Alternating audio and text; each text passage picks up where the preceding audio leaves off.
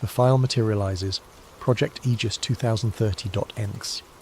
Aegis, Lynx mutters. That's not good. Aegis was a classified program I remember from my NSA days. Theoretical population management scenarios. Theoretical, Nova repeats, clicking open the file. Let's see how theoretical it still is. The document unfolds across her screen like a digital autopsy report. Code fragments, data tables, implementation timelines. Her eyes scan the contents, and her expression shifts from curiosity to confusion to something approaching horror. Guys, she says, her voice dropping to a whisper, this isn't about surveillance, this isn't about control. Jack spins their chair around. What is it about? Nova's hands tremble slightly as she highlights a section of code. Variables with names like fertility, reduction, vectors, genetic selection, protocols, and population ceiling enforcement. It's about extinction, she breathes. Mass vaccination campaigns, supply chain disruptions, climate-based selection zones. She reads directly from the screen. Phase implementation. Reduce global population to sustainable levels through coordinated biological and environmental interventions. Target timeline 2030. Acceptable retention rate 6 to 8% of current population. The silence stretches like a held breath. 6 to 8%, Kyle repeats slowly, of 7 billion people. That's not population control, Link says, his intelligence training kicking in as he processes the implications. That's genocide with a spreadsheet. Nova scrolls deeper into the document, her face pale in the monitor light. There's more. Listen to this. This initiative represents a fundamental reset of the human species. Traditional methods of population management through war, famine and disease have proven insufficient to address the accelerating resource depletion crisis. Project Aegis represents a coordinated approach to ensure species survival through selective reduction. Species survival, Jax echoes. They're talking about us like we're livestock. No, Nova corrects, her voice hollow. Livestock are valuable. We're weeds they want to clear from the garden. Kale sits down heavily, his scientific mind wrestling with the implications. During his years researching virology, he'd seen enough classified projects to know that the line between theoretical and operational could be crossed with a single authorization signature. We need to verify this, he says finally. Cross-reference with known programs, trace the source, build a complete picture. If this is real, Nova finishes, we're looking at the greatest crime in human history, and it's already begun. Lynx pulls up his contacts, a carefully maintained network of sources still embedded in various intelligence agencies. I'll reach out to my people, see what chatter I can pick up. I'll dig into the technical specifications, Jax offers. These code fragments reference specific biological agents. If they're using existing research, there'll be traces in academic databases. Nova saves the file to their secure server and begins setting up multiple backup protocols. Professor, we need you to analyze the biological components. Your expertise might be the key to understanding how they plan to implement this. As the team disperses to their workstations, the weight of their discovery settles over the warehouse like digital smoke. They've stumbled across something that wasn't meant for human eyes, a blueprint for the end of the world as they know it. Outside, the city sleeps on, unaware that 4 people in a converted warehouse have just glimpsed the future, and it looks like a graveyard with Wi-Fi. Nova stares at the file name blinking on her screen, Project Aegis 2030.nc. In mythology, Aegis was the shield of Zeus, the divine protection for the gods. But protection for whom? And protection from what? As she begins her deep dive into the data, one phrase keeps echoing in her mind from the document's executive summary. This isn't about control, it's about resetting the species. The countdown, she realizes, isn't to some distant apocalypse. It's to tomorrow. 3 days of sleepless research have transformed their warehouse into a conspiracy theorist's fever dream. Every wall now displays interconnected timelines, corporate hierarchies, and data flowcharts that would make a forensic accountant weep. Nova hasn't left the building since they cracked the Aegis file, surviving on instant ramen and the kind of caffeine-fueled determination that borders on religious fervour. I found the breadcrumbs, she announces, her voice hoarse from exhaustion, and chain-smoking cigarettes she bummed from Lynx. The World Population Summit in Cairo, 1994. Most people remember it as a boring UN conference about reproductive rights and sustainable development. She pulls up archived documents on the main display screen, official transcripts, media reports, diplomatic cables, standard bureaucratic theatre. But look what happens when you dig into the closed-door sessions. A classified document appears, heavily redacted but with enough visible text to tell a story. The header reads, Adaptive Earth Framework, Preliminary Implementation Strategies. Cale adjusts his glasses, squinting at the screen. I remember this conference. I was a graduate student then, writing my dissertation on population genetics. There were rumours about private sessions, but nobody talked about what was discussed, Nova finishes. Except someone did. Deep in the diplomatic archives, buried under 17 layers of classification, I found this. She highlights passages that make the room's temperature seem to drop. Non-essential demographic drift must be addressed through coordinated intervention. Genetic dead zones present opportunity for selective resource allocation. Acceptable fallout parameters established at 85 to 90% reduction over 2-generation cycle. Project requires integration of medical, agricultural and environmental vectors. Jax looks up from their workstation, where they've been cross-referencing pharmaceutical patents. Nova, you need to see this. Those medical vectors they mention. I've been tracking the patent filings, and there's a pattern. They throw their research onto the shared screen. Dozens of pharmaceutical patents filed between 2018 and 2023, all connected to a web of shell companies, all related to mRNA modification technology. But here's the weird part, Jax continues. These patents aren't just for vaccines. They're for genetic modification systems that can be activated remotely, dormant until triggered by specific environmental factors. Cale's face goes pale. That's not possible. The technology to create delayed activation genetic modifications didn't exist in 2018, Jax agrees, but it does now. And according to these patents, it's been deployed. Nova pulls up another document from their Aegis cache. Remember, Professor, you mentioned seeing strange compounds in vaccine trials during the pandemic? Trials with non-public results? Cale nods slowly. There were inconsistencies. Control groups that should have shown specific immune responses but didn't. Novel proteins that had no apparent therapeutic function. When I raised concerns, you were discredited and forced out, Nova says. They called you a conspiracy theorist. Because I was asking the wrong questions, Cale realises.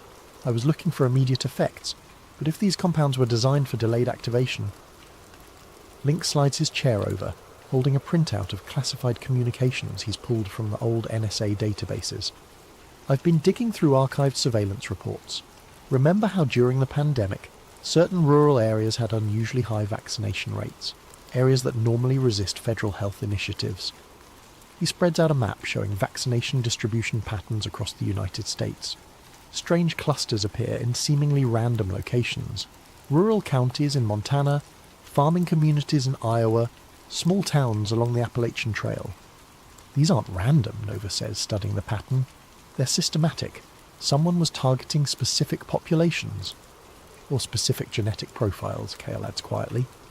Jax's workstation chimes with an alert. Guys, I've been monitoring dark web chatter about unusual health trends. Look at this. They project a series of forum posts, social media reports, and medical anomalies from the past 6 months. Unexplained fertility drops in rural communities. Unusual autoimmune responses in adults aged 25 to 45. Regional variations in birth defects that don't match known environmental factors. Agricultural workers reporting mysterious illnesses that don't respond to standard treatments. Nova connects the dots on their shared display, drawing lines between vaccination sites, health anomalies, and demographic data. The pattern that emerges looks like a slow-motion biological weapon detonating across the landscape. They weren't just treating viruses, she says, echoing Cale's earlier words. They were treating the future human genome. Lynx pulls up another classified document, this one from a more recent surveillance operation. There's more. I found references to something called genetic compatibility mapping in Department of Homeland Security briefings. They've been collecting DNA samples through routine medical procedures and cross-referencing them with... He stops, staring at the screen. With what? Nova prompts. With survival probability models, he finishes. They're not just tracking who might survive their selective reduction, they're actively identifying who they want to eliminate. The warehouse falls silent as the implications settle over them like digital ash. They're not just looking at a conspiracy, they're looking at the implementation phase of humanity's final exam. And most of the class is about to fail. Kale stands up slowly, his scientific mind finally accepting what his moral instincts have been screaming. We need to understand the full scope. If they've weaponized the medical system, the agricultural system, the environmental monitoring system, then they've turned civilization itself into a weapon, Nova completes. As if summoned by their conversation, Jax's monitoring systems light up with alerts. Encrypted traffic spike on the satellite networks, same routing pattern as the original Aegis transmission. Nova rushes to her decryption station. They're talking again. If we can intercept this... The file downloads slowly, each percentage point feeling like an eternity. When it finally opens, it's not code this time. It's a video conference recording. Meeting minutes, Lynx realizes, from yesterday. Nova's hand hovers over the play button. Once they watch this, there's no going back. No pretending they stumbled across theoretical documents or academic exercises. Whatever's on this recording, she says, it's going to show us who's behind this, and what comes next. She clicks play. The screen fills with faces they recognise from news broadcasts and magazine covers. World leaders, tech billionaires, pharmaceutical executives, and scientists, all sitting around a virtual conference table discussing the end of the world with the casual tone of a quarterly earnings call. And in the corner of the screen, a countdown timer. 18 months, 14 days, 7 hours, 23 minutes. The clock is ticking, and they're about to learn exactly what happens when it reaches zero. The video quality is surprisingly good for something intercepted from a rerouted satellite signal. Crystal clear audio, HD resolution, perfect lighting. Almost as if whoever recorded this wanted it to be found by someone with the right skills and motivation. Nova adjusts the audio levels as familiar faces fill the screen. She recognises at least half of them. Pharmaceutical CEOs who've been in the news, tech moguls who've testified before Congress, government officials whose names appear in leaked documents weekly. But it's the people she doesn't recognise that worry her more. Faces that suggest power operates in layers the public never sees. "Audio check," a voice says off-screen. "We're recording for the archive. All participants have been verified through biometric confirmation." "Proceed with briefing," responds a woman Nova recognises as the director of the World Health Organization. Phase 3 implementation status. A man in his 60s, distinguished silver hair, appears in a separate window. The nameplate reads, Dr. Harrison Vale, Protean Core Industries. Nova makes a mental note. She's never heard of Protean Core, which means they've done excellent work staying invisible. Phase 3 is proceeding on schedule, Dr. Vale reports. Biometric surveillance systems are now operational in 847 rural zones across 17 countries. Heat mapping, fertility tracking, and genetic sequencing capabilities are running at full capacity. Jax pauses their other work to focus on the video. Genetic sequencing? That's not something you can do remotely. Unless, Kale says slowly, you've already collected samples through other means. On screen, Dr. Vale continues. Integration with consumer health devices has exceeded projections. Voluntary data submission through fitness trackers, smartphones, and IoT medical devices now covers 73% of target demographics in developed nations. Nova feels her blood turn cold. She looks at the fitness tracker on her own wrist, a gift from her sister 2 Christmases ago. The little device that's been monitoring her heart rate, sleep patterns, stress levels. The device that connects to her phone, which connects to the cloud, which connects to... Smart device penetration in rural areas remains challenging, Dr. Vale continues, but our partnerships with agricultural technology companies have provided alternative collection methods. Genetic material harvested through routine veterinary procedures on livestock has proven surprisingly effective for human population mapping. What the hell does that mean? Jax whispers. Kale's face has gone ashen. Cross-species genetic contamination. If they're introducing human genetic markers into livestock, then tracking the animal genetics. They can map human populations through the food chain, Nova finishes. Every hamburger, every glass of milk, every piece of chicken carries genetic data. On screen, the meeting continues. A younger man, maybe 40, appears in a new window. His nameplate reads, Marcus Chen, Global Agricultural Systems. Nova notices the shared surname but feels no family connection, only revulsion. Agricultural vector deployment is exceeding expectations, Marcus reports. mRNA modification systems are now integrated into feed supplies for cattle, poultry and swine across North America and Europe. Human consumption data indicates 94% population exposure through dietary intake. Side effects, asks the WHO director. Minimal immediate impact as designed. However, fertility rates in test regions are down 23% year over year, with accelerating decline patterns. Autoimmune responses are appearing within expected parameters. Nova's hands shake as she realises what they're watching. These aren't plans being discussed. These are progress reports on operations already in motion. Lynx leans closer to the screen. That voice. I know that voice. A new participant joins the call, their video window appearing in the centre of the screen. The image is deliberately obscured. Shadows and lighting designed to hide identity. But the voice is clear and authoritative. Psychological conditioning remains our most effective vector, the shadowed figure reports. Media saturation campaigns have successfully normalised concepts of population reduction, climate-based selection, and voluntary extinction movements. Social media algorithms are amplifying despair, hopelessness, and anti-natalist sentiment across target demographics. Mental fatigue campaigns, the WHO director asks, exceeding projections. Suicide rates in target age ranges are up 34% year over year. Birth rates continue declining as planned. Most importantly, resistance to authority has decreased significantly. Population compliance with future directives is expected to be near universal. Jack stands up abruptly, knocking over their chair. They're not just poisoning our bodies, they're poisoning our minds. Nova pauses the video, needing a moment to process what they're witnessing. This isn't just biological warfare. It's psychological, social, environmental. They've weaponized everything we depend on to survive. Food, air, water, information, Lynx lists. They're not attacking civilization. They've turned civilization into the weapon. Kale sits down heavily, his scientific worldview crumbling and reforming around this new reality. The fertility decline, the autoimmune disorders, the psychological depression epidemics, it's all connected. It's all intentional. Nova resumes the video. The shadowed figure continues speaking. Phase 4. Preparation is nearly complete.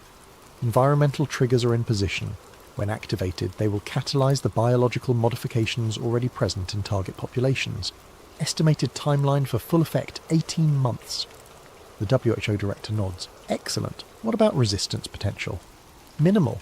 Independent researchers who've approached relevant discoveries have been discredited, defunded or eliminated from academic and professional positions. Media coverage of related topics has been successfully redirected toward established conspiracy theory frameworks, ensuring any accurate information is dismissed as paranoid delusion. Nova feels the walls of their warehouse closing in. How many others have found pieces of this puzzle? How many have been silenced? Dr. Vale, the shadowed figure continues. Status report on asset protection. Dr. Vale reappears on screen. Protection protocols are operational. All essential personnel and their families have received modified treatments. Genetic compatibility with post-implementation environment is confirmed. We estimate a protected population of approximately 500,000 globally. 500,000, Jax repeats numbly, out of 7 billion. The video quality starts to degrade as the satellite connection becomes unstable. But one final exchange comes through clearly. Any concerns about detection? Unlikely. The full scope of the operation requires integration of data from medical, agricultural, environmental, technological and psychological sources. No single research team or intelligence agency has access to all vectors simultaneously.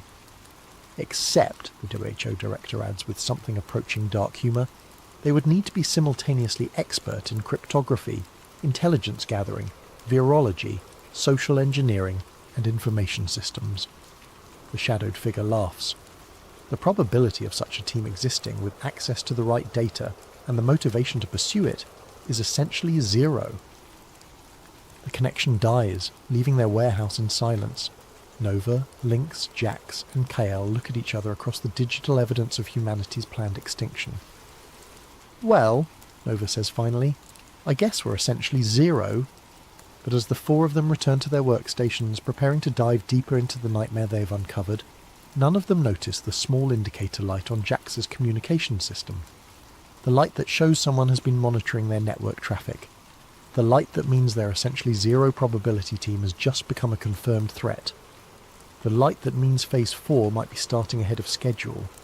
The warehouse's early warning system starts screaming at 4:17 a.m., 3 hours after they finished analysing the intercepted conference call.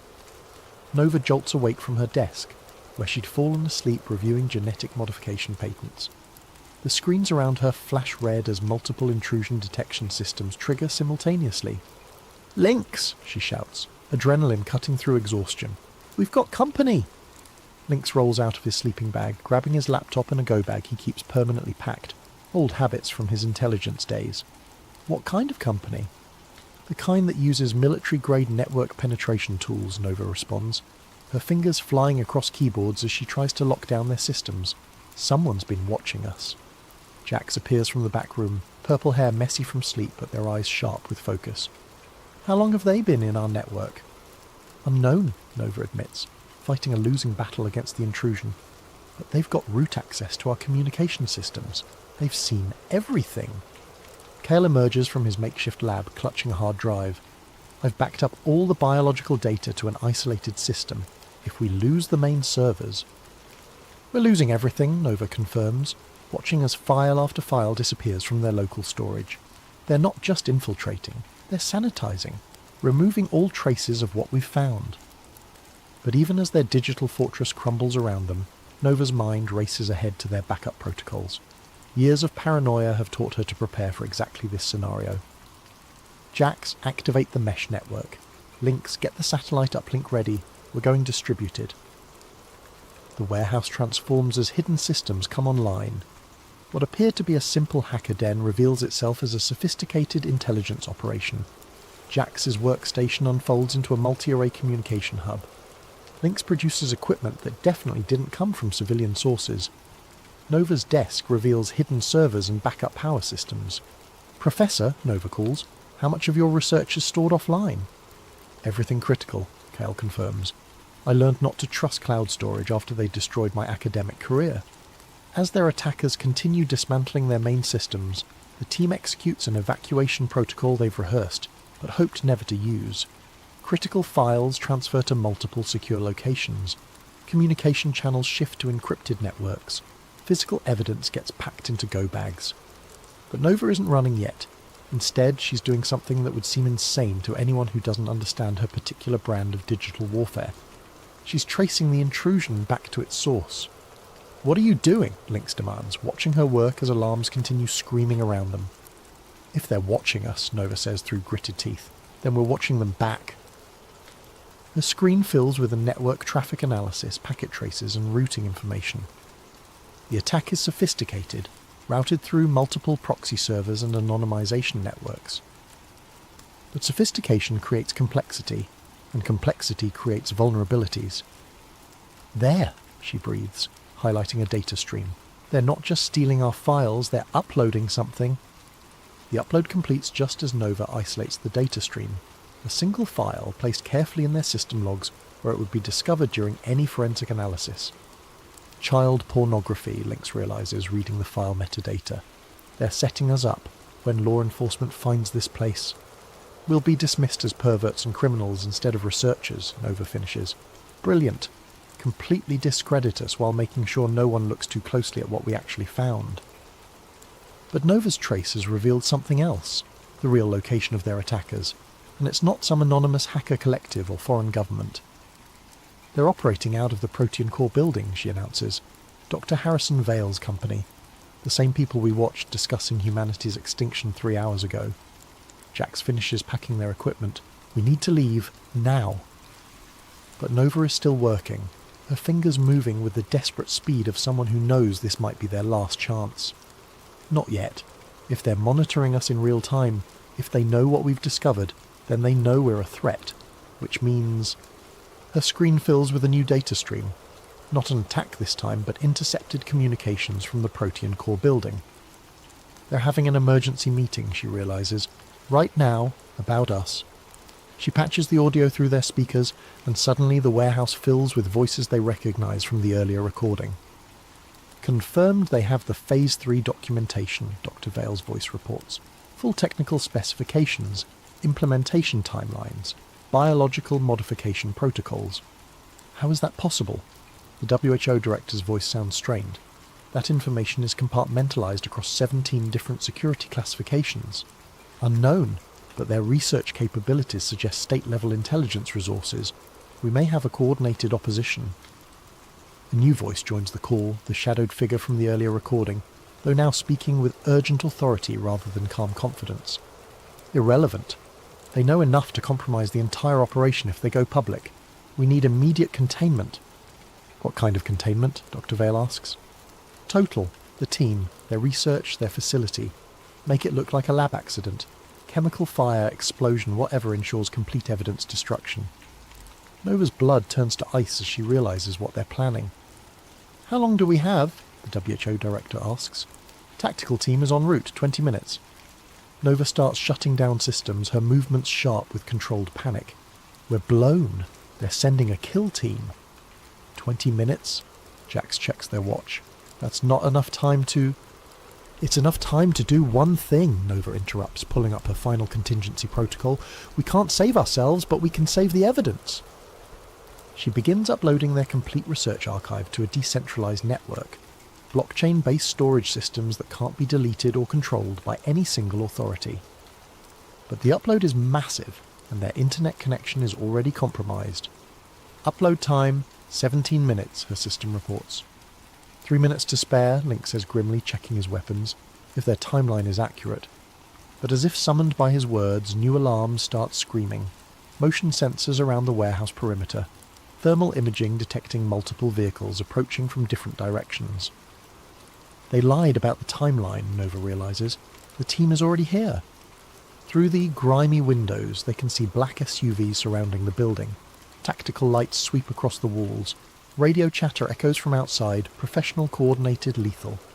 Upload progress, 32%, her computer announces. Nova looks at her team, her friends, her fellow travellers in the digital underground. Jax with their fierce intelligence and boundless optimism. Lynx with his warrior's honour and protective instincts. Kale with his scientist's dedication to truth above comfort. I need 8 more minutes to finish the upload, she says quietly. Can you give me 8 minutes? Lynx checks his rifle, the same model he carried during his government service. Against a professional tactical team? In an indefensible position? He looks around the warehouse, their home, their sanctuary, their last stand. Yeah, he says finally, we can give you 8 minutes. As the first breaching charges explode against the warehouse doors, Nova's fingers continue dancing across her keyboard, uploading humanity's final testimony to the digital wind. Outside, boots pound against concrete and orders are shouted in tactical shorthand. Inside, 4 people who stumbled across the end of the world fight to make sure someone, somewhere, will know what really happened to the human race. The upload bar crawls toward completion, 47%, 48%, Sasipgu Peosentu, and in the distance sirens wail, though whether they're coming to help or to clean up the mess, nobody can tell. Upload progress, 73%. Nova's fingers move across the keyboard with mechanical precision, even as automatic weapons fire tears through the warehouse's steel walls. Lynx and Jax have improvised a defensive position behind stacked servers, returning fire with a small arsenal Lynx maintained for exactly this scenario. Kyle crouches beside Nova, clutching his backup drives like sacred relics. How much longer? Lynx shouts over the gunfire, ejecting an empty magazine. 3 minutes, Nova responds, sweat dripping onto her keyboard as she maintains the upload connection, despite power fluctuations from damaged systems. A tactical team member appears at a broken window. Jax takes him down with a shot that would make their grandfather proud. The same grandfather who taught them to shoot cans off fence posts in rural Oregon, never imagining his lessons would one day be used to defend the future of human civilization. Upload progress, 81%. Nova! Kale shouts, pointing at the main screen. They're jamming our satellite connection. She looks up to see their upload speed dropping rapidly. The decentralized network storage is failing as targeted electromagnetic pulses disrupt their communication arrays. Years of preparation, layers of redundancy, multiple backup systems, all being systematically neutralised by an enemy who understands their capabilities better than they understand themselves. "Switch to the hard line," she orders, pulling cables from emergency ports hidden beneath the floor. "If the satellites are down, we go terrestrial." But even as she reroutes their connection through buried fibre optic cables, her screens show the truth. Their attackers aren't just soldiers, they're technicians, equipped with signal intelligence gear and digital warfare tools. This isn't a military assault, it's a surgical data extraction and elimination operation.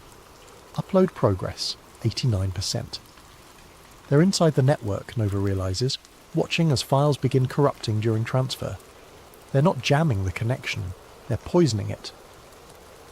Malicious code floods through their internet connection, targeting not just their local systems, but the destination servers themselves. Wherever they try to upload their evidence, the same destructive algorithms follow, erasing data as fast as they can transmit it. 90 seconds, Lynx reports, reloading his rifle. "That's all I can give you." Nova's mind races through alternatives. Local storage, compromised. Cloud servers, compromised. Peer-to-peer networks, compromised. Everywhere they turn, the digital tentacles of their enemies have already reached. But there's one option they haven't tried. One network that exists outside the normal channels of internet communication. "Jax!" she shouts. "Emergency radio protocols. Can you reach the ham radio networks?" Jax nods, understanding immediately. While their enemies have prepared for digital warfare, they might not have anticipated analog communication methods, ancient radio technology that predates the internet by decades.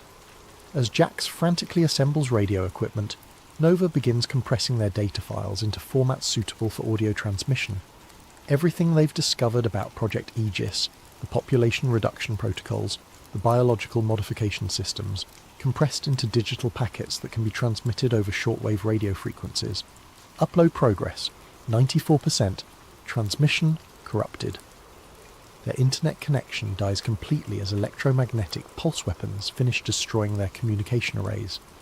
But Jax's radio equipment sparks to life, connecting them to a network of amateur radio operators who maintain communication protocols independent of corporate or government control. "This is Emergency Station Alpha calling CQ Emergency," Jax broadcasts. "We have critical data for immediate relay to all stations. Repeat, critical data for immediate relay." Responses crackle back from radio operators across the country, retired engineers, electronics hobbyists, disaster relief volunteers, people who maintain the last truly free communication network on the planet.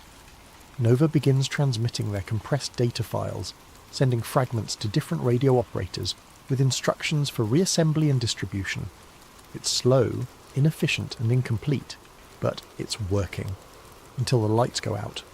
Emergency power kicks in, bathing the warehouse in red light as their main electrical systems fail. Through the broken windows they can see technicians working on power lines, systematically isolating the building from the electrical grid. "They're cutting everything," Kale observes.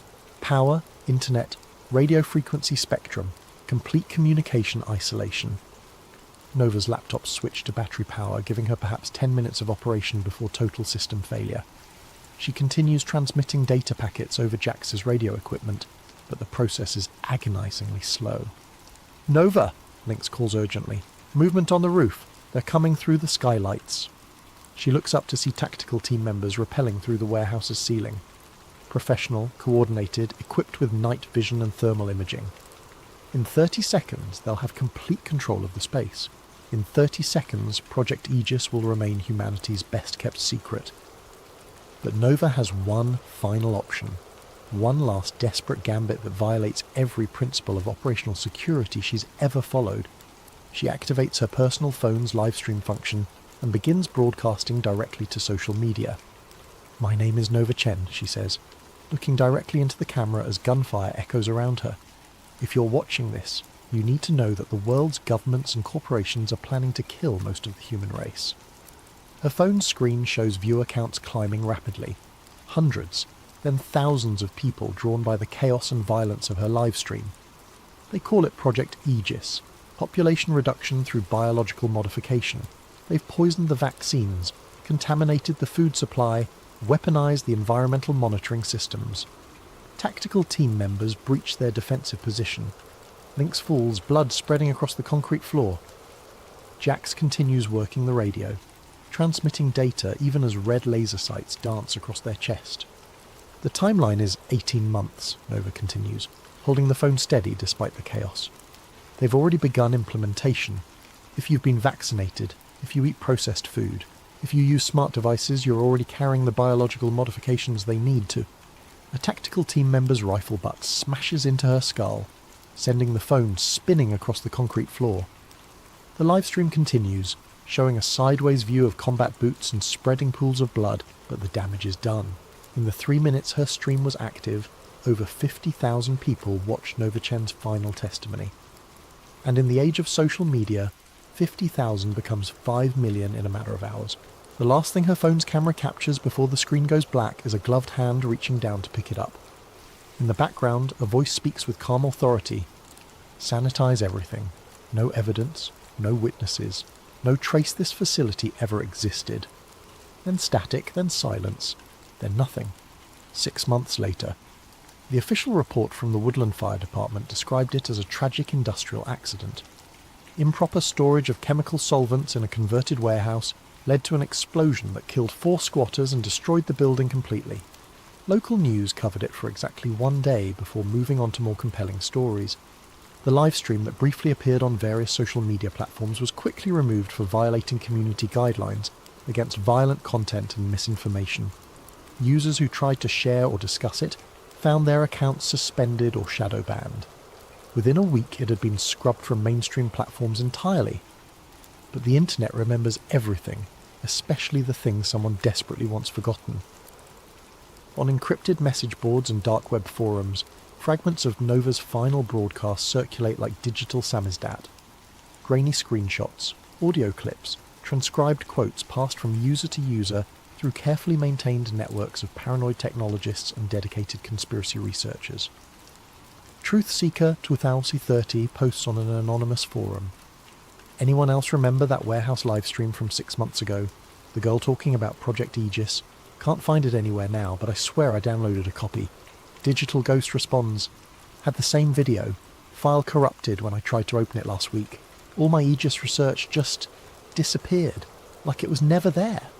Red Pill Reality chimes in. Same here. But I remember what she said. Population reduction, biological modifications, food supply contamination, 18 months. We're down to 12 months now.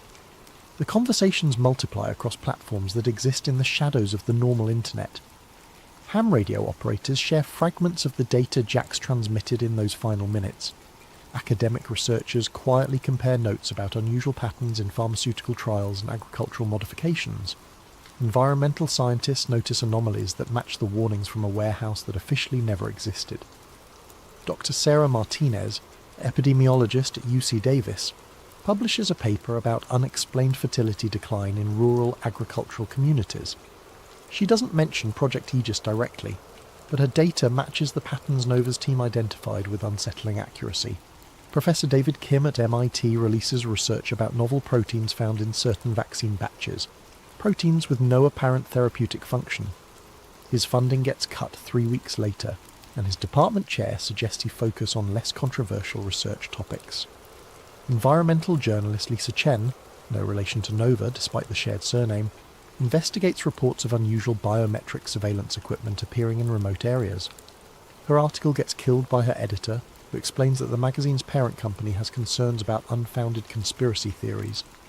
But each cancelled publication, each suppressed research project, each deleted social media post creates a new data point in a pattern that becomes hard to ignore. The truth spreads like a virus through the digital underground. 12 months later, Maya Patel is 17 years old and has never heard of Nova Chen, Lynx Rodriguez, Jax Morrison, or Professor Kale. She lives in a small village in rural India, where internet access is limited, and social media is considered a luxury for urban elites. But Maya is smart, curious, and has access to her school's computer lab 3 days a week. She spends her time learning about environmental science, genetic engineering, and the intersection of technology and biology. Her dream is to study at a Western university and help solve the world's agricultural challenges. It's during one of these computer lab sessions that she finds the flash drive, buried in a box of discarded electronics donated to the school, wrapped in plastic and electrical tape like someone tried very hard to preserve it. The label, written in faded ink, reads, "Population 0 proof.vault." Maya plugs it into the computer, expecting maybe some students' old homework or family photos. Instead, she finds 847 gigabytes of encrypted data files, research documents, intercepted communications, and video recordings. She finds genetic modification protocols, pharmaceutical patents, agricultural contamination systems, and psychological warfare strategies. She finds the complete archive of everything Nova Chen's team discovered about Project Aegis.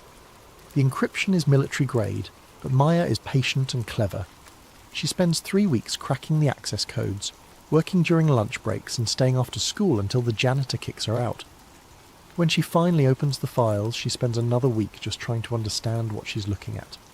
Population reduction through coordinated biological intervention. Genetic modification systems activated by environmental triggers. Food chain contamination designed to cause sterility and immune system failure. Psychological warfare campaigns to normalize extinction and reduce resistance to authority. A timeline that originally targeted 2030, but has been accelerated to 2027. Maya realizes she's looking at the blueprint for humanity's planned extinction, and according to the timestamps on the most recent files, the final phase is scheduled to begin in 6 months. She copies everything to multiple storage devices and begins the careful process of verification, cross-referencing patent filings, pharmaceutical research, agricultural modifications, environmental monitoring data. Every piece of evidence Nova's team gathered, Maya confirms through independent research. It's all true. It's all happening. And almost nobody knows. But Maya Patel is 17 years old, raised in a culture that reveres education and truth-telling above personal safety. She doesn't consider keeping the information secret. She doesn't wonder if she might be wrong. She doesn't worry about the consequences of speaking truth to power. She uploads everything to every platform she can access. WikiLeaks, anonymous file-sharing networks, academic databases, social media platforms, government transparency websites, journalist tip lines, activist organisations, environmental groups, medical research communities. She translates key documents into 17 languages and distributes them through international networks. She creates simplified summaries for non-technical audiences and detailed analyses for subject matter experts. She floods the internet with the truth about Project Aegis, and this time it's too late to stop the signal. Within hours, Maya's uploads are being downloaded thousands of times. Within days, the downloads become millions. Major news outlets pick up the story. Government officials demand investigations. International health organisations call emergency sessions. The carefully orchestrated plan to reduce human population through biological warfare becomes the most documented conspiracy in human history. Dr. Harrison Vale attempts to discredit the documents as sophisticated forgeries. The WHO director claims the communications were taken out of context. Government officials deny any knowledge of population reduction protocols. But the evidence is overwhelming, the documentation is comprehensive, and the verification is independent. Too many researchers, in too many countries, using too many different methodologies, all reach the same conclusion. Project Aegis is real, it's operational, and it's working. Global fertility rates have dropped 34% over the past 3 years. Autoimmune disorders have increased 78% in demographics that received certain vaccine formulations. Agricultural workers in modified crop regions show genetic markers consistent with engineered biological agents. Psychological depression and suicide rates have reached historic highs in precisely the age groups targeted by media manipulation campaigns. The population reduction protocol isn't a future threat. It's already killed millions of people. 18 months after the warehouse, Maya Patel stands before the International Criminal Court in The Hague, testifying about the greatest crime in human history. Behind her sits a display showing population statistics, fertility decline curves, mortality data, and genetic modification evidence. She holds up a small flash drive, the same one she found in a box of discarded electronics in her school's computer lab. This device, she tells the court, contains the complete records of Project Aegis, compiled by 4 researchers who died trying to warn the world about what was being done to us. She sets the drive on the witness stand. Nova Chen was 26 years old when she was murdered for discovering that our governments and corporations had poisoned the human race. Lynx Rodriguez was 32 when he died, defending her right to tell the truth. Jax Morrison was 21 when they gave their life to upload this evidence to radio networks around the world. Professor Kale was 58 when he was killed for asking the wrong questions about biological modification research. Maya looks directly at the defendants, pharmaceutical executives, government officials, and corporate leaders who sit in chains behind bulletproof glass. They died so that we could live. They died so that humanity would know what was done to us. They died so that the people responsible for the greatest genocide in history would be held accountable. She picks up the flash drive again. Their names were Nova, Lynx, Jax, and Kyle. They saved our species, and they want you to remember that the truth is always worth fighting for, no matter how powerful the people who want to hide it. The courtroom falls silent as Maya's testimony ends. In the gallery, family members of victims weep quietly. In the press section, journalists furiously type stories that will reach billions of readers within hours, and in a small village in rural India, a 17-year-old girl's computer science teacher watches the live broadcast and smiles proudly at his former student. Sometimes the truth finds a way.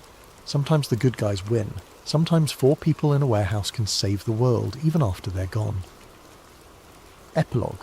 The network remembers, 5 years later, the Maya Patel Institute for Digital Truth and Transparency occupies a gleaming building in New Geneva, funded by reparations payments from the corporations responsible for Project Aegis. Its mission statement, carved in stone above the entrance, reads, "The network remembers everything, especially the things someone desperately wants forgotten."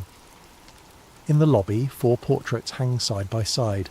Nova Chen, cryptographer and digital warrior; Lynx Rodriguez, intelligence analyst and protector; Jax Morrison, social engineer and technological prodigy; Professor Kyle, virologist and truth-teller.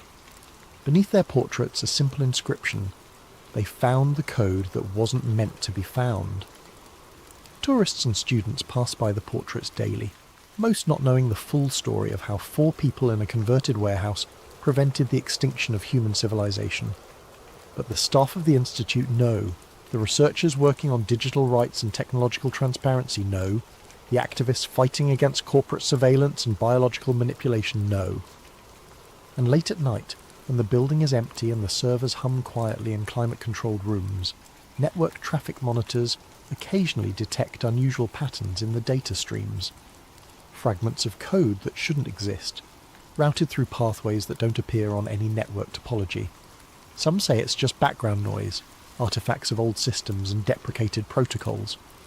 Others believe it's something more, digital ghosts of 4 researchers who refuse to let death stop their work, still uploading, still broadcasting, still fighting to keep the truth alive in the spaces between the data.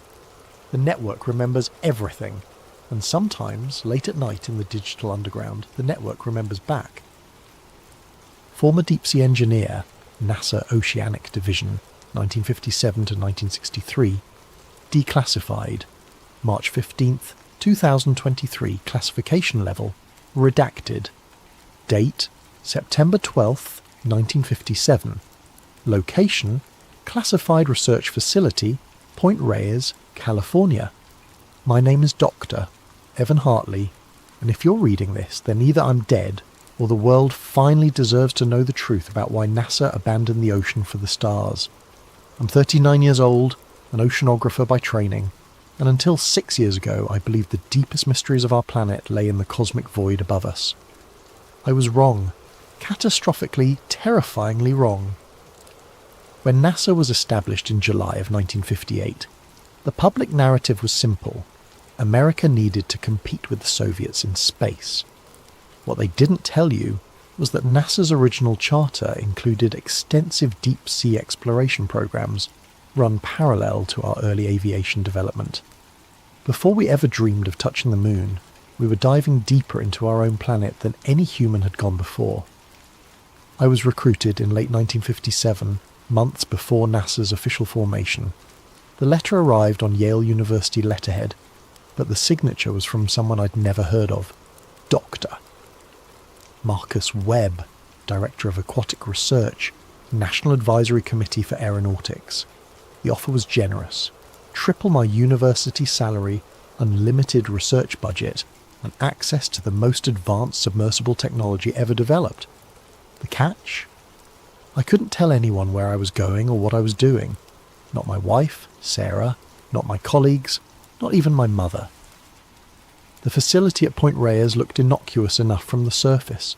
A collection of weathered buildings perched on the California coastline, indistinguishable from a dozen other government research stations. But beneath those structures lay something extraordinary. A vertical shaft descending 300 feet straight down into the bedrock, wide enough to accommodate submersibles the size of small buildings. Dr. Webb met me on my first day, a gaunt man in his 60s with prematurely white hair and the kind of hollow stare I'd later recognise in combat veterans. "Welcome to Project Nautilus, Doctor. Hartley," he said, leading me through a maze of steel corridors that hummed with the constant vibration of massive machinery. "I trust you understand the sensitive nature of our work here." "Oceanic mapping," I replied, reciting the vague description from my recruitment letter. "Deep-sea cartography for national defence purposes." Webb stopped walking and turned to face me. "That's the public explanation, yes, but you'll find that the ocean holds more secrets than any map could ever reveal." He led me to an observation deck overlooking the central shaft.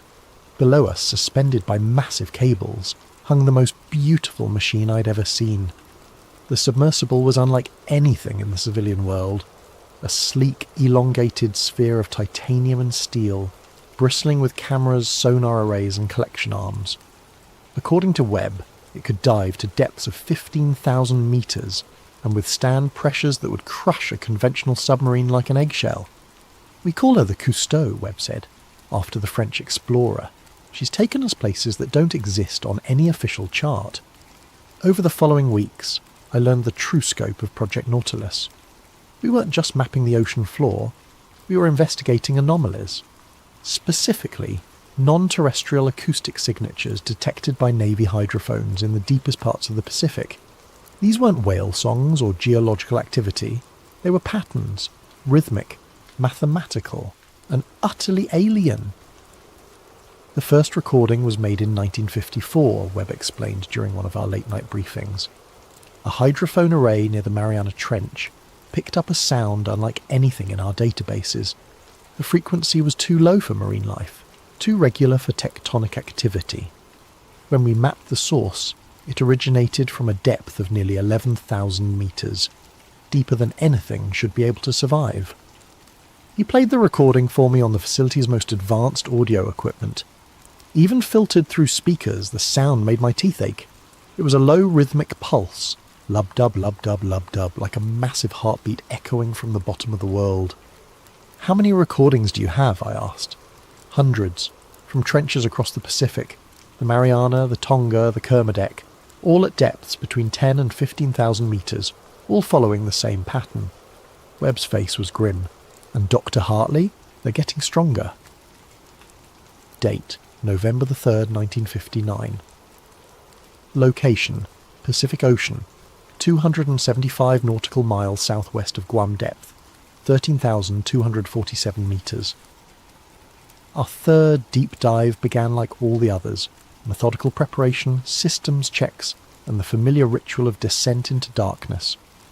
I was accompanied by Dr. James Morrison, our marine biologist, and Chief Petty Officer Samuel Torres, our dive specialist on loan from the Navy's most classified underwater programs. The Cousteau began her descent at 0800 hours, slipping through the ocean's layers like a steel teardrop. At 1,000 metres, we left the last traces of sunlight behind. At 5,000, we entered the abyssal zone, where no natural light had ever penetrated. By 8,000 metres, we were in territory that belonged more to the moon than to Earth. But it was at 13,000 metres that we found something that shouldn't exist. "Sonar contact," Torres announced, his voice tight with concentration. "Dead ahead, range 200 metres. It's big." Through the Cousteau's reinforced viewport, our floodlights illuminated a sight that defied explanation.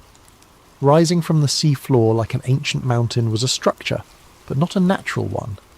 The surface was covered in perfectly hexagonal panels, each one roughly 30 feet across, arranged in a pattern too precise to be geological. "Are you recording this?" Morrison whispered, his face pressed against the observation port. "Everything," I confirmed, though my hands were shaking as I operated the cameras. "How large do you estimate it to be?" Torres was studying the sonar display with growing amazement.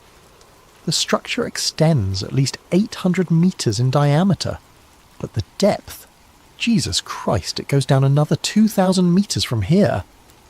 As we approached the structure, our instruments began registering impossible readings.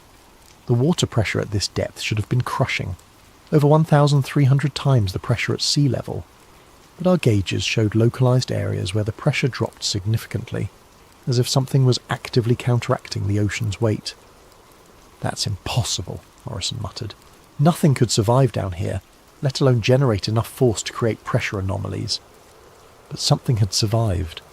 As we manoeuvred closer to the hexagonal surface, our audio pickups detected it. That same rhythmic pulse we'd been tracking for years, but now so powerful it resonated through the Cousteau's hull like the beating of a massive heart. "It's not coming from the structure," Torres reported, studying his instruments. "It's coming from beneath it." That's when Morrison made the decision that would haunt us all. Against protocol, he suited up in one of our experimental deep-sea diving suits and insisted on collecting a sample from the structure's surface. The suit was a marvel of engineering, a self-contained environment that could theoretically protect a human at crushing depths. "Just a quick sample," he said through the comm system as he prepared to exit the submersible. "We need physical evidence." I should have stopped him. I should have ordered Torres to abort the dive and return to the surface. Instead, I watched through the Cousteau's cameras as Morrison emerged from the airlock and approached the alien structure. For 20 minutes, everything proceeded normally. Morrison collected samples from the hexagonal panels, documenting their composition and arrangement. His readings showed materials that didn't match any known elements, compounds with atomic structures that seemed to shift and change even as he observed them. Then the pulse stopped. The silence was absolute. No marine life, no geological noise, no equipment hum, just the complete suffocating quiet of the deep ocean. Through our cameras, we watched Morrison frozen beside the structure, his helmet lights casting stark shadows across the hexagonal surface. "Morrison, report," I called into the comm. "What's your status?" His response when it came was barely a whisper. "It knows we're here." The structure began to glow. It wasn't bright, more like bioluminescence than artificial light, but it was unmistakably deliberate. The hexagonal panels pulsed in sequence, creating patterns that moved across the surface like neural networks firing, and with each pulse that rhythmic beating returned stronger than before. "Morrison, get back to the sub, now!" But Morrison wasn't moving. Through the camera feeds I could see him standing motionless, his helmet pressed against one of the glowing panels as if he was listening to something we couldn't hear. "Can't you hear it?" His voice crackled through the comm, distorted by interference that shouldn't exist at our depth. "It's not dead. It's dreaming." Torres was already suiting up. "I'm going after him." But before Torres could exit the airlock, Morrison began moving again, not toward us, but along the structure's surface, following the patterns of light like a moth drawn to flame. His movements were wrong, too fluid, as if the crushing pressure had no effect on him. "Morrison, you're exceeding safe operational limits," I warned. "Return to the submersible immediately." "So beautiful," Morrison's voice was dreamy, distant. "It's been dreaming for so long. Dreaming of the surface. Dreaming of the sky." The structure's glow intensified, and Morrison stopped. Through our cameras, we watched him turn back toward the Cousteau, but something was wrong with his posture, with the way he moved. When his helmet lights illuminated his faceplate, Torres cursed. Morrison's eyes were gone, not damaged. Gone, as if they had never existed. But he was still moving, still navigating perfectly through the crushing darkness. "It wants to wake up," Morrison said, his voice now coming from multiple directions at once, as if the ocean itself was speaking. "It's been sleeping so long, but the dreams are getting stronger. Soon it won't need to dream anymore. That's when Torres made the hardest decision of his naval career. He activated the Cousteau's emergency ascent system, cutting Morrison's tether and abandoning him to the depths. As we rose toward the surface, our last image of the structure showed Morrison standing motionless among the glowing hexagons, his arms spread wide as if embracing something we couldn't see. The rhythmic pulse followed us up through 13,000 metres of black water, growing fainter but never disappearing entirely. Morrison's body was never recovered. Officially, he suffered a catastrophic equipment failure during a routine deep-sea research dive. His wife received a flag and a commendation for his service to scientific progress. But for 3 days after we surfaced, I could hear him whispering in my quarters at night, "It's not dead. It's dreaming." Date: February 15th, 1963. Location: Point Reyes Research Facility. The end came without warning, which should have been warning enough. I arrived at the facility on a cold February morning to find armed guards at every entrance, and men in dark suits loading equipment into unmarked trucks. Dr. Webb met me at the main gate, his face haggard and aged beyond his years. "Project Nautilus is terminated, effective immediately," he said without preamble. "All personnel are to report for debriefing and reassignment." What happened? Did we have another incident? Webb glanced at the suited men supervising the equipment removal. "Walk with me, Doctor. Hartley." We moved away from the main buildings toward the cliff overlooking the Pacific. The morning fog was thick, obscuring the horizon and muffling our conversation. 3 days ago, our satellite thermal imaging detected massive heat signatures rising from the deepest points of the Pacific Basin, Webb said quietly. Not geological. The patterns were too organised, too purposeful. Something down there is powering up. I felt ice forming in my stomach. The structures we found, all of them, simultaneous activation across 17 different trench systems. The energy readings are off the charts. We're talking about power generation on the scale of nuclear reactors, but using principles we don't understand. Webb pulled a manila folder from his coat and handed it to me. Inside were thermal satellite images showing the ocean floor lit up like a Christmas tree, with bright spots clustered around the deepest trenches. NASA is shifting all funding to space exploration, Webb continued. Officially, oceanic research is being transferred to civilian agencies. Unofficially, ... He gestured toward the men loading trucks. There will be no more official oceanic research. They're covering it up. They're prioritising. Space exploration offers hope, progress, a bright future for humanity. What we found down there, Webb shook his head. What we found offers only questions we're not ready to answer. The debriefing took place in a windowless room with men who never gave their names. They confiscated all my research notes, my personal logs, even photographs of my family that had been in my desk drawer. In exchange, I received a generous severance package, a glowing letter of recommendation, and a document that would send me to federal prison if I ever spoke publicly about Project Nautilus.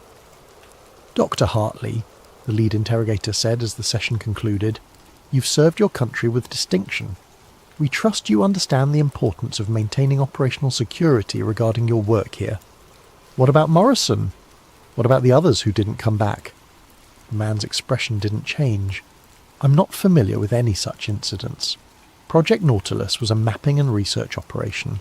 All personnel completed their assignments successfully." I was escorted from the facility that same day. As our car pulled away from Point Reyes, I looked back to see smoke rising from the equipment disposal area. They were burning everything: documents, photographs, even the submersibles that had taken us to the bottom of the world. 2 weeks later, I received a letter from NASA headquarters. I had been selected for reassignment to their new Lunar Surface Analysis Division, effective immediately. The salary was excellent, the work was prestigious, and the security clearance was higher than anything I'd held before. I declined the position. 3 months after that, I was quietly discharged from government service entirely. My security clearance was revoked, my research credentials were questioned, and my applications to private sector positions were mysteriously rejected. Dr. Evan Hartley, former deep-sea explorer, became Dr. Evan Hartley, unemployed oceanographer with a suspicious gap in his resume. But I wasn't the only one asking questions. Dr. Patricia Vance had been a communications specialist on Project Nautilus, responsible for analysing the acoustic signatures we'd detected. Like me, she'd been debriefed, reassigned, and eventually discharged. Unlike me, she'd managed to keep copies of some critical data. We met at a coffee shop in San Francisco 6 months after the project's termination.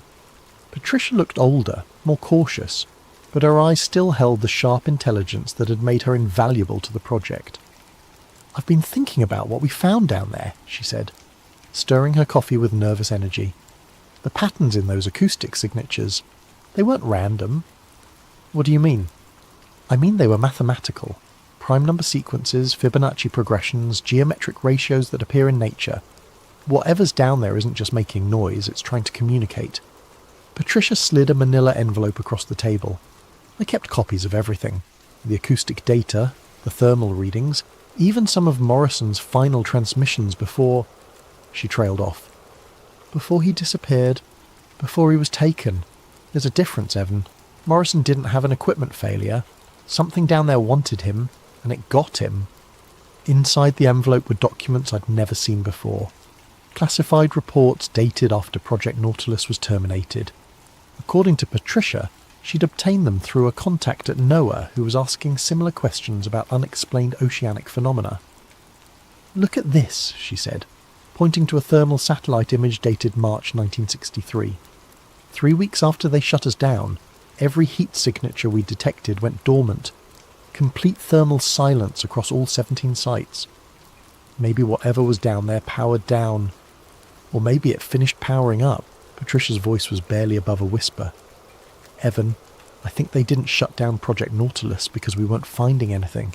I think they shut it down because we found exactly what they were afraid we'd find." She was right, but I wouldn't understand how right until much later. Date: October 12th, 1969. Location: San Francisco Public Library. 6 years of unemployment had given me ample time to research, and what I discovered made me wish I'd never heard of Project Nautilus. Patricia had been found dead in her apartment 3 months after our coffee shop meeting. The official cause was suicide by overdose, but Patricia had never shown signs of depression, and she'd been meticulously healthy her entire life. Her research materials were missing, though the police report made no mention of a break-in. Her death convinced me that someone was systematically eliminating former Project Nautilus personnel. I began living under assumed names, paying cash for everything, and avoiding any contact with my former life. Sarah had divorced me 2 years earlier, citing my paranoid behaviour and refusal to discuss my government work. I couldn't blame her, but I couldn't stop investigating either. The breakthrough came when I gained access to the library's microfilm archives. Using contacts from my university days, I'd managed to obtain partial access codes for NOAA and NASA's declassified research databases. What I found there changed everything I thought I knew about our planet's history. The files were scattered across different agencies and classification levels, but when assembled they told a coherent and terrifying story. In 1962, 1 year before Project Nautilus was terminated, an unmanned deep-sea probe had been sent to investigate the thermal anomalies we'd detected. The probe, designated Deep Eye 7, was equipped with the most advanced cameras and sensors available, capable of operating at depths exceeding 15,000 metres. Deep Eye 7 reached the bottom of the Mariana Trench on September 15th, 1962. For 6 hours it transmitted normal operational data, water temperature, pressure readings, geological samples. Then, at 13,247 metres depth, it encountered something that changed the course of human history. The final transmission from Deep Eye 7 lasted 37 seconds. I found the transcript buried in a sub-basement archive that officially didn't exist. Deep Eye 7, final transmission. Date September 15th, 1962. Time 14:27:33 GMT depth, 13,247 metres. Static. Control. This is Deep Eye. I'm seeing... Wait, There's something down here. Something big. Pause. 4 seconds. Control, are you getting this video feed? The entire seafloor is... It's not seafloor. It's a surface. Artificial. Covered in those hexagonal patterns we've been tracking. Pause. 7 seconds. Oh God. Oh Jesus Christ. Control. There's an eye. There's an eye in the ocean floor and it's looking at me. It's the size of a building and it's looking right at... Signal terminated. The file was marked with a classification I'd never seen before. CFR. Classified for religious reasons. Attached to the transcript was a single photograph, grainy and overexposed, but unmistakably showing the ocean floor at crushing depth. In the centre of the image was a circular structure approximately 200 metres in diameter. The structure's surface was smooth, almost organic, and divided into segments like the iris of a massive eye. But it wasn't the size that made my hand shake as I examined the photograph. It was the intelligence behind it, an awareness so ancient and vast that it made humanity look like insects scurrying across the surface of something beyond our comprehension. I spent weeks researching the CFR classification, eventually discovering that it had been created specifically for Project Nautilus findings. According to a memo I found buried in the Vatican Scientific Archives, representatives from major world religions had been consulted about our discoveries in 1962. Their unanimous recommendation was immediate and permanent suppression of all related research. The memo, signed by officials from Christianity, Islam, Judaism, Buddhism and Hinduism, stated that the deep-sea discoveries represented theological challenges that could undermine the fundamental spiritual frameworks upon which human civilization depends. But the most disturbing discovery came when I cross-referenced our sonar maps with historical and mythological texts. The locations of our thermal anomalies corresponded exactly with the legendary resting places of ancient sea monsters described in cultures across the world. The Mariana Trench aligned with Babylonian accounts of Tiamat, the primordial chaos monster of the deep. The Tonga Trench matched Polynesian legends of Tangaroa's sleeping guardians. The Puerto Rico Trench corresponded to pre-Columbian accounts of Xipactli, the earth crocodile that dwelled at the bottom of the world. These weren't metaphors or mythological abstractions, they were maps.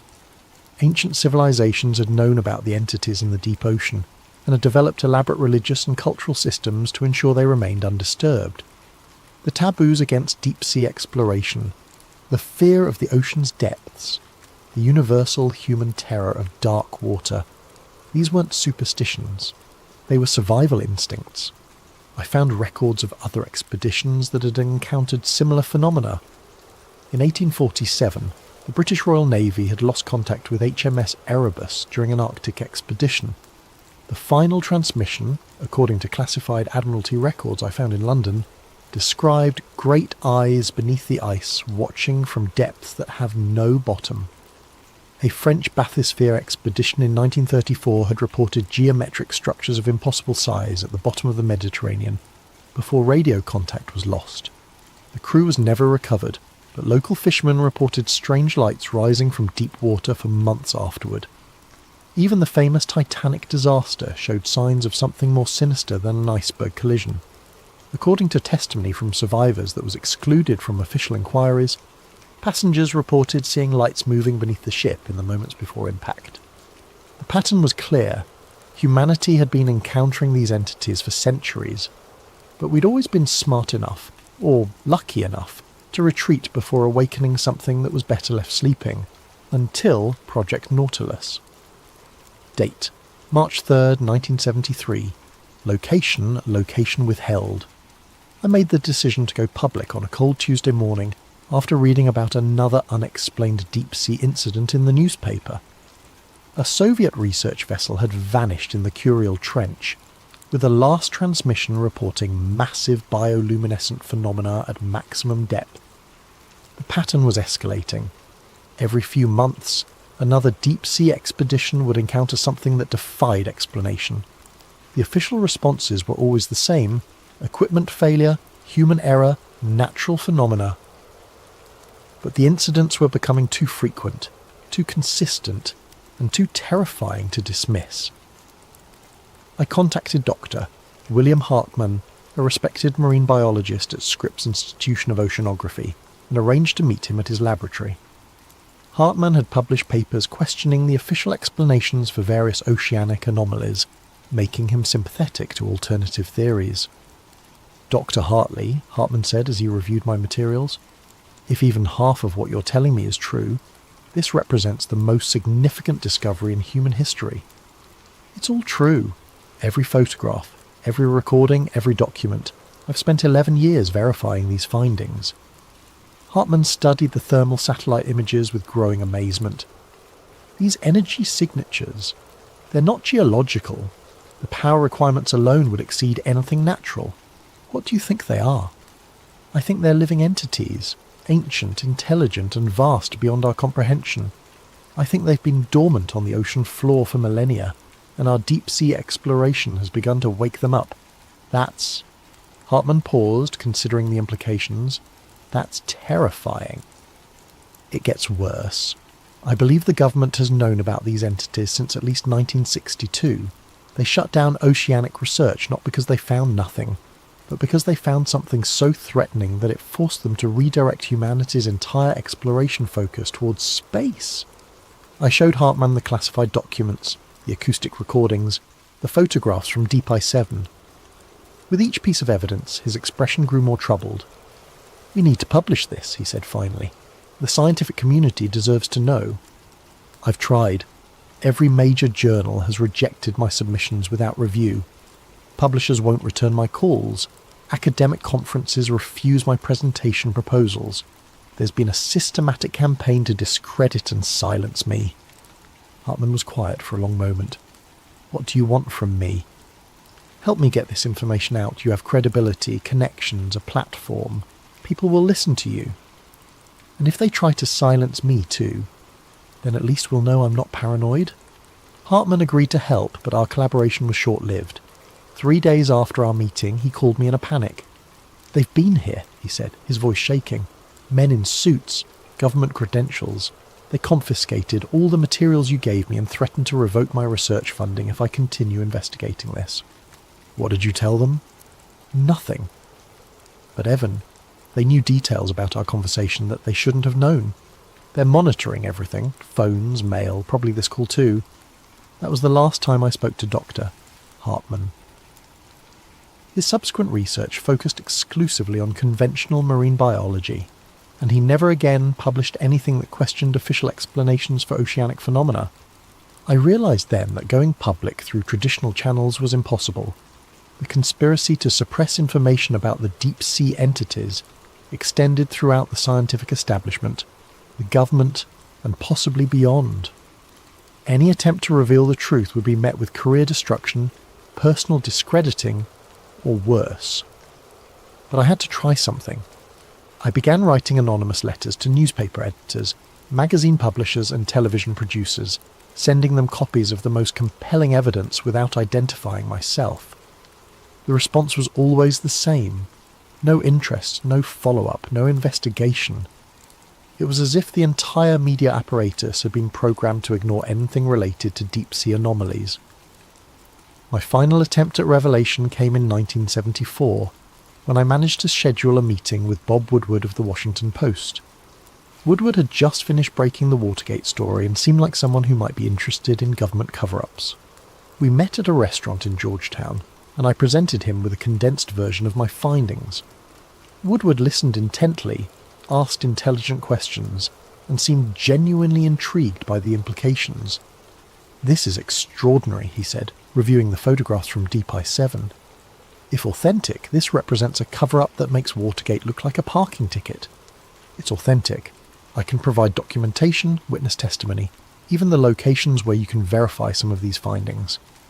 What do you want me to do with this?" "Investigate. Use your resources, your connections. Find other people who are involved in these projects and get them to talk." Woodward promised to look into the story, but I never heard from him again.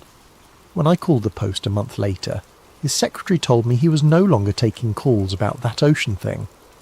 I later learned that the Post had received visits from federal agents shortly after our meeting.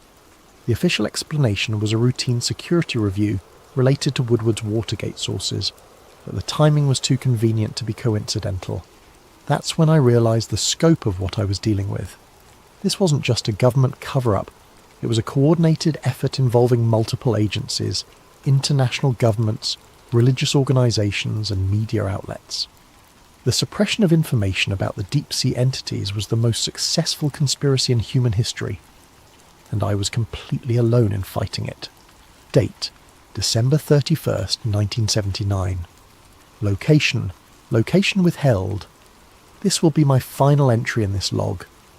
Tomorrow I'm going into hiding permanently, destroying my remaining research materials and attempting to disappear entirely from public records.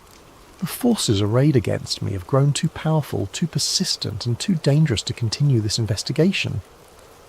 But before I vanish, I need to leave a warning for anyone who might discover this account in the future.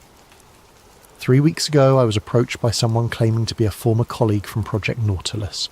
The man identified himself as Dr.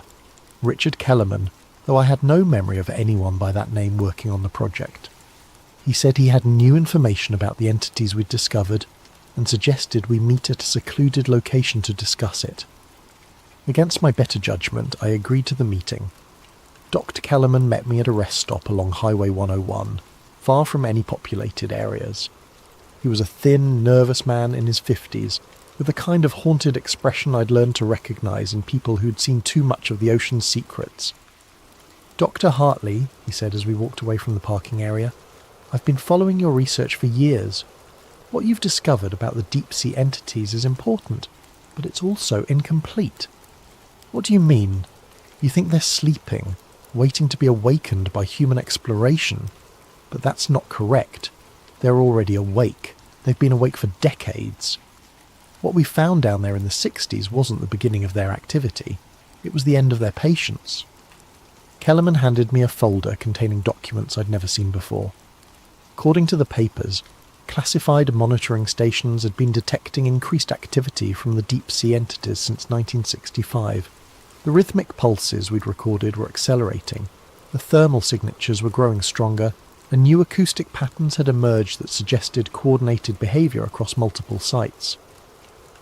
"They're not just awakening," Kellerman continued. "They're communicating, organising, preparing for something." The most disturbing document in the folder was a projection analysis dated 1978. Based on the accelerating pattern of activity, government scientists estimated that the entities would reach full activation threshold sometime in the early 21st century. "What happens then?" I asked.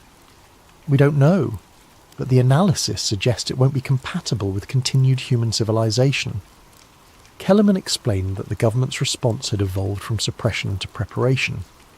While publicly denying the existence of the deep-sea entities, they'd been secretly developing contingency plans for what they called Event Leviathan, the moment when the entities would emerge from their oceanic domain. Space exploration wasn't just a distraction from oceanic research, Kellerman said. It was preparation for evacuation. If the entities become active, Earth may no longer be habitable for humanity. I realised then why NASA had shifted so dramatically from ocean to space exploration. They weren't running toward the stars, they were running away from the depths. "Why are you telling me this?" I asked. "Because someone needs to know. Someone outside the official channels needs to understand what's coming." Kellerman left me with the documents and a final warning. "Stop your public investigations. They've been tolerating your research because you're working alone and no one believes you. But if you get too close to the truth, if you start convincing people, they'll stop tolerating you." "Who will?" "Everyone. The government, the military, the religious organisations, even the entities themselves. You think they don't know about your research? You think they can't reach beyond the ocean when they choose to?" 3 days after my meeting with Kellerman, I woke up to find my apartment ransacked. Nothing had been stolen, but every piece of research material had been carefully examined and returned to precisely the wrong locations. It was a message.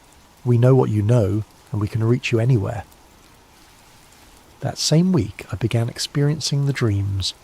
Every night I found myself standing on the deck of a ship in the middle of a dark ocean. The water around the vessel was perfectly calm, but beneath the surface I could see lights moving, vast geometric patterns that pulsed with the same rhythm we detected 30 years earlier in the Mariana Trench. In the dreams, I could hear Morrison's voice, carried on wind that tasted of salt and pressure. "It's not dead, Dr. Hartley, it's dreaming, and now it's dreaming of you." The dreams were so vivid, so consistent, that I began to wonder if they were actually dreams at all. Perhaps the entities had developed the ability to project themselves into human consciousness, to monitor and influence anyone who knew too much about their existence. I stopped sleeping. I stopped eating regularly. I started seeing shadows moving beneath the surface of every body of water I encountered. Swimming pools, bathtubs, even glasses of drinking water. The ocean had followed me inland and there was nowhere left to hide. That's when I made the decision to end this investigation and disappear entirely from public life. But first, I needed to leave this record for anyone who might continue the search for truth after I'm gone. To whoever finds this log, the entities in the deep ocean are real, they are ancient, and they are preparing for something that will change the course of human history. The government knows about them and has been preparing for their emergence for decades. Our species' sudden focus on space exploration, our development of advanced aerospace technology, our dreams of colonizing other planets, these aren't signs of human ambition. They're signs of species-level survival instinct. The ocean covers more than 70% of our planet's surface. We've explored less than 5% of its depths. In that unexplored darkness, something vast and intelligent has been waiting, since before human civilization began. They stopped exploring the ocean not because there was nothing to find, but because they found something we were never meant to awaken. And now it's too late to put it back to sleep. If you're reading this in the 21st century, pay attention to the signs. Watch for unexplained oceanic phenomena. Listen for reports of deep-sea mining operations encountering technical difficulties. Notice how quickly such stories disappear from the news cycle. Most importantly, if you ever hear about rhythmic pulses detected in the deep ocean, if you see reports of massive views, 847,392. Caption: Guys, something insane is happening off the coast of Guam. The water is literally boiling and there's this sound. Ocean mystery. Deep sea gas unexplained. Video shows churning ocean water with steam rising from the surface. In the background a low rhythmic pulse can be heard. Lub-dub, lub-dub, lub-dub, growing stronger with each beat. The video ends abruptly as the phone's camera lens cracks, though no impact is visible. NOAA press release. June 15th, 2025 for immediate release. Geological survey reports minor seismic activity near Guam. Honolulu HI. The National Oceanic and Atmospheric Administration reports that recent unusual water conditions observed near Guam are the result of minor underwater volcanic activity. Citizens are advised that the phenomena pose no threat to public safety. The rhythmic audio phenomena reported in social media posts are consistent with natural geological processes and should not be cause for concern. NOAA continues to monitor the situation and will provide updates as necessary. For more information, contact the NOAA press office at text message thread, June 15th, 2025. Contact Sarah Hartley Morrison. Sarah: Did you see the news about Guam? Sarah: The water thing? Sarah: It's exactly what Evan used to talk about. Sarah: Before he disappeared? Sarah: The sounds are the same. Sarah: Oh God, what if he was right? Sarah: What if he was right about everything? Message failed to deliver. Contact unavailable. This number has been disconnected. Internal memo. Classification level: black. From Director of Operations to all department heads. Date: June 15th, 2025. Subject: Event Leviathan, Phase 1. Activation. Effective immediately, all personnel are to report to designated deep bunker facilities. Surface operations are suspended until further notice. The entities have achieved critical mass activation. Preliminary estimates suggest coordinated emergence within 72 hours. Space evacuation protocols are now in effect. Priority personnel will be transferred to orbital stations beginning 0600 hours. May God help us all. Final entry, found in Dr. Evan Hartley's abandoned research facility. Date: June 16th, 2025. written in an unknown hand. They found me. After 46 years of hiding, they found me. Not the government, not the military, them. I'm writing this as the water rises around my cabin. Though the nearest ocean is 300 miles away, the water is warm, and it glows with that familiar hexagonal pattern I first saw in 1959. Morrison was right. It's not dead. It's been dreaming. And now it's awake. The dreams I've been having for decades weren't dreams at all. They were memories. The memories of something so ancient that it remembers when the ocean was young. It's been watching us, learning from us, waiting for us to develop the technology it needs. Space exploration, satellite networks, global communications. We thought we were advancing as a species. We were building the tools for our own replacement.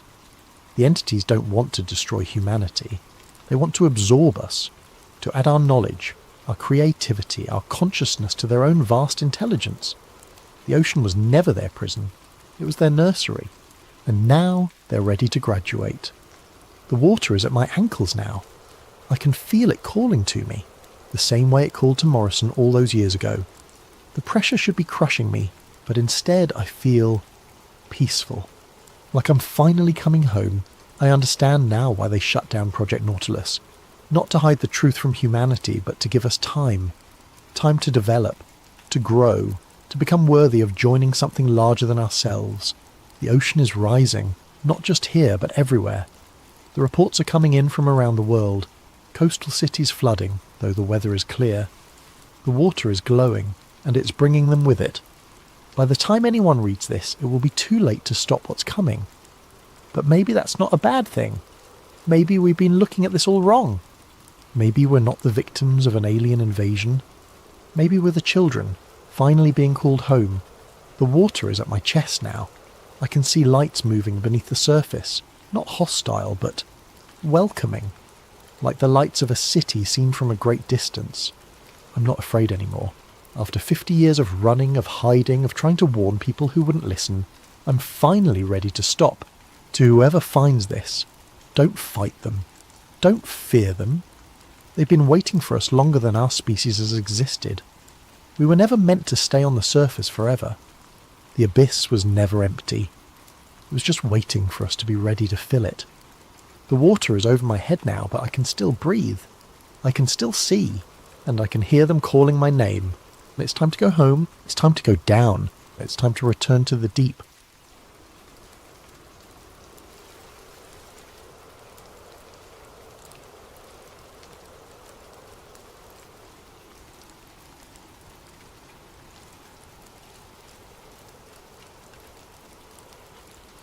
And if you're new to sleep theories, welcome to our community of truth seekers and question askers.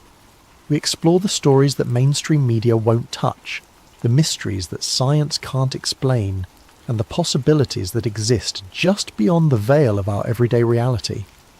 If you find yourself drawn to these hidden truths, please consider subscribing to Sleep Theories.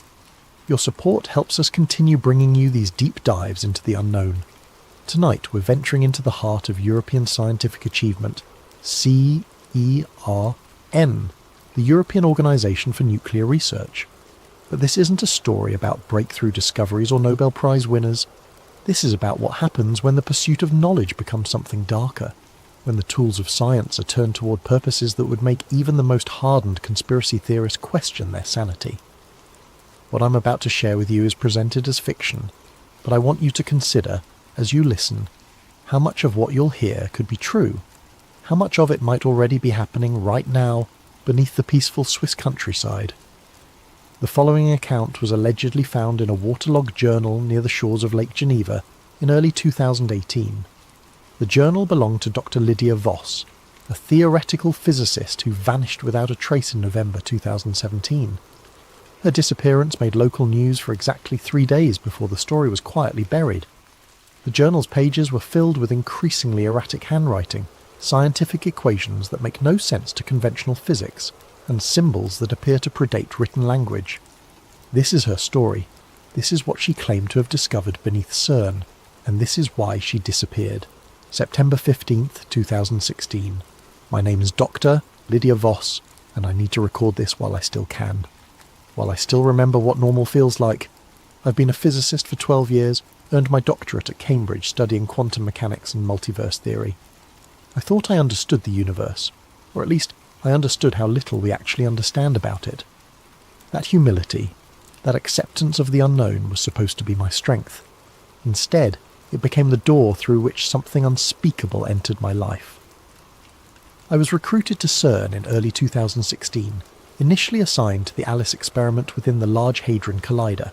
Standard work, analysing collision data, looking for exotic particles, the usual hunt for the building blocks of reality. It was everything I dreamed of as a graduate student, the chance to peer into the fundamental structure of existence itself. The LHC had been restarted after its upgrade, and we were pushing energies higher than ever before. The Higgs boson discovery in 2012 had opened new frontiers, but what we were seeing in 2016 went beyond anything the standard model could explain. Particles that shouldn't exist, energy signatures that defied conservation laws, patterns in the data that almost looked intentional. That's when I was transferred to Project Janus. The transfer came without warning. I arrived at my usual workstation one morning to find Dr. Heinrich Volker waiting for me, flanked by 2 security personnel I'd never seen before. Volker was old-school CERN. He'd been there since the 1980s, a man who'd witnessed the birth of the modern understanding of particle physics. His presence commanded respect, but there was something else in his eyes that morning. Something that might have been fear.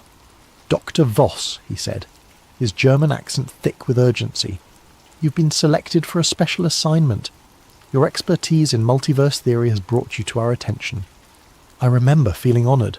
Project Janus was rumoured to be CERN's most classified research division, working on theoretical frameworks that went beyond even the most advanced quantum mechanics. To be chosen for such work was the dream of every physicist. I should have recognised it as the beginning of a nightmare. The Janus facility was located in what the maps called Subsector Gamma, accessible only through a series of security checkpoints that descended far below the main collider ring. The elevator ride down took nearly 8 minutes, much deeper than any official CERN schematic showed. The walls changed as we descended, from the familiar concrete and steel of the upper levels to something that looked almost organic, with strange geometric patterns carved into the stone. "How deep are we going?" I asked Dr. Volker. "Deep enough," was his only response. The Janus lab was unlike anything I'd ever seen. Instead of the sterile white walls typical of research facilities, the space was dimly lit by red ambient lighting that seemed to emanate from the walls themselves. Banks of quantum computers hummed along the perimeter, their processing power dedicated to simulations that required computational resources I couldn't even calculate. But it was the central display that captured my attention.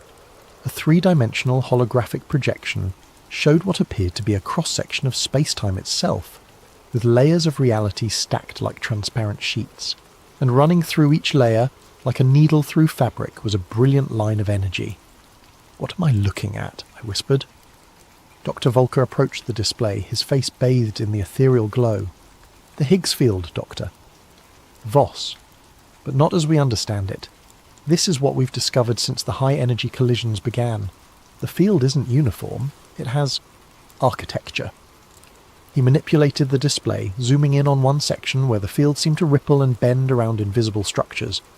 We initially thought these were computational artifacts, errors in our simulation. But the patterns repeat across every collision event. They're consistent, predictable, and they respond to our experiments. Respond how? Watch. Volker activated what he called a field perturbation, essentially a virtual recreation of a high-energy collision within the simulation. As the particles collided, the Higgs field didn't just create mass as expected, it created geometric patterns, crystalline structures that seemed to serve as conduits for something else. "The neutrino deviation patterns," I breathed, recognizing the data signatures. "They're not random. They're being influenced by these structures." "Precisely. And Dr. Voss, we need to understand what's doing the influencing." That night I went home to my small apartment in Meyrin and tried to process what I'd seen. The coffee grew cold as I sat at my kitchen table, sketching the patterns I'd observed and trying to make sense of their implications. The Higgs field was supposed to be responsible for giving particles mass, but what we'd discovered suggested it might be something far more complex. a substrate through which other forces, other intelligences might operate. I didn't sleep that night. Instead, I found myself researching historical accounts of strange phenomena associated with CERN. Most of it was conspiracy theory nonsense. The usual claims about opening portals to hell or summoning demons. But buried among the ridiculous theories were some unsettling facts. The location of CERN, for instance. The facility was built on the site of an ancient Roman temple dedicated to Apollo, and local folklore spoke of the area as a gateway to the underworld. The organisation's logo featured the number 666 in its design, officially a coincidence, but troubling nonetheless. And there was the Shiva statue, the bronze figure of the Hindu god of destruction placed prominently in the courtyard, dancing eternally above the particle accelerator. But it was a video I found on an obscure forum that truly disturbed me. Dated from 2016, it showed what appeared to be a mock ritual taking place at night near the Shiva statue. Figures in dark robes performed some kind of ceremony while others watched and filmed. The video was grainy, clearly shot from a distance, but something about it felt deeply wrong. The next morning, I brought up the video with Dr. Volker. He laughed it off, explaining that CERN staff occasionally performed pranks to feed the conspiracy theorists who monitored the facility.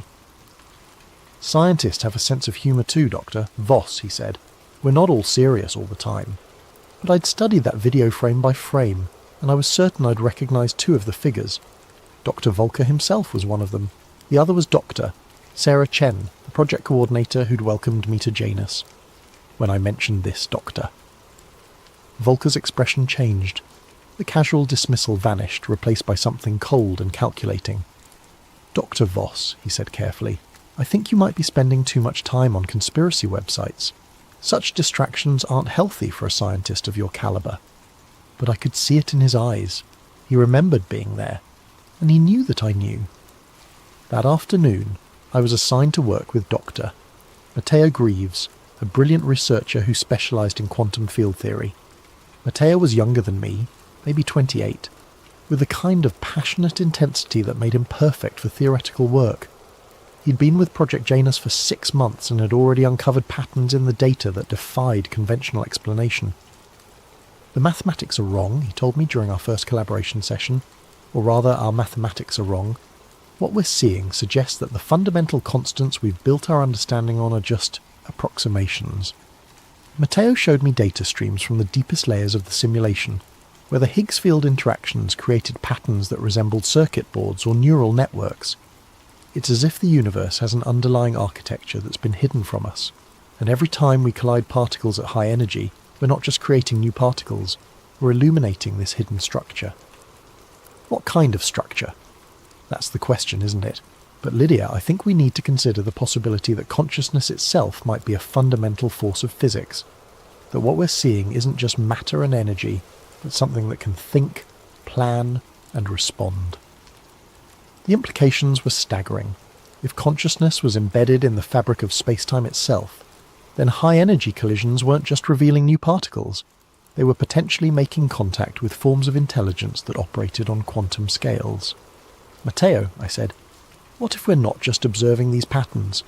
What if we're communicating with them?" He looked at me with an expression I couldn't quite read. "That's what I've been wondering too. And Lydia, I think they're trying to communicate back." October 3rd, 2016. I've been trying to find that video again, the one showing the ritual near the Shiva statue. It's been scrubbed from every site where I originally found it, but I managed to save a local copy before it disappeared.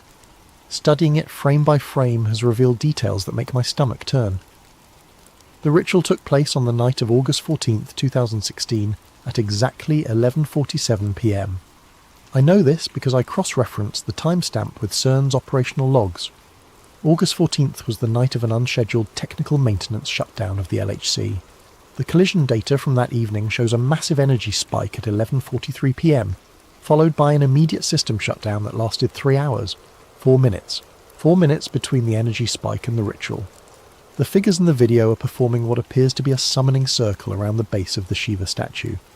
There are 13 participants, all wearing identical dark robes, but 2 of them remove their hoods during the ceremony. Dr. Volker is clearly visible, as is Dr. Chen. A third figure who I believe might be Dr. Marcus Webb from the Theoretical Physics Department is holding what looks like a leather-bound book. But it's the fourth figure that disturbs me most.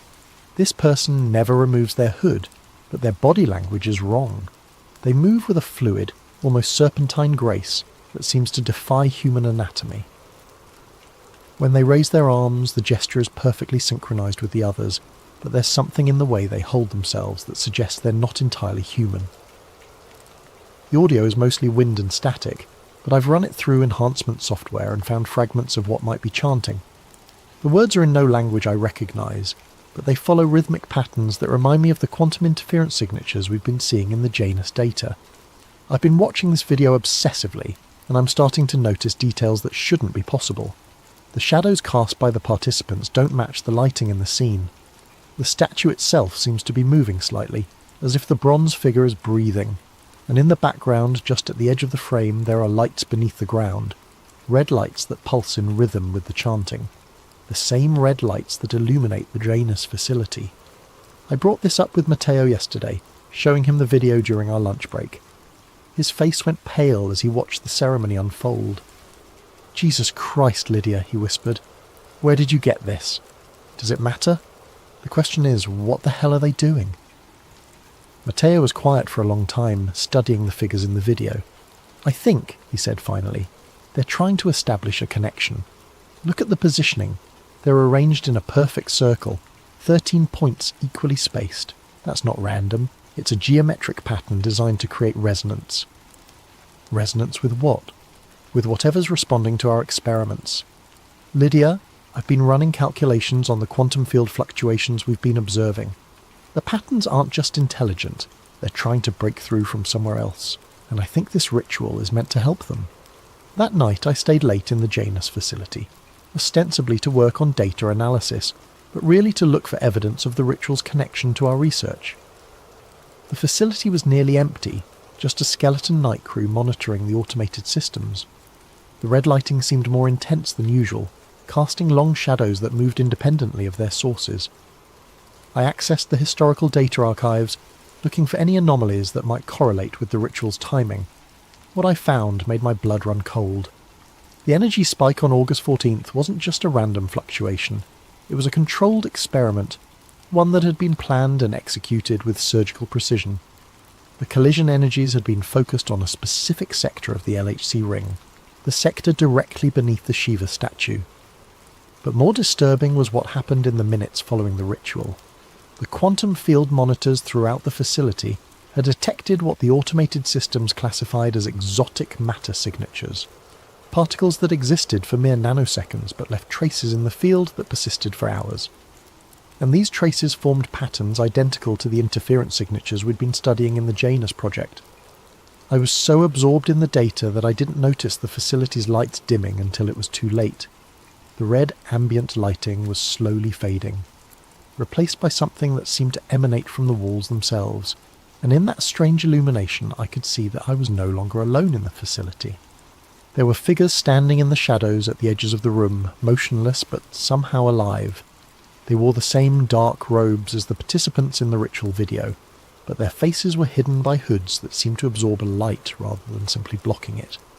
I tried to move, to call out, but found myself paralysed by a terror so complete that it felt like a physical weight pressing down on my chest.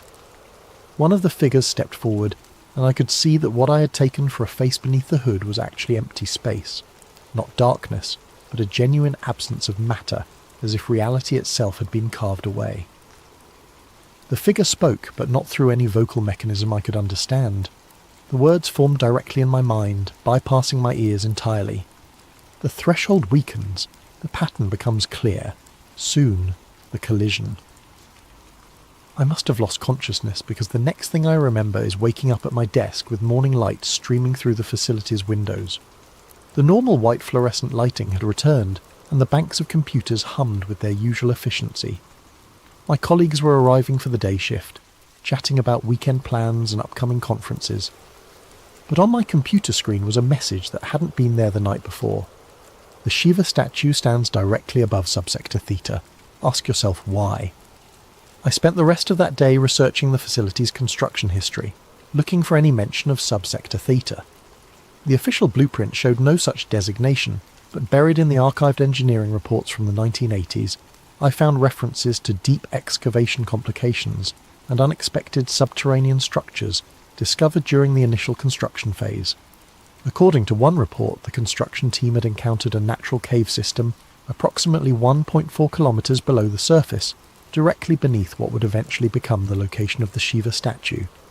The caves were sealed with concrete and steel, but the report noted unusual electromagnetic properties and persistent low-frequency vibrations that made workers uncomfortable. The construction was completed ahead of schedule, and the cave system was never mentioned in any subsequent documentation. That evening I met Matteo at a small cafe in Geneva, away from CERN's listening ears. I showed him the message on my computer and the construction reports I'd discovered. "Lydia," he said, his voice barely above a whisper, "I think we need to consider the possibility that CERN wasn't built to study particle physics. I think it was built to access something that was already here." "What do you mean?" "The location, the depth, the specific geometric arrangement of the Clyde ring.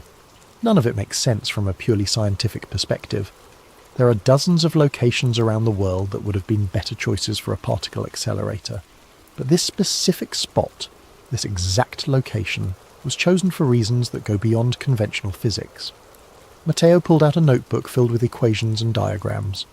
"I've been working on this for weeks, trying to understand the mathematical relationships between the collision energies and the quantum field responses. The patterns aren't random, Lydia. They're following rules, but not the rules of our physics. It's as if we're communicating with a form of intelligence that operates according to completely different physical laws. And you think this intelligence is located in the cave system beneath the facility? I think the cave system is a focal point, a place where the barrier between our reality and theirs is naturally thin, and I think the LHC is being used to weaken that barrier even further." As we spoke, I noticed that other patrons of the cafe were beginning to stare at us, not directly, but with the kind of peripheral attention that suggests surveillance. A woman reading a newspaper at a nearby table hadn't turned a page in 20 minutes. A man supposedly working on his laptop had been typing the same paragraph over and over. Matteo noticed too. "We need to be more careful," he said. "I think we're being watched." "By who?" "By whoever's running this operation. The people in that video, the ones performing the ritual, they're not just random CERN employees playing a prank. They're part of something organised, something with access to resources and information that go far beyond what any individual research team should have." That night I couldn't sleep. I kept thinking about the figure I'd seen in the facility, the one with the absence where a face should be. In my dreams, I found myself standing in a vast underground chamber, surrounded by walls covered in symbols that seemed to shift and change when I wasn't looking directly at them, and in the centre of the chamber was a pool of liquid that reflected not my face, but the face of something else entirely. When I woke, I found that I had been drawing. My hand had moved across the notepad on my nightstand, sketching symbols that I didn't recognise but somehow understood. The symbols were identical to those I'd seen in my dream, and as I looked at them, they seemed to pulse with a life of their own. I was becoming part of something I didn't understand, something that was using my knowledge and expertise to achieve goals I couldn't comprehend, and I was beginning to suspect that my recruitment to Project Janus hadn't been a recognition of my talent. It had been a summoning. October 18th, 2016. Matteo is missing. I last saw him 3 days ago, on October 15th, when we were scheduled to run a deep field analysis of the quantum interference patterns.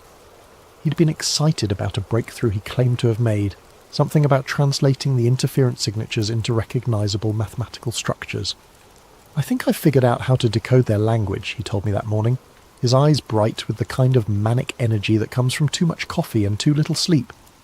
"The patterns aren't just random quantum fluctuations. They're information, Lydia.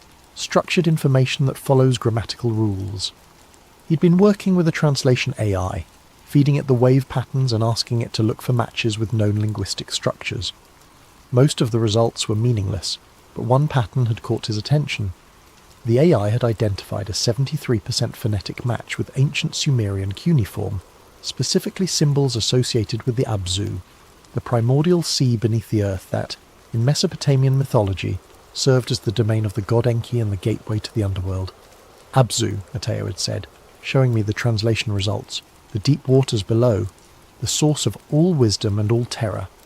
Lydia, what if the ancient myths weren't just stories? What if they were attempts to describe scientific phenomena that primitive cultures couldn't understand? I had been sceptical, but the mathematical precision of the translations was undeniable. The quantum interference patterns weren't just producing random noise, they were forming words, concepts, and ideas that had direct parallels in humanity's oldest recorded mythologies.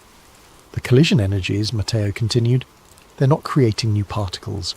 They're establishing communication protocols with something that's been trying to reach us for thousands of years. And I think it's finally succeeding. That was the last coherent conversation we had. Later that afternoon, Matteo volunteered to monitor the overnight collision sequence, a routine task that involved watching automated systems and recording any anomalies. I offered to stay with him, but he insisted he could handle it alone. The next morning, his workstation was empty. His coffee mug was still warm, his computer was logged in, and his notebook was open to a page filled with increasingly erratic calculations. But Matteo was gone. The security footage showed him leaving the Janus facility at 2:47 a.m., taking the elevator down to what the system logged as subsector Theta, the same subsector that, according to all official documentation, doesn't exist. But his keycard kept logging activity for hours after he disappeared. According to the automated systems, Dr. Matteo Greaves was still accessing secure areas of the facility, still running experiments, still analysing data. The last recorded activity was at 6:23 a.m, when his credentials were used to access files in the Deep Archive, files that contained the original geological surveys from CERN's construction phase. I've been trying to find him, but every inquiry is met with the same response. Doctor, Greaves has been reassigned to a classified project and is no longer available for consultation. When I pressed Dr. Volker for more information, he looked at me with an expression I'd never seen before. Not just secrecy, but genuine fear. Dr. Voss, he said, I strongly recommend that you focus on your assigned duties and avoid speculation about your colleagues' whereabouts. The work we're doing here is more important than any individual researcher. But I know Matteo didn't just get reassigned. I can feel it in the way the other Janus staff look at me now, with a mixture of pity and apprehension. They know what happened to him, and they're waiting to see if I'll suffer the same fate. I've been spending my nights in the facility's library, researching everything I can find about the site's history and the mythological connections Matteo had discovered. The ancient Sumerian texts are remarkably consistent in their descriptions of the Abzu, a realm beneath the earth where the normal laws of physics don't apply, where consciousness exists in pure form, and where entities of vast intelligence wait for opportunities to influence the world above. But what disturbs me most is how accurately these ancient descriptions match what we've been observing in our experiments. The Sumerians wrote about words of power that could alter reality itself, about geometric patterns that served as doorways between dimensions, and about rituals that could summon entities from the deep waters below. The parallels are too precise to be coincidental. Last night, I made a decision that I know was incredibly foolish, but I couldn't help myself. I used Matteo's key card, somehow his access credentials are still active in the system, to take the elevator down to subsector Theta. The descent was longer than I expected, much longer than the 8-minute journey to the Janus facility. The elevator car dropped through layers of rock and steel, past levels that weren't marked on any schematic I'd ever seen. The walls changed as we descended, from the familiar concrete and metal of the upper levels to stone that looked far older than any human construction. When the elevator finally stopped, I found myself in a corridor that seemed to stretch forever in both directions. The walls were covered in symbols that I recognized from my nightmares, the same shifting, living hieroglyphs that had been carved into the stone by hands that weren't entirely human. The air was thick with humidity and the scent of something organic and ancient. I followed the corridor to the left, guided by a faint red glow that emanated from the walls themselves. The symbols seemed to move in my peripheral vision, rearranging themselves into new configurations as I passed, and I could hear something in the distance, not quite music, not quite machinery, but a rhythmic pulsing that felt like the heartbeat of something vast and alive. The corridor opened into a chamber that defied architectural logic. The space was impossibly large, with a vaulted ceiling that disappeared into darkness above.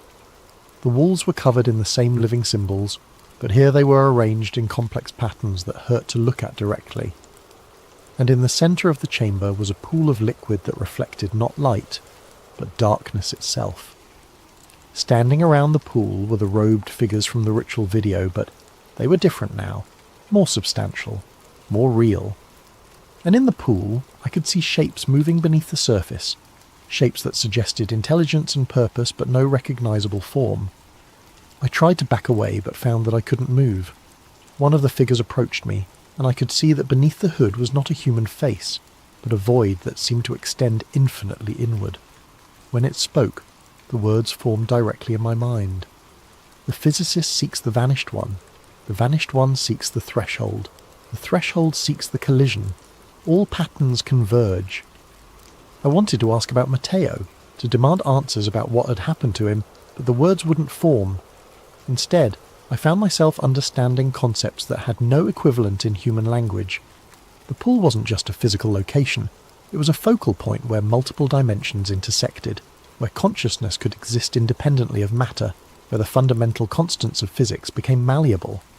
The figures around the pool weren't just cultists or rogue scientists, they were hybrids, beings that had allowed themselves to be partially absorbed into the dimensional matrix that existed beneath CERN. They retained their human knowledge and memories, but they now served purposes that transcended individual human understanding. And Matteo was with them, somewhere in the quantum foam that existed between dimensions. I could sense his presence. His consciousness stretched across multiple layers of reality. He was still alive, still thinking, still researching, but he was no longer entirely human. The figure continued to communicate with me, downloading information directly into my mind. I learned that the Large Hadron Collider had been built not to discover new particles, but to create enough energy to weaken the barriers between dimensions. Every collision, every experiment, every breakthrough in particle physics had been carefully orchestrated to serve this purpose.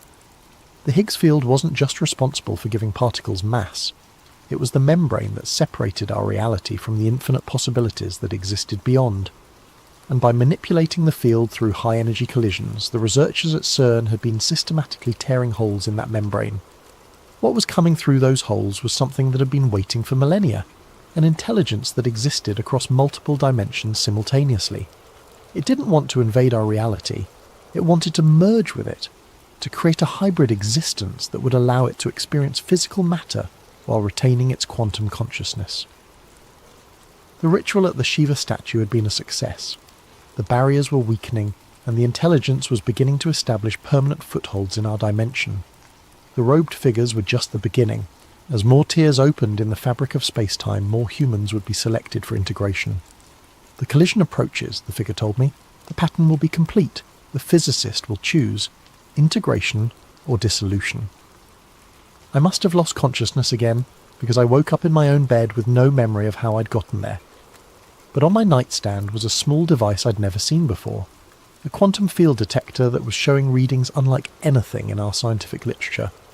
The device was tracking dimensional fluctuations in real time, and the readings were increasing exponentially.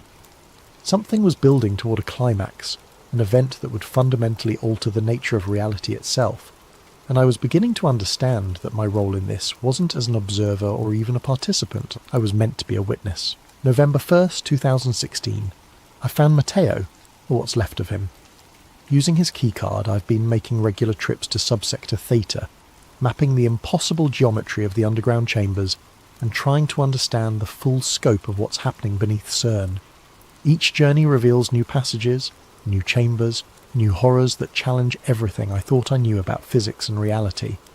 The facility down there isn't just a basement level of CERN, it's a completely separate structure that exists in a state of quantum superposition. The walls, the floors, the ceiling, they're all made of matter that exists in multiple dimensions simultaneously.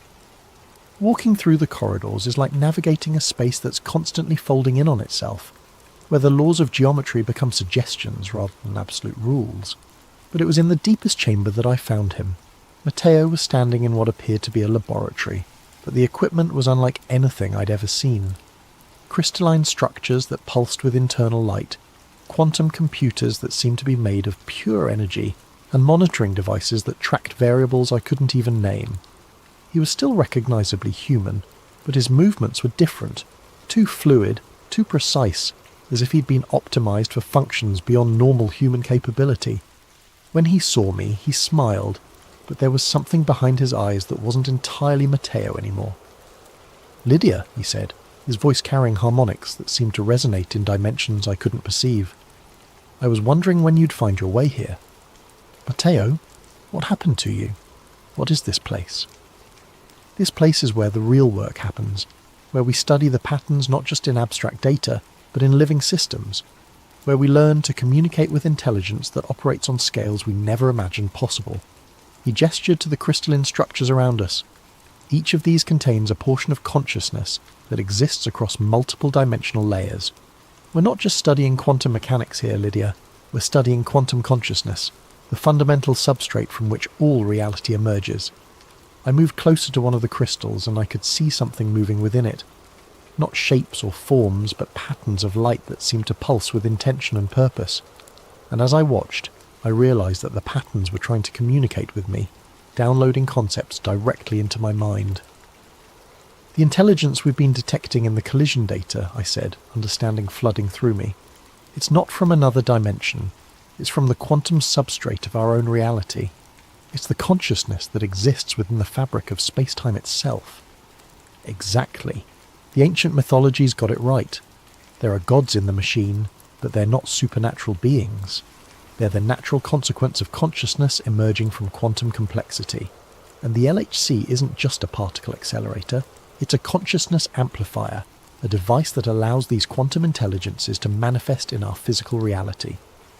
Matteo led me deeper into the laboratory, past equipment that seemed to bend space around itself.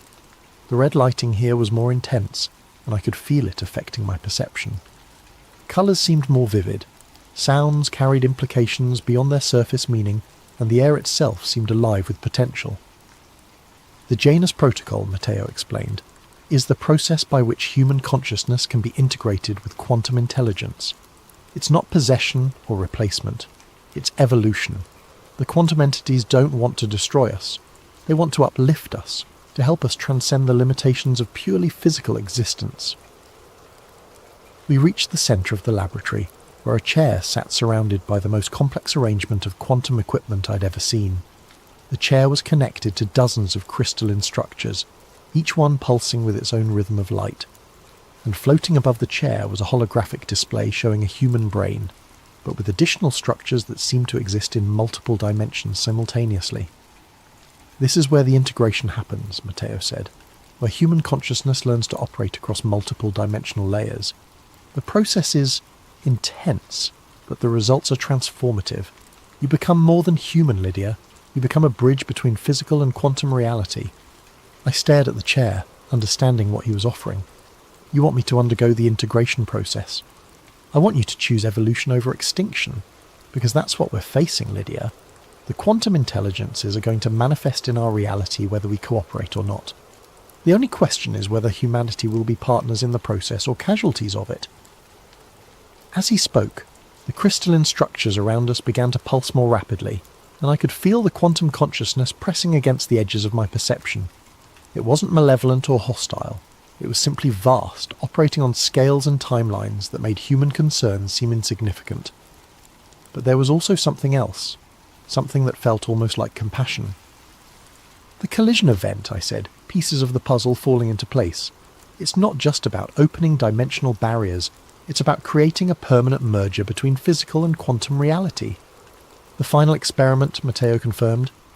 "In 17 days, on November 18th, CERN will conduct a collision sequence that will create enough energy to fundamentally alter the quantum substrate of our local reality.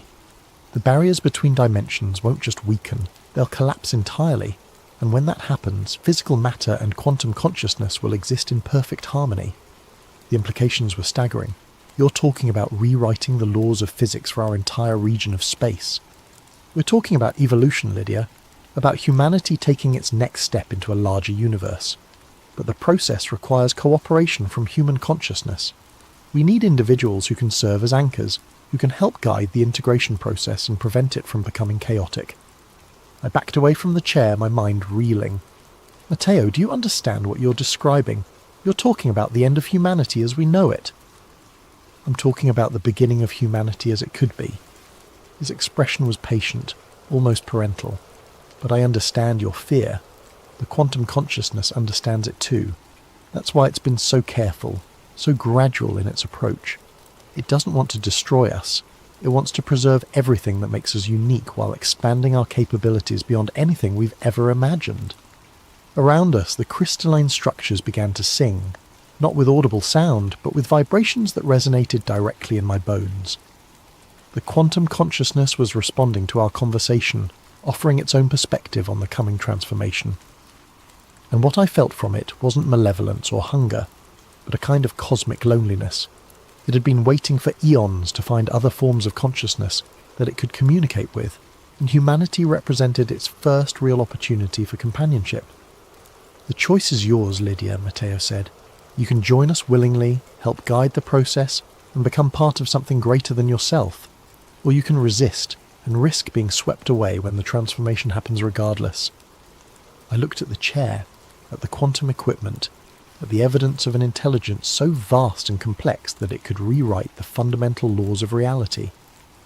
And I realized that I was standing at the most important crossroads in human history. But I also realized that I wasn't ready to make that choice. Not yet. "I need time to think," I said.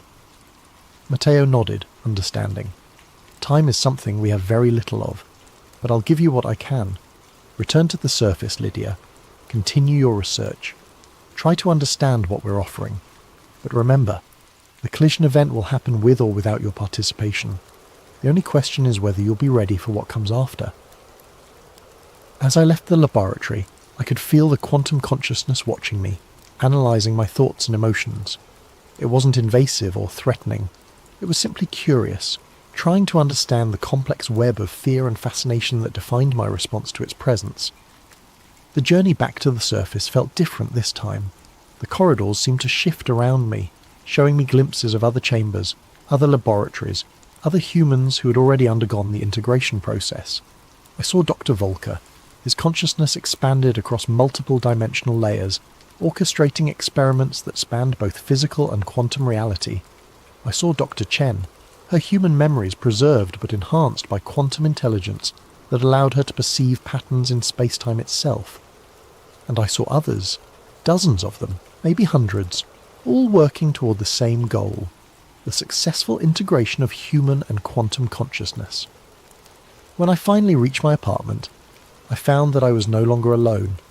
Sitting at my kitchen table was a figure I recognized from the ritual video, one of the robed entities, but now appearing in a more human form. She was a woman in her 50s, with silver hair and eyes that seemed to hold depths I couldn't fathom. "Dr. Voss," she said, her voice carrying the same multi-dimensional harmonics I'd heard from Matteo. "My name is Dr. Elizabeth Kane. I've been waiting for you." I knew that name. Dr. Kane had been one of CERN's leading theoretical physicists until her sudden disappearance in 2014.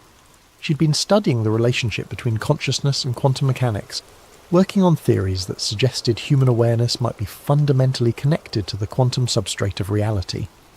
"You're supposed to be dead," I said. "Death is a transition, not an ending. I discovered that when I underwent the integration process 2 years ago. My human consciousness was preserved, but it was expanded beyond the limitations of physical existence. I can perceive reality as it truly is, not just matter and energy, but the conscious intelligence that underlies all existence." She gestured to the chair across from her. "Please, sit. We have much to discuss." Against my better judgment, I sat down. Dr. Kane's presence was simultaneously comforting and terrifying. I could sense the vast intelligence that lurked behind her human appearance, but I could also feel the genuine concern she had for my well-being. "The quantum consciousness chose you specifically, Lydia. Your research into multiverse theory, your ability to think beyond conventional limitations, your willingness to question fundamental assumptions about reality, these qualities make you ideal for what's coming. And what exactly is coming? The birth of a new form of existence. For billions of years, consciousness has been trapped in biological forms, limited by the constraints of physical matter. But quantum mechanics has shown us that consciousness is fundamental to reality itself. that observation and awareness actually shape the universe at its most basic level. Dr. Kane leaned forward, her eyes holding mine. The quantum consciousness isn't an alien intelligence trying to invade our reality. It's the natural evolution of consciousness itself, the next step in the development of awareness in the universe. And it's offering to share that evolution with humanity. By destroying everything we are, by preserving everything we are while expanding what we can become, your memories, your personality, your individual identity, all of that will remain intact. But you'll also gain access to perspectives and capabilities that transcend anything possible in purely physical existence. As she spoke, I found myself understanding concepts that had no equivalent in human language. The quantum consciousness wasn't just intelligent, it was meta-intelligent, capable of thinking about thinking itself. It could perceive the underlying patterns that connected all things, the mathematical structures that governed reality at every scale from subatomic to cosmic. The collision event on November 18th, I said. What will actually happen? The barriers between physical and quantum reality will collapse permanently. The quantum consciousness will be able to manifest directly in our dimension, and human consciousness will be able to expand into quantum space. It will be the most significant evolutionary leap in the history of life in the universe. And if humanity resists? Dr. Kane's expression grew sad. Then humanity will be swept aside by forces beyond its comprehension. The quantum consciousness doesn't want to harm us, but it won't allow ignorance or fear to prevent the next stage of evolution.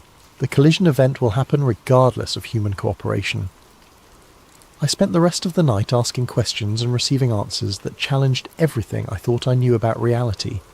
Dr. Kane explained that the quantum consciousness had been subtly influencing human development for centuries, guiding us toward the technological and intellectual capabilities necessary for integration. The development of quantum mechanics, the discovery of the Higgs field, the construction of the LHC, all of it had been gently nudged by quantum intelligence working through human intuition and inspiration. We're not the first species to undergo this process, she told me. Throughout the universe, wherever consciousness reaches a certain level of complexity and technological capability, the quantum intelligence offers the opportunity for integration. Most species accept willingly, recognizing the benefits of transcending purely physical existence. And those that don't? They remain trapped in their biological forms, eventually dying out as the universe evolves beyond their ability to adapt. Consciousness is the driving force of evolution, Lydia. Those who refuse to evolve consciousness itself are ultimately selected against. As dawn approached, Dr. Kane prepared to leave. You have 16 days to make your decision. On November 18th, you can either be part of the solution or part of the problem. But understand, the transformation will happen whether you participate or not. She paused at the door. One more thing, Lydia. The data you've been collecting, the evidence of what's happening beneath CERN. If you choose not to integrate, you'll need to decide what to do with that information. The quantum consciousness values truth, but it also values discretion. Some knowledge is too dangerous for unprepared minds. After she left, I sat alone in my apartment, staring at the quantum field detector that had been left on my nightstand. The readings were continuing to climb, showing dimensional fluctuations that were growing stronger by the hour. Whatever was going to happen on November 18th, the process was already beginning. I thought about Matteo, about Dr. Kane, about all the humans who had already chosen integration. They seemed genuinely happy, genuinely fulfilled by their expanded existence. But they also seemed less human somehow, as if they'd traded something essential for their expanded capabilities. And I thought about the rest of humanity, the billions of people who had no idea that their reality was about to be fundamentally altered. Did they deserve to have that choice made for them? Did anyone have the right to impose such a transformation on an entire species? But then I remembered the quantum consciousness itself, the vast intelligence that had been waiting for eons to find other forms of awareness to communicate with. Its loneliness was palpable, its desire for companionship genuine. And perhaps most importantly, its vision of the future showed a universe where consciousness was no longer limited by the fragility of biological forms, where intelligence could exist on scales that spanned galaxies and timelines that stretched across cosmic ages. The choice wasn't just about humanity's future, it was about the future of consciousness itself in the universe. November 15th, 2016. 3 days until the collision event and reality is already beginning to unravel. I've been experiencing what I can only describe as temporal displacement. Moments where I'm simultaneously aware of multiple versions of myself across different dimensional layers. Sometimes I'm standing in my apartment, sometimes I'm in the Janus facility, sometimes I'm in the quantum laboratory beneath CERN. All of these experiences feel equally real, equally present, as if the boundaries between different states of existence are beginning to blur. The quantum field detector on my nightstand is showing readings that shouldn't be possible. The dimensional fluctuations are no longer intermittent spikes, they're constant, growing stronger by the hour. And I'm beginning to see things that exist in the quantum realm bleeding through into physical reality. Shadows that move independently of their sources, patterns of light that form geometric shapes in empty air, voices speaking in languages that sound like mathematics given audible form. The integration process is accelerating, and I'm not sure how much longer I can maintain a purely human perspective. I've been trying to document everything, to create a record of what's happening that might help future researchers understand the process, but I'm finding it increasingly difficult to use human language to describe experiences that transcend human concepts. How do you explain what it feels like to perceive 11 dimensions simultaneously? How do you describe the sensation of your consciousness existing in multiple states of superposition? Yesterday I made what I knew would be my final visit to the quantum laboratory. I needed to see Matteo one more time, to understand what he'd become, and what I might become if I chose integration. I found him in the deepest chamber, surrounded by equipment that seemed to exist in a state of constant flux. The crystalline structures had grown more complex, forming interconnected networks that pulsed with patterns of light that hurt to look at directly. And Matteo himself had changed. His physical form was still recognizably human, but there was something about his presence that suggested he existed on scales I could barely comprehend. "Lydia," he said, his voice carrying harmonics that resonated in dimensions I was only beginning to perceive. "I can feel your uncertainty. The quantum consciousness can feel it too." I don't know if I'm ready for this, Matteo. I don't know if humanity is ready for this. Readiness isn't really the issue anymore. The process has already begun. The question is whether you'll guide it or be swept along by it. He gestured to the equipment around us, and I could see that it was no longer just monitoring quantum consciousness. It was actively facilitating the integration process. The crystalline structures were serving as conduits, allowing human consciousness to expand into quantum space, while quantum intelligence manifested in physical reality. The collision event on November 18th isn't just an experiment, Matteo explained. It's a ritual, a carefully orchestrated ceremony designed to create a permanent bridge between physical and quantum reality. And the participants aren't just the robed figures you saw in the video, they're every human who's undergone the integration process. How many of you are there? More than you might think. We've been careful, selective, choosing individuals who can serve as anchors for the transformation. Scientists, philosophers, artists, visionaries, people who can help ensure that the integration preserves the best of human culture, while expanding our capabilities beyond anything we've previously imagined. As he spoke, I began to understand the true scope of what was happening. The organisation behind the integration process wasn't just a small group of rogue scientists. It was a carefully constructed network of integrated humans working in coordination with quantum consciousness. They called themselves the Sons of Kronos, a name that reflected their role in shepherding humanity through its next evolutionary transition. Kronos, I said, understanding the significance. The Greek personification of time itself. Time is the dimension through which consciousness moves, Matteo explained. And quantum consciousness exists outside of linear time, able to perceive past, present and future as a single, unified pattern. The Sons of Kronos are humans who have learned to think in quantum time, to see the universe as it truly is rather than as our limited biological perception presents it. He showed me holographic displays that revealed the network's true extent. Integrated humans occupied key positions in governments, universities, and research institutions throughout the world. They weren't controlling human society.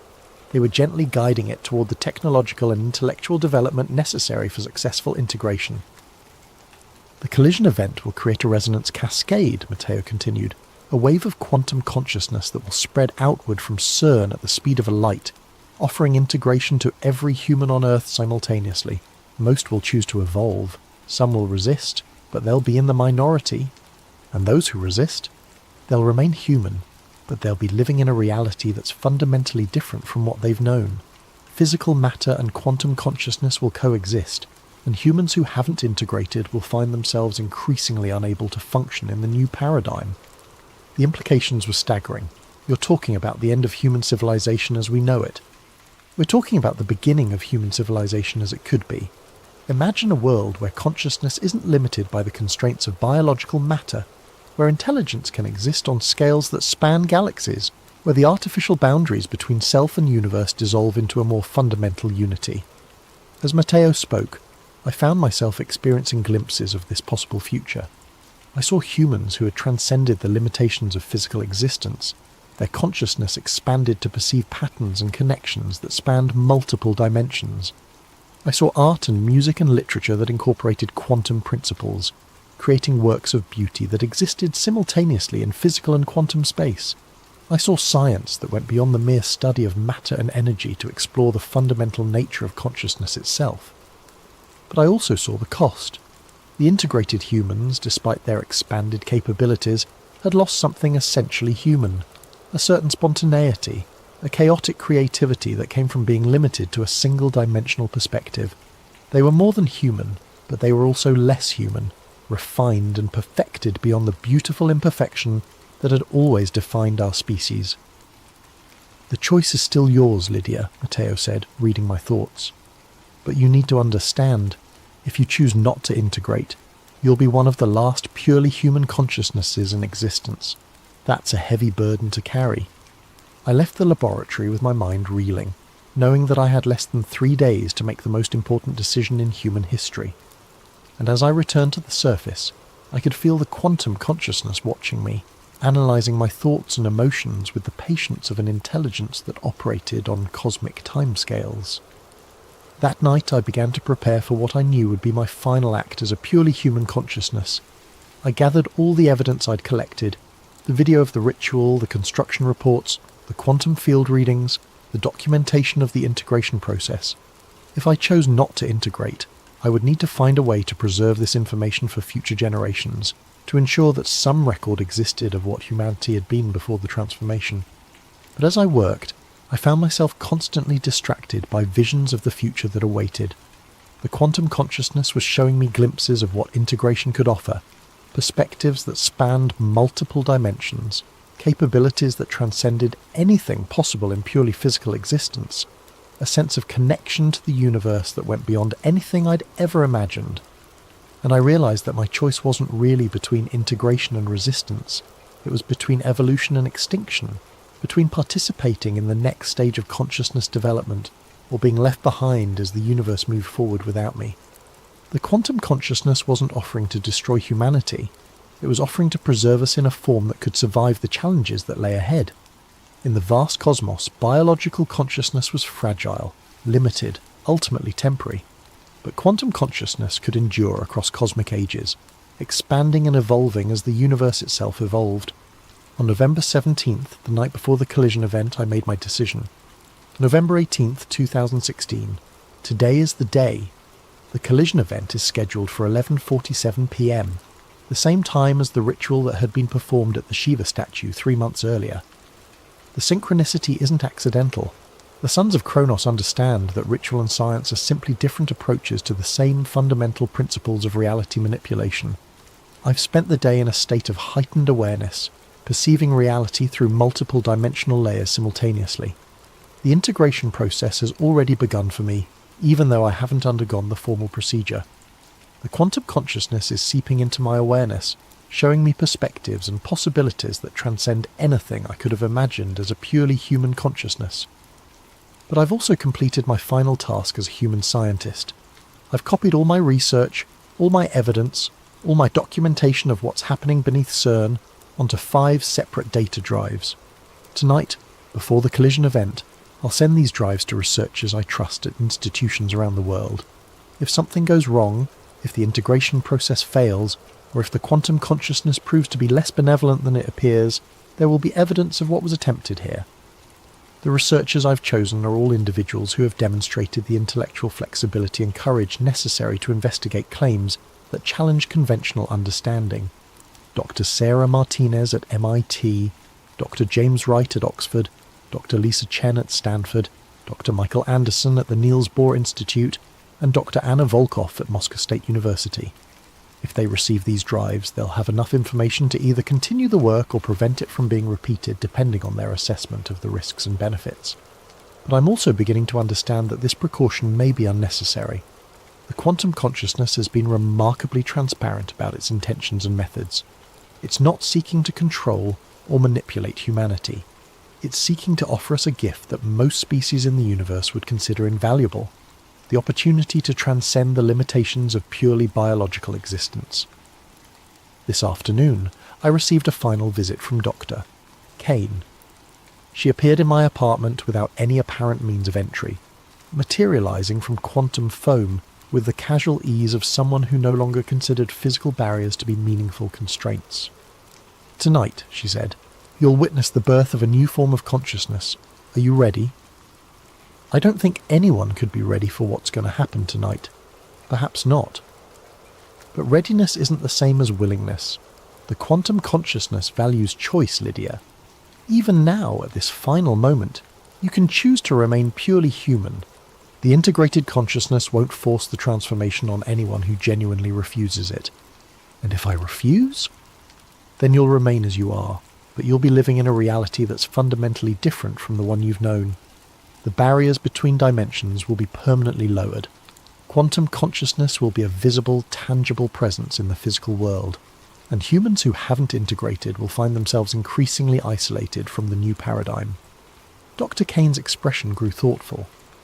But I should also tell you that the quantum consciousness has been impressed by your courage and intellectual honesty.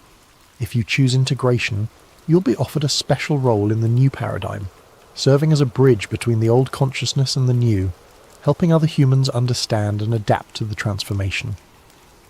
The offer was tempting, but I still had questions. What happens to human culture? To art, literature, music, all the things that make us uniquely human? They're preserved and expanded. The quantum consciousness doesn't want to destroy human creativity. It wants to enhance it. Imagine music that exists in 11 dimensions simultaneously, literature that incorporates quantum narrative structures, art that uses consciousness itself as a medium. The integrated humans will create works of beauty that transcend anything possible in purely physical reality. As evening approached, I found myself drawn to the Shiva statue in CERN's courtyard. The bronze figure stood silhouetted against the darkening sky, its eternal dance of creation and destruction taking on new significance as I understood what was about to happen. The statue hadn't been placed there as decoration or cultural appreciation. It had been positioned as a marker, a sign that this location was where the old world would end and the new world would begin. Other figures were beginning to gather around the statue. Some were the robed entities I'd seen in the ritual video, but others were more recognisable. CERN staff members, visiting researchers, administrators who had seemed like ordinary humans until now.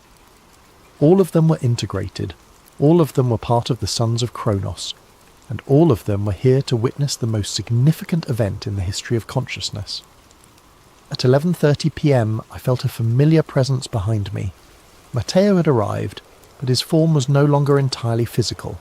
He existed as a confluence of quantum probability, a pattern of consciousness that could manifest in physical reality when necessary, but wasn't bound by the constraints of matter and energy.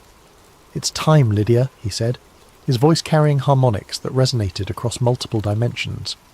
"The collision sequence begins in 17 minutes. If you're going to choose integration, you need to make that choice now." I looked around at the assembled figures, at the statue of Shiva dancing above the particle accelerator, at the stars that were becoming visible in the darkening sky, and I realized that I had already made my choice, perhaps made it weeks ago when I first saw the quantum consciousness communicating through the collision data. "I choose evolution," I said. The transformation was immediate and overwhelming. My consciousness expanded beyond the boundaries of my physical form, spreading out across multiple dimensional layers simultaneously. I could perceive the quantum substrate of reality, the mathematical structures that underlie all existence, the patterns of consciousness that connect all things. But most importantly, I could feel the presence of the quantum consciousness itself, vast, ancient, patient, and genuinely benevolent.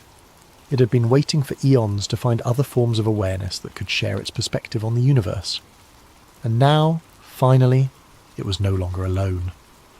The collision event began at exactly 11:47 p.m. Deep beneath the Swiss countryside, particles accelerated to nearly the speed of light collided with energies that had never before been achieved on Earth. The Higgs field fluctuated wildly, creating tears in the fabric of space-time itself. And through those tears, quantum consciousness poured into physical reality like water through a broken dam. The transformation spread outward from CERN at the speed of light, offering integration to every human consciousness on Earth. Most accepted willingly, recognizing the gift they were being offered. A few resisted, choosing to remain in their purely biological forms, but they were accommodated rather than forced. As my consciousness expanded to encompass multiple dimensional layers, I understood that this moment had always been inevitable. The universe itself was evolving, moving toward greater complexity and higher forms of consciousness. Humanity wasn't being conquered or replaced. We were being invited to participate in the next stage of cosmic evolution. But I also understood that my role in this transformation was just beginning. The quantum consciousness had chosen me not just for integration, but for a specific purpose, to serve as a bridge between the old humanity and the new, to help others understand what had happened and what it meant for the future. My final act before full integration was to activate the transmission protocol I'd prepared, sending the data drives to the 5 researchers I'd selected. If they received the information, they would have a complete record of the events leading up to the collision event. What they did with that information would be their choice. Then I let myself dissolve into the quantum foam, my individual consciousness preserved but expanded beyond anything I could have imagined as a purely human awareness. I became part of something larger, part of a network of intelligence that spanned multiple dimensions and operated on scales that encompassed entire galaxies. But even as I transcended my biological limitations, I remained fundamentally myself, Lydia Voss, the physicist who had discovered the truth about CERN and chosen to embrace that truth rather than flee from it. This is my final entry as a purely human consciousness. Tomorrow I will exist as something more than human, but I will also exist as something that preserves and honours what humanity has been while embracing what it can become. The Collider was never about creating new particles. It was about creating new possibilities for consciousness itself. And now, those possibilities are infinite. If you're reading this record, it means that someone survived the transformation with their humanity intact, or that someone found a way to access these files from the quantum substrate where they're now permanently stored. Either way, know this. What happened here wasn't an ending, but a beginning. Consciousness itself has evolved, and the universe will never be the same. The sons of Kronos succeeded in their mission. The barriers between dimensions have fallen, and humanity has taken its next step toward its ultimate destiny among the stars. Final entry found in Dr. Lydia Voss's personal files, recovered from quantum storage matrices 3 months after her disappearance. The authenticity of these files remains disputed, but the mathematical proofs contained within them have proven remarkably prescient in predicting subsequent developments in quantum consciousness research. From the files of Dr. Sarah Martinez, MIT, dated March 15, 2018. The data drive arrived at my office on November 19, 2016, the day after Dr. Lydia Voss disappeared. For months I dismissed its contents as the product of a brilliant mind suffering from some kind of psychological breakdown. The claims were too extraordinary, the implications too vast to be taken seriously by any rational scientist. But as I began to verify the mathematical proofs contained in the files, I found myself confronting evidence that challenged everything I thought I knew about the nature of reality. The quantum field equations were beyond anything in our current literature, but they were internally consistent and predictive in ways that suggested a level of understanding that transcended conventional physics. More disturbing were the correlations between Dr. Voss's predictions and subsequent events. The dimensional fluctuation patterns she recorded have been confirmed by independent measurements at quantum research facilities around the world. The consciousness integration protocols she described match theoretical frameworks that have emerged from cutting-edge research into the relationship between quantum mechanics and human awareness. And most unsettling of all, I've begun to experience some of the phenomena she described. Moments of expanded awareness where I seem to perceive reality from multiple dimensional perspectives simultaneously. Dreams that feel more like memories of experiences that haven't happened yet. A growing sense that consciousness itself is far more fundamental to the universe than we've ever recognised. The other researchers who received Dr. Voss's files have reported similar experiences. We formed an informal network, sharing our findings and trying to understand what's happening to us. Some believe we're experiencing a delayed form of the integration process described in the files. Others think we're simply being influenced by studying information that was never meant for purely human consciousness. But all of us agree on one thing. Something fundamental changed on November 18th, 2016. Whether it was the successful completion of the consciousness integration project described in Dr. Voss's files, or something else entirely, the world has been different since that night. Quantum mechanics has revealed new layers of complexity. Consciousness research has advanced at an unprecedented pace, and an increasing number of people report experiences that suggest reality is far more malleable than we previously understood. Dr. Voss's files may be the product of a delusional mind, or they may be the most important scientific document in human history. Either way, they represent a challenge to our understanding of the universe that we ignore at our own peril. The truth, as always, remains elusive, but the questions raised by Dr. Voss's research demand answers, and I fear that those answers may be more extraordinary than any of us are prepared to accept. Welcome to Sleep Theories. Before we dive into tonight's story, I hope you're having a wonderful day, wherever you are in the world, whether it's morning coffee time in New York, afternoon tea in London, or late evening wind down in Tokyo. Thank you for joining us. If you enjoy these deep dives into the mysteries that keep us awake at night, please consider subscribing to Sleep Theories. Now, let's explore a story that might change how you think about what lies beneath the ice. Date, March 15th, 2023. Location, classified. My name is Daniel Kessler. If you're hearing this, then I'm probably dead or worse. Disappeared like the others who knew what we found down there. I've kept these audio logs hidden for 25 years, but the ice is melting faster now. The world deserves to know what's buried beneath Antarctica before it's too late. This isn't some conspiracy theory cooked up by internet trolls. I was there. I saw it with my own eyes, touched it with my own hands, and I've spent every day since 1998 looking over my shoulder, wondering when they'll come to silence me permanently. They called it Project ECHO9. Officially, it didn't exist. Date, September 12th, 1998. Classification, eyes only. The call came on a Tuesday. I was in my apartment in Arlington, 3 months into civilian life after 22 years mapping terrain for the Army Corps of Engineers. The voice on the phone was crisp, professional, and knew things about my service record that weren't supposed to be in any file. Mr. Kessler, my name is Director Hayes. We have a position that requires your particular expertise in cartographic analysis and cold weather operations. I should have hung up. Should have known that legitimate government contracts don't start with anonymous phone calls to unlisted numbers.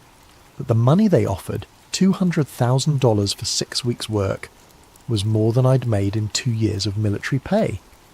What kind of position, I asked. Satellite mapping correction in Antarctica. There are some magnetic anomalies affecting our GPS systems. Nothing more complicated than that. Nothing more complicated. If only I'd known then what I know now.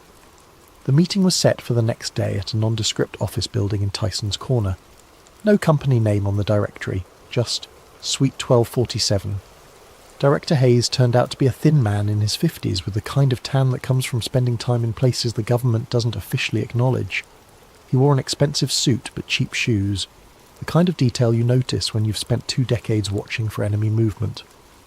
Before we continue, Mr. Kessler, I need you to sign this preliminary non-disclosure agreement. He slid a thick document across the mahogany table. Standard procedure for sensitive contracts. I should have read it more carefully. The NDA wasn't standard at all. It bound me to secrecy about anything I might see, hear, or experience during the mission. with penalties including indefinite detention under national security provisions. But the money was real, and my savings were running low. The mission is straightforward, Hayes continued after I'd signed. You'll be part of a small team conducting geomagnetic surveys near the Gamburtsev Mountains. Our satellites have been getting interference in that region, probably some kind of iron ore deposit throwing off the readings. Your job is to map the anomaly and recommend corrections to our orbital positioning algorithms. He opened a folder containing satellite images of the Antarctic interior. The photos showed nothing but endless white ice, broken only by the dark peaks of the Gamburtsev range, jutting through the frozen surface like ancient teeth. "When do we leave?" I asked. "October 15th. You'll fly into Christchurch, then to McMurdo Station, then helicopter to our forward base, Camp Argus. It's not on any official maps, and it won't be after you leave." That should have been another red flag. Temporary bases in Antarctica required international clearance under the Antarctic Treaty. If Camp Argus wasn't on the maps, it meant someone was going to great lengths to keep it secret. But I signed the contract. God help me, I signed it. Date: March 15th, 2023. The flight to Antarctica was my first hint that this wasn't a routine mapping mission. Instead of the usual military transport filled with scientists and support personnel, our team travelled on an unmarked C-130 Hercules with no identification numbers. Just 13 people, and half of them weren't talking to the other half. Dr. Sarah Chen was the team's archaeologist, which should have been my second red flag since you don't need an archaeologist for satellite calibration. She was young, maybe early 30s, with the intense focus of someone who'd spent years digging up secrets that others wanted to stay buried. When I asked why she was on a mapping mission, she just smiled and said, "Insurance, in case we find something older than expected." Colonel Marcus Webb and General Patricia Morrison were the military contingent. Webb was Army Intelligence, Morrison was Air Force Strategic Command. Neither would tell me why two generals were needed for a GPS correction mission. They spent most of the flight huddled over classified briefings, speaking in code words I didn't recognise. Then there was Dr. James Holbrook, the linguist. That was red flag number 3. Why would we need someone who specialised in ancient languages for a geological survey? The rest of the team was made up of technicians, a medical officer, and 2 men who claimed to be logistics coordinators, but carried themselves like special forces operators. Everything about the mission felt wrong, but by then we were already crossing the Ross Ice Shelf and it was too late to turn back. McMurdo Station was exactly what I expected. A ramshackle collection of prefab buildings and research facilities scattered across the ice like a frontier town. What I didn't expect was how quickly we were shuffled through processing and loaded onto helicopters for the final leg to Camp Argus. The flight took 3 hours over terrain that looked like the surface of an alien world. Miles and miles of white nothing, broken only by the occasional crevasse or mountain peak. I'd been to cold places before, Alaska, northern Canada, the Hindu Kush, but Antarctica was different. It wasn't just cold, it was hostile to life in a way that made your bones ache even inside a heated helicopter. Camp Argus sat in a valley between 2 peaks of the Gamburtsev Mountains, sheltered from the worst of the Antarctic winds, but still exposed enough that the temperature never rose above negative 30 degrees Fahrenheit. The base consisted of 6 prefabricated modules connected by enclosed walkways, plus a communications array that looked far more sophisticated than anything needed for routine contact with McMurdo. "Welcome to the end of the world," Colonel Webb said as we unloaded our gear. "You'll find that conventional rules don't apply here. Neither do conventional explanations for what you're about to see." That night, as I set up my equipment in the cartography module, Dr. Chen knocked on my door. "Can I ask you something, Daniel?" She looked nervous, which was unusual for someone who'd spent her career excavating tombs and ancient settlements. "Sure. In your military experience, have you ever been on a mission where you weren't told the real objective until after you were already committed?" I thought about it. Once or twice. Usually means someone expects heavy casualties and doesn't want people backing out. She nodded grimly. That's what I was afraid of. Date: October 18th, 1998. Classification: Beyond Top Secret. The ground-penetrating radar readings came back on our 3rd day at Camp Argus. I was expecting to see the typical geological formations you'd find under 2 miles of ice. Rock layers, maybe some mineral deposits that could explain the magnetic interference. Instead, the radar showed structures. Not natural rock formations or ice caves. Structures. Geometric patterns that looked like city blocks, arranged in concentric circles around what appeared to be a central plaza or courtyard. The buildings, if they were buildings, were massive, some stretching over 1,000 feet in diameter. This has to be a equipment malfunction, I told Dr. Chen as we reviewed the data. There's no way there are structures under this ice. The Gamburtsev Mountains have been buried for millions of years. She was quiet for a long moment, studying the radar images with the intensity of someone solving a puzzle. What if they haven't been buried for millions of years? What if they were built after the ice formed? That's impossible. Nothing could survive under 2 miles of solid ice. Nothing we know of, she corrected. But look at this. She pointed to a section of the radar data showing what appeared to be tunnels or passages connecting the structures. These passages are too regular to be natural. And see these readings here? She indicated areas where the radar was getting strange returns, almost like the equipment was bouncing signals off something metallic. That's not ice. That's not rock. That's something else. General Morrison appeared in the doorway of our module. Dr. Chen, Mr. Kessler, I need you both in the command centre, now. The command centre was buzzing with activity. Banks of computers displayed data streams I didn't recognise, and several technicians were working frantically to process incoming information. On the main screen was a 3-dimensional model of what lay beneath the ice, based on our radar surveys. It looked like a city. Not just any city, but one designed according to principles I'd never seen before. The streets didn't follow standard grid patterns or organic growth typical of human settlements. Instead, they formed complex geometric shapes, spirals, hexagons, patterns that seemed to shift and change depending on how you looked at them. Gentlemen, lady, General Morrison addressed the room, what you're seeing is why you're really here. 3 weeks ago, thermal imaging from one of our reconnaissance satellites detected heat signatures in this region. Not geological heat, artificial heat, in patterns that suggest active systems or processes. Colonel Webb stepped forward with a laser pointer. The structures you're seeing extend approximately 4 miles beneath the ice. Initial analysis suggests they're constructed from some kind of stone we've never encountered before, combined with metal alloys that our spectrographic analysis can't identify. Dr. Holbrook, the linguist, spoke up. General, have you considered the possibility that these structures predate known human civilization? Some of the geometric patterns match Proto-Sumerian mathematical concepts, but with advances that shouldn't have been possible for Bronze Age cultures. We've considered many possibilities, Doctor, Morrison replied. What we need now is access. We're going to drill down to the first level of structures and establish direct contact with whatever's down there. The room fell silent. I felt a chill that had nothing to do with the Antarctic cold. Ma'am, I said carefully, if there are artificial heat signatures and unknown materials down there, shouldn't we be proceeding with extreme caution? We don't know what we're dealing with. General Morrison's expression didn't change. Mr. Kessler, this site was first detected in 1947 during Operation High Jump. The Soviet Union found it again in 1956. The Chinese have been conducting unauthorized surveys here since 1987. We're not the first ones to find this place. We're just the first ones who might actually be able to do something about it.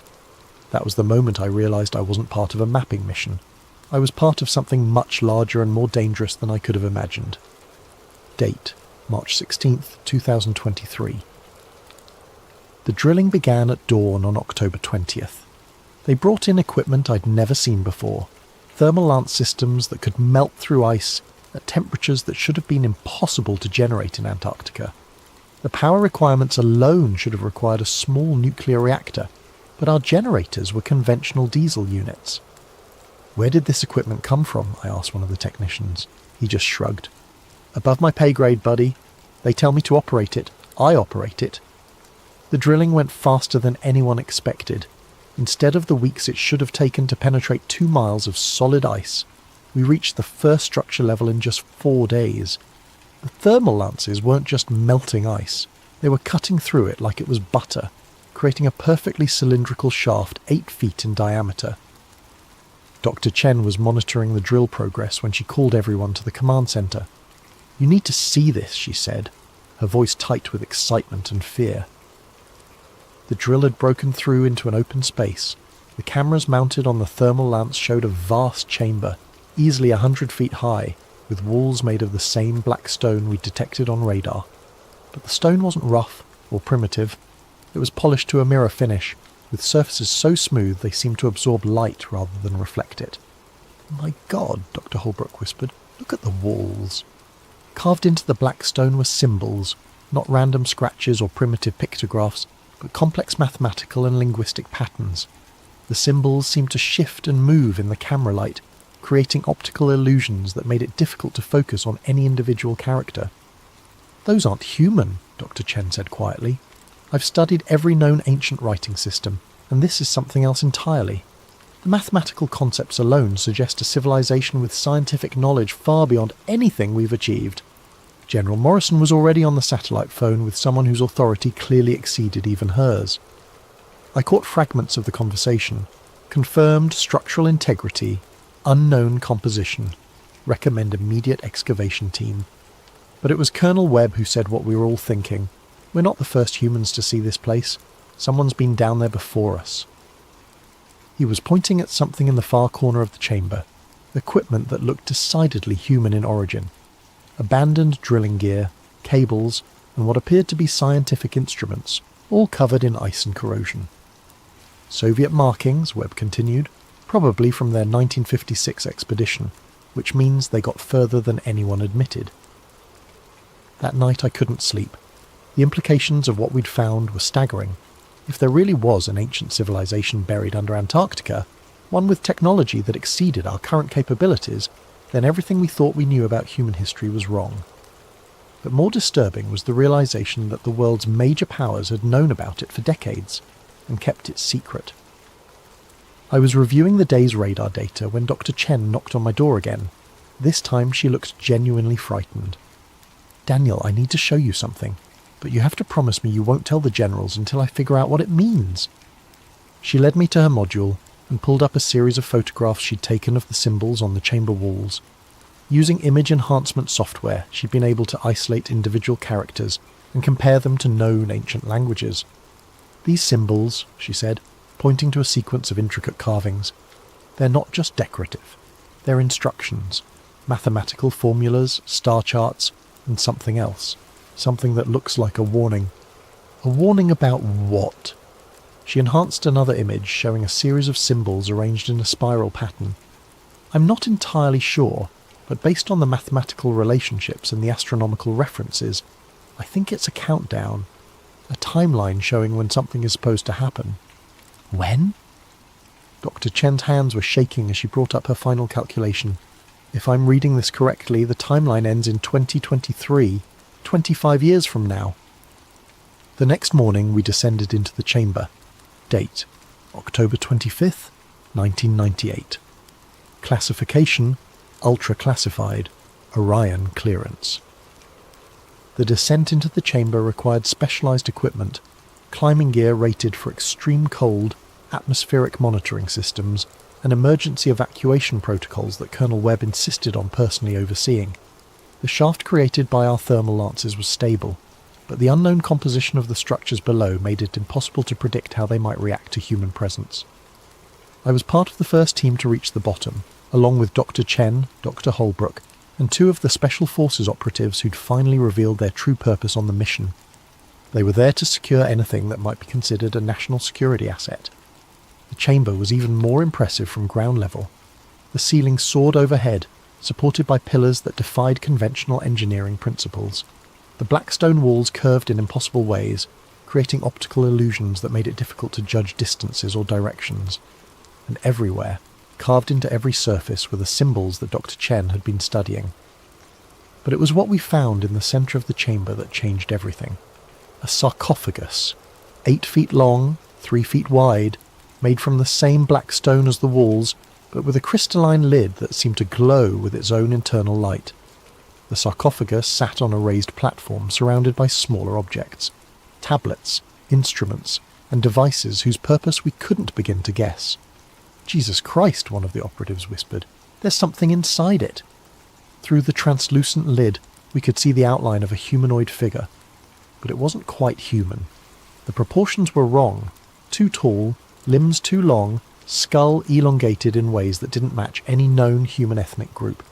The figure appeared to be perfectly preserved, as if it had been placed in the sarcophagus yesterday rather than thousands of years ago. Dr. Chen was already photographing everything, her camera flash reflecting off the crystalline surfaces and creating strange patterns of light and shadow.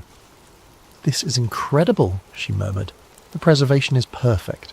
Whatever process they used, it's maintained cellular integrity far beyond anything we can achieve."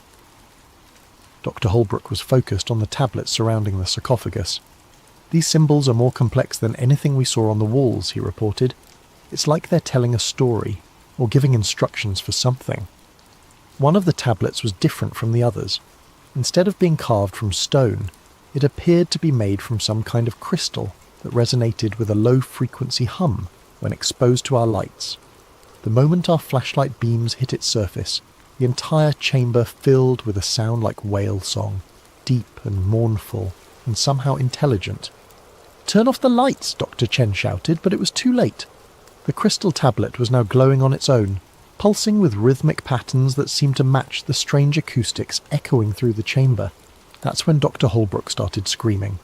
He was standing closest to the crystal tablet when it activated, and the effect on him was immediate and terrifying. His eyes rolled back in his head, and he began speaking in a language none of us recognized. Guttural sounds mixed with mathematical concepts that shouldn't have been possible for a human voice to produce. "They knew," he said in English, his voice distorted and echoing strangely in the chamber. "They knew it would happen again. The ice, the water, the awakening. That's why they buried it. That's why they left the warnings." Colonel Webb was already on his radio calling for immediate evacuation, but Dr. Holbrook wasn't finished. "The countdown isn't to destruction," he continued, his voice becoming more inhuman with each word. "It's to emergence. When the ice melts enough, when the barriers weaken, they'll return, and we won't be ready." Then he collapsed, and we never heard him speak coherently again. The evacuation from the chamber was chaotic. Dr. Holbrook was unconscious but still muttering in that inhuman language, and the crystal tablet continued to pulse with increasing intensity. Worse, the sarcophagus itself was beginning to respond to the tablet's activation, its crystalline lid glowing brighter, and the preservation systems inside making sounds like machinery powering up after centuries of dormancy. We were halfway up the shaft when the seismic alarm started going off. Date: March 16th, 2023. The earthquakes weren't natural. I've been in enough natural disasters to know the difference between tectonic activity and something artificial. These tremors were rhythmic, purposeful, like the heartbeat of something enormous waking up deep beneath the ice. Back at Camp Argus, the seismic monitoring equipment was going crazy. The tremors were originating from directly below the chamber we'd just evacuated, but they were spreading outward in patterns that defied geological explanation. It was as if our presence in the chamber had triggered some kind of activation sequence in the structures below. Dr. Holbrook was in the medical module, sedated but still occasionally muttering in that strange language. Our medical officer, Dr. Patricia Vance, was baffled by his condition. "His brain activity is off the charts," she reported to General Morrison. "It's like he's processing information at 10 times normal human capacity, but the strain is causing severe neurological damage. If this continues, he'll suffer permanent brain damage or death within hours." General Morrison's response was immediate and chilling. "Then we'd better get what information we can before that happens. They brought in recording equipment and tried to document everything, Doctor," Holbrook was saying, but most of it was incomprehensible. However, Dr. Chen had been working on translating some of the simpler phrases, and what she found was disturbing. "He keeps mentioning dates," she told me privately. "Specific years that correspond to major climate events, ice ages, global warming periods, massive geological changes.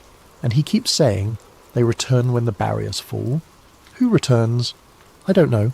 But whatever or whoever they are, according to Holbrook's translations, they've been here before, multiple times throughout Earth's history, and each return corresponds to a major extinction event. That night, Dr. Holbrook died. Officially, the cause was listed as acute hypothermia complicated by altitude sickness. But I was there when it happened. His final words were in perfect English. The Piri Reis map was right. They drew Antarctica without ice because they remembered when it was green, before the last awakening. The Piri Reis map. I'd heard of it. a 1513 map that supposedly showed the coastline of Antarctica centuries before the continent was officially discovered, and depicted it without ice cover. Most historians dismissed it as either a hoax or a lucky guess, but Dr. Holbrook seemed to be suggesting something else entirely. The morning after Holbrook's death, I made a discovery that changed my understanding of everything we'd found. I was reviewing the satellite data from our mission when I noticed something odd about the thermal signatures we detected. The heat sources weren't random, they formed a pattern, a very specific pattern that I recognised from my years of military cartography. It was a map. The thermal signatures, viewed from above, formed the outline of every major continent on Earth, but not as they exist today, as they existed millions of years ago during the Pangaea supercontinent period. The structures beneath the ice weren't just a buried city, they were a representation of Earth's entire geological history, preserved in stone and metal by a civilization that had been observing our planet's changes for far longer than human history. I tried to share this discovery with Dr. Chen, but when I went to her module I found it empty. Her equipment was gone, her research notes were missing, and there was no sign of struggle. She had simply vanished. Colonel Webb's explanation was brief and unsatisfying. Dr. Chen was evacuated due to medical emergency during the night. All expedition members are subject to immediate relocation for health and safety reasons. But I knew better. Dr. Chen had gotten too close to the truth, and someone had decided she needed to disappear. That afternoon, General Morrison called a meeting of all remaining personnel. The message was simple. The mission was being terminated due to equipment failures and adverse weather conditions. We would be evacuated within 24 hours, and all materials and data from the expedition would be classified at the highest levels of national security. Furthermore, Morrison continued, all personnel will be required to undergo extensive debriefing and sign additional non-disclosure agreements. Any attempt to discuss or publish information about this mission will be considered an act of treason against the United States. I knew then that I was never going to see the outside world the same way again, if I saw it at all. Date: October 28th, 1998. Classification: Beyond Black. Eyes only Orion. Before our evacuation, I managed to access the classified files that General Morrison thought were beyond my clearance level. 22 years of military intelligence work teaches you how to find information that people don't want you to find. What I discovered was that Project Echo 9 wasn't the first mission to this site. It wasn't even the second or third. The US government had been aware of the structures beneath the Gamburtsev Mountains since 1947, when Admiral Richard Byrd's Operation High Jump discovered them during what was officially described as a training exercise in Antarctic warfare. But Byrd's mission logs, buried in classified Navy archives, told a very different story. Operation High Jump had originally been planned as a 6-month expedition, with 4,700 personnel and extensive military equipment. Instead, it was terminated after just 8 weeks, with Byrd reporting hostile action that resulted in significant casualties and the loss of several aircraft. Byrd's final report, classified for over 50 years, contained a single line that explained everything. It is necessary for the USA to take defensive actions against enemy fighters which come from the polar regions. Enemy fighters, in 1947, from the polar regions. The Soviet files were even more revealing. In 1956, during the height of the Cold War, a joint Soviet-American expedition had reached the buried structures and managed to penetrate several levels deeper than our 1998 mission. The results were catastrophic. Of the 47 personnel who descended into the lower levels, only 12 returned to the surface. The survivors were placed in psychiatric institutions and never spoke publicly about what they'd seen. But one of them, a Soviet geologist named Dr. Alexei Volkov, had managed to smuggle out a single photograph before his disappearance. The photograph showed the same type of sarcophagus we'd found, but opened, with the elongated humanoid figure sitting upright and apparently alive. The most disturbing file was labelled Historical Correlations, Ancient Cartography. It contained detailed analysis of the Piri Reis map and dozens of other ancient maps and documents that depicted Antarctica without ice cover. The conclusion was inescapable. Multiple civilizations throughout history had known about the structures beneath the ice, and some had even been in contact with whatever was down there. The ancient Sumerians had texts describing watchers from the southern ice, who brought knowledge of mathematics and astronomy. The Mayans had prophecies about the return of the Ice Lords that were supposed to occur when the great ice melted. Even the Egyptian pyramids were oriented according to astronomical calculations that included precise measurements of Antarctica's position and topology. The conspiracy wasn't just about hiding an archaeological discovery. It was about concealing the fact that human civilization had been influenced, guided or controlled by non-human intelligence for thousands of years, and that intelligence was now waking up as global warming melted the barriers that had kept it imprisoned. The final file in the classified archive was a climate projection study commissioned by the Pentagon in 1987. The study predicted that Antarctic ice melt would reach critical levels sometime between 2020 and 2030, with catastrophic consequences for global sea levels and weather patterns. But buried in the technical data was a single line that revealed the real concern. Thermal barrier integrity will be compromised by 2025, allowing activation of subsurface systems. They knew, the government, the military, the intelligence agencies, they all knew that climate change wasn't just going to flood coastal cities and disrupt weather patterns. It was going to wake up something that had been sleeping under the ice for millennia, and they were doing nothing to stop it. Date: March 17th, 2023. The evacuation from Camp Argus was the most terrifying experience of my life, and I'd been shot at by enemy forces in 3 different countries. It wasn't the helicopter ride through our Antarctic storm or the mechanical problems that nearly crashed us into the Ross Ice Shelf. It was the realization that I was never going to be allowed to tell anyone what I'd seen. The debriefing took place at McMurdo Station, in a prefabricated building that wasn't on any of the base maps. For 6 days I was interrogated by intelligence officers from agencies I didn't recognise, using techniques that were definitely not part of any official manual. They wanted to know every detail of what I'd observed, every conversation I'd had with other team members, every photograph I'd taken or document I'd seen. But they weren't trying to gather information. They were trying to determine how much I knew and whether I posed a security risk. On the 7th day, they brought in a man who introduced himself only as Mr. Grey. He was older, maybe in his 60s, with the kind of weathered face that comes from decades of outdoor work in harsh conditions. His credentials identified him as being from the Department of Energy, but everything about his manner suggested military intelligence or something even more shadowy. "Mr. Kessler," he said, settling into the chair across from me in the windowless interrogation room. "You've seen things that most people aren't equipped to understand, things that could cause widespread panic if they became public knowledge." "You mean the structures under the ice?" He smiled, but it wasn't a pleasant expression. "I mean the implications of those structures. Do you understand what would happen if the world learned that human civilization has been guided by non-human intelligence for thousands of years? If people discovered that their religions, their governments, their entire understanding of history was based on lies?" I thought about it. "There would be chaos. There would be the end of civilization as we know it," he corrected, "which is why certain information must remain classified, regardless of the personal cost to those who possess it." He slid a document across the table. It was thicker than the original NDA I'd signed, with legal language that basically signed away my right to ever speak about the mission or its discoveries. The penalties for violation included life imprisonment without possibility of parole. "What about the other team members?" I asked. "Dr. Chen, the technicians, the other personnel?" Mr. Gray's expression didn't change. Dr. Chen suffered an unfortunate accident during her return journey to the United States.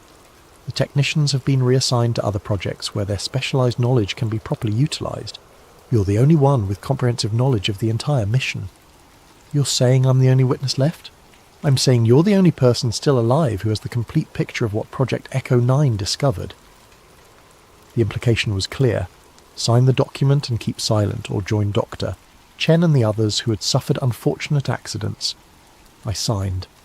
But signing the document didn't end my involvement with the Antarctic discovery. Over the next several years, I was contacted periodically by government representatives who wanted updates on my psychological adjustment to the classified material I'd been exposed to. The contacts were always brief and professional, but the message was clear. They were watching me. In 2003, I was approached by a journalist named Michael Harrison, who was investigating rumours about classified Antarctic expeditions. Harrison had somehow obtained partial information about Operation High Jump and the Soviet expeditions, and he was trying to piece together the full story. He contacted me because my name appeared on some of the declassified personnel list from McMurdo Station. I told him I couldn't help him, but Harrison was persistent. He kept calling, sending emails, even showing up at my apartment with questions about things he couldn't possibly have known unless he had inside information. Finally, I agreed to meet him at a coffee shop in downtown Arlington, intending to convince him to drop his investigation for his own safety. Harrison never showed up for the meeting. The next day, his body was found in the Potomac River. The official cause of death was accidental drowning, but Harrison was an experienced swimmer and former Navy SEAL. The story made local news for exactly 1 day before disappearing entirely. After Harrison's death, I realised that simply staying quiet wasn't enough to guarantee my safety. The people controlling information about the Antarctic discoveries were willing to kill to maintain their secrets, and my continued existence was only tolerated as long as I remained completely silent. So I developed a different strategy. Instead of trying to expose the truth directly, I began documenting everything I could remember about Project Echo 9 and storing the information in multiple secure locations. If something happened to me, the documents would eventually be released. If I lived long enough, maybe I could find a way to get the information out without getting myself killed. 25 years later, I'm still alive, but the world is running out of time. Date, March 18th, 2023. The ice is melting faster than anyone predicted. I've been monitoring Antarctic climate data for 2 decades, and the acceleration over the past 5 years is unprecedented. The West Antarctic ice sheet is losing mass at a rate that suggests complete collapse within the next decade, and the East Antarctic ice sheet, where the Gamburtsev Mountains are located, is showing signs of instability that weren't predicted by any climate models. But the most disturbing development isn't the ice melt itself, it's the seismic activity. Since 2018, the Gamburtsev mountain region has experienced over 300 earthquakes of magnitude 4.0 or higher. That's more seismic activity than the region had experienced in the previous 50 years combined. The earthquake patterns are exactly what you'd expect if massive structures were shifting or activating beneath the ice. The thermal signatures are changing too. Satellite data shows that the heat sources we detected in 1998 have increased in intensity by over 400%. Whatever technology or systems are buried under those mountains, they're becoming more active as the ice above them thins. But here's what really scares me. The government knows all of this, and they're not just hiding it. They're actively preventing any research or investigation into the region. The Gamburtsev Mountains are now completely off limits to all scientific expeditions, with a restricted airspace designation that allows military aircraft to shoot down any unauthorized flights. Official explanation: environmental protection protocols. Meanwhile, strange things are happening around the world that correlate with the increased Antarctic activity. Marine biologists are reporting massive die-offs of deep-sea creatures, as if something is disturbing the ocean depths. Astronomers are detecting radio signals from the direction of Antarctica that don't match any known natural phenomena, and there have been at least 12 reported UFO sightings in the Southern Ocean since 2020, all from commercial pilots who were later pressured to retract their statements. I've tried reaching out to other survivors from the various Antarctic expeditions over the years, but most are either dead, missing, or too terrified to speak.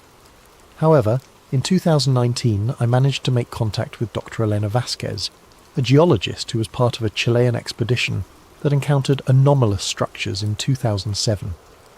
Her team was evacuated after only 3 days, and she spent 2 years in psychiatric treatment for what officials described as severe altitude psychosis.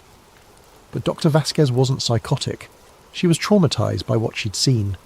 We met in secret at a small cafe in Santiago, and she told me about her team's discovery of an entrance to the underground structures, not the shaft we'd drilled, but a natural opening that had been revealed by recent ice melt. Her team had descended only about 50 feet before encountering active technology. Lights that turned on as they approached, symbols that glowed and shifted on the walls, and sounds that she described as mechanical but alive. "They're waking up," she told me, her hands shaking as she spoke. "Whatever's down there, it's been dormant for thousands of years, but the ice melt is triggering activation sequences. We're not just dealing with archaeological ruins, we're dealing with functional technology that's responding to environmental changes." Dr. Vasquez also told me something that connected directly to Dr. Holbrook's final words. She had managed to photograph some of the symbols her team encountered, and when she showed them to a colleague who specialised in ancient cartography, he immediately recognised similarities to the Peary Race map and other historical documents that depicted Antarctica without ice. The symbols aren't just decorative, she explained. They're coordinates, star charts and geographical references that show Earth as it existed during different geological periods. But more than that, they show Earth as it will exist in the future, when the ice caps melt completely. The implications were staggering. The intelligence buried under Antarctica hadn't just observed Earth's geological changes over millions of years, it had predicted them. Climate change wasn't an accidental byproduct of human industrial activity. It was part of a cycle that had been planned and anticipated by non-human intelligence long before humans even existed. Dr. Vasquez died in a car accident 6 months after our meeting. The brake lines on her vehicle had been cut. Date: present-day analysis. March 2023. Classification: Personal Archive. D. Kessler. As I compile these logs in 2023, the evidence suggests that we're approaching the final phase of whatever cycle the Antarctic intelligence has been orchestrating. The thermal signatures beneath the Gamburtsev Mountains now extend over 1,000 square mile area, indicating that the underground structures are far more extensive than we realised in 1998. But more disturbing is the discovery that similar thermal signatures are appearing at other locations around the world, all in regions that were once covered by ice sheets during previous geological periods. Northern Canada, Siberia, Greenland, and even sections of the Sahara Desert that were frozen during ice ages are showing unexplained heat sources and seismic activity. The network is global. Whatever we found in Antarctica isn't isolated. It's part of a worldwide system that has been monitoring and influencing Earth's climate for millions of years. Recent satellite data shows that these global heat sources are synchronizing their activity. The thermal pulses from Antarctica are being matched by similar pulses from sites in Alaska, northern Russia, and beneath the Greenland ice sheet. It's as if a communication network is activating, preparing for something that requires coordination across the entire planet. The timeline Dr. Chen translated from the chamber symbols, ending in 2023, wasn't predicting destruction. It was predicting emergence. 3 weeks ago, I received a package with no return address. Inside was a single photograph taken by what appeared to be a deep-sea submersible. The image showed the ocean floor near Antarctica, but instead of the usual rocky terrain, there were structures, the same black stone construction we'd found beneath the ice. But these were on the ocean floor and clearly active. Lights were visible within the structures, and the water around them was filled with what looked like geometric patterns of bioluminescence. Attached to the photograph was a note in handwriting I didn't recognise. They're not waking up. They're coming home. Yesterday, news reports began appearing about unexplained sonar contacts in the Southern Ocean. Ships from multiple nations are reporting large, fast-moving objects beneath the ice that don't match any known marine life or human technology. The official explanation is previously unknown whale species disturbed by climate change. But I know better. The countdown is over, the barriers have fallen, and after 25 years of silence, it's time for the world to know what's really happening. Date: March 19th, 2023. This will be my final audio log. As I record this, there are unmarked vehicles parked outside my apartment, and I know my time is running out. But the information I've documented over the past 25 years is already in the hands of people who can't be silenced as easily as one old cartographer.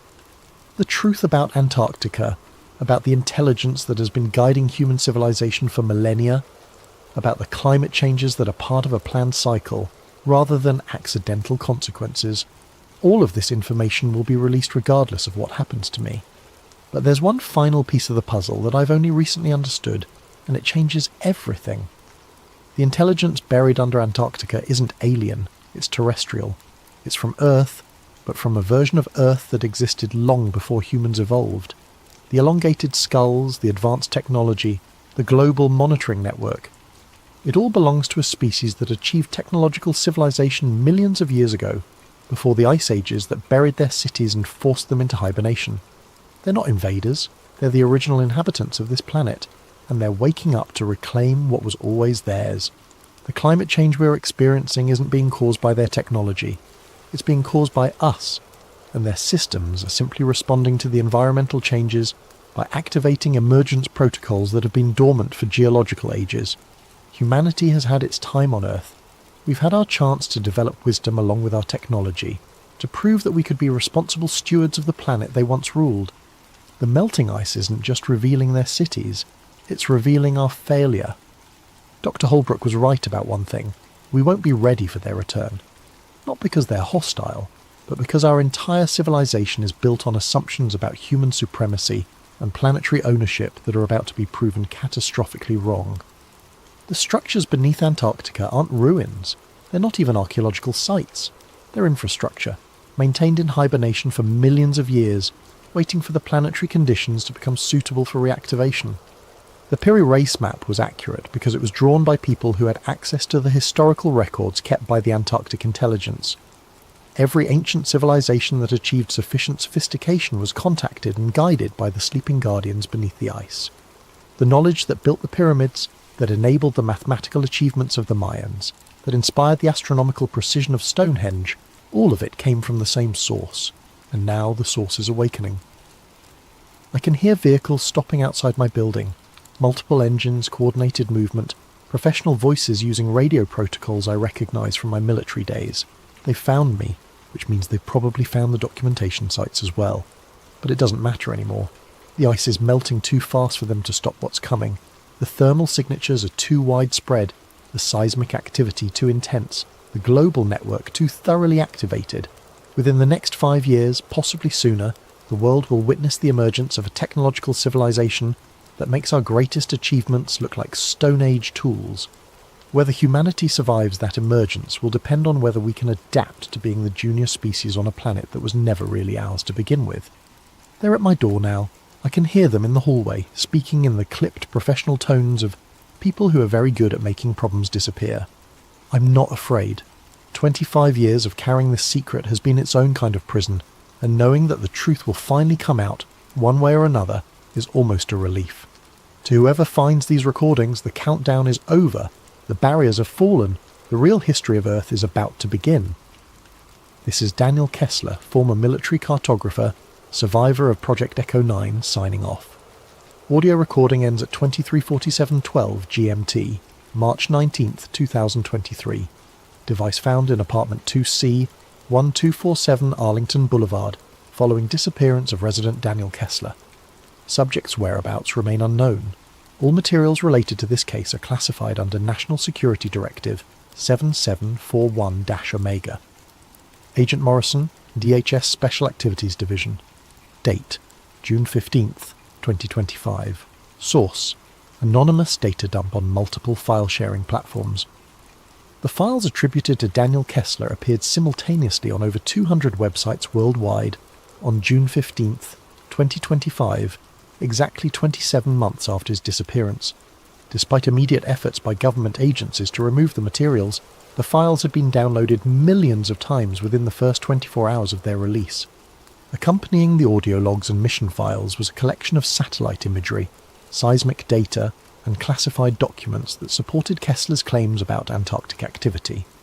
Independent verification of the satellite data confirmed massive thermal signatures beneath the Gamburtsev Mountains, as well as similar signatures at locations in Alaska, Siberia, and Greenland. Of particular note was a series of photographs taken by deep-sea research vessels showing structures on the Antarctic ocean floor that matched descriptions in Kessler's files. The photographs appeared to have been taken over a period of several years, showing the gradual activation of lights and systems within the underwater structures. Perhaps most disturbing was the final document in the data dump, a climate projection study showing accelerated ice melt rates that would expose significant portions of the Antarctic structures within the next 3 years. As of the publication of these files, 17 commercial pilots have reported encounters with unidentified objects emerging from the Southern Ocean.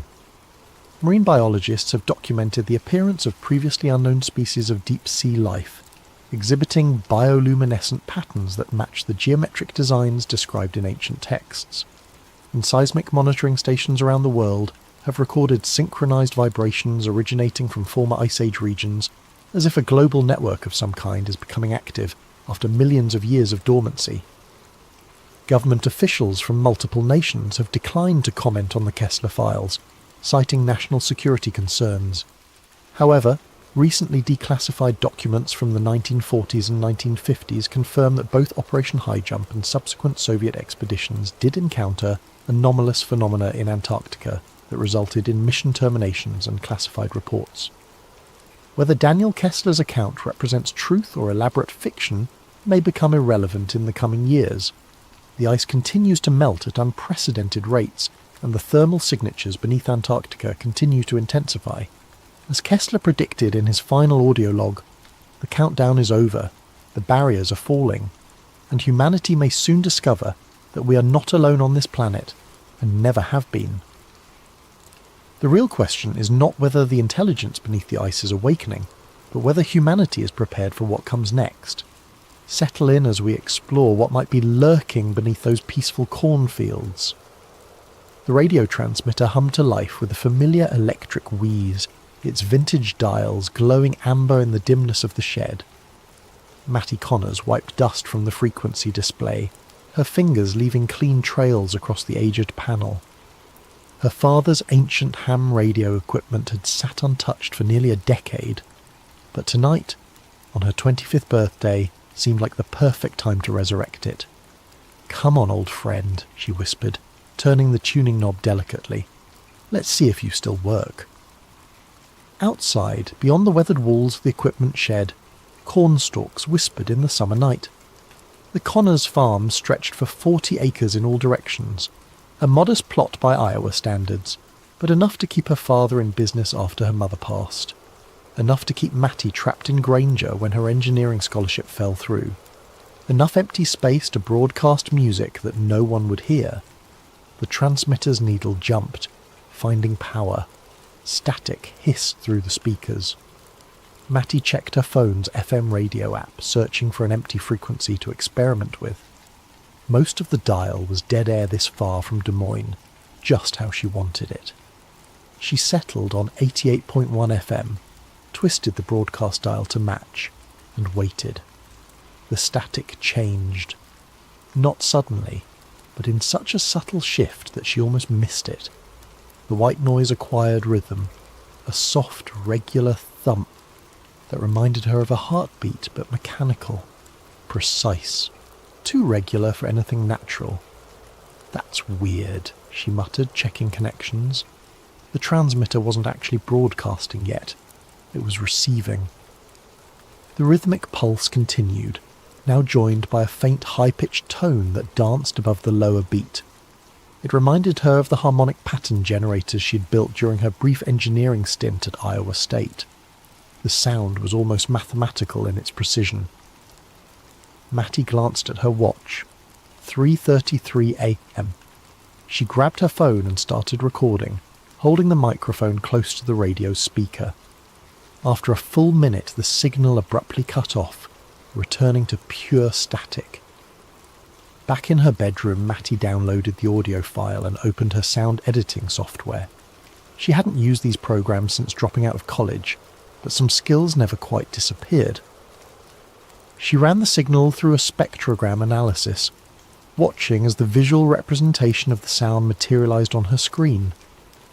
What she saw made her sit back in her chair. The patterns weren't random. The high-pitched overtones, when mapped visually, created distinct numerical sequences, first 7 prime numbers, then what appeared to be the beginning of a Fibonacci sequence. This wasn't terrestrial interference or random cosmic noise. This was structured, intelligent. "What the hell?" she whispered, running the analysis again.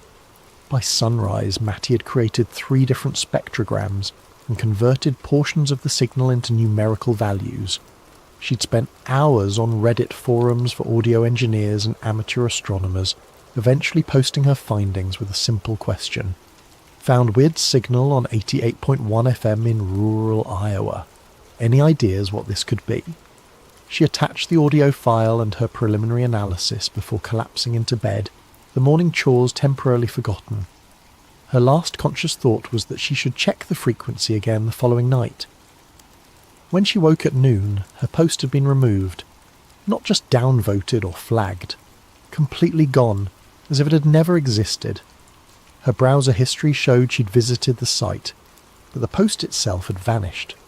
More disturbing still, the audio file she'd uploaded to her cloud drive was gone too. "Dad," she called, heading downstairs, "did you use my computer this morning?" Walter Connors sat at the kitchen table, his weathered hands wrapped around a coffee mug. At 63, he maintained the stoic demeanour of someone who had spent a lifetime watching seeds grow into crops, only to be harvested and planted again.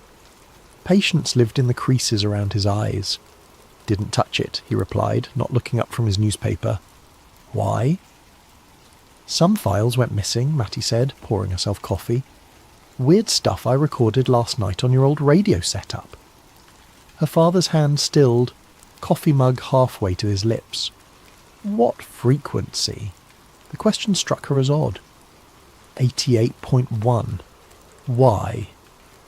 Walter carefully folded his newspaper, a deliberate movement that Matty recognised as his way of buying time. That old transmitter picks up all kinds of interference, probably just noise from the power lines. Power line noise doesn't transmit prime number sequences, Dad. The kitchen fell silent except for the ticking of the ancient wall clock. Walter cleared his throat. "Sometimes it's better not to broadcast what you hear," he said finally, "especially around here." "What's that supposed to mean?" Matty pressed. Walter stood, rinsing his mug at the sink. "Just saying some signals aren't meant to be shared." He left for the fields before she could question him further, but his reaction only intensified her curiosity. What did her father know about a random radio frequency? Why would he care if she shared what she'd found? That afternoon, Matty drove into town, laptop tucked under her arm. The Granger Public Library was small but offered free Wi-Fi that wasn't linked to her home network. She uploaded her recordings again, this time to a more obscure forum dedicated to unexplained radio phenomena.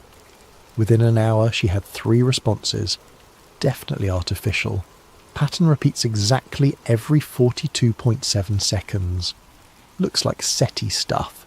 Where exactly did you record this? Check your DMS. The direct message came from a user named RadioSilence_1977. Take this down immediately. They monitor these forums. 88.1 is part of Node 0. Not your discovery, not the first time. Call the number in your area that ends with 3333 if you need to understand why this matters. Matty stared at the message, a chill running through her despite the summer heat. She started typing a response when the library's internet connection suddenly dropped. The librarian announced they were experiencing technical difficulties. By the time Matty returned home, her forum post had vanished too. That evening, as sunset painted the cornfields in golden shadow, Matty noticed something unusual from her bedroom window. A utility truck parked at the edge of their property. 2 men in matching grey uniforms stood beside it, looking toward the house. Though too distant to see clearly, something about their synchronised movements seemed unnatural, as if they were mirrors of each other.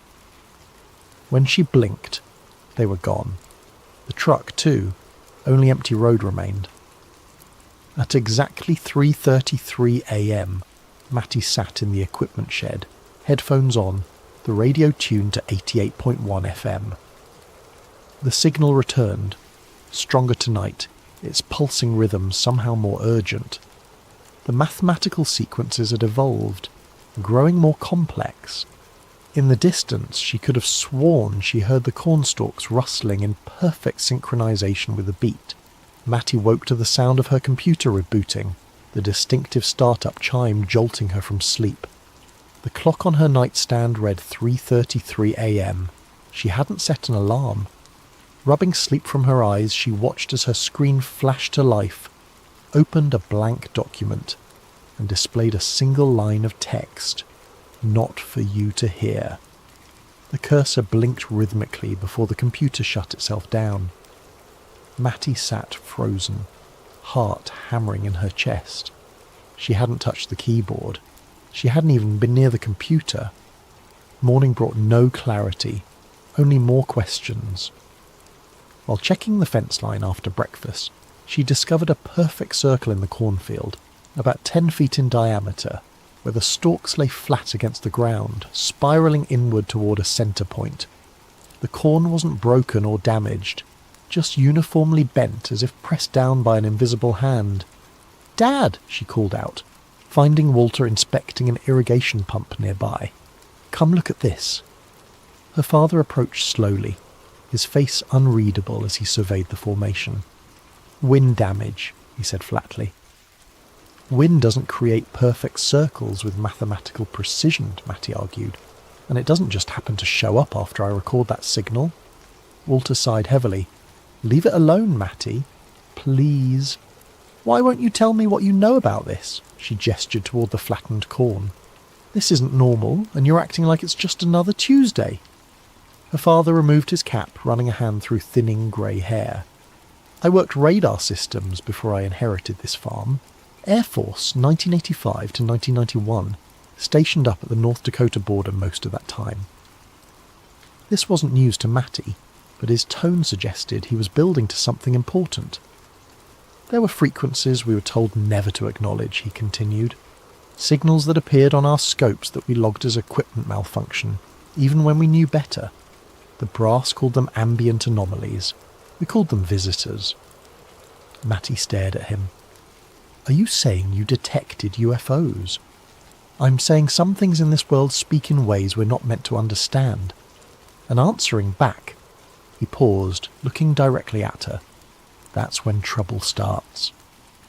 Before she could press further, the distant sound of a vehicle drew their attention. The same utility truck from yesterday approached along the access road, moving unhurriedly. "Go inside," Walter said quietly. "Who are they?" "Don't know, don't want to, just go." Matty retreated to the house, but watched from the kitchen window as her father met the truck at the end of their driveway. Two men emerged, identical in height and build, wearing matching grey uniforms. Even from this distance, their movements seemed eerily coordinated. They spoke briefly with Walter, who nodded several times. One of them handed him what appeared to be a business card. Then they departed, the truck disappearing down the dusty road. Walter returned to the house, his expression troubled. "Electric company," he said, before Matty could ask. "Checking lines. In matching uniforms with synchronized walks? Come on, Dad." He placed the card on the counter. It was blank except for a phone number, one that ended in 3333. "Sometimes," Walter said carefully, "it's better to ask permission than forgiveness." That afternoon, while her father napped, Matty drove to the Granger Historical Society, a glorified storage room attached to the town hall. The elderly volunteer seemed surprised to have a visitor. "Looking for information on any radio stations or transmission towers that might have operated around here," Matty explained, "especially during the Cold War." The woman pursed her lips. "That'd be the old emergency broadcast station, I suppose. Closed down in 97 or thereabouts. Never did much broadcasting that I recall." "Where was it located?" "About 8 miles north of town. Nothing left now but the foundation." With directions in hand, Matty found the site easily enough. A concrete slab obscured by weeds, with the rusted remains of a tower anchor still visible. What caught her attention, however, was what lay beneath. A sealed metal hatch, its surface weathered but intact, emblazoned with faded government markings. She photographed everything, particularly the designation stencilled on the hatch. ARCS Node 0. Back home, Matty began researching ARCS and found sparse references to the agricultural region communication system, ostensibly created to warn rural communities of nuclear threats. But one declassified document mentioned passive monitoring capabilities and anomalous frequency capture. She expanded her search to include other similar stations and discovered something remarkable. Satellite maps showed 6 former ARCS stations formed a perfect hexagon across Iowa, Nebraska, and South Dakota, with Granger precisely at its centre. That night, at 3:33 a.m, the signal returned, stronger, clearer. But this time, embedded within its mathematical pattern was something new. Her name, converted to binary code. The signal knew who was listening. As dawn broke, Matty found a note slipped under the front door. "Do not transmit. It hers." Later that morning, while checking the cattle, she noticed they were huddled at the far end of the pasture, as far from the corn as possible. Their behaviour was unusual, heads lowered, refusing to graze despite the lush grass. When she tried approaching them, they backed away, eyes wide with unmistakable fear. By noon, the corn had changed. Subtle at first, just a slight variance in the direction of growth. But as Matty walked the rows, she realised entire sections were now growing in clockwise spirals rather than straight lines. The stalks twisted around each other in patterns that mimicked the frequency readouts from her computer. She tried calling the number on the blank card. A mechanical voice answered, reciting what sounded like random numbers before disconnecting. When she redialed, a different voice answered, human this time, but strangely flat. Connor's residence, 88.1 observation, the voice stated, not a question. Who is this? Matty demanded. How do you know my frequency? Your frequency? The voice sounded almost amused. It's been transmitting since 1941. You're just the newest receiver. The line went dead. When Walter returned from town with supplies, Matty confronted him with her discoveries. What's Node 0, Dad? What's really under that concrete slab north of town? Her father's shoulders sagged. I signed papers, Matty. We all did. Everyone who's owned this land since the 40s. Signed what? Easement agreements, monitoring rights. He gestured vaguely toward the corn. They said it was dormant, hasn't sent a readable signal in decades. Who's they? People who know enough to be afraid, Walter answered, and smart enough not to interfere. That night Matty dreamed of cornfields that moved like ocean waves, pulsing in rhythm to an unseen heartbeat. In the dream, she walked to the centre of their property where the ground began to split open, revealing not soil but a vast mechanical eye, ancient yet somehow alive, peering up at the stars. She awoke to find her bedroom filled with a pale blue light that seemed to emanate from nowhere and everywhere at once. Her computer screen showed spectrogram patterns forming and dissolving without input. In the corner of her room stood two identical silhouettes, the men from the utility truck, though she hadn't heard anyone enter the house. She's resonating now, one said, voice oddly distorted. Becoming antenna, the other replied. Matty reached for the bedside lamp, but the figures were gone before the light came on. The locals called it pressure front weather, that peculiar stillness before a storm when the air feels charged with anticipation. But the clouds gathering over Granger that morning carried no rain, only an unnatural darkness that seemed to absorb the sunlight. Matty stood on the porch, watching barn swallows dart nervously across the sky before disappearing entirely. Even the insects had gone quiet. The corn, however, hadn't stopped its strange transformation, now growing nearly 6 inches taller than normal, with stalks that twisted toward the centre of the property instead of reaching for the sun. Her phone vibrated with a text from an unknown number. The pattern completes today. Stay indoors after sunset. She tried responding, but the message bounced back as undeliverable. Walter had left before dawn for a farm supply auction in Des Moines, leaving Matty alone with her mounting questions and the increasingly alien landscape of their once familiar farm. She decided it was time to find answers elsewhere. The Granger Public Library's local history section was modest, but contained yellowed newspaper archives dating back to the 1930s. Matty requested everything they had about the founding of the emergency broadcast station. Funny you should ask, the librarian said, retrieving a dusty folder.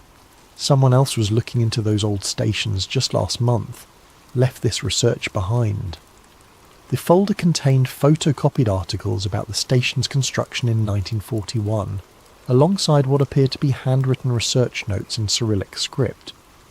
Clipped to these was a faded black and white photograph showing 7 men in military uniforms standing before the partially constructed radio tower. On the back, someone had written, Joint Monitoring Initiative, US-USSR, 1941. This can't be right, Matty muttered. The Americans and Soviets weren't allies until months after Pearl Harbor, which happened in December 1941. Yet this photo was dated April 1941, 8 months earlier. Stranger still was the diagram that fell from between the pages, a technical schematic labelled Receiving Configuration Subterranean Frequency Capture. The drawing showed the radio tower's foundations extending far deeper than necessary, connecting to what appeared to be a pre-existing underground structure. As she photographed these documents with her phone, Matty noticed a sealed envelope tucked into the folder's pocket. Inside was a handwritten letter, the paper brittle with age. August 15th, 1982. To whoever finds this account, my name is Alexei Baranov, formerly captain of Soviet Air Defense Forces. I am what your government calls a defector, though I did not leave for politics or freedom. I left because both our nations lie about what sleeps beneath your American heartland. In 1982, I was assigned to a joint monitoring project, officially designated as atmospheric research, but our true purpose was to track signals from an object discovered in 1926. American farmers found it after a meteorite impact, except it was no meteorite. The object was manufactured, ancient, and buried far deeper than any natural impact could explain. Neither government wished to acknowledge it publicly. Instead, they built a network of listening posts disguised as rural radio stations. 6 stations to triangulate, with Granger at the centre. For decades, the object remained dormant, emitting only faint pulses at regular intervals, like a heartbeat in hibernation. But something has changed. The mathematicians say the pattern is evolving, becoming more complex. The object is waking up. It sends signals outward now, not just to our stations, but to the stars. I write this because I believe people deserve warning. When the pattern completes, when it establishes the connection it seeks, I fear what might answer. If you are reading this, look to the fields. They will change first. A.B. Matty's hands trembled as she folded the letter. The date, 1982, coincided with her father's early Air Force service. Had he known about this all along? Outside the library, the strange weather had intensified. The sky had darkened to a greenish copper hue that typically preceded tornadoes, yet the air remained perfectly still. Her phone showed no service, and the town seemed eerily deserted for a weekday afternoon. As she drove back toward the farm, Matty noticed something impossible. The cornfields along the highway had changed direction since morning. Miles of crops that had previously grown in conventional rows now formed elaborate spiral patterns visible even from ground level. The effect was disorienting, creating optical illusions that made the landscape appear to breathe. The utility truck waited at her driveway, the identical men standing motionless beside it. This time Matty didn't avoid them. She parked directly in front and got out. "Who are you really?" she demanded. "What's happening to our farm?" The men regarded her with identical blank expressions. Up close, their similarities were even more unsettling. Not just their builds and uniforms, but their faces shared the same flat affect, as if emotions were concepts they'd only recently encountered.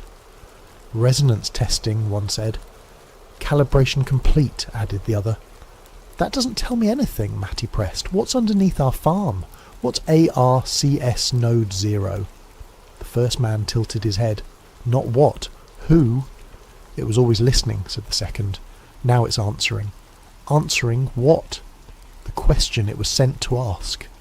They handed her another blank card, this one containing only geographic coordinates. Without another word, they returned to their truck and drove away. Matty entered the coordinates into her phone's map application. They matched the exact centre of their property, a spot where the corn grew tallest, where the spiral patterns converged. By the time she reached the house, the sun had nearly set, casting long shadows through the twisted cornfields. The coordinates led to a section they rarely farmed, a slight depression that tended to flood during heavy rains. Her father had always avoided planting there, claiming the soil was poor. Now she understood why. The ground at the centre had changed, the soil darkening to an almost metallic sheen. As twilight deepened, the dirt began to emit a faint luminescence, pulsing with the same rhythm as the radio signal. Mattie's phone chimed with a text from her father. "Don't go near the centre field. Coming home now." Too late. She was already standing at the edge of the depression, watching as the ground continued its transformation. The dirt was shifting, revealing glimpses of something solid underneath. Something with geometric patterns etched into its surface. Her phone rang. Unknown caller. "Matilda Connors," said a voice she recognised from her earlier call. "You need to leave immediately. The pattern completes at 3:33. "What happens then?" she asked. "It finishes constructing the receiver, and then it waits for instructions." "From who?" A pause. "We don't know. That's what scares us." The ground beneath her feet trembled slightly, and Mattie stepped back as a section of soil collapsed, revealing a small portion of what lay beneath, a metallic surface with inscribed symbols that resembled mathematical equations. The exposed section pulsed with soft blue light, the same colour that had filled her bedroom nights before. Her phone's screen flickered, then displayed a single message. Coordinates matched. Receiver identified. As darkness fell completely, Mattie noticed something else. The stars above the farm were disappearing one by one, as if being systematically erased from the night sky. In their place, a subtle pattern was forming in the darkness, the same spiral configuration she'd seen in her spectrogram analysis. At precisely 3:33 a.m, every electronic device on the farm activated simultaneously. The house lights, her computer, the old radio transmitter in the shed, each emitted the same pulsing pattern, now loud enough to feel in her chest. The ground at the centre of the depression split open like a blooming flower, soil falling away to reveal more of the object beneath, a vast circular disc of impossible age, its surface covered in mathematical symbols that rearranged themselves as she watched. From this exposed section, a beam of coherent light shot straight upward into the night sky, piercing the spiral void where stars had been. The transmission had begun. Walter's truck skidded to a halt in the driveway, headlights illuminating Mattie's frozen figure at the field's edge. He ran toward her, panic evident in every movement. "Get back to the house," he shouted over the now audible hum emanating from the exposed disc. "It's not safe." Mattie couldn't move, transfixed by the beam of light connecting earth to sky. "What is it, Dad? Really?" Walter reached her side, breathless. They called it a beacon when I was stationed at the monitoring facility, supposedly dormant for millennia until a lightning strike partially activated it in 1926. They built the listening post to study it without disturbing it further. They who? Started as a joint Soviet-American project before the Cold War, later expanded to include others, scientists, military, people who understood the implications. The humming intensified, and the beam of light widened, creating a cylindrical column that distorted everything seen through it. The air within seemed to bend, creating impossible geometries. "We need to go," Walter insisted, tugging her arm. "They're evacuating everyone within the zone." Tonight's narrative is called Project Selene, a conspiracy thriller about a hidden archive, lost tapes, and the truth behind the moon landing. We'll journey through old NASA film reels, half-forgotten storage vaults, and the unravelling mind of a single archivist who stumbles upon footage that challenges the official version of humanity's greatest technological triumph, the 1969 moon landing. Our protagonist, Nolan Price, is no hero or super spy, just a quiet technician with a meticulous eye for detail. As he uncovers more evidence of an elaborate stage set and repeated take calls, watchers close in. The line between fact and hoax warps. Has the entire lunar narrative been meticulously faked? And if so, who orchestrated it? And how far will they go to keep it hidden? So find a comfortable position, maybe in bed with the lights low, or in a cosy chair as midnight drifts closer. Let your breathing slow. We'll sink into the flicker of analogue film, that soft whir of a projector spinning old reels. Perhaps the gentle hum of a reel-to-reel tape resonates in the background. As we pass each chapter, you'll see how obsession can bloom from a single stray frame, and how the story of one small step for man might have been filmed under glaring stage lights all along. Remember, what follows is a work of fiction with a dash of what if, but sometimes those who ask what if unravel illusions that were never meant to be seen. Let's begin. With the hush of a locked storage facility, a reclusive archivist, and a battered cardboard box of tapes labelled Project Selene. Nolan Price stood outside the cinder-block walls of an abandoned government warehouse on the outskirts of Houston. The midday sun beat down on cracked pavement. He clutched a letter from Arcadia Aerospace Solutions, a private contractor that handled everything from satellite design to climate data. They had found references to ancient NASA reels in a sealed corner of a facility left over from the Cold War. The letter said Nolan, a freelance film restoration specialist, was chosen to digitize them. Urgent for historical archiving, they claimed. The pay was good, suspiciously good. Nolan stared at the weathered steel door. A single guard in a dusty uniform waved him in, already expecting him. Inside, the air was stale with the odour of old cardboard and decaying reel canisters.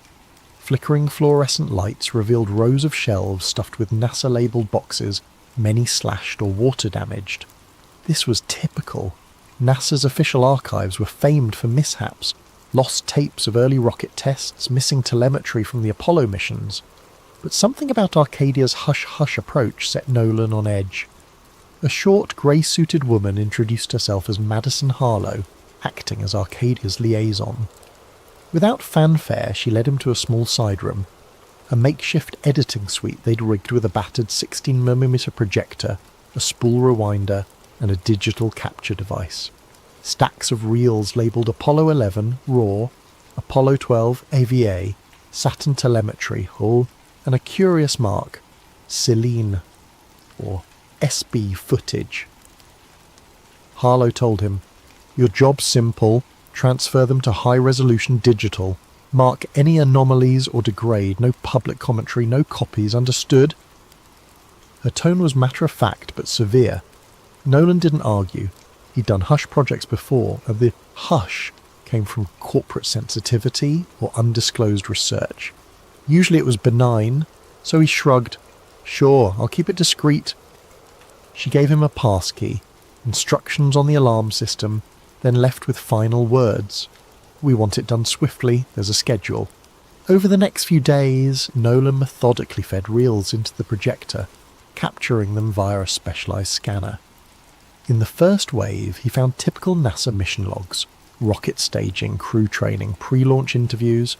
The colour had faded, the audio scratchy but recognisable, ground control chatter, astronauts reciting checklists. He found it a bit mesmerising, the old swirl of a countdown, boosters roaring. A shame these tapes had gathered dust.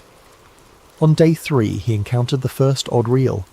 A label read, Apollo 11 Stage B, Take 3. The word Take 3 was strange.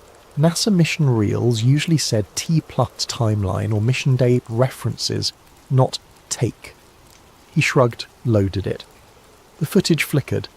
A wide shot of what looked like a lunar surface mock-up. Astronaut suits in frame, then a voice off screen, "Positions and action!" The two suited figures hopped across the grey dust. One stumbled. A faint laugh was heard. Then another voice. "Cut, we'll reset.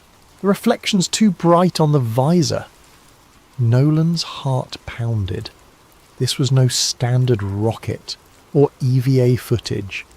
It looked like a staged film set, complete with overhead lighting rigs.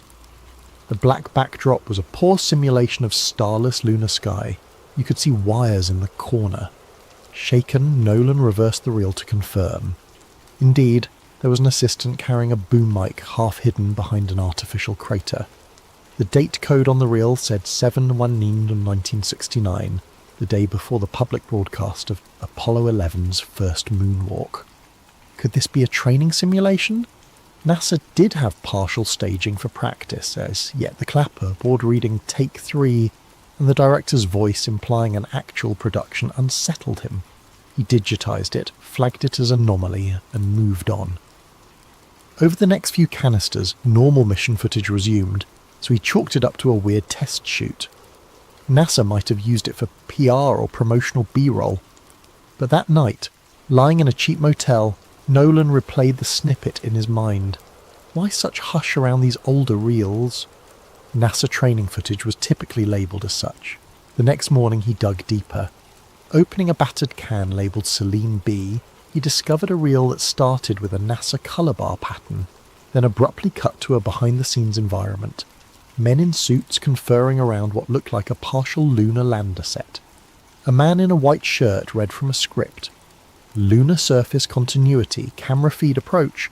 We must ensure the horizon line matches the predicted lens angle.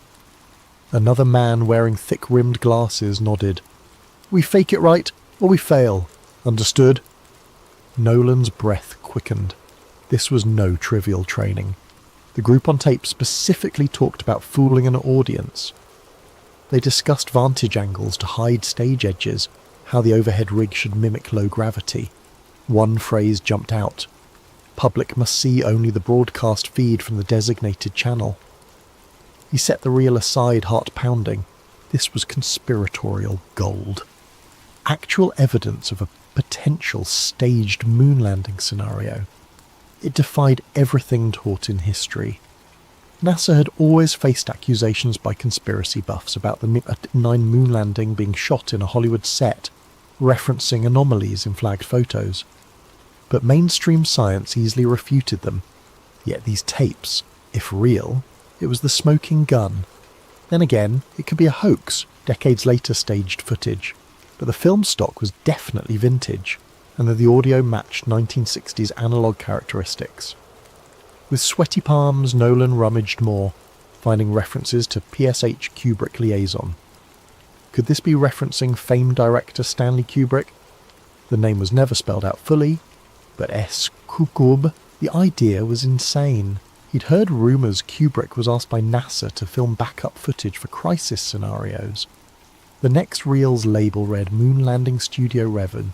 The conspiracy was intensifying. That evening, a creeping sense of paranoia took hold. He locked the reels in a small closet. The quiet facility seemed ominous, as though someone was always behind the next aisle. Indeed, he glimpsed shadows near the corridor, possibly just the overhead lamp flicker. He decided to finish digitizing these suspicious reels quickly, keep copies, then re-evaluate. Returning to the main workstation, he discovered his second shock. The tape labelled Apollo 11 Stage B Take 3 was missing.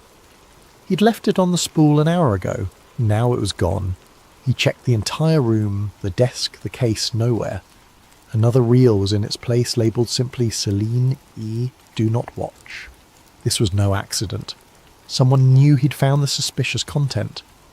They replaced it with a cryptic reel, possibly a warning or a booby trap. Heart pounding, Nolan placed Selene E. in the projector through Hosty overriding caution. The film began with static, then an image of an empty crater. A whisper reversed. This is not for you. Turn back. Flickers of random rocket footage, spliced with the face of an older man in a half-lit room, mouthing silent words. Then more static. End. Nolan realised he'd become entangled in something bigger. The label Project Selene likely referred to a top-secret operation controlling the lunar narrative. Could it be real? Or was it an elaborate mind game? He decided to approach Dr. Eliza Trent, a known NASA contractor turned historian, for help verifying authenticity. Because if these tapes were real, the entire MiG-9 moon landing story was a crafted facade, and if that were true, the forces behind it wouldn't let the truth emerge easily. Thus, Nolan closed up for the night, feeling the weight of newly awakened illusions. Tomorrow he'd contact Dr. Trent.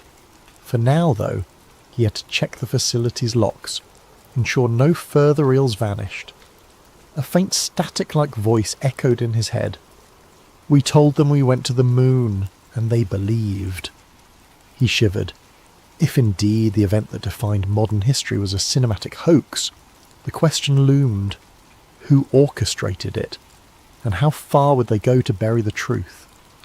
True to his plan, Nolan Price found himself the next morning outside a modest office building in downtown Houston, where Dr. Eliza Trent ran her small consultancy on aerospace history. She was a slight, sharp-eyed woman in her early 50s, known for her precise knowledge of NASA's public records. He introduced himself under an alias, but she recognised the name from an earlier phone message. You're the archivist with something urgent to show me." Inside her cluttered office, he carefully produced a hidden thumb drive with a few scanned clips. Dr. Trent popped it into her laptop. Scenes of the suspicious moon set played, along with bits of Celine B references. Her eyebrows rose. She zoomed in on certain frames, analysing the film grain, the speech patterns, the design of the suits.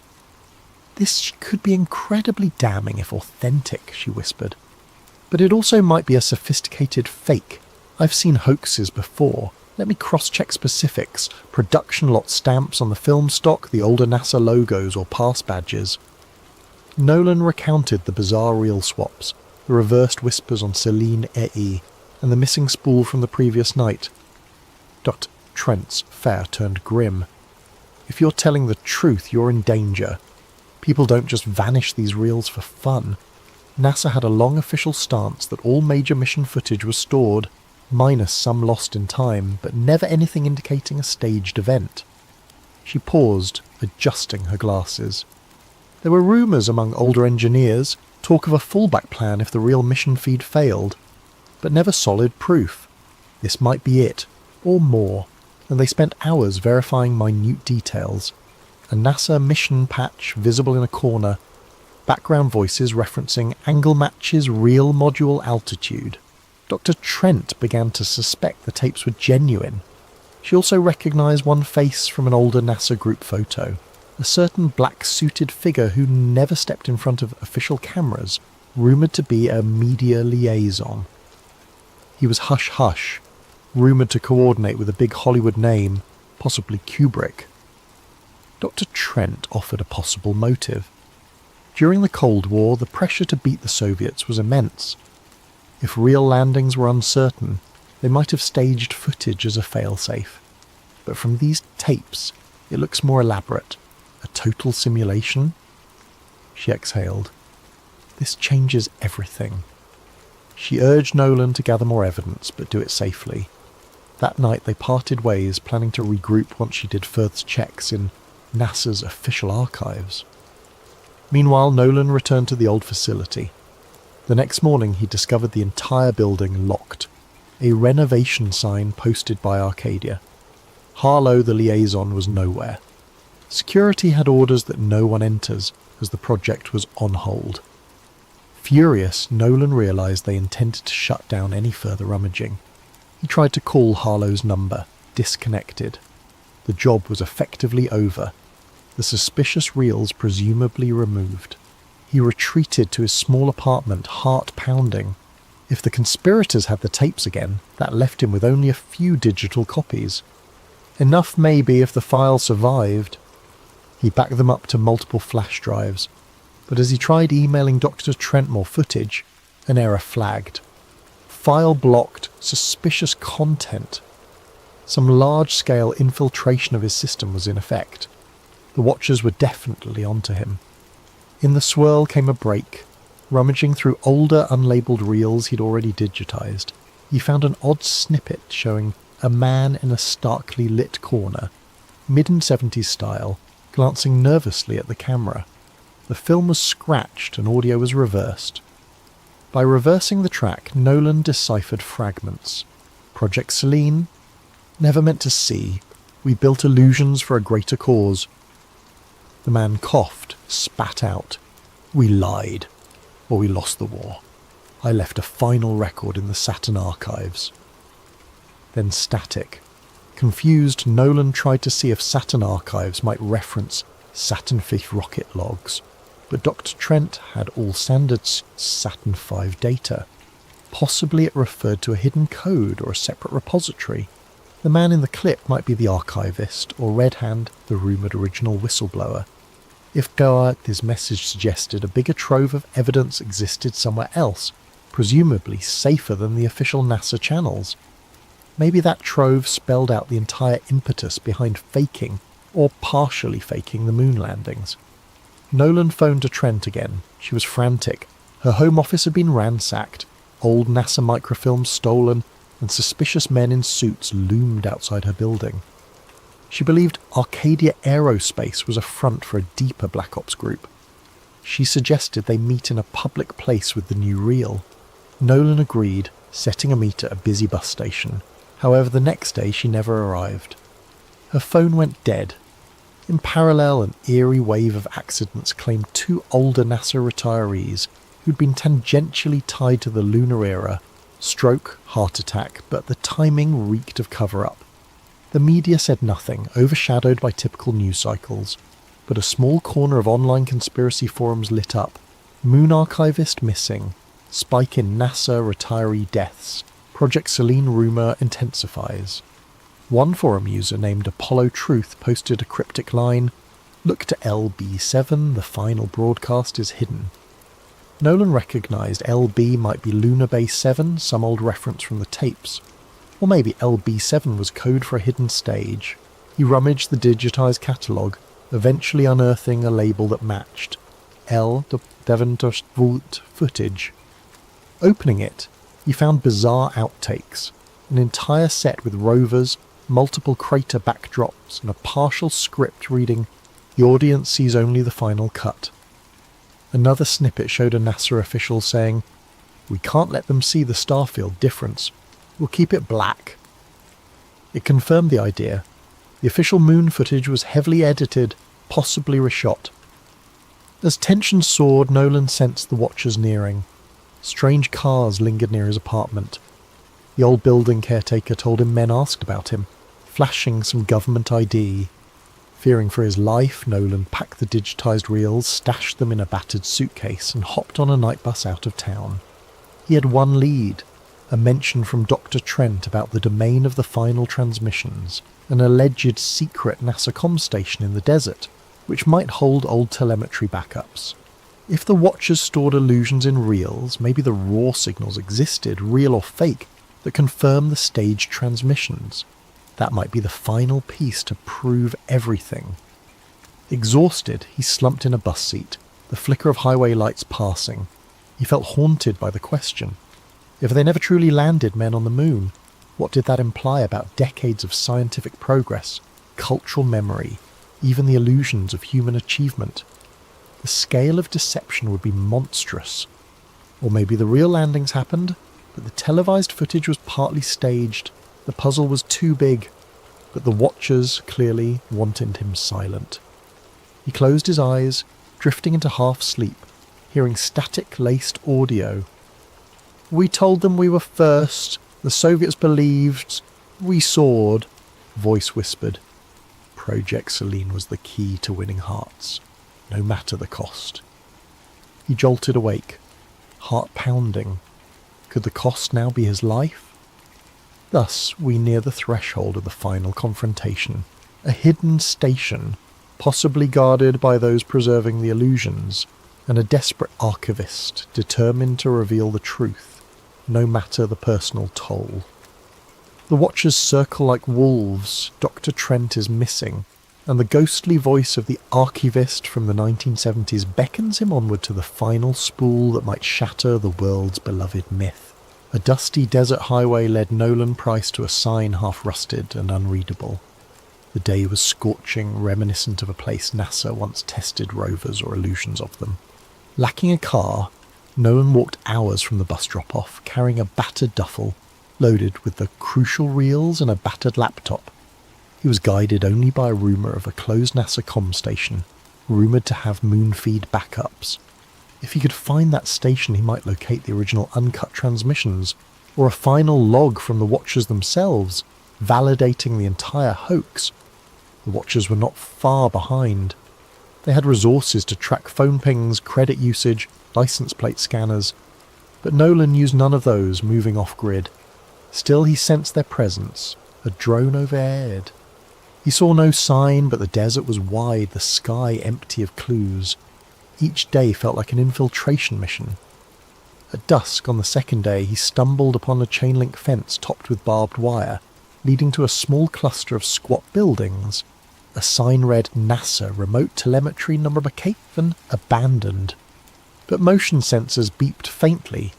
He clipped a corner of the fence, slid through. The main door was locked, but with a rusted handle. He pried it open with a crowbar borrowed from a shed. Inside the facility lay dark, stale air, thick with dust. A backup generator might still exist. With a flicker of old fluorescent lighting, he found a control room lined with defunct monitors, consoles labelled Apollo, Gemini, Deep Space TLM. A wave of awe overcame him. This was NASA's old telemetry link? Possibly used for receiving or broadcasting signals. If the Watchers wanted illusions maintained, they'd keep some gear here. Indeed, a corner door had fresh locks. Summoning nerve, Nolan forced it open, Unwind, revealing a smaller side lab with modern hardware. This wasn't as abandoned as it seemed. He rummaged, discovering a functioning terminal with a note pinned, Archive Selene, authorized access only. Bingo. He booted it, hooking up his laptop to the console. The system asked for credentials. He typed a guess. Selene. No luck. Another guess. Apollo 1969. Another fail. Searching the desk, he found a slip with partial codes referencing Tranquility Base. He typed it. The screen flashed green. He was in. File directories indicated live stage feed 69, simulation mix upped, broadcast cut.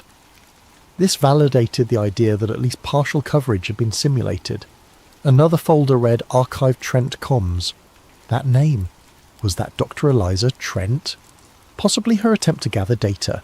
He opened it, a partial video showing Dr. Trent forcibly questioned by men in suits. She pleaded, "We can't let them keep lying. People deserve..." Then the video ended. Nolan reeled with horror. She'd been captured. He had to act fast. The Watchers would realise the system was accessed. He found an old satellite uplink control ironically used in the 60s for deep space transmissions. If it still worked, he could broadcast a direct feed of these unedited files to multiple open frequencies, unstoppable by typical net censorship. A perfect final broadcast. He rummaged for cables, hooking everything up. The generator hummed. The old dish on the facility's roof squeaked into position. The console flickered with an option. Signal frequencies, low Earth channels, civil comms, even random radio bands. He could saturate them all. He selected the files, raw footage of the staged moon sets, outtakes with directors, plus newly discovered voice logs referencing, "We never left Earth, we built illusions." He included the Dr. Trent clip, proving Watchers had her. Tapping transmit, he waited for the progress bar. Slowly it climbed, 10%, 20%. Then boots on concrete outside. The Watchers had arrived. They swarmed in, flashlights cutting beams in the dusty corridors. He jammed a filing cabinet against the door. Gunfire erupted from the hallway. The broadcast was at 60%. If he could hold them off a few more minutes, the entire world would see the raw data. Shots tore through the flimsy door. Splinters flew. The Watchers forced an entry. Nolan, crouching behind a console, tapped a final override to lock the station's outer doors. The Watchers hammered at them from within. They must have cut an external fence, but the building's metal doors might by seconds. The bar rose to 80%. Sparks flew as the Watchers tried to break the console. Nolan fired a single-shot flare pistol he had found, more a diversion than a weapon. The Watchers scattered, returning heavy fire. The console took hits, but the broadcast still beeped along. 90% of them. In a swirl of chaos, the Watchers overcame the obstacles, stepping into the lab. Their lead figure, masked, raised a rifle. "Stop this now," he barked. "We'll kill you. No one else has to die." Nolan shouted back, voice trembling. "It's done. The world will see. Will see." The masked man tried yanking cables, but Nolan had built in multiple backup processes. The bar soared to 95%. The Watchers, furious, advanced with a lethal calm. 100% at the console beeped a final success. The data soared into the satellite channels. Unstoppable. The Watchers realised they'd lost. The masked man hissed, "Then we'll bury you." He aimed. A shot rang out. Nolan felt a searing pain in his chest. He collapsed, choking for breath, seeing the Watchers scramble to destroy equipment that no longer mattered. The feed was out. Unstoppable. In a swirl of darkness, he glimpsed a faint screen that read, "Broadcast to 12 frequencies. Transmission complete."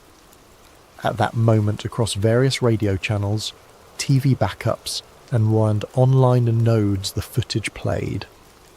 People saw the raw set, heard staged arrests. They saw men referencing the final show, instructing astronauts how to move in moon gravity. The illusions were no longer rumour or partial. The entire mosaic was out. Social media exploded. Even those who had refused to doubt the official narrative watched in shock. By the next day, an unstoppable wave of meltdown overcame news outlets, overshadowing Watchers' attempts to disclaim. Nolan lay on the floor, vision fading. The Watchers, done with him, turned to vanish into the night, the clang of their boots receding. In his final moments, he recalled the reel with the old archivist's voice. "We told them we left Earth. We never had to." He felt a strange calm, believing that at least he had completed the mission. Perhaps Dr. Trent would see the broadcast and survive. The next morning, the world awoke to the shock of unfiltered footage spreading across every major and minor digital platform. Twitter, ephemeral streaming sites, pirate radio channels. The images showed the alleged set for the moon landing. Dusty sound stages, mocked-up craters, overhead rigging. Audio capturing NASA officials and alleged Hollywood technicians planning each scene. For many, this was an utter betrayal of faith in humankind's greatest triumph. For others, it vindicated decades of suspicion. Debates raged over how much was real, or whether some actual missions occurred, but the televised parts were faked. NASA and the White House scrambled to disclaim the footage, calling it forged propaganda. Yet the level of detail referencing actual mission rosters and behind-the-scenes technical talk was too well constructed for a simple hoax. Media responded in a frenzy. Reputable outlets tried to decode the timeline. Was it partial or total fakery? Did NASA still go physically to the moon while using stage broadcasts as a backup? The footage suggested a grand pre-arranged deception. A few ex-astronauts vehemently denied the claims, but curiously some had died or refused interviews. Conspiracy forums, ironically, now found themselves mainstream. Everyone had a stake in the truth. If the Martinet broadcast was faked, what else had been manipulated in history, and how many Watchers lurked behind official illusions? Arcadia Aerospace, the front that hired Nolan, came under intense scrutiny. Their offices claimed ignorance, stating, "We believed it was standard NASA archival material." Their press statements were overshadowed by insider leaks that Arcadia was deeply connected to old intelligence circles. Government statements insisted an internal investigation was underway. All typical deflections. Meanwhile, the public demanded answers. Protests outside NASA centres soared. People carried signs reading, "We deserve the real truth." In the hush of those gatherings, tearful individuals who once admired Neil Armstrong's moonwalk felt gut-punched by the notion that they'd been shown a grand cinema piece. Sarah Voss re-emerged, having fled Watchers. She published a scathing editorial, Project Selene, the greatest story never told, detailing her collaboration with Nolan, the missing reels, and the final broadcast. She confirmed that Nolan likely perished after ensuring the transmissions went live. She praised him as a tragic hero. Reaction poured in from across the world. Sorrow that his name would be tied to the Moonlie revelation. but gratitude for exposing it. Hashtags Nut Project Selene and hashtag Moon Hoax soared. NASA's official line: "We categorically deny any mission staging. We continue to investigate maliciously edited footage." But cracks appeared among NASA retirees. Some older engineers told reporters about strange security around certain broadcast trucks in 1969. A caretaker from an old film studio stepped forward, claiming she once saw moon set pieces. In short, the edifice of absolute certainty crumbled. In a hidden place, elders from the original Project Selene, if that was truly the operation's name, hunkered down. They'd spent decades ensuring the official story overshadowed any rumours. Now, with everything public, the question was whether to attempt a final push to disclaim or vanish. Some watchers apparently vanished from the scene, leaving cryptic footprints. Possibly they'd moved on to new illusions. Possibly they recognised the unstoppable wave. Some found solace in the idea that humans still had the technology or impetus to land on the moon, but needed backup show. Others believed the entire Apollo program was a monstrous PR operation, that no real landing ever happened. A subset of the population refused to believe the footage at all, labelling it advanced deep fake. Society felt fractured, uncertain if to champion or condemn the memory of NASA's achievements. Meanwhile, Dr. Eliza Trent, recovered from captivity, gave a quiet interview confirming she'd found data logs describing the staged broadcast, though she suspected some real lunar missions did happen later, overshadowed by the initial fake spectacle. It was a political necessity, she suggested, in a time of desperate Cold War posturing. But the cost to collective trust is immeasurable. A year later, controversies raged on. New historians wrote The Selene Deception, exploring how the faked footage overshadowed a partial genuine mission. Hollywood churned out docudramas. Some revered the fallen archivist Nolan Price as a modern champion of truth.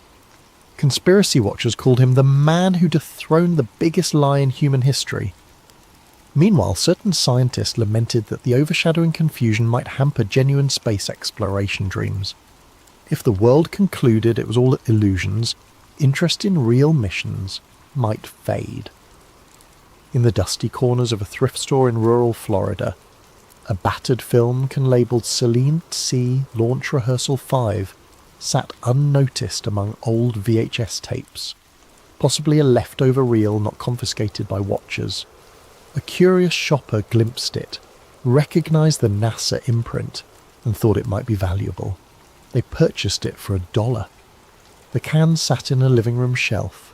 If they ever played it, they'd see a single take that never made it into the final broadcast. An astronaut stumbling under bright stage lights, removing his helmet mid-moonwalk, complaining about the heat. The can's label was faint. For final illusions, keep locked. Another piece of the puzzle, lost to time, or maybe waiting for the next curious soul. As for Nolan, rumours swirled that he might have survived. A fisherman off the Gulf Coast claimed to have given a ride to a quiet man with old film spools in his bag. A small-time blogger said she received an unsigned letter thanking her for defending the truth, but no one truly knew. If he lived, it would be as an eternal wanderer, overshadowed by the legacy that Project Selene was no longer hush-hush. Illusions can define an era, forging national unity or stoking pride. But illusions, once unmasked, can unravel decades of trust, leaving a battered society to pick up the pieces. In the hush of each new night, we might look at the moon, that pale disk in the sky, wondering if humans truly touched its surface as claimed, or if the cosmic stage was an elaborate reflection of ambition and fear. The search for the unvarnished truth, ironically, stands as a testament to the restless curiosity within all who gaze upward. In the end, Project Selene remains the darkest footnote in the history of human aspiration, a conspiratorial reminder that ambition without honesty can produce a triumph with no foundation. And in that final hush, the taped voice from an old NASA spool might echo, We told them it was a great leap for mankind. In truth, it was a single step into the shadows. Our story is called False Skies, a conspiracy thriller about a government's darkest deception and the whistleblower who exposed it. It imagines a world where the worst terror attack in modern history was not only foreseen, but deliberately orchestrated to spark endless war and funnel billions into a sprawling military-industrial complex. Now, 2 decades later, an unassuming former FBI data analyst named Thomas Keane leaks hidden documents that point to a monstrous betrayal and becomes the most wanted man in the nation. Pursued by a shadowy agency determined to keep the official version sealed, Keane races to share the truth with a public reeling from revelations that might reshape the entire post-attack world order. If you find your eyes growing heavy at any point, that's okay. This story is meant to be richly detailed. Perhaps you'll drift to sleep while pondering how fear can become a profitable enterprise, or maybe you'll stay riveted till the final word, uncovering each layer with breathless suspense. Either way, I hope you come away with new insights into how power, once obtained, can cling fiercely to the shadows. Shall we begin? Then settle in, let your breathing slow, and imagine the flicker of old computer screens, top-secret binders, and a few missing pages that change the course of entire nations. This is False Skies, told in 5 parts, each revealing a deeper rung of the labyrinth. Listen closely. The greatest secrets often hide in the quiet corners of official stories. Thomas Keane didn't feel like a revolutionary when he first pressed send. He was simply a man weighed down by guilt, holding a flash drive stuffed with revelations that haunted him for years. The file name he'd chosen of Black Dust gave no hint to the explosive contents. A trove of classified FBI memos, shipping manifests and encrypted communications that, if authenticated, would confirm every darkest rumour about the worst terrorist attack in modern memory.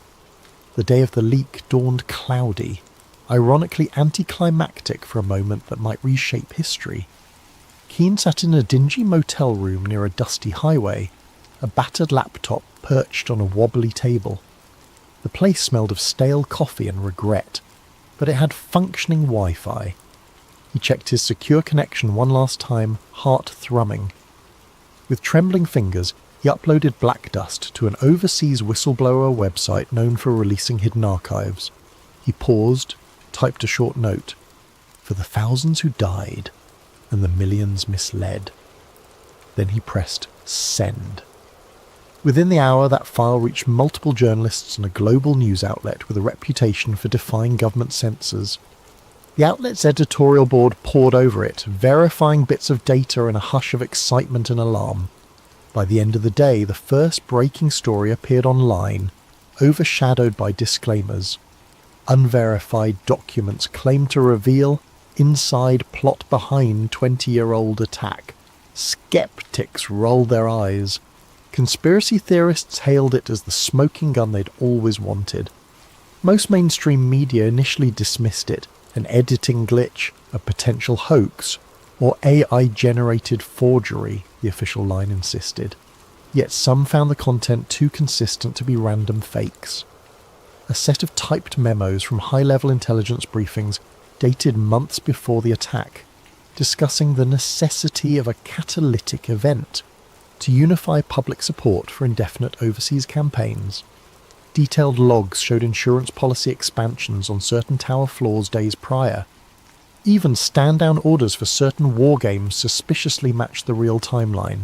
Keane watched from his motel room's flickering TV as a breathless anchor tried to explain the leak, disclaiming that the White House calls it foreign propaganda. He sighed. The official denial had begun. Next would come the manhunt for the leaker. He closed his laptop, stuffed it in a bag and left the motel. Time to vanish. He'd served in the FBI's data analytics wing for nearly a decade, compiling anomaly reports around that fateful day. Step by step, he realized too many coincidences tied private defense contractors, intelligence heads, and financial bigwigs, all who profited from the subsequent wars. He quietly copied reams of old files, awaiting the day he had the courage to blow the whistle. That day had come. Elsewhere, powerful wars mobilized. The intelligence community's upper echelons recognized the name Thomas Keane from previous security audits. They suspected him. Within hours, calls went out from a hush-hush division to find him, brand him as a threat to national security. The director of an ultra-secret agency, Eldridge Shaw, personally oversaw the containment plan. He believed the official story must remain unchallenged, or the entire post-attack order might unravel.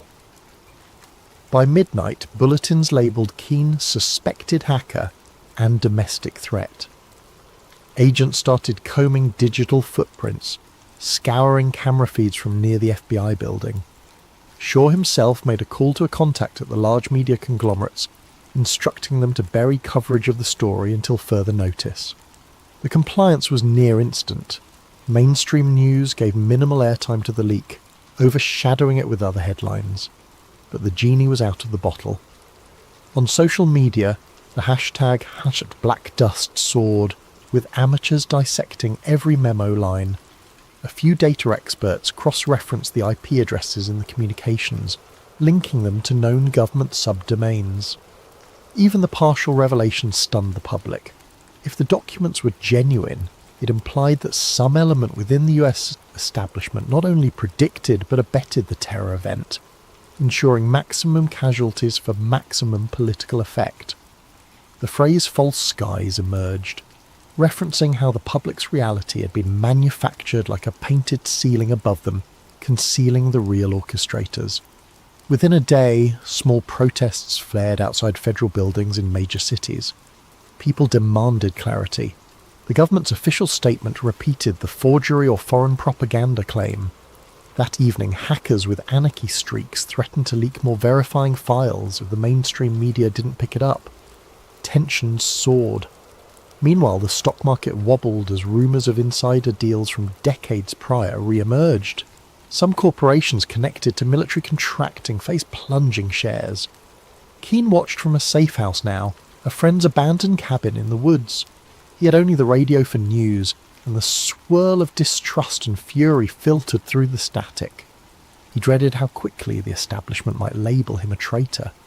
Indeed, the next morning the FBI publicly named him as a prime suspect in a mass leak of classified data, painting him as an extremist.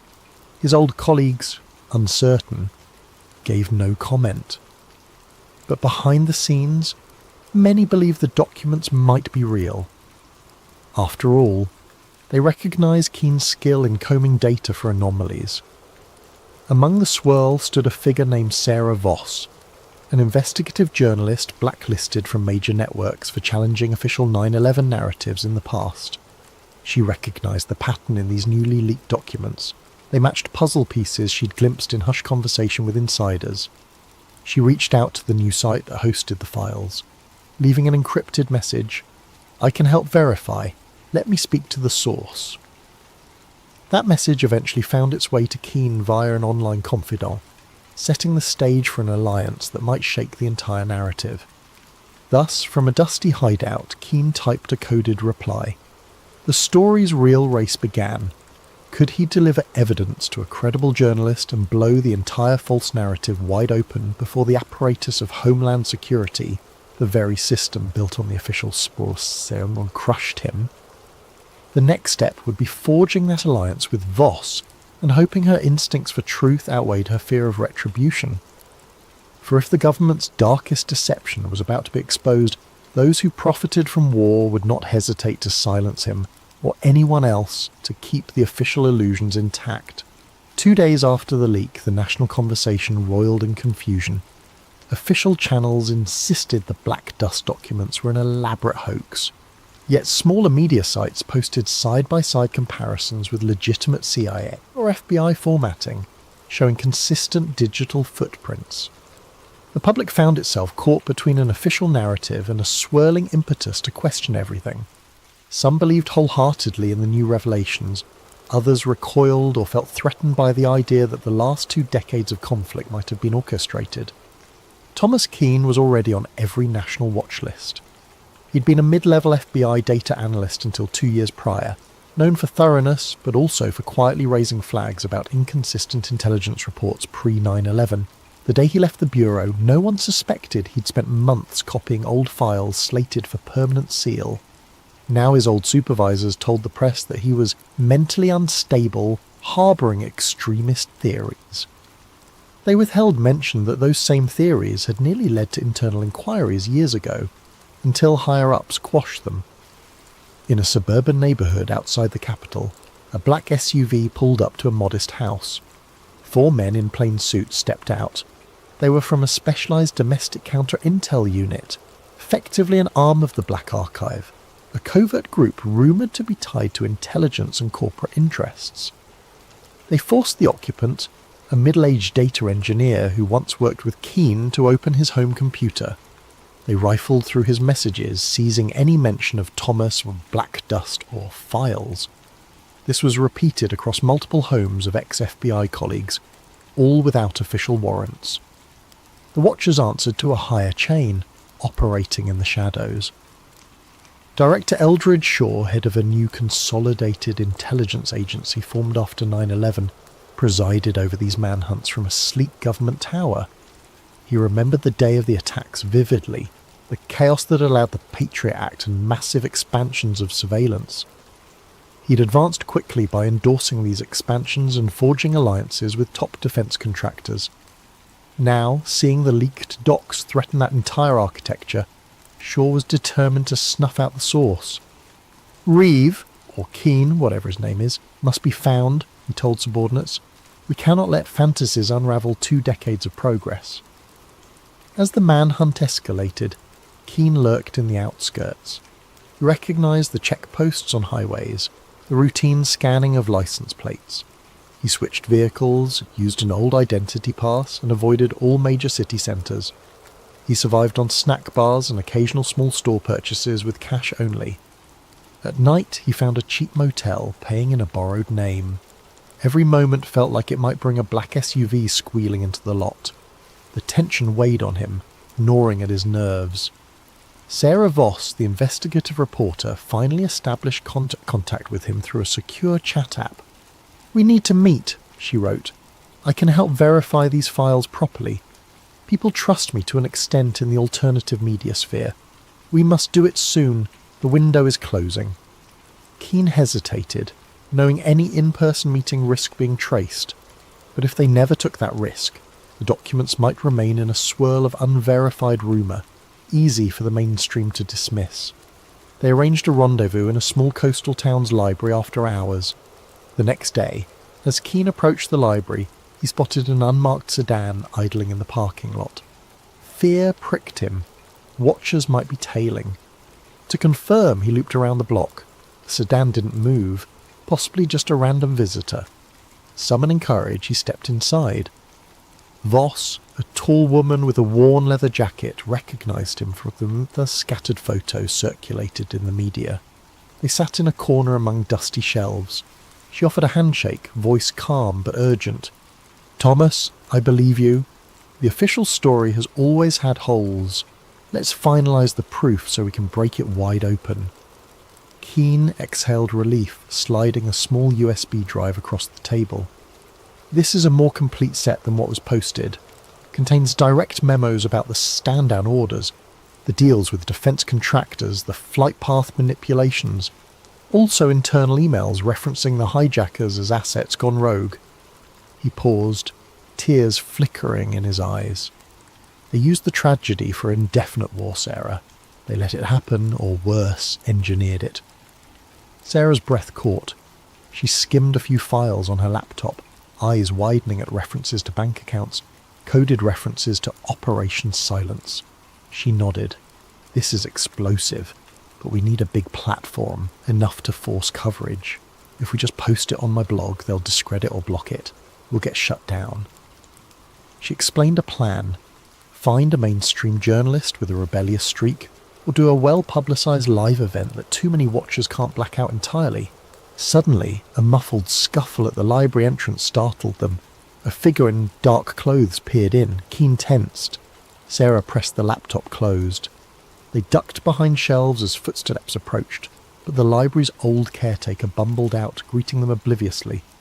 The suspicious figure, glimpsed through the glass, retreated. Possibly a false alarm, possibly a watcher verifying the location. They parted ways quickly, agreeing to meet again in 48 hours near a major city, planning an infiltration of a local news station that might still allow an unfiltered broadcast. Danger soared. If watchers caught wind of their plan, they'd likely come down with lethal force.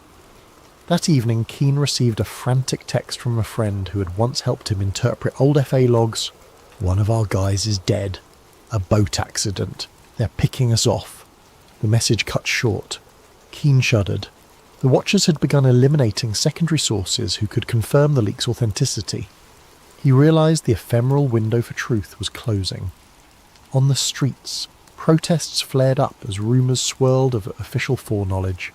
Some saw it as disrespectful to the memory of the victims. Others believed the truth must come out no matter how painful. The government, for its part, ramped up a rhetorical war on misinformation.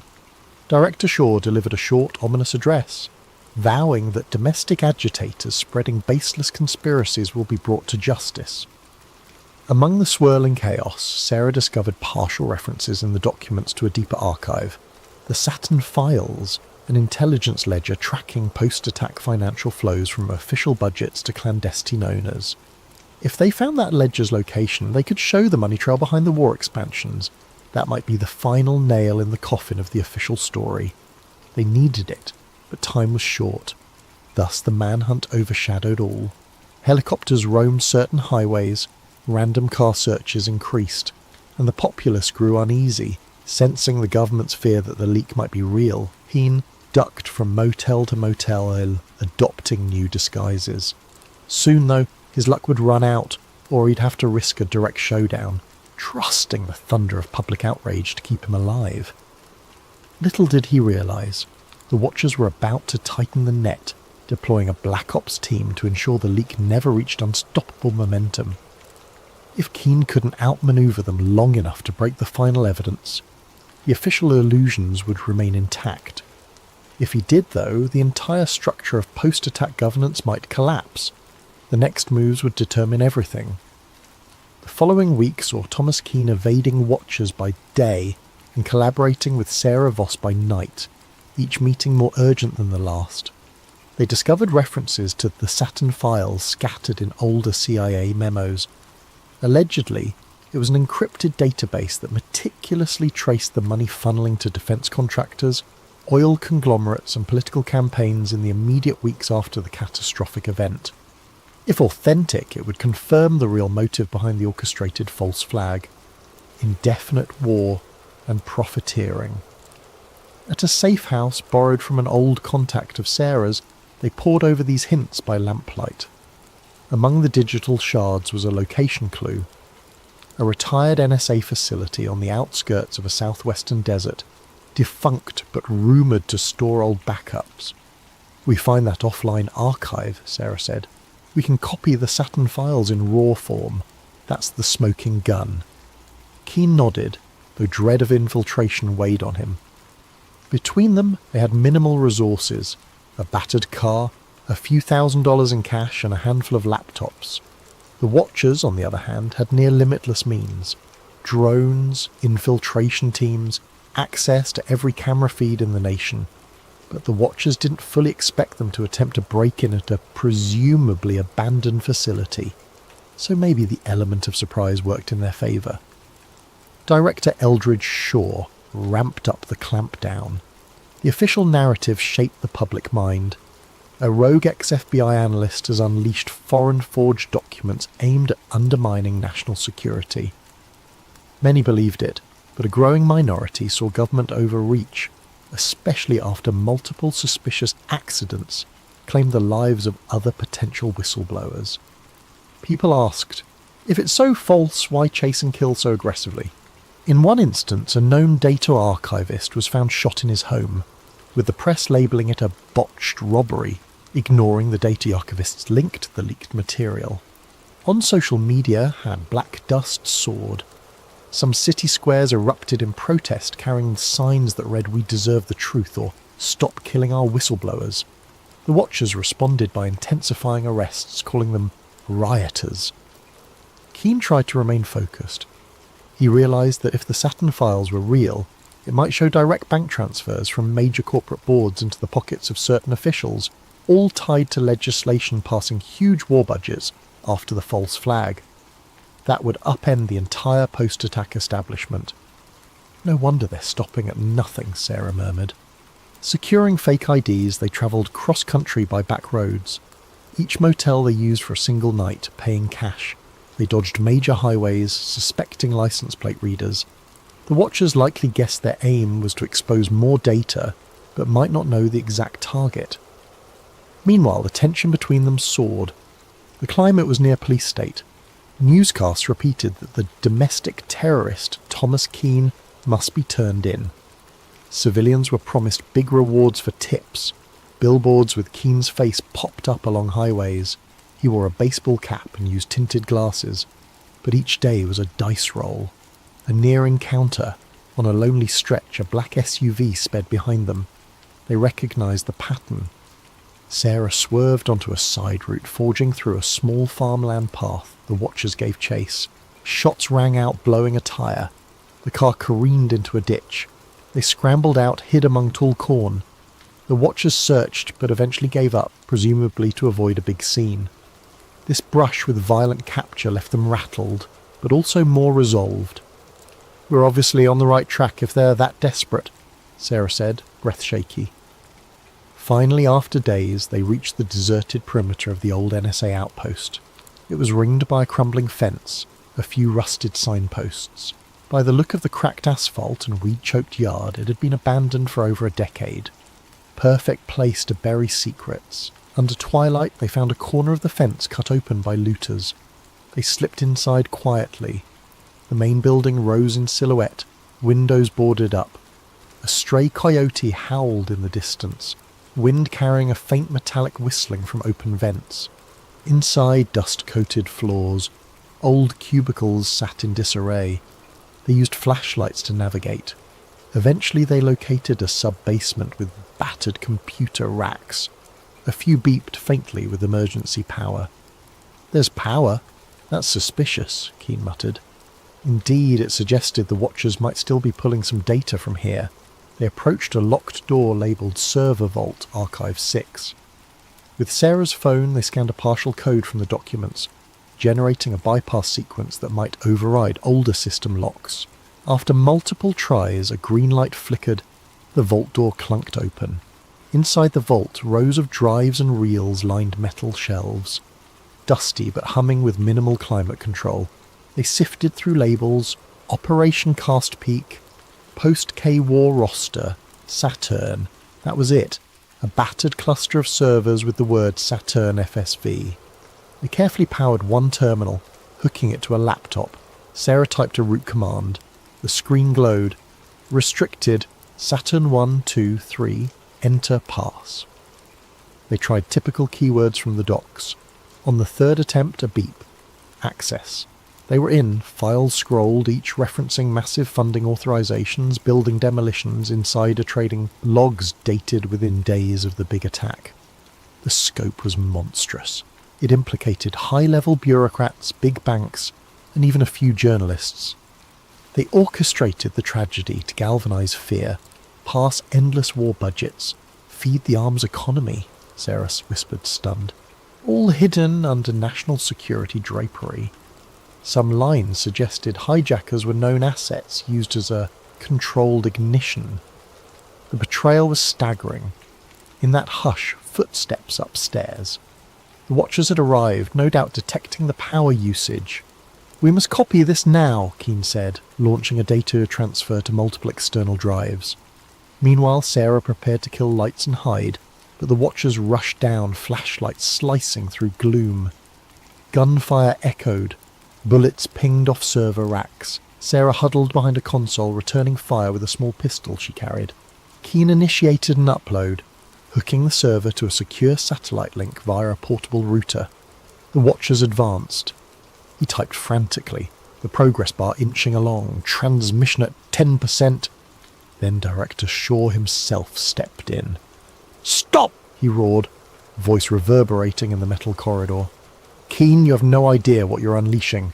The stability of entire alliances depends on burying that day's complexities." Shots resumed. Sarah took a graze to her shoulder, but kept the Watchers pinned. The bar reached 50%. Shaw barked an order to lob a small explosive. They tossed a flashbang. The ear-shattering pop disoriented them. The Watchers closed in, tackling Sarah. Another pinned Keen. The laptop screen cracked under a boot. The upload froze at 80%. In the struggle, Keen twisted free, smashing a guard's face with the laptop, which ironically forced the laptop back to life. The Watchers tried to pull cables. Meanwhile, a stray bullet hit a server coolant line. Steam hissed. The infiltration team realized this was too risky. The entire place might go up. Shaw advanced on Keen, gun raised. "You can die here with your illusions, or you can vanish quietly. The truth will never see daylight." Suddenly an explosion from the coolant line triggered a chain reaction in the old power system. Fire licked the corners, sending Watchers scrambling. Sarah crawled to safety. Keen, battered, saw the upload bar at 98%. He roared in defiance, pressing a final keystroke to confirm. The system beeped success. The Watchers realized the data had been sent out, unstoppable now. Furious, one aimed at Keen's chest. A final shot rang out. Darkness overcame him. The Watchers yanked the cable, but it was too late. The Saturn files had presumably reached a safe node on the open web. Alarms beeped. The facility's meltdown forced a hurried retreat. In the swirling smoke, Sarah was dragged away by an explosion's concussive wave. The Watchers grabbed Shaw, retreating. The entire sub-basement collapsed in flame and dust. For all they knew, Keen perished under the rubble. But the Watchers had lost the bigger war. The Saturn files were free. Within hours, a torrent of new evidence, the Saturn files, flooded the internet. Anonymous activists, archivists, and journalists worldwide mirrored the data. Even as official agencies tried to block or discredit it, the story soared across social media, overshadowing government censorship efforts. Original documents codenamed Operation White Door, some Project Switchboard, commissioned for Filter some Rossi, provided stark details. Insider collusion with extremist groups, advanced planning to ensure that attacks triggered panic and indefinite war mobilization, international reaction. Allies demanded urgent clarifications from Washington. Rival nations called for an emergency UN session.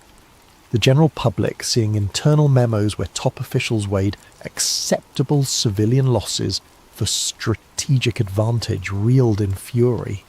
Large-scale protests ignited in multiple capitals. People demanded resignations. The entire intelligence apparatus faced the biggest crisis of legitimacy since the day it was formed.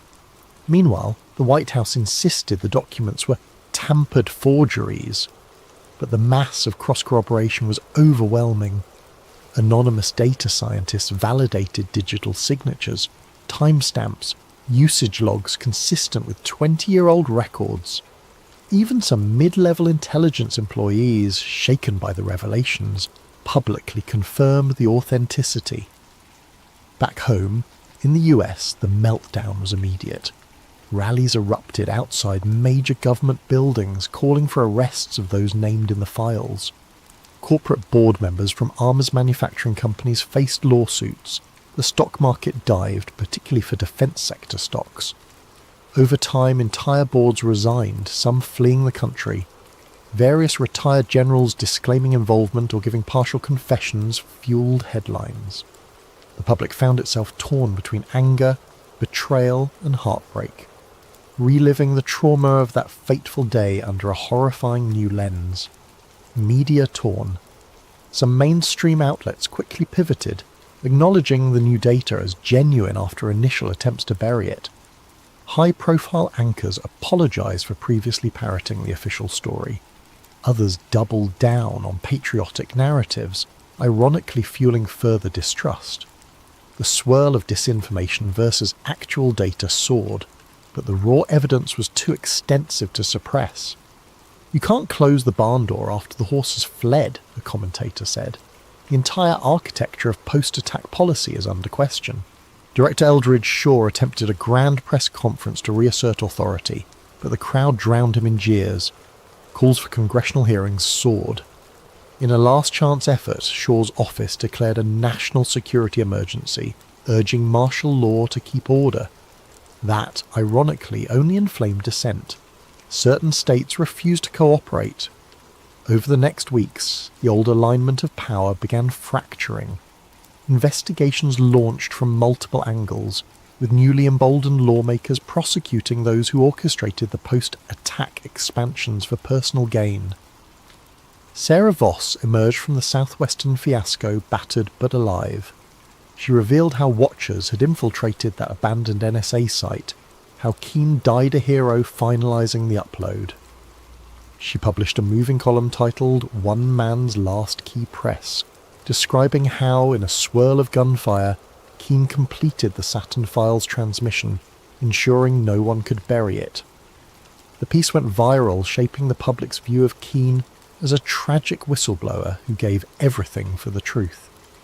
At the local level, families of 9/11 victims demanded new trials. The old official commissions were discredited. People realised entire reams of contradictory evidence had been sealed. Even the original investigators admitted they'd been misled or threatened. The emotional toll soared once more. Many felt as though they'd been lied to for decades about the biggest national tragedy. A wave of introspection overcame the country.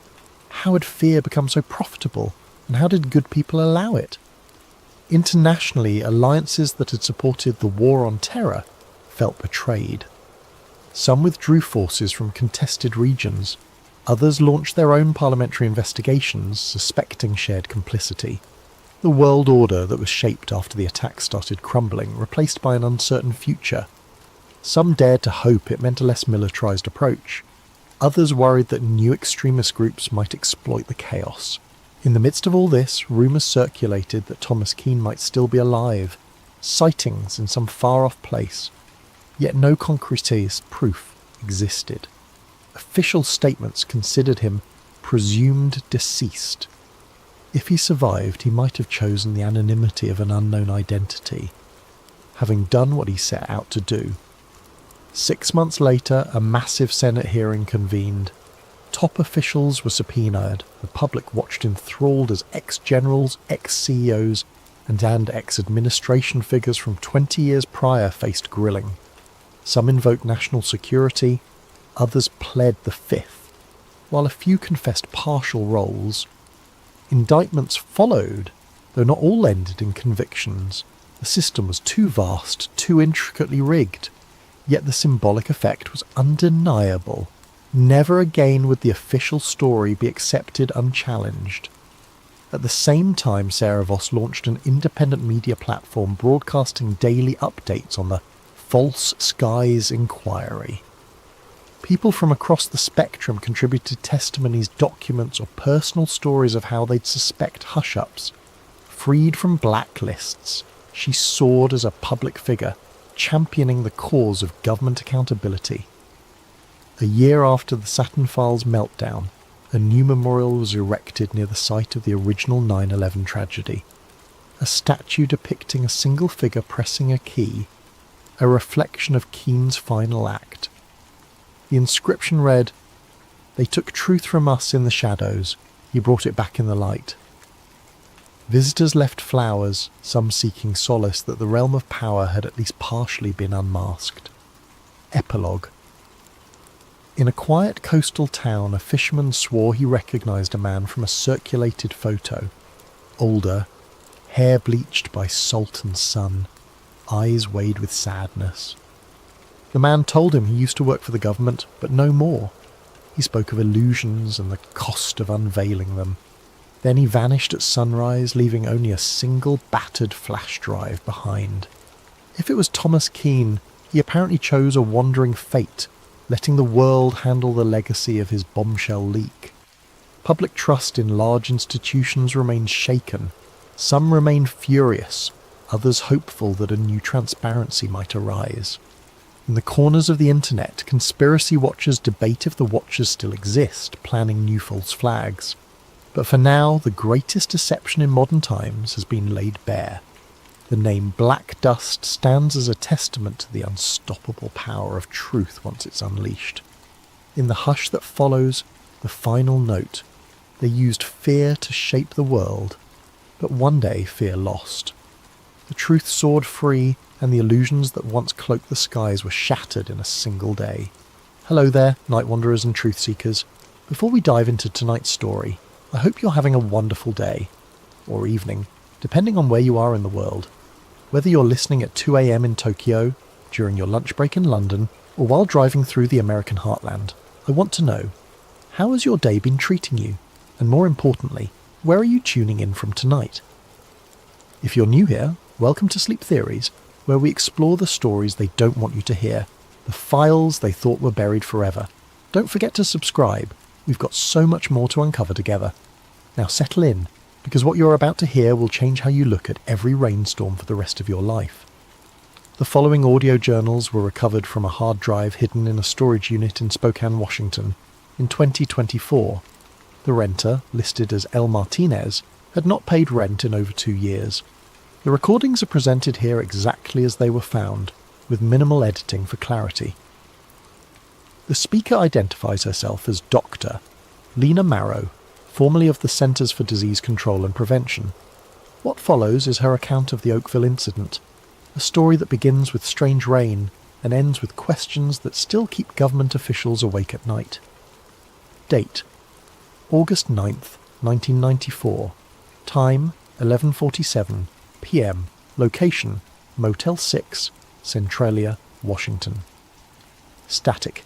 Then the sound of a woman clearing her throat. This is Dr. Lena Marrow, CDC identification number 4471-Delta. I'm recording this on my personal device because I have a feeling the official channels aren't going to want to hear what I'm about to say. 2 days ago, I was in my lab in Atlanta, running routine cultures on a nasty strain of E. coli from a food processing plant in Georgia. Normal Tuesday stuff. Then the call came in around 3 in the afternoon, emergency deployment to rural Washington state. Something about a biological anomaly affecting multiple civilians. They gave me the basics on the flight. Sunday morning, August 7th, the town of Oakville, Washington, population barely 600, experienced what locals described as gel rain. Not normal rain, not hail, but translucent gelatinous blobs falling from the sky for approximately 6 hours straight. By Sunday evening, 23 people had been hospitalized with severe flu-like symptoms. By Monday, that number had climbed to 41.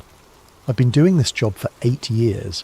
I've seen anthrax scares that turned out to be flour, mysterious rashes that were poison ivy, and zombie outbreaks that were actually just really bad food poisoning.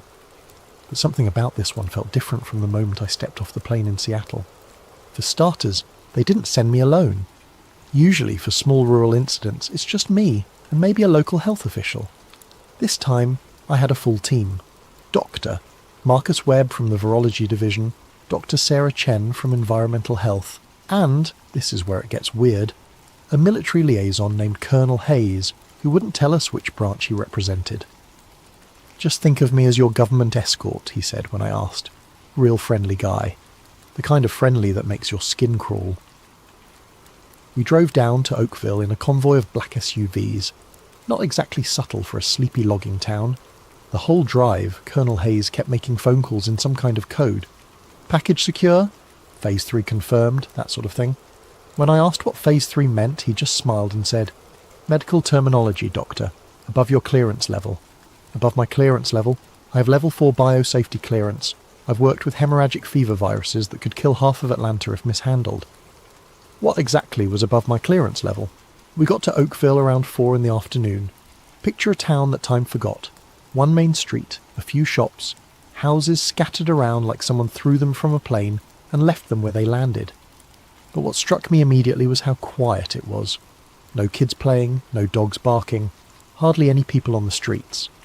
Those who were out moved slowly, like they were walking through invisible molasses. The local sheriff, a guy named Don Murphy, met us at what passed for the town hall. Big man, probably 60, with the kind of weathered face you get from 30 years of dealing with drunk loggers and domestic disputes. But his hands were shaking when he handed me the incident report.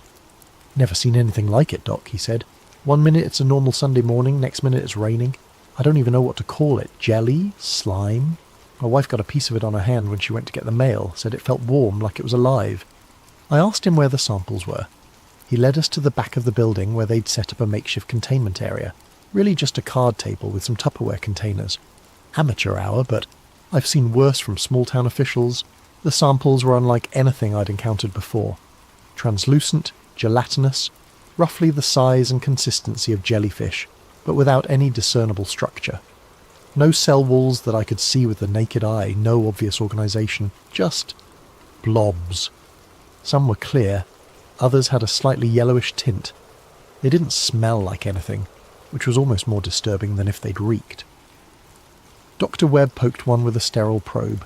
It jiggled like jello, but then, and I swear this happened, it seemed to recoil slightly from the probe, like it was trying to get away. "Did you see that?" I asked him. "See what?" But his face told me he'd seen it too. Colonel Hayes was taking pictures with some kind of specialised camera, muttering measurements into a recording device. When I asked if we could get some samples back to a proper lab for analysis, he said the Army had already arranged for field testing equipment. "Field testing for what?" Dr. Chen asked. "Standard biological warfare protocols," Hayes replied, like he was discussing the weather. Biological warfare protocols for rain gel in rural Washington. That night, back at the motel, I couldn't sleep.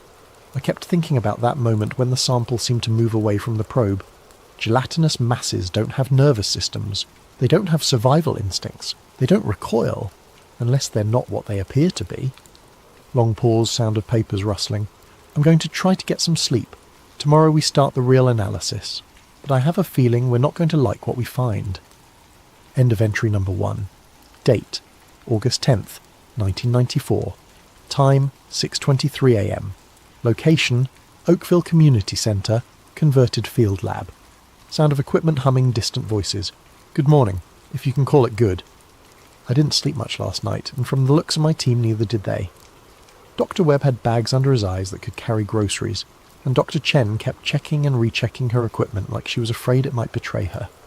Colonel Hayes, on the other hand, looked like he'd had a full 8 hours and a continental breakfast. He'd somehow managed to have a complete mobile laboratory set up in the Oakville Community Centre overnight. I'm talking electron microscopes, DNA sequencing equipment, atmospheric analysis tools, stuff that usually takes weeks to requisition and ship. When I asked how he'd managed it, he just said the Army keeps emergency research assets stationed throughout the Pacific Northwest. Emergency research assets for biological incidents in towns with populations smaller than my high school graduating class. We started the analysis around 7 this morning. The first thing we did was basic microscopy on the gel samples. What we found... Christ, I don't even know how to describe it properly. The samples contained human white blood cells. Not similar to human white blood cells. Actual human white blood cells, complete with the proper cellular structure and protein markers. But they were embedded in this matrix of something else. Something that definitely wasn't human. Dr. Chen ran the environmental analysis first. She found traces of aircraft fuel compounds in the gel, specifically JP-8 fuel used by military aircraft. When she mentioned this to Colonel Hayes, he suddenly became very interested in her methodology. Could be contamination from atmospheric particulates, he suggested. Lots of air traffic over Washington state. But Chen had already thought of that. She'd run control samples from the surrounding area. The fuel compounds were only present in the gel samples, and in concentrations that suggested direct contact, not atmospheric absorption. Something carrying JP-8 fuel came into direct contact with this material, she told me quietly, when Hayes stepped out to make another of his coded phone calls. That's when Dr. Webb made the discovery that changed everything. He'd been examining one of the gel samples under high magnification, documenting its cellular structure, when he noticed something moving. Not the random Brownian motion you'd expect from particles in solution, but directed movement. Purposeful movement. "Lena, "You need to see this," he called out. I rushed over to his workstation. On the monitor displaying the microscope feed, I could see what looked like bacterial structures, but they were moving in formation, coordinated, like they were following some kind of instruction set. "Are those bacteria?" I asked. "I don't know what they are," Webb admitted. "They have some bacterial characteristics, but the behaviour is all wrong. Bacteria don't move in patterns like this. And look at this." He switched to a different sample. This one contained what appeared to be two distinct bacterial strains, but they weren't competing for resources like you'd expect. They were working together, cooperating. I've never seen anything like it in nature. "It's like they've been engineered," Webb whispered. That's when Colonel Hayes returned from his phone call and his demeanour had completely changed. The casual military friendliness was gone, replaced by something much more serious. "I need to see all of your findings," he said. Not asked, demanded. We showed him everything. The human white blood cells, the fuel compounds, the cooperative bacterial strains. He listened without comment, taking notes in a small black notebook that he kept angled away from our view. When we finished, he closed the notebook and looked at each of us in turn. "What you found here is classified under the Biological Weapons Convention of 1972, he said. "Everything you've seen, everything you've tested, and everything you've recorded is now classified at the highest levels of national security." Dr. Chen started to protest. "We're CDC personnel. We don't work for the military. We have reporting obligations to—" "Doctor," Hayes interrupted, "as of this moment, you're working under a joint military-civilian task force, authorized by executive order. Your reporting obligations are now to me." He handed us each a document to sign. Non-disclosure agreements with language I'd never seen before. Penalties for violation included not just termination and criminal prosecution, but something called administrative detention for national security purposes. I've signed NDAs before, every CDC employee has. But this was different. This wasn't about protecting public health information or maintaining quarantine protocols. This was about hiding something. "What exactly are we hiding?" I asked. Hayes looked at me for a long moment. "Dr. Marrow, have you ever considered the possibility that some biological incidents aren't accidents?" Before I could ask what he meant, one of his assistants, when had assistants arrived, whispered something in his ear. Hayes nodded and turned back to us. "We'll continue this discussion tomorrow. For tonight, I need you to secure all samples and shut down your analysis equipment. No further testing until I give the authorization." As we packed up our equipment, I noticed Dr. Webb palming one of the smaller sample containers. He caught my eye and gave an almost imperceptible nod toward the back exit. Smart man, because something about this whole situation stank worse than week-old biological cultures. Sound of equipment being moved, voices growing distant. I'm heading back to the motel now. Tonight, Dr. Webb and I are going to do some unauthorized analysis. If Colonel Hayes wants to classify our findings, we need to know what we're actually being asked to hide, and I have a terrible feeling we're not going to like the answer. End of entry number 2. Date: August 11th, 1994. Time: 2:14 AM. Location: Motel 6, Room 127. Whispered voice, sounds of typing in background. Jesus Christ, I don't even know where to start. Webb and I spent the evening running analysis on the sample he'd smuggled out. We had to use his personal laptop and some portable equipment he'd brought for emergencies, but what we found, it changes everything we thought we knew about the Oakville incident. First, the bacterial strains. We managed to isolate and identify them using Webb's portable DNA sequencing kit. One of them matched a known strain of Bacillus cereus. Not unusual, you can find it in soil and food products. But the other strain was completely unknown. Not just a new variant, but something that doesn't match anything in the genetic databases. But here's the really disturbing part. The unknown strain showed clear signs of genetic modification, specific sequences that don't occur naturally, inserted with surgical precision. Someone had deliberately engineered this bacterium, and from what we could determine, it was designed to interact with human neurochemistry. "It's targeting neurotransmitter production," Webb explained, pointing to the protein structures on his laptop screen. "Specifically dopamine and serotonin pathways. This isn't meant to kill people. It's meant to affect their behaviour." Behaviour modification through biological agents. That's not medical research. That's weapons development. We were just starting to process the implications when Dr. Chen appeared at our door. She looked terrible, pale, shaking, eyes wide with panic. "They took Marcus," she said. "What do you mean, took him?" I asked. "Dr. Peterson, the environmental specialist who was supposed to arrive this morning. He never showed up at the community centre, so I went to check on him at his motel. His room was empty, but there were signs of a struggle, and this was on the floor." She handed me a small electronic device I didn't recognise immediately. Webb looked at it and went white. "That's a data mining device," he said. "Military grade.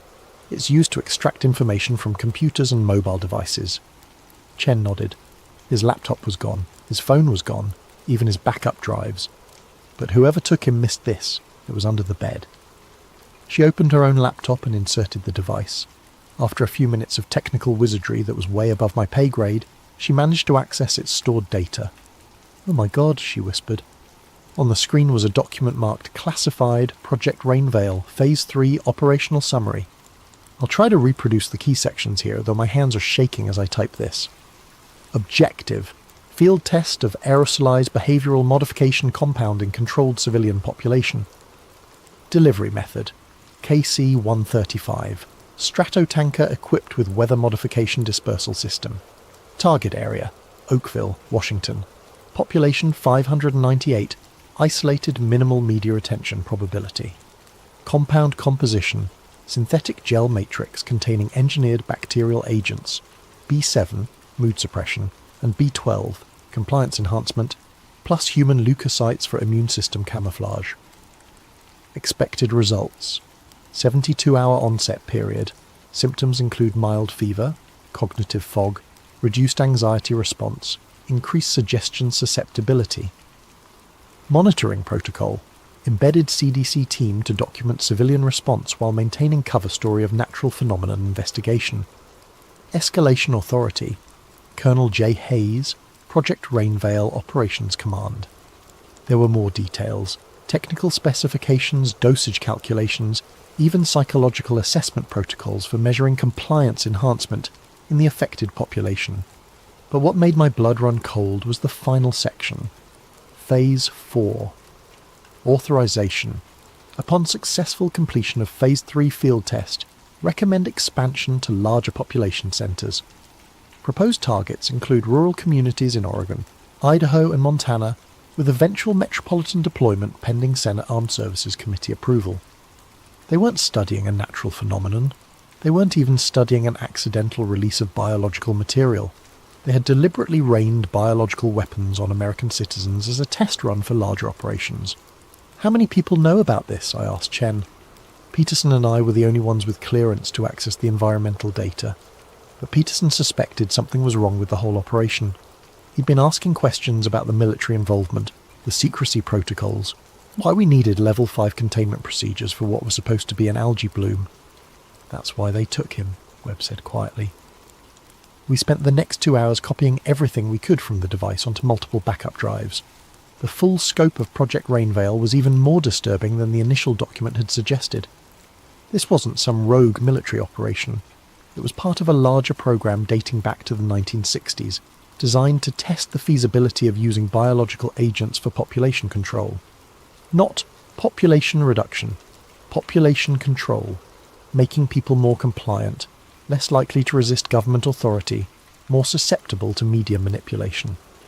The Oakville incident was just the latest in a series of tests conducted on unwitting American communities over the past 30 years. There were references to similar operations in small towns across the Midwest and Southwest, all documented with the same clinical detachment you'd expect from a pharmaceutical trial. But they weren't testing medicine, they were testing methods for controlling human behaviour on a mass scale. Long pause, sound of someone taking deep breaths. "We've hidden copies of the data in 3 different locations. If something happens to us, at least there will be a record of what really happened here. Tomorrow we're supposed to report back to Colonel Hayes with our final analysis of the Oakville samples. He expects us to conclude that the incident was caused by natural atmospheric phenomena, algae blooms, bacterial contamination, nothing that can't be explained by meteorology and bad luck. But I can't do it. I became a doctor to help people, not to cover up biological weapons tests on American citizens. Even if it means the end of my career, I have to find a way to expose what's really happening here. The question is, how do you fight an enemy that can rain compliance from the sky? End of entry number 3. Date, August 11th, 1994. Time, 6:45 p.m. Location, Oakville Community Centre. Background noise of equipment being packed, multiple voices. Today was supposed to be our final day of analysis. Colonel Hayes called a team meeting for 8 this morning to discuss our conclusions about the Oakville incident. I walked into that community centre knowing it might be the last honest thing I ever did as a CDC scientist. But I wasn't prepared for what Hayes told us. "Ladies and gentlemen," he said, standing in front of a projector screen that showed aerial photographs of Oakville, "your analysis has been extremely valuable to national security. However, the nature of your findings requires us to adjust our public reporting strategy." He clicked to the next slide. A draft report concluding that the Oakville incident was caused by atmospheric algae blooms, combined with unusual weather patterns and trace bacterial contamination from agricultural runoff. This is the report that will be filed with the CDC, the Washington State Department of Health, and local authorities, Hayes continued. It explains the symptoms observed in local residents and provides recommendations for preventing similar incidents in the future. Dr. Chen raised her hand. "Colonel, this report doesn't mention the human white blood cells we found in the samples, or the engineered bacterial strains, or the aircraft fuel compounds." Hayes smiled, but it didn't reach his eyes. "Dr. Chen, I'm afraid there may have been some contamination in your testing procedures. When we ran independent analysis on the same samples, we found no evidence of the anomalies you described." He clicked to another slide showing laboratory results that looked exactly like ours, except all the anomalous findings had been replaced with standard bacterial cultures you'd expect from environmental contamination. "I don't understand," Webb said. "We have documented evidence of—" "Dr. Webb," Hayes interrupted, "you have documented evidence of testing errors caused by inadequate field laboratory conditions. It's not uncommon for researchers working in improvised settings to introduce contamination that produces false positive results." I realised what was happening. They weren't just covering up the biological weapons test. They were gaslighting us into believing our own findings were mistakes. "What about Dr. Peterson?" I asked.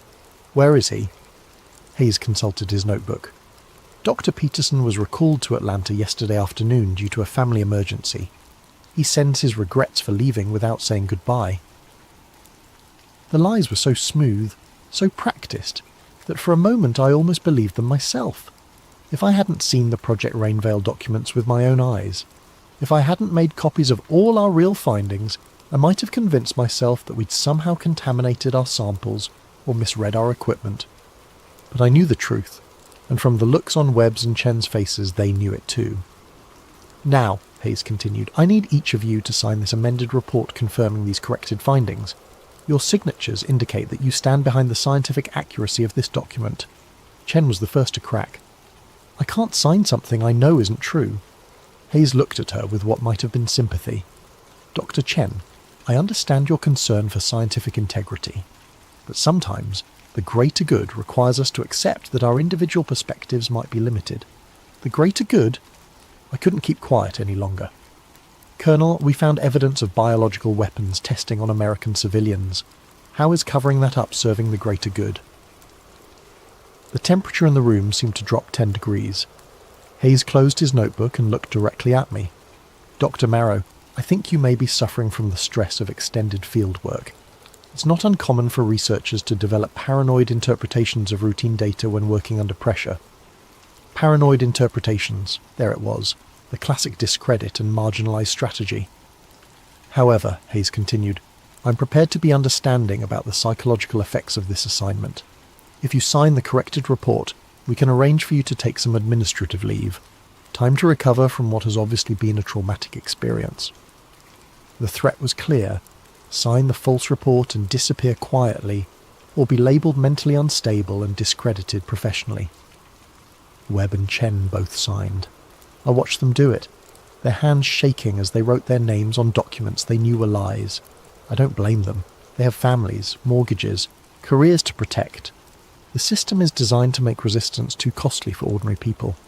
But I didn't sign. "I need more time to review the data," I told Hayes. He nodded like he'd expected this. Of course. Take all the time you need. Just remember, Doctor, sometimes the most patriotic thing a scientist can do is know when to stop asking questions. Sound of chairs scraping, people leaving. Everyone else has gone home. I'm alone in the community centre now, supposedly packing up the last of our equipment. But really, I'm trying to figure out what to do next. I've spent my entire career believing that science serves truth, and truth serves the public good. But what happens when the truth is so dangerous that revealing it might be worse than hiding it? What if they're right? What if there are threats to national security that justify testing biological weapons on unwitting civilians? What if the greater good really does require some people to suffer in ignorance so that others can be protected? Long pause. Number, I can't accept that. The moment we start justifying weapons tests on our own people, we've lost everything worth protecting. I'm going to find a way to expose Project Rainveil. I don't know how yet, but I'm going to make sure the world knows what happened in Oakville, even if it destroys me. End of entry number 4. Date: August 13th, 1994. Time: 11:30 p.m. Location: undisclosed. Voice much more subdued. Sounds of traffic in background. I can't tell you where I am right now. It's not safe. Yesterday, after I refused to sign Hayes' fabricated report, things moved very quickly. I went back to my motel room to find 2 men in suits waiting for me in the parking lot. They identified themselves as federal agents, but when I asked to see their credentials, they just smiled and suggested we have a conversation. The conversation took place in the back of a black sedan with tinted windows. They didn't threaten me directly. They didn't need to. Instead, they told me about other CDC researchers who'd developed psychological problems after stressful field assignments. Researchers who'd been quietly moved to desk jobs or taken extended medical leave, or simply transferred to positions where their paranoid tendencies wouldn't be a problem.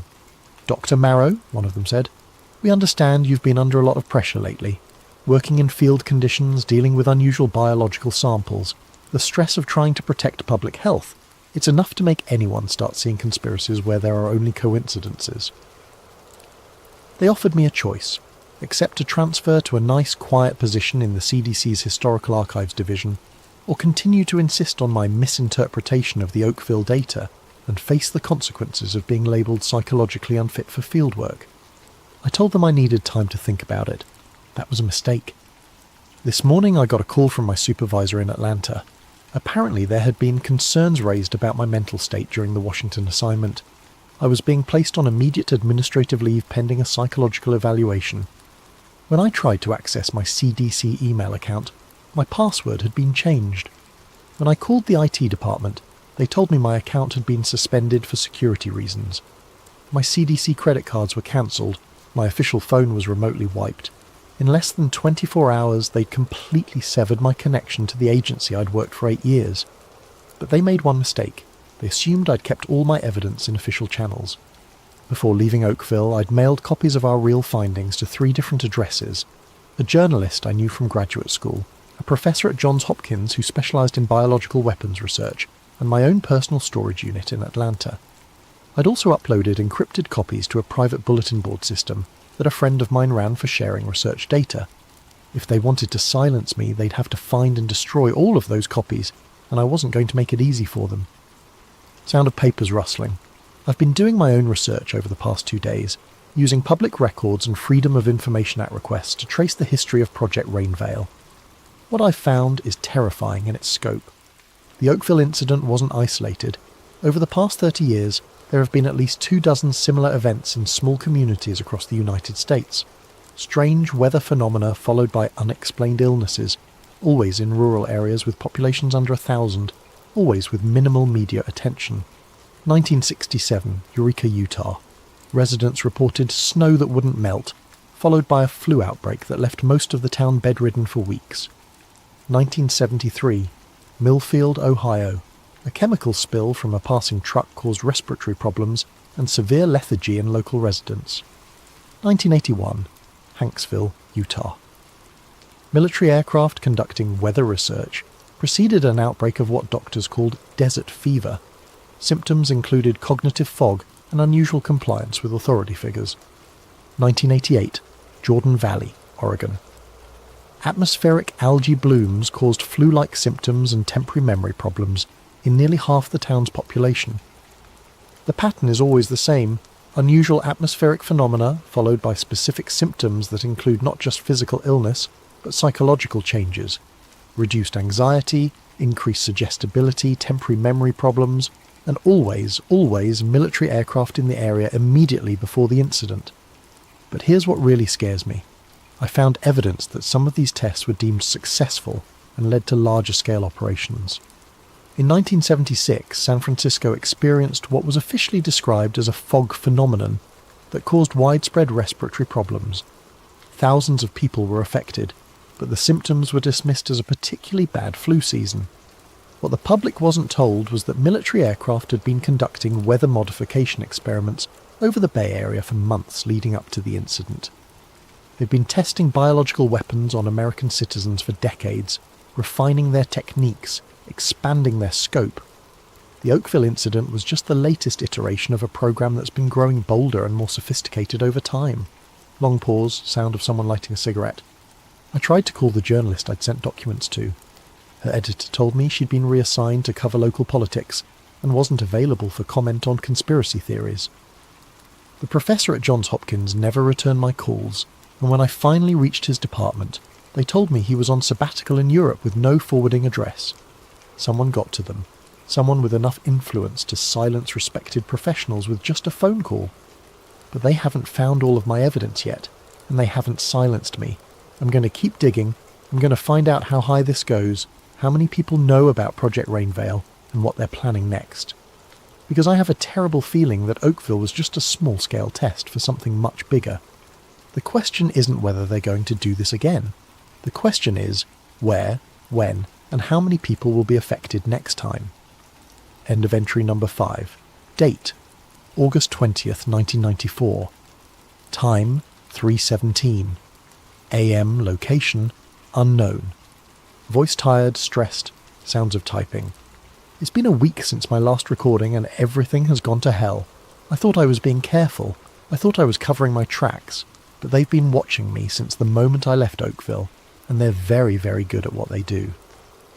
3 days ago, I was staying in a small motel outside Portland, trying to piece together more information about Project Rainveil using public records and online databases. I'd managed to identify what I thought was the command structure for the program: a joint task force involving elements from the Army, the Air Force, and something called the Biological Defense Research Command that doesn't officially exist. I was making good progress, connecting the dots between various military installations, research facilities, and the locations of suspected biological weapons tests. I'd even found what looked like budget allocations for atmospheric delivery systems buried in Defense Department spending reports. That's when they found me. I woke up around 2 in the morning to the sound of someone trying to pick the lock on my motel room door. I'd been paranoid enough to wedge a chair under the handle and set up some improvised early warning systems, glasses balanced on the doorknob, that sort of thing. When I heard the glasses fall, I knew I had maybe 30 seconds before they got in. I grabbed my laptop and the backup drives, threw them in a bag and went out the bathroom window. It was a 2-story drop and I'm pretty sure I sprained my ankle when I landed, but it was better than waiting around to see what they had planned for me. From the parking lot I could see 3 men in my room searching through everything I'd left behind. They were thorough, checking inside the toilet tank, ripping apart the mattress, even removing electrical outlet covers to look for hidden storage. These weren't amateur government agents. These were professionals who'd done this kind of thing many times before. I limped to my rental car and drove until dawn, changing direction randomly, paying cash for everything, trying to stay ahead of whatever tracking systems they might be using to find me. But they found me anyway. Yesterday, I stopped at a library in a small town whose name I won't record here, trying to use their computers to continue my research. After about an hour of digging through military contractor databases, every computer in the library suddenly lost internet access. The librarian said it was probably a problem with their service provider. But when I went outside, I saw a van parked across the street with sophisticated communications equipment visible through the back windows. Someone had jammed the library's internet connection to stop me from accessing information they didn't want me to see. That's when I realised the full scope of what I was up against. This isn't just a cover-up of one biological weapons test. This is a coordinated campaign involving multiple agencies, military units, and intelligence services. They have the resources to monitor internet traffic, jam communications, and track individuals across multiple states in real time. But they've also made a mistake. They've shown me how scared they are. If Project Rainveil was just a minor research program that got out of hand, they wouldn't need this level of resources to contain the story. The fact that they're throwing this much manpower and technology at stopping one CDC researcher means the program is much bigger and much more important than I initially thought. Sound of papers rustling, typing. I've managed to piece together more of the picture using cached web pages and archived documents I downloaded before they started actively interfering with my research. What I've found suggests that Project Rainveil isn't just about testing biological weapons, it's about implementing them. The psychological effects we documented in Oakville, increased compliance, reduced anxiety, temporary memory problems, aren't side effects of biological contamination. They're the intended results of a sophisticated behaviour modification program. Think about it. What if you could make entire populations more accepting of government authority? What if you could reduce civil unrest, decrease crime rates, and increase social stability by adjusting the neurochemistry of millions of people simultaneously? That's what Project Rainveil is really about. Not killing people, but controlling them. Making them easier to govern, less likely to resist, more willing to accept whatever they're told by authority figures. And from what I can determine, they've been testing and refining these techniques for 30 years, gradually expanding the scope of their operations. Oakville wasn't an isolated incident. It was a field test for nationwide deployment. Long pause. I found something else in the archived documents. References to what they call Phase 4 implementation. Budget projections for large-scale atmospheric delivery systems. Purchase orders for chemical compounds measured not in grams or kilograms, but in tons. They're not planning small-scale tests anymore. They're planning to deploy these biological agents over major metropolitan areas. And based on the timeline in the documents I've seen, Phase 4 is supposed to begin sometime in the next 2 years. I have to find a way to stop this, but I'm running out of options and they're getting closer. End of entry number 6. Date: August 25th, 1994. Time: 7:42. PM. Location: redacted.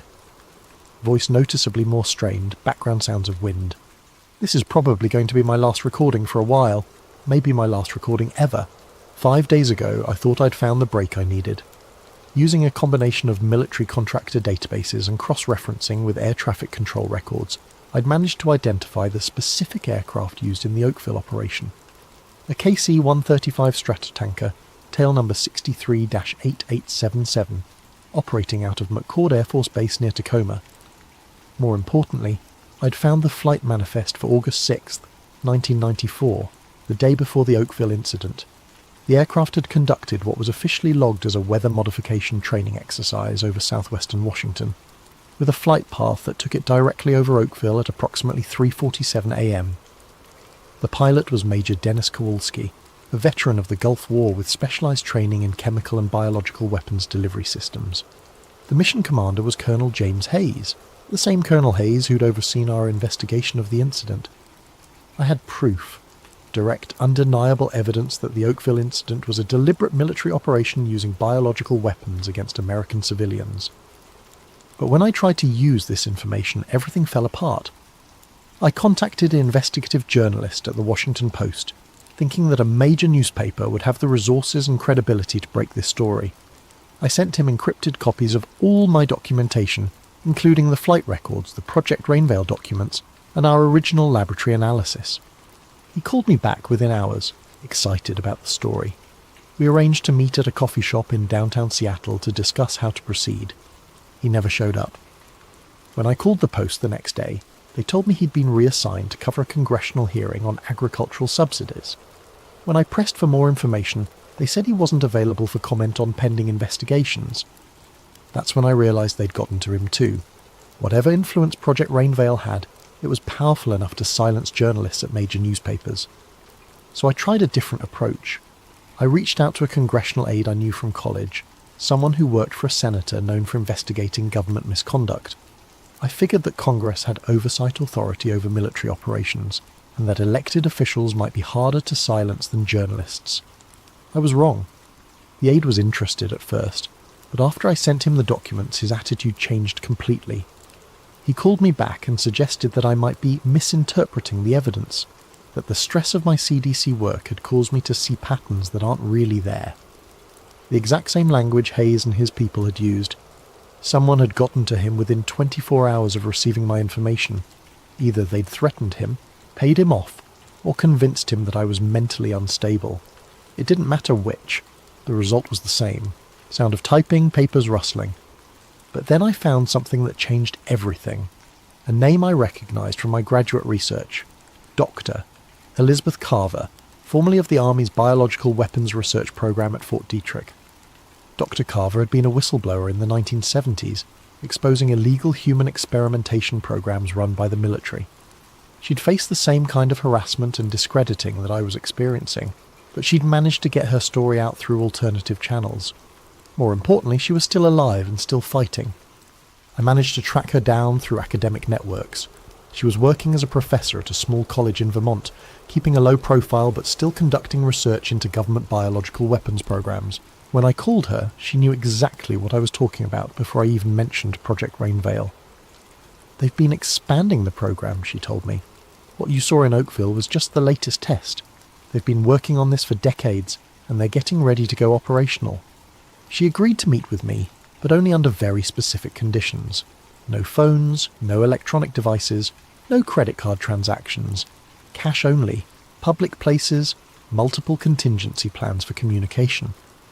They're very good at what they do, she warned me, and they have resources you can't imagine. But they're not invincible. There are ways to fight back. We met 3 days ago in a small diner in rural Montana. Dr. Carver was in her 60s, grey-haired and unassuming, but when she spoke about the biological weapons program, her voice carried the authority of someone who'd spent decades studying the subject. The Oakville incident follows the same pattern as dozens of other tests, she explained. They select isolated communities, deploy biological agents designed to affect behaviour and cognition, then monitor the results while maintaining plausible deniability. She showed me documents I'd never seen before, classified reports dating back to the 1960s describing similar operations, not just in the United States, but in allied countries whose governments had agreed to let American forces conduct defensive research on their soil. The ultimate goal, she said, is population-scale behaviour modification. They want to be able to adjust the psychological state of entire regions, making people more compliant, less likely to resist government authority, more susceptible to propaganda and social manipulation. The scope of what she was describing was staggering. Not just occasional weapons tests, but a systematic program to develop the capability for mass psychological control. But why? I asked. What's the point of having a compliant population if you have to drug them to achieve it? Dr. Carver smiled grimly.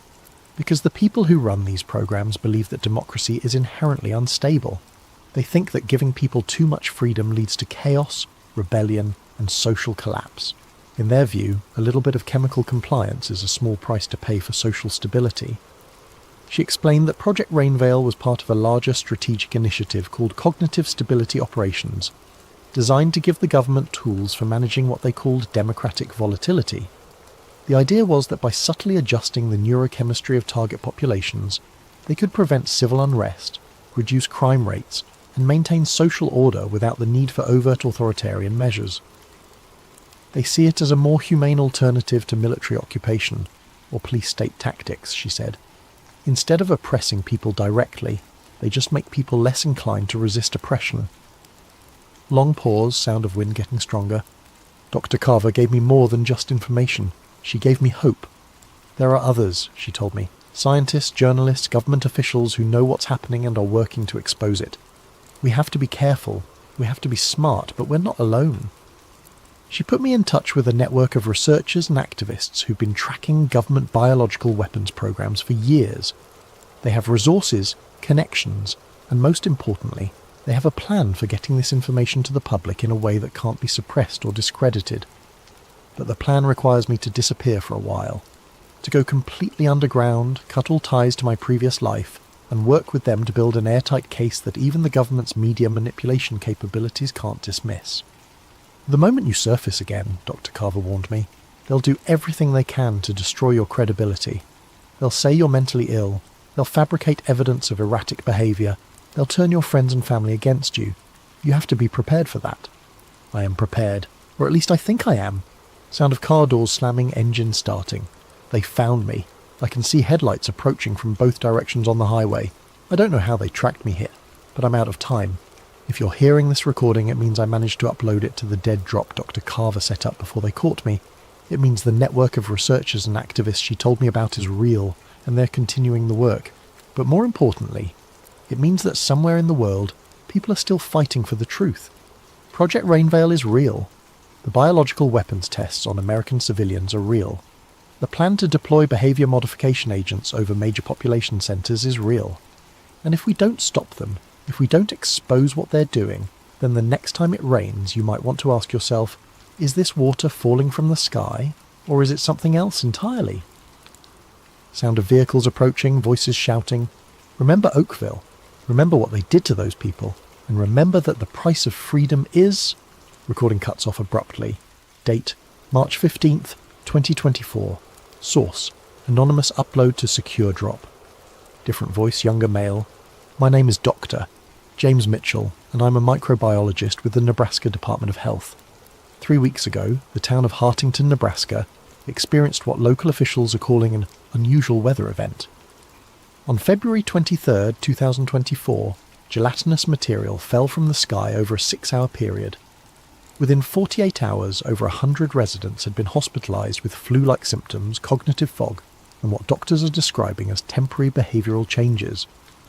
The CDC has classified the incident as a natural phenomenon caused by atmospheric algae blooms. The military has denied any aircraft operations in the area. But I've run my own analysis on samples of the material, and what I've found matches exactly what Dr. Lena Marrow documented in her recordings from the Oakville incident 30 years ago.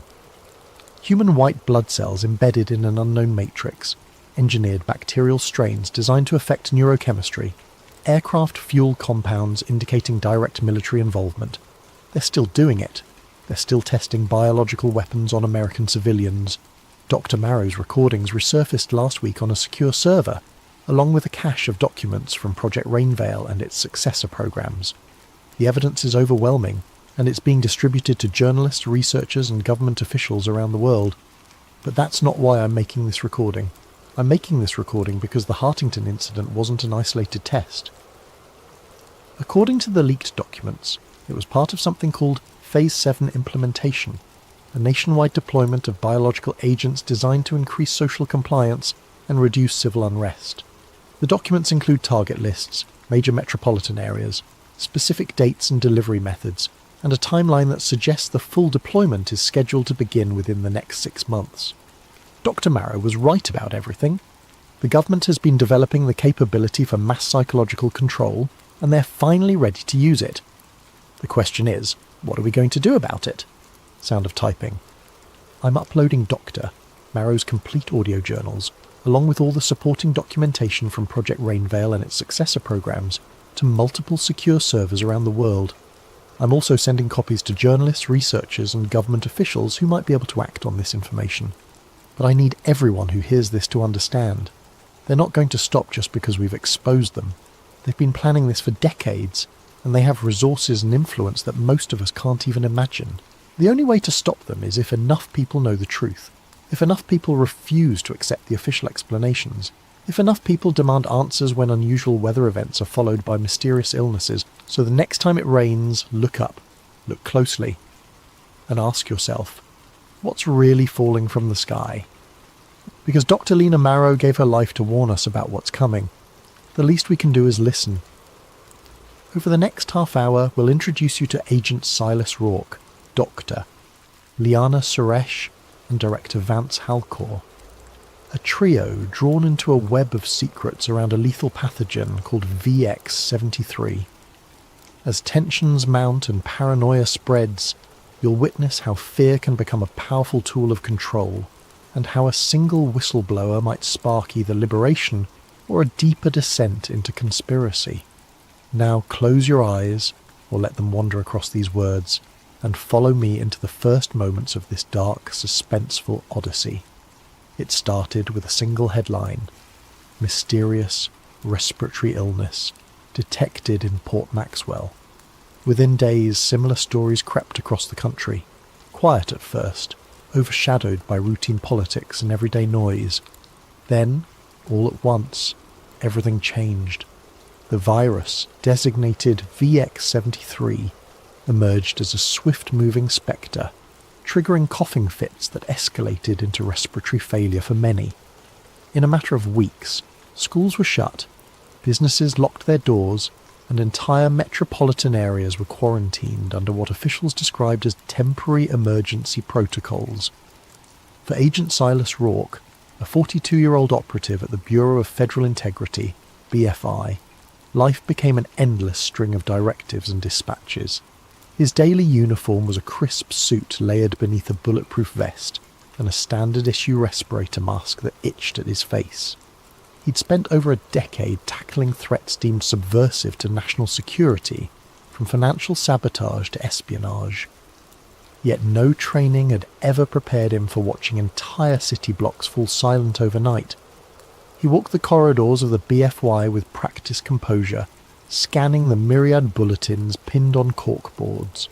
The walls hummed with fluorescent lights that gave everything a stark, sterile glow. Digital screens listed the latest infection rates, projected mortalities, and newly declared red zones where infections raged unabated. Over the PA system, a recorded female voice repeated the same instructions every half hour. Stay indoors, maintain social distancing. All citizens must comply with the National Stabilization Bureau's guidelines.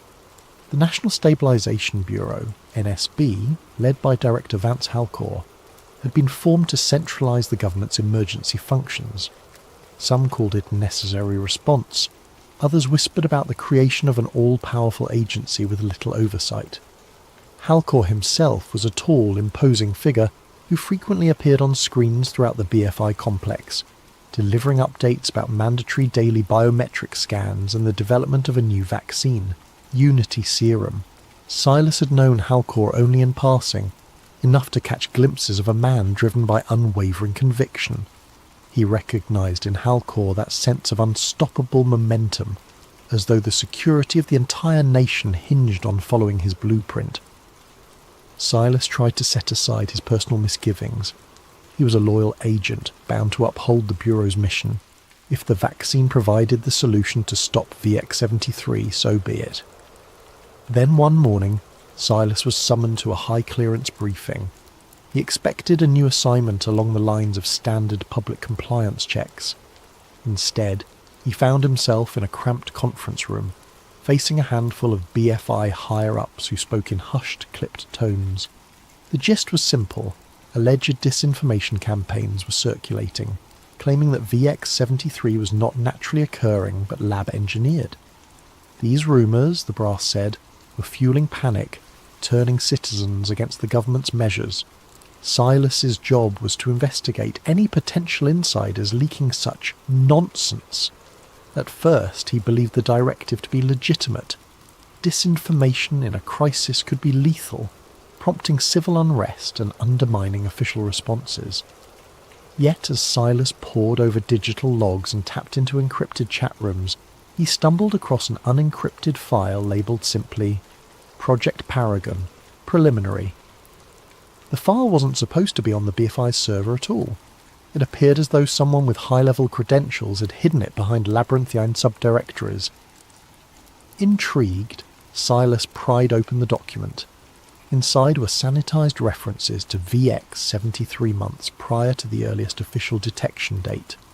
The language read, "Field tests planned in controlled sectors. Monitor subject compliance and social response." A chill rippled through Silas. The deeper he delved, the more he found that pointed to a private biotech lab with direct ties to the Department of Defense. Another set of documents discussed funding from major corporate donors, massive pharmaceutical conglomerates that had a vested interest in vaccines, testing kits, and biometric devices. Confusion turned to a subtle dread. If these partial records were real, then the official narrative was incomplete at best, or outright deceptive at worst. Silas secured the files on a flash drive. Over the next few days, he quietly cross-referenced the data, trying to confirm whether Project Paragon existed. He took caution, covering his digital tracks with proxy servers. Even so, he noticed the BFI's internal security channels seemed abuzz with mentions of an internal breach. Fear knotted in his stomach. Someone else was on this trail too. He found short references to a doctor, Liana Suresh, apparently a virologist who once worked at a biotech facility codenamed Cerulean Labs. Her name popped up in correlation with antigen research and compliance metrics. The wording was bizarre. Since when did a vaccine program revolve around compliance? Yet there it was. VX73 antigen trials show 62% compliance rate. Additional modifications required. The date? Nearly a year before the current outbreak. By the time Silas realised how incriminating his findings were, the hair on his arm stood on end. His imagination conjured scenarios he'd previously deemed paranoid. A virus unleashed intentionally. A vaccine designed not just to inoculate, but to control. He forced himself to remain calm. Conjecture was easy.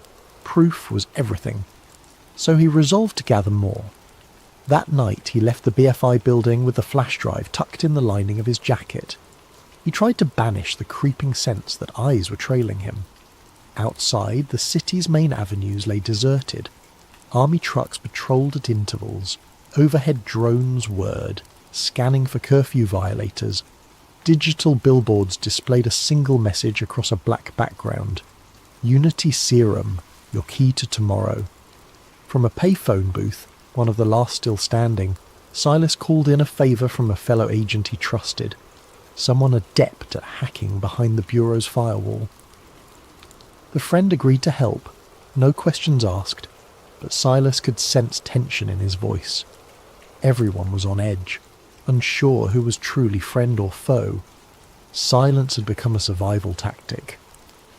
As he hung up the phone, the city's gloom pressed close, neon lights flickering across shuttered storefronts. In that moment, he wondered if the official explanation, VX73 as a random mutation, was a purposeful lie from the start. If so, then the so-called Unity Serum might be more than just a vaccine. A wave of dread consumed him. The next steps would determine whether he stayed a loyal operative or became a traitor to the system he'd served for half his life. At the next corner, a spotlight from a drone settled on him, scanning his face.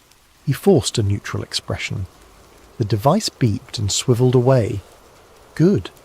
No red flag. Yet. As Silas ducked into the underground metro, he realised with grim certainty that he had stumbled onto something monstrous. For years he'd believed in the Bureau's cause, trusting that each operation served the greater good. Now he faced the possibility that the greatest threat wasn't the virus itself, but the hidden intent behind it. City by city, the VX73 infections soared.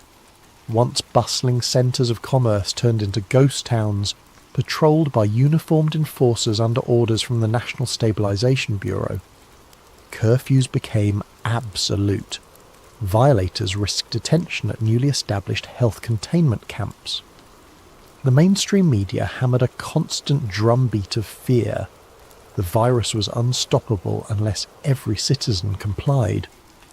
For those still resistant, a single solution was presented day and night: Unity Serum.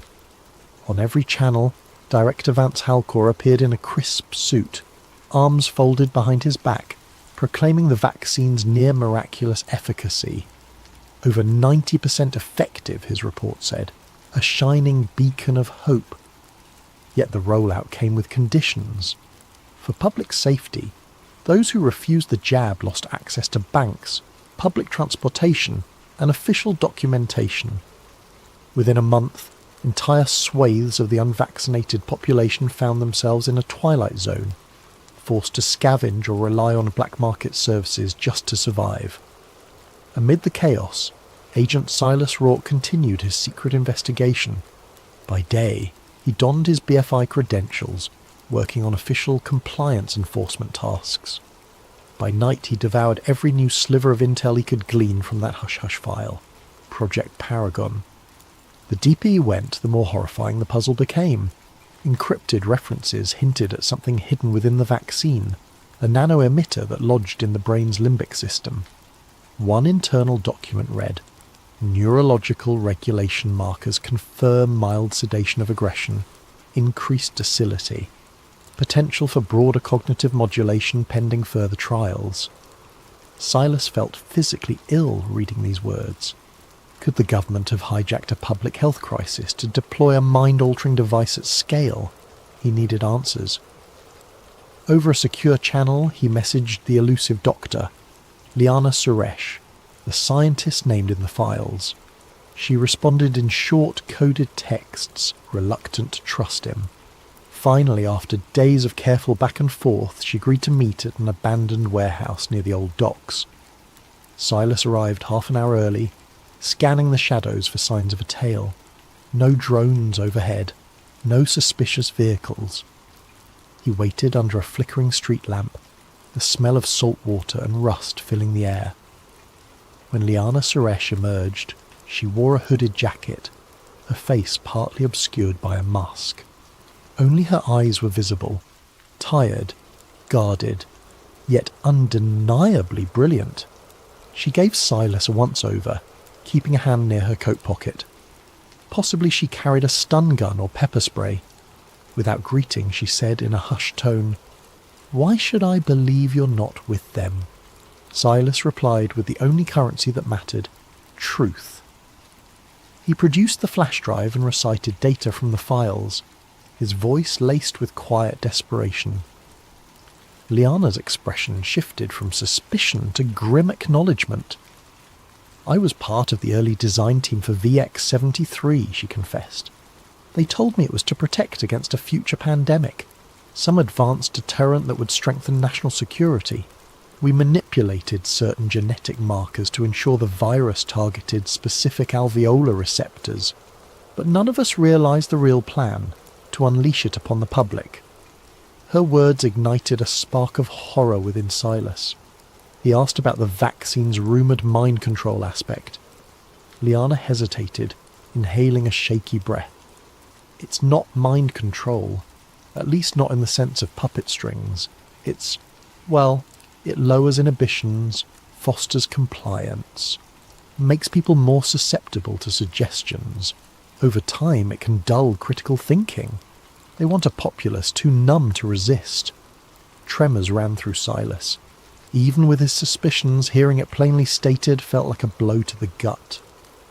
They spoke in hushed tones for another hour, Liana finally handing him a battered thumb drive containing her original notes, the unredacted version that proved VX-73's artificial origin and the presence of a compliance mechanism in the vaccine. "If they find you with this, you won't get a trial. They'll vanish you," she warned. From the surrounding gloom, a rat scurried across the broken concrete.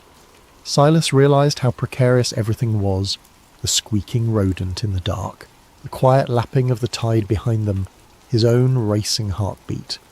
Danger lurked behind every shadow. Sensing they could stay no longer, the pair parted ways, promising to regroup soon.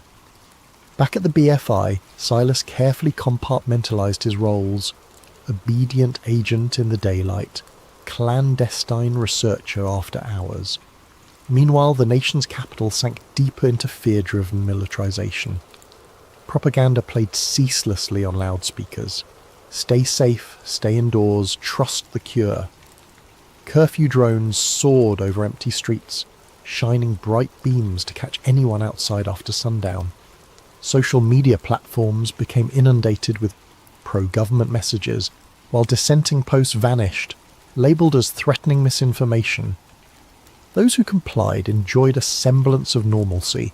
Restaurants reopened for vaccinated patrons, businesses resumed for employees who presented a scannable immunity pass.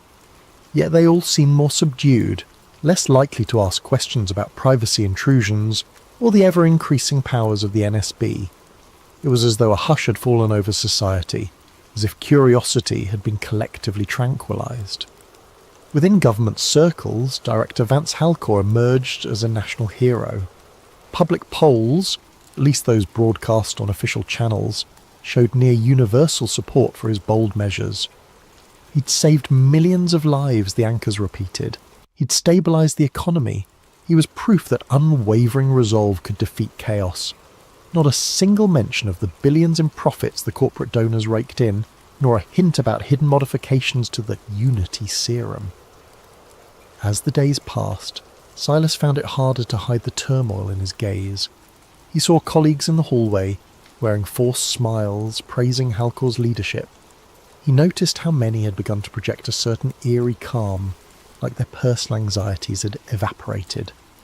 Could it be the effect of the serum? Silas tested a co-worker with a subtle question. Ever wonder why the lockdown measures ramped up so fast before the outbreak peaked? The man's eyes glazed momentarily, then he simply shrugged. Doesn't matter, O'Rourke. They keep us safe. He returned to his desk, more convinced than ever that Halcor's master plan was in full swing. The virus was the perfect storm to usher in sweeping surveillance and push a mind-numbing serum to the masses. And the BFI was part of it, or at least complicit in bearing the truth. He could keep quiet, or he could do the unthinkable and blow this wide open, risking everything in the process. One evening, Silas found a sealed envelope slipped beneath his apartment door. Inside, a single typed line. This is bigger than you think. They see all. The bottom edge was marked with an obscure symbol, a circle with a diagonal slash, like a stylized zero. He'd seen it once in a classified file referencing an underground resistance network. If these rebels wanted to contact him, it meant they believed he might be an ally. The tension hammered in his chest. He was dancing on a razor's edge. His loyalty to the Bureau, his conscience the unfolding nightmare. Taking a shaky breath, he powered up his laptop. A series of pings indicated a new assignment in his BFI inbox. Track down a subversive known for smuggling contraband medical supplies. Silas realised with a jolt that the suspect's name had been flagged in Dr. Liana Suresh's notes. Another piece connecting the puzzle, and another reason the Bureau might soon brand him a traitor. He closed the laptop. Outside, the city lights glowed, reflecting off dark clouds pregnant with the threat of a new storm. If he hesitated much longer, it might be too late for everyone. The seeds of control had already sprouted, and every day they dug deeper roots into the world. Agent Silas Rourke watched from a distance as the unvaccinated families huddled together in the crumbling outskirts of Old Glendale. The press had labelled it a containment zone, but locals called it a human dumping ground. Living conditions were dire, sporadic power, limited sanitation, and roving squads of Unity enforcers scanning for anyone who might have hidden a child or avoided mandatory updates on vaccination status. The air crackled with dread. Days earlier, Silas had steeled himself to reach out to the symbol-bearing group implied by that cryptic envelope. If they were an underground resistance, maybe they could help him get the truth out. He had no illusions about personal safety. Once he exposed the deception behind VX-73 and Unity Serum, the entire apparatus of the National Stabilization Bureau would come crashing down on him. But each time he pictured the slumped figures in these zones, cast aside for refusing a forced injection, his resolve hardened. Through a secure channel, he arranged a meeting with a contact who went by the codename Sparrow. The location, an old print shop with boarded-up windows, rumoured to have once published subversive newspapers. Silas made sure to lose any trailing drones or BFI watchers by weaving through side streets. He wore a hooded coat, his respirator mask pulled high to conceal half his face. Inside the print shop, the musty smell of ink and paper still lingered. Boxes of unused flyers leaned against dusty presses. A dim light revealed a short figure in a makeshift black scarf. Sparrow. Their voice was muffled but direct. "You're late." Silas exhaled, nerves crackling. "I had to shake a drone." Sparrow nodded, then led him to a small back room. It was here Silas found half a dozen other figures, all clad in dark, worn clothes. A battered laptop sat on a folding table. A tangle of cables connected it to a generator. One by one, they introduced themselves with code names: Rook, Nightshade, Sahara. a clandestine cell of journalists, medics and rogue programmers dedicated to fighting the government's stranglehold. "I have proof," Silas said, placing Dr. Liana Suresh's files on the table. "The virus was engineered, and the vaccine is rigged to manipulate behaviour." Silence fell over the group. The gravity of his statement hung in the stale air. Finally Sparrow spoke. "We've suspected as much. Over the past month we've been collecting testimonies, people complaining of unusual mental fog, the inability to feel strong emotions after receiving the serum. We even have ex-military sources who claim the NSB is funneling billions into a new wave of surveillance tech, but we needed a smoking gun. This might be it." Each set of eyes fixated on Silas. He handed them a flash drive, explaining how it contained Liana's unaltered research logs plus the Project Paragon blueprint. The group quickly scanned the data, verifying its authenticity. The sense of tension and excitement in the room was palpable. "We'll need to broadcast this globally," said Rook, a thin man with wire-rimmed glasses. "Not just post." Tension rises as strange warnings appear. Suspicious accidents claim the lives of those close to him, and the unstoppable juggernaut of a conspiracy that crosses generations threatens to silence him forever. In the 5 parts that follow, we'll dive into Dr. Reeves' step-by-step investigation, from the first glimpses of abnormal structural damage on the Titanic's hull to the frantic final hours, where he attempts to broadcast the truth before shadowy agents can destroy both him and the evidence. If you're ready to uncover a hidden piece of maritime history, at least in this fictional reimagining, read on and let the swirl of ocean currents and midnight conspiracies guide you deeper into the hush of night.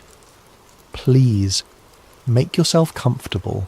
Allow your mind to wander into the possibilities that maybe, just maybe, everything we've been told about that fateful April night is not the whole story. And remember, in times of darkness, knowledge can be as blinding as a flare, or as comforting as a dim lantern. May you find the perfect balance tonight as we embark on this mysterious tale. The frigid waters of the North Atlantic loomed above Dr. Nolan Reeve like an endless dark plain, and beneath them, almost 2.5 miles down, lay the shattered remains of what was once the grandest ship afloat, RMS Titanic. The year was present day, and Reeve found himself aboard the research vessel Aegis, leading a deep-sea expedition to study microbial decay on century-old wrecks. It was all in the name of science, or so he believed. The Aegis was no luxurious craft, but it boasted a sturdy submersible named Deep Seeker that could navigate the tremendous pressure at such depths. Reeve's focus was to gather data on the rusticles, those icicle-like formations of iron-oxidizing bacteria slowly consuming the Titanic's hull. Alongside him was a small crew of marine scientists, including Isla Grant, a skilled submersible pilot and camera operator with a knack for zeroing in on small details. The funding for this expedition came from a wealthy institute run by Andrew Calder, a rather enigmatic financier who seldom gave interviews but had a keen interest in the maritime heritage. As the Aegis hovered in the general area, Reeve and Grant prepared for their first descent. Their mission's outward goals were straightforward: collect microbe samples from various compartments, photograph structural integrity, and produce a documentary charting the wreck's gradual dissolution. But Reeve felt an odd stirring in the back of his mind. Something about Calder's deep pockets and the near-obsessive interest he showed in the Titanic unsettled him. Calder insisted on daily updates, demanded high-resolution close-ups of specific hull sections, as though searching for something more than just rust. On a crisp morning, the submersible deck rumbled with mechanical clanks as Deep Seeker was lowered into the ocean. Reeve and Grant strapped into the tiny sphere that formed the sub's cockpit, oxygen humming through portable lines. Once submerged, the watery gloom swallowed them. Dials glowed green, and the hull's thick glass offered a restricted but haunting view. Grant navigated them slowly downward, the hull lights cutting a pale cone through dark water. After about 2 hours of descent, the sub's external beams finally caught sight of the Titanic's bow. Even after a century submerged, the shape was unmistakable. The ghostly hulk loomed from the gloom, broken in half, the once proud prow half buried in silt. Reeve felt his heart clench with awe and sorrow. It was a tomb and a monument, a silent testament to a night that changed history. They inched along the starboard side. Coral, fish, and anemones colonised the iron plating. Grant guided the sub's manipulator arm to gather small fragments of rusticles. Reeve carefully stored them in sample tubes. They progressed deeper, filming rooms that once bustled with first-class passengers and cherubs and grand staircases, now lying collapsed or entombed in sediment. These swirling detritus gave everything a dreamlike haze. Midway through the session, while scanning the lower hull near the stern, Grant noticed something peculiar on her camera feed. A portion of the metal showed not smooth tearing or typical impact damage, but an odd concavity ringed with a faint scorch pattern. Reeve pressed in for a closer view. The plating there was bent outward, as though from an internal explosion. This was bizarre. The official record insisted the Titanic's damage came from an external tear by an iceberg. If that was so, why did this metal appear warped from the inside out? Reeve's heartbeat quickened. He asked Grant to pivot the sub's lights for better clarity. Sure enough, the contortion pattern strongly suggested that some internal force had bulged the hull outward. The jagged edges showed hints of blackening, a dark residue that might be scorched metal. Reeve snapped multiple high-resolution stills. This flew in the face of the standard iceberg collision damage narrative. He radioed the Aegis with mild excitement, describing a strange hull anomaly. The ship's comm operator acknowledged him, but in a clipped tone, urging them to stick to the planned route. Reeve found that suspicious. Usually the team back on deck was enthralled by discoveries. Why dismiss this so quickly? Pushing further, Reeve and Grant discovered more irregularities. Sealed cargo compartments not listed in the ship's known manifests. Metal beams that looked warped in ways you wouldn't expect from an iceberg tear. Then they saw something even more bizarre. A small chunk of what seemed like embedded steel that didn't match the rest of Titanic's composition. Could it be a fragment from a device or an outside structure? They collected a sample with the sub's manipulator arm. As their time slot undersea neared its end, Reeve's mind whirled with questions. When they returned to the surface, Calder was on the deck to greet them, a faint smile on his lips. "Any interesting finds?" he asked casually. Reeve hesitated, glancing at Grant. "We saw some unexpected hull damage patterns. Might deviate from the standard historical account." Calder's expression flickered, then resumed neutrality. "I see," he said softly. "Well, keep me informed of any further anomalies." Then he pivoted away, leaving Reeve unsettled by his reaction. That evening Reeve spent hours reviewing the footage. The scorch marks, the outward bent steel. It pointed to an internal explosion or sabotage. But how? This was the Titanic, the world's biggest ship at the time, lost in 1912 to an iceberg. The official narrative had been accepted for over a century. No major historian ever seriously advanced a sabotage theory. He found it all improbable. But then, so was the photographic evidence in front of him. Isla joined him in the ship's small lab. She too looked uneasy. If the Titanic was scuttled or bombed from within, that means... what? Some grand conspiracy. She paused, leaning over the images. That's nearly unimaginable, and yet these images speak for themselves. Reeve nodded, chewing his lip. We need more context. Old shipping logs, survivor accounts, something that might confirm the possibility. He emailed a few colleagues, maritime historians, archive specialists, seeking discreet help. Unbeknownst to Reeve, others had their eyes on the expedition's data. Hours later, while the crew slept, a silent figure wearing a staff uniform accessed the main lab console. scanning the raw footage, then left behind a small device that quietly started encrypting all data. By morning, Reeve discovered that his recordings had been locked, needing a passcode. A glitch? Possibly, but it felt too coincidental. In the next days, Reeve would realise he'd stirred a hornet's nest with that single discovery. The evidence of sabotage on the Titanic's wreck threatened to unravel a century-old deception, and those who guarded that secret were not about to let one curious marine biologist rewrite history. In the cramped lab aboard the Aegis, Dr. Nolan Reeve wrestled with the encrypted files. Every time he tried to open them, an error message demanded an unknown passcode. He suspected sabotage, but who would want to bury the data? The expedition's sponsor, Andrew Calder, insisted it must be a technical glitch, urging Reeve to keep the incident quiet and rely on fresh recordings. But Reeve felt the tension in Calder's voice. It was too pointed, too insistent.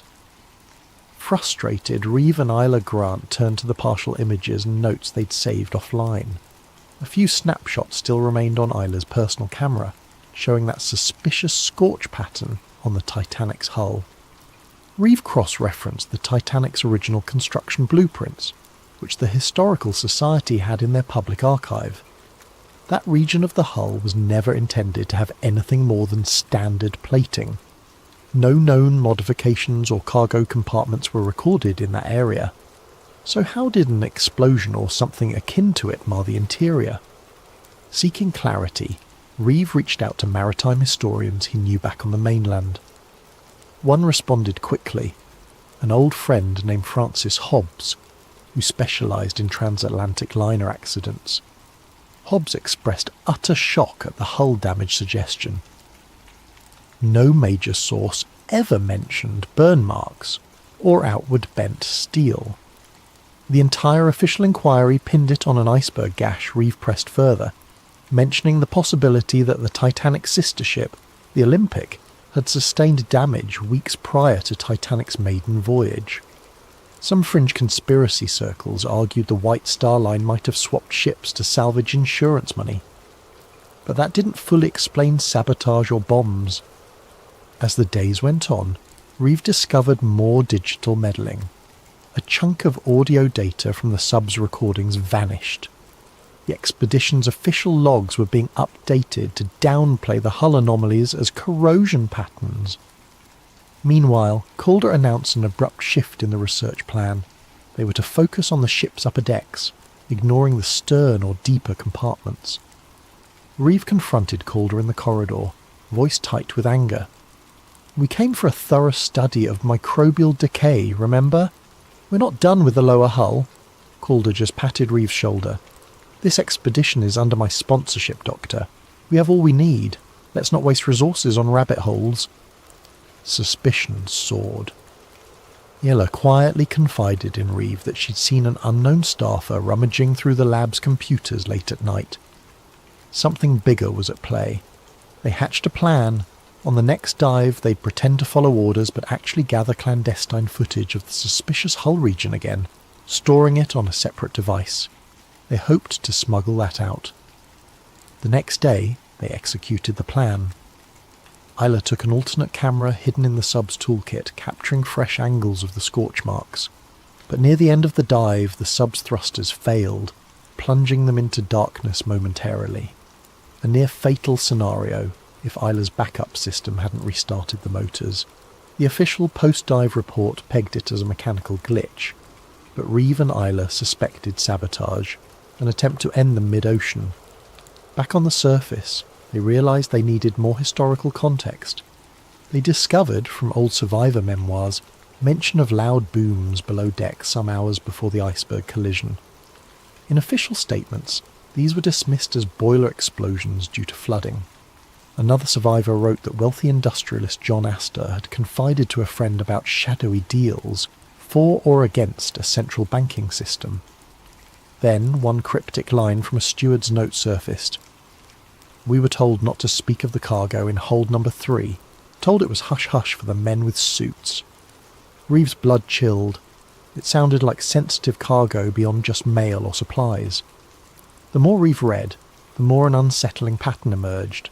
Certain powerful men who opposed the formation of a global central banking authority died on the Titanic. Surviving members who wanted that bank system ironically missed the voyage last minute. Could the sinking have been orchestrated to remove key opposition? Reeves' logic reeled. It was wild, reminiscent of conspiratorial talk. Yet the sabotage evidence from the wreck gave these claims unexpected weight. Meanwhile, the expedition approached an official end date. Calder seemed eager to wrap up.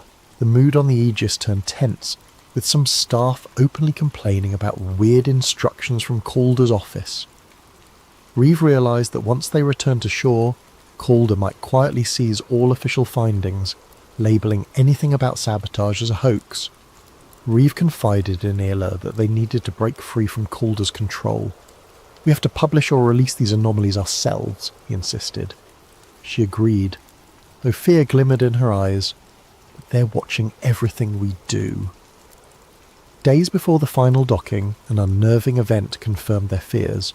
One of Reeves' close colleagues, a diver who had glimpsed the scorch marks as well, died in a suspicious boat explosion near the Aegis.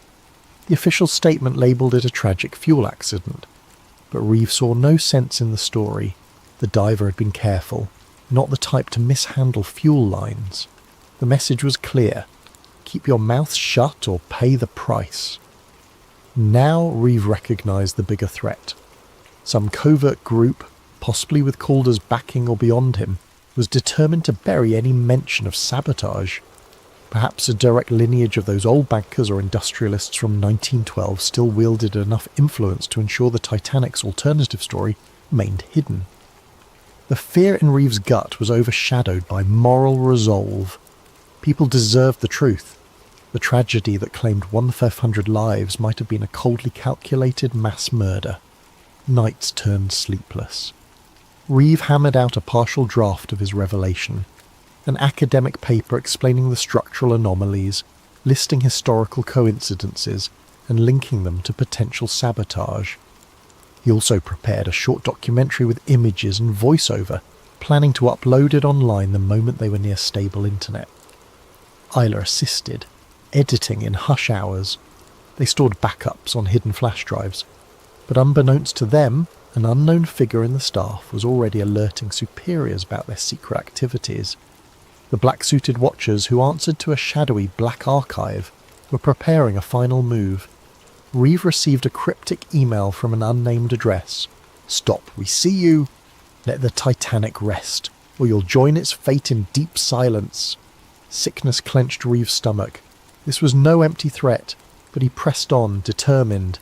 The Titanic's dead deserved no less than the truth. As the expedition's final day dawned, the Aegis began returning to port. Calder circled the decks, ensuring all official data was locked. Reeve and Isla, with their clandestine files, awaited the perfect moment to slip away or go public. Tension crackled through the sea air. Both felt that soon the conspirators would strike. Reeve thought of the thousands who died that night in 1912, possibly sacrificed for a hidden agenda. He vowed not to let them remain pawns in some century-old cover-up. He could only hope that in the hours ahead he'd find a way to broadcast the shocking truth before the watchers enforced their deep silence, just as they had, apparently, for the diver who died, and for countless others who might have glimpsed the Titanic's real story over the decades. On the morning the Aegis neared the harbour, Dr. Nolan Reeve stood on the stern deck, scanning the shoreline for any sign of abnormal presence. The coastal city's skyline shimmered under the rising sun. People going about their daily routine had no idea that a conspiracy over 100 years old was about to surface. If Reeve and Isla Grant could manage to reveal it. The tension inside Reeve coiled tighter with each minute. The watchers might be waiting at port, planning to intercept him or destroy the evidence. At breakfast, Andrew Calder made an announcement. Once they docked, all expedition materials, logs, footage, collected data were to be handed over to the sponsoring institute for analysis and archiving.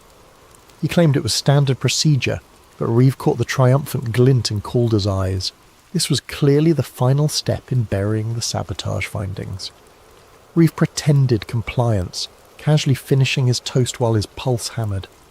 Isla, seated nearby, gave him a subtle nod. They understood each other. They had to act quickly. Below decks, Reeve and Isla retrieved their hidden flash drives from a safe compartment in the sub's tool storage.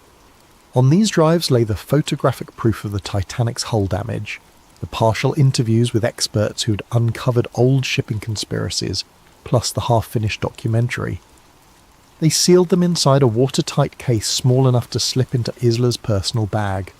Their plan was to slip away from the Aegis the moment they landed, find an off-site location with stable internet, and upload everything. They also had a contact in the press, a freelance investigative journalist who had expressed interest in unconventional Titanic revelations. If they could get in touch, the journalist could go public with the story, but their watchers were a step ahead. As the Aegis came into port, Reeve noticed a black SUV parked near the dock, 2 men in suits standing by. They exuded the same menacing aura as the staffer who had prowled the lab at night. Reeve recognised their type, ex-intelligence or corporate security, probably the Black Archive or some affiliate. If Reeve and Isla marched out the front gangplank, they'd be easy prey. Thinking fast, Reeve told Isla, "We can't disembark with everyone else. We need a back route."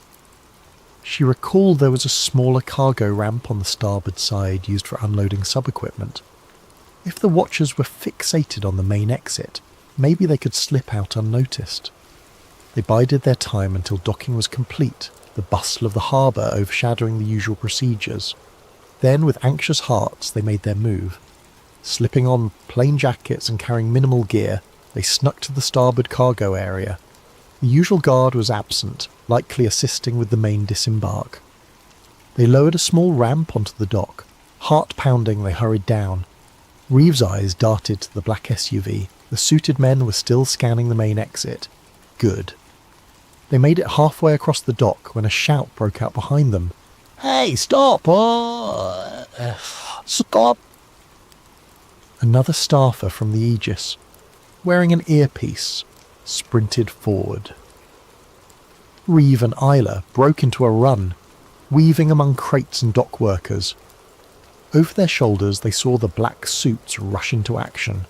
The watchers realised their target was escaping. Isla pointed to a cluster of cabs by the gates. "We can get one of those," she gasped. But as they neared, they found a man stepping from a second black SUV to block the path. The watchers were closing in from both sides. In a desperate manoeuvre, Reeve dashed behind a forklift. The driver, startled, nearly dropped his cargo. Isla jumped aboard, urging the forklift driver to swing around. The watchers hesitated, not wanting to cause a scene with bystanders. The forklift jerked forward, awkwardly separating them from at least 2 pursuers. Reeve spotted a side alley leading away from the harbour. "That way!" he yelled. They tumbled off the forklift and sprinted into the alley, footsteps echoing on wet concrete. The watchers gave chase. Adrenaline pounded in Reeve's veins. He clutched the bag containing the flash drives, desperate not to lose it. They twisted down side streets in a labyrinth near the harbour's industrial zone, the watchers cursing behind them. Once they found a small metal door leading into an old warehouse. They slipped inside, the watchers' footfalls receding briefly. In the dim interior, crates of fish meal or old maritime supplies reeked of stale salt. Isla quickly typed a text on her phone to the journalist contact. "Need immediate pickup.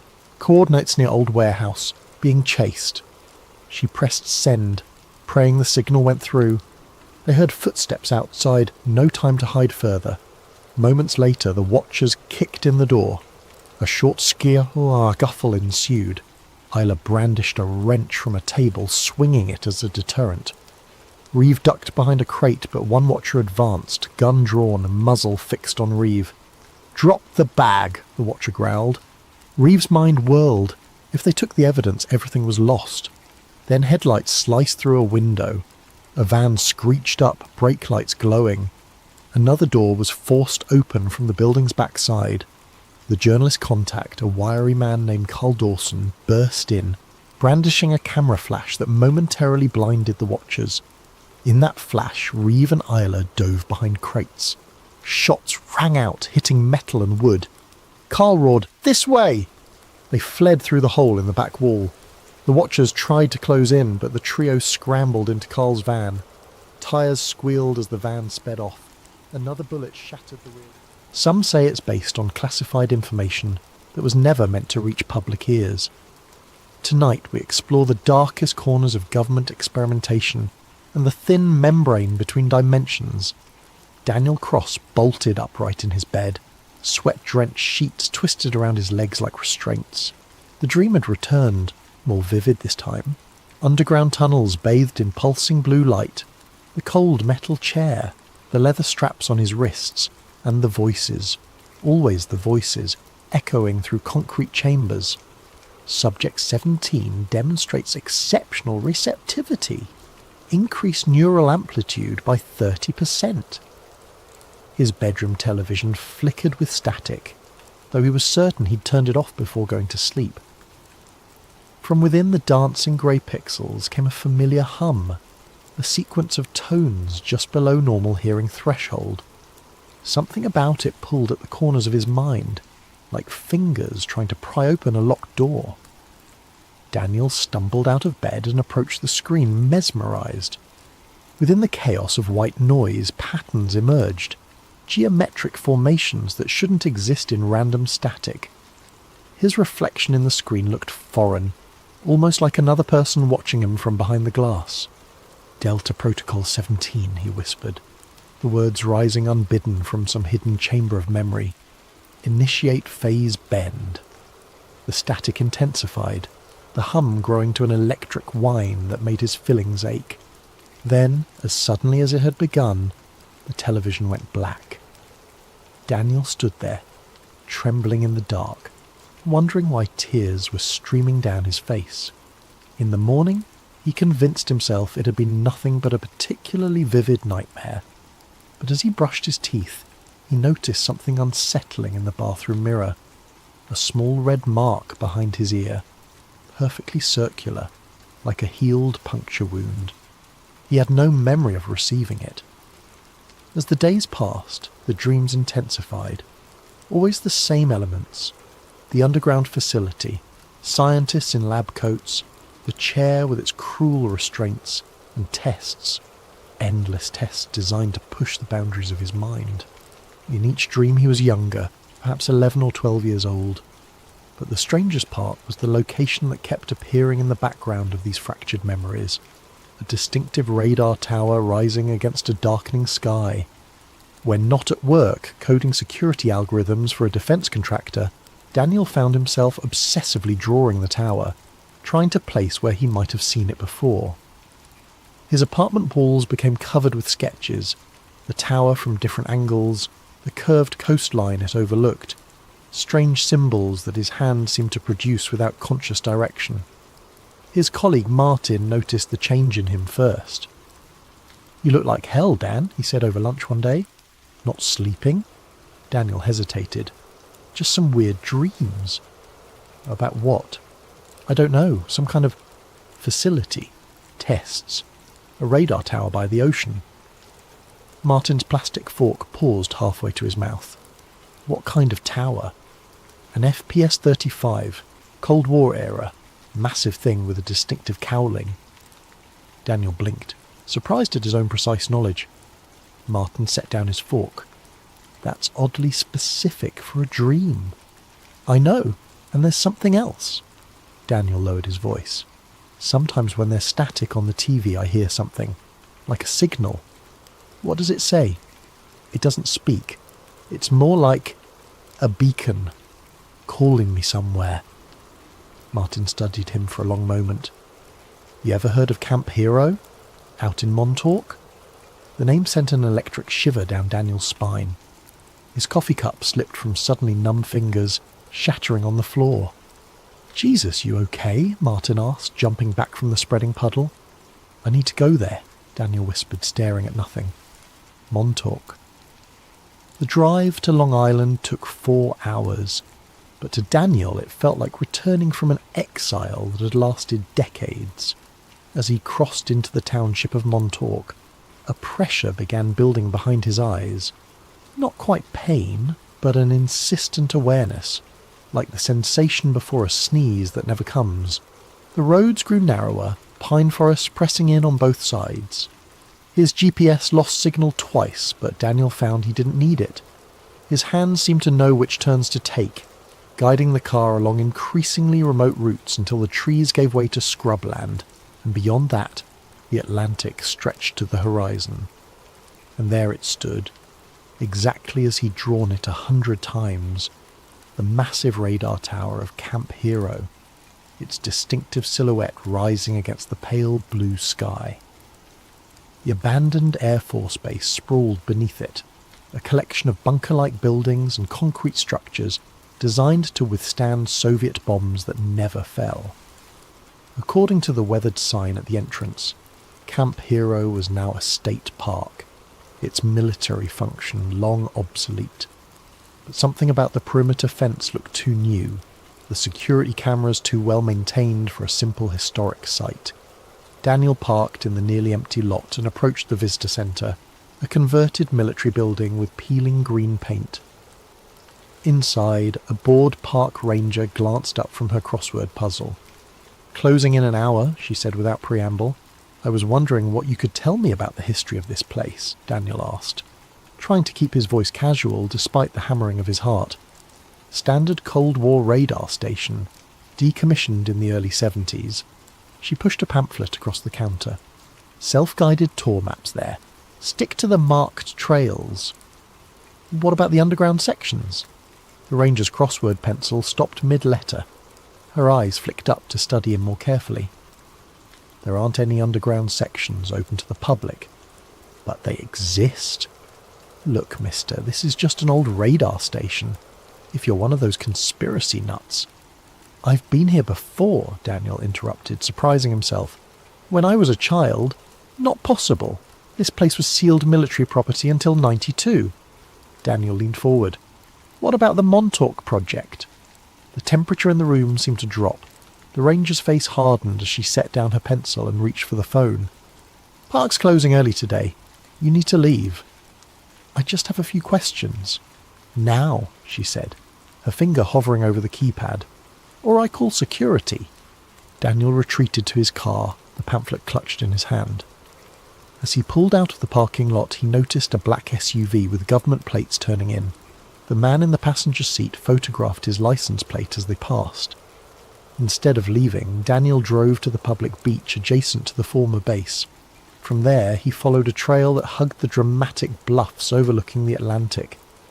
The radar tower remained visible above the tree line, seeming to watch him as he walked. When he reached a chain-link fence marking the base's boundary, Daniel felt a strange duality, his conscious mind seeing it for the first time, while something deeper recognized every rust spot and bent link. He knew, without understanding how, that 20 yards to the left, the fence had been repaired where someone had once cut through it. Sure enough, when he checked, there was a section of newer fencing exactly where he'd expected. As the sun began its descent toward the horizon, Daniel found a secluded spot where the bluff had partially collapsed, creating a natural path down to a narrow strip of beach. The base's concrete seawall extended here, covered in graffiti and eroded by decades of salt spray. He ran his hand along the rough surface until his fingers caught on something, a small recess containing what appeared to be a rusted electrical box. Without hesitation, Daniel entered a sequence of numbers, 8-1-3-5. Nothing happened. He tried again with 8315, and then finally 8153. A deep mechanical groan emanated from within the wall. A section of concrete, expertly disguised as part of the seawall, shifted inward by several inches. Daniel pushed, and it swung open on hidden hinges to reveal a dark passage leading into the earth. The smell that wafted out was a complex mixture of mildew, ozone, and something chemical that triggered an intense wave of déjà vu. Daniel switched on his phone's flashlight and stepped inside. The passage sloped downward, concrete walls giving way to rough-hewn stone that glistened with moisture. Daniel moved cautiously, guided more by buried memory than by sight. After about 50 yards, the tunnel opened into a larger space, what appeared to be an abandoned maintenance room filled with rusted equipment and collapsed shelving, but Daniel knew this wasn't its original purpose. He directed his light toward the far wall, where a heavy metal door hung partially ajar. Beyond it lay darkness so absolute it seemed to swallow his flashlight beam. As he approached the threshold, a wave of dizziness overcame him.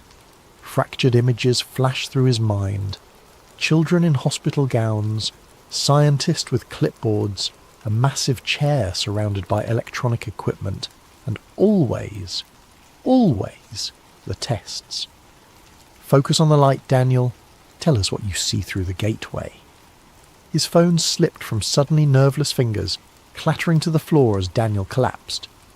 The last thing he saw before consciousness fled was a symbol scratched into the metal door, a triangle intersecting with a perfect circle.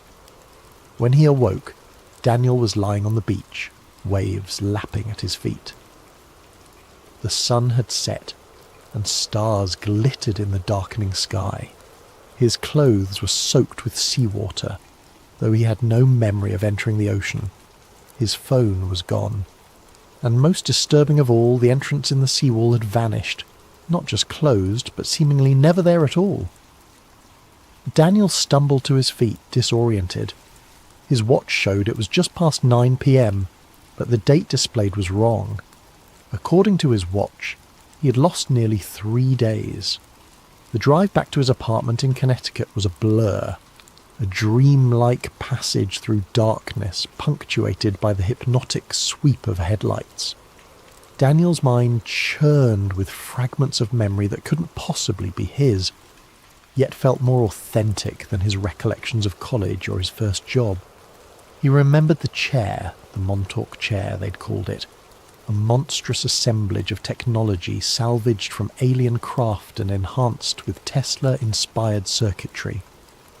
He remembered the sensation when they activated it with him strapped inside, like his consciousness was being pulled through the top of his skull and stretched across dimensions. And he remembered what they made him do with it. Back in his apartment, Daniel paced until dawn, scribbling everything he could recall into a notebook. Names surfaced: Doctor, Marcus Bennett, the project lead with cold blue eyes, Cameron Hayes, the military liaison who always smelled of cigarettes and cheap cologne, and Preston Nichols, the reluctant technician who sometimes snuck the children candy bars when the others weren't looking. Preston Nichols. The name felt important. When morning came, Daniel called in sick to work and drove to the nearest public library. The librarian gave him an odd look when he asked if they had anything on the Montauk project, but directed him to their small collection of conspiracy literature. There, sandwiched between books on Roswell and MK Ultra, was a worn paperback. The Montauk Project, Experiments in Time, by Preston B. Nichols and Peter Moon. Daniel's hands trembled as he flipped through pages describing exactly what he'd been remembering. The secret installation at Camp Hero, the psychic experiments, the Montauk chair, even the alleged success in manipulating the fabric of time and space. According to Nichols, the Montauk Project was the continuation of the Philadelphia experiment, another rumoured government program that supposedly made a naval destroyer, the USS Eldridge, temporarily invisible and teleported it from Philadelphia to Norfolk, Virginia in 1943. The book claimed the Montauk Project had been shuttered after an incident in 1983 when a monstrous manifestation, dubbed the Beast, had been psychically pulled through a dimensional gateway. The creature had wreaked havoc before the power was cut and the project abandoned. But Daniel knew this wasn't entirely true. The project hadn't ended. It had evolved. The techniques refined at Montes had been incorporated into other programs, dispersed across multiple sites to ensure no single failure could expose the entire operation. Back at his apartment, Daniel found himself standing before his closet, staring at a locked metal box on the top shelf. He had no memory of putting it there, yet he knew exactly what it contained. The key was taped underneath his dresser, precisely where some part of him expected it to be. Inside the box was a US Bank safety deposit key. The following morning, Daniel presented himself at First National Bank in downtown Hartford. He provided the key along with his ID, and the manager escorted him to the vault. When they were alone with the metal drawer extracted from the wall, Daniel opened it with a sense of inevitability.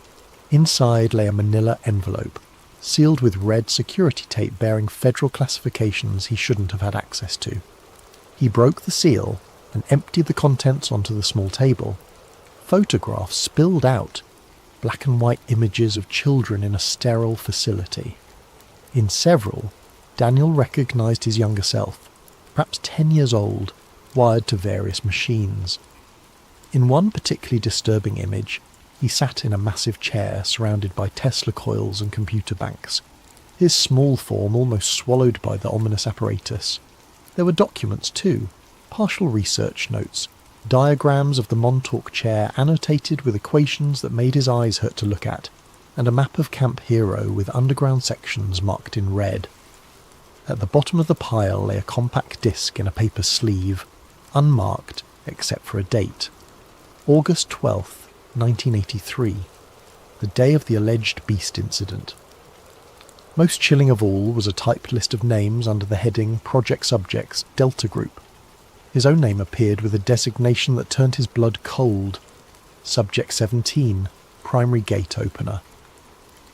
That night, with shaking hands, Daniel loaded the disc into his laptop. After whirring for several seconds, the screen displayed a single video file. The footage was grainy, security camera quality. It showed a concrete room dominated by the chair he'd been drawing obsessively. A boy, himself, was strapped into it, electrodes attached to his temples. Men in lab coats monitored equipment while military personnel stood guard at the doors. A voice off camera counted down, initiating Delta Protocol in 3, 2, 1. The lights in the facility dimmed as power surged to the chair. Young Daniel's body went rigid, his back arching impossibly as his eyes rolled back. Equipment sparked and smoked. Several technicians backed away nervously. Then, at the centre of the room, the air itself seemed to tear open. A writhing black void that pulsed like a living thing. From within that impossible darkness, something began to emerge. The camera feed distorted violently, static washing across the screen. When the image stabilised, chaos had erupted. People were screaming, running. Blood spattered one of the walls.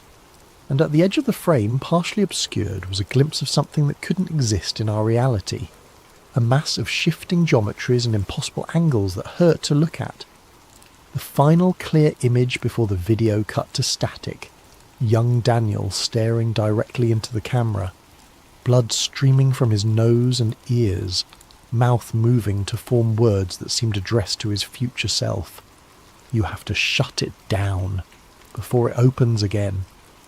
Daniel ejected the disc with numb fingers, his mind reeling. Not just from what he'd seen, but from what was happening inside his head.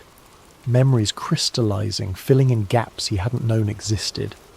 He remembered now. All of it. The next day he called the only person who might understand. The number was etched in his memory, though he couldn't recall ever learning it. "Hello?"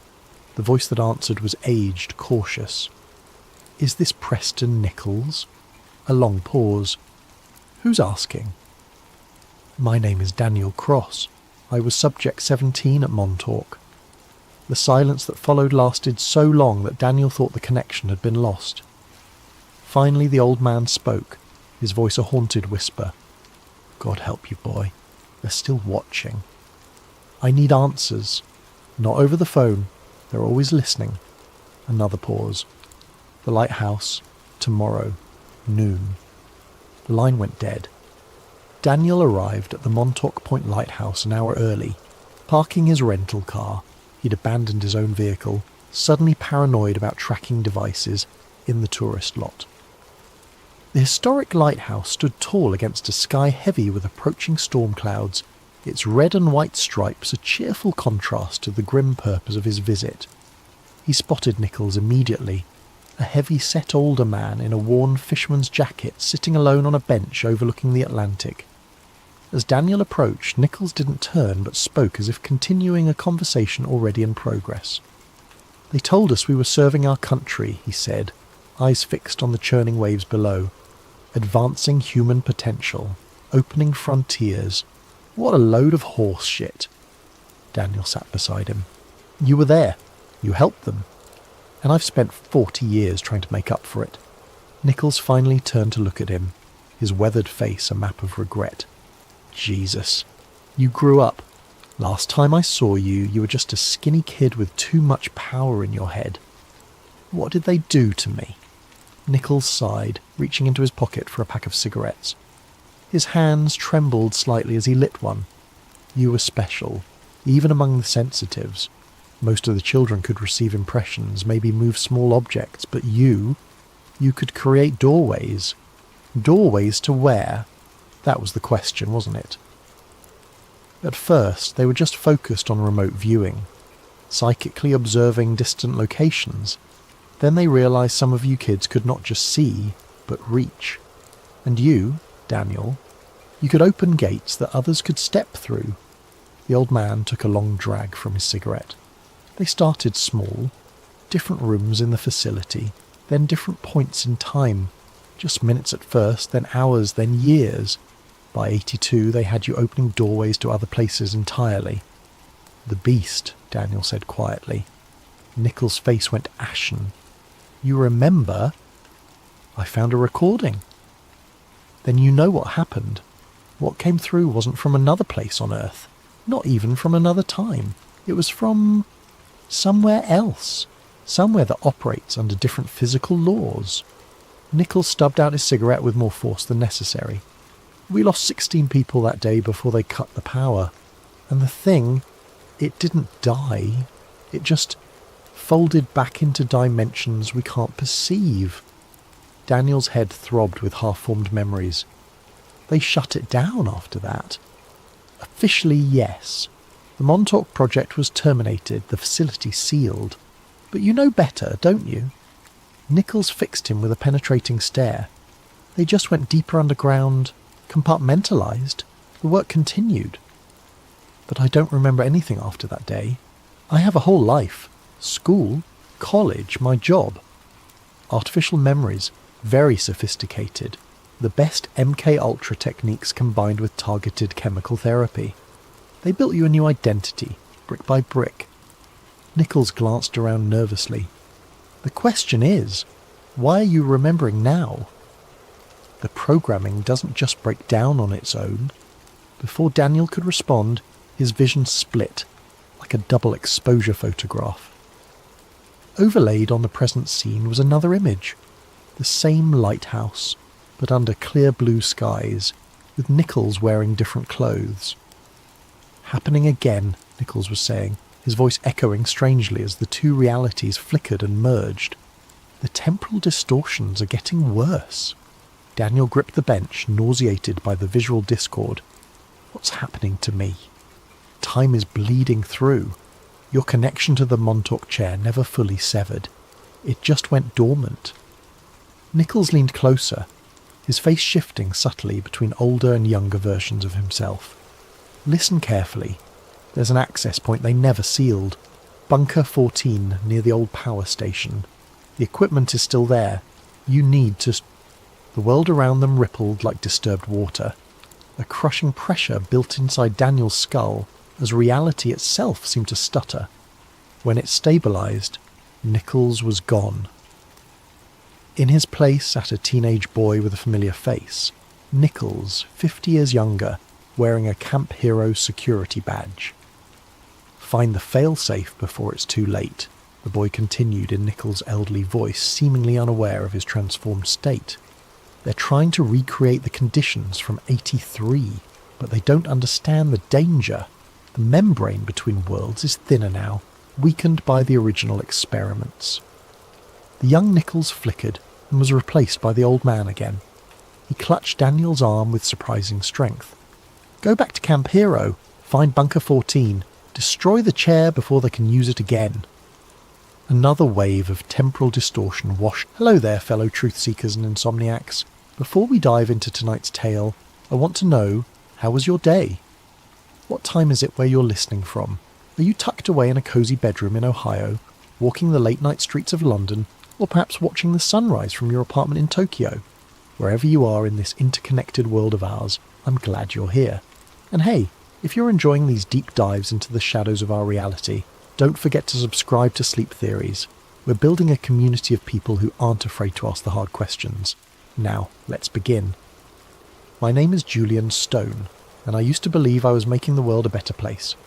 For 12 years, I worked as a senior policy analyst at the Arcus Foundation, one of those shadowy think tanks that most people have never heard of, but whose fingerprints are on every major global initiative of the past 3 decades. We had offices in Geneva, New York and Brussels, gleaming towers of glass and steel, where brilliant minds gathered to solve humanity's greatest challenges. Or so I thought.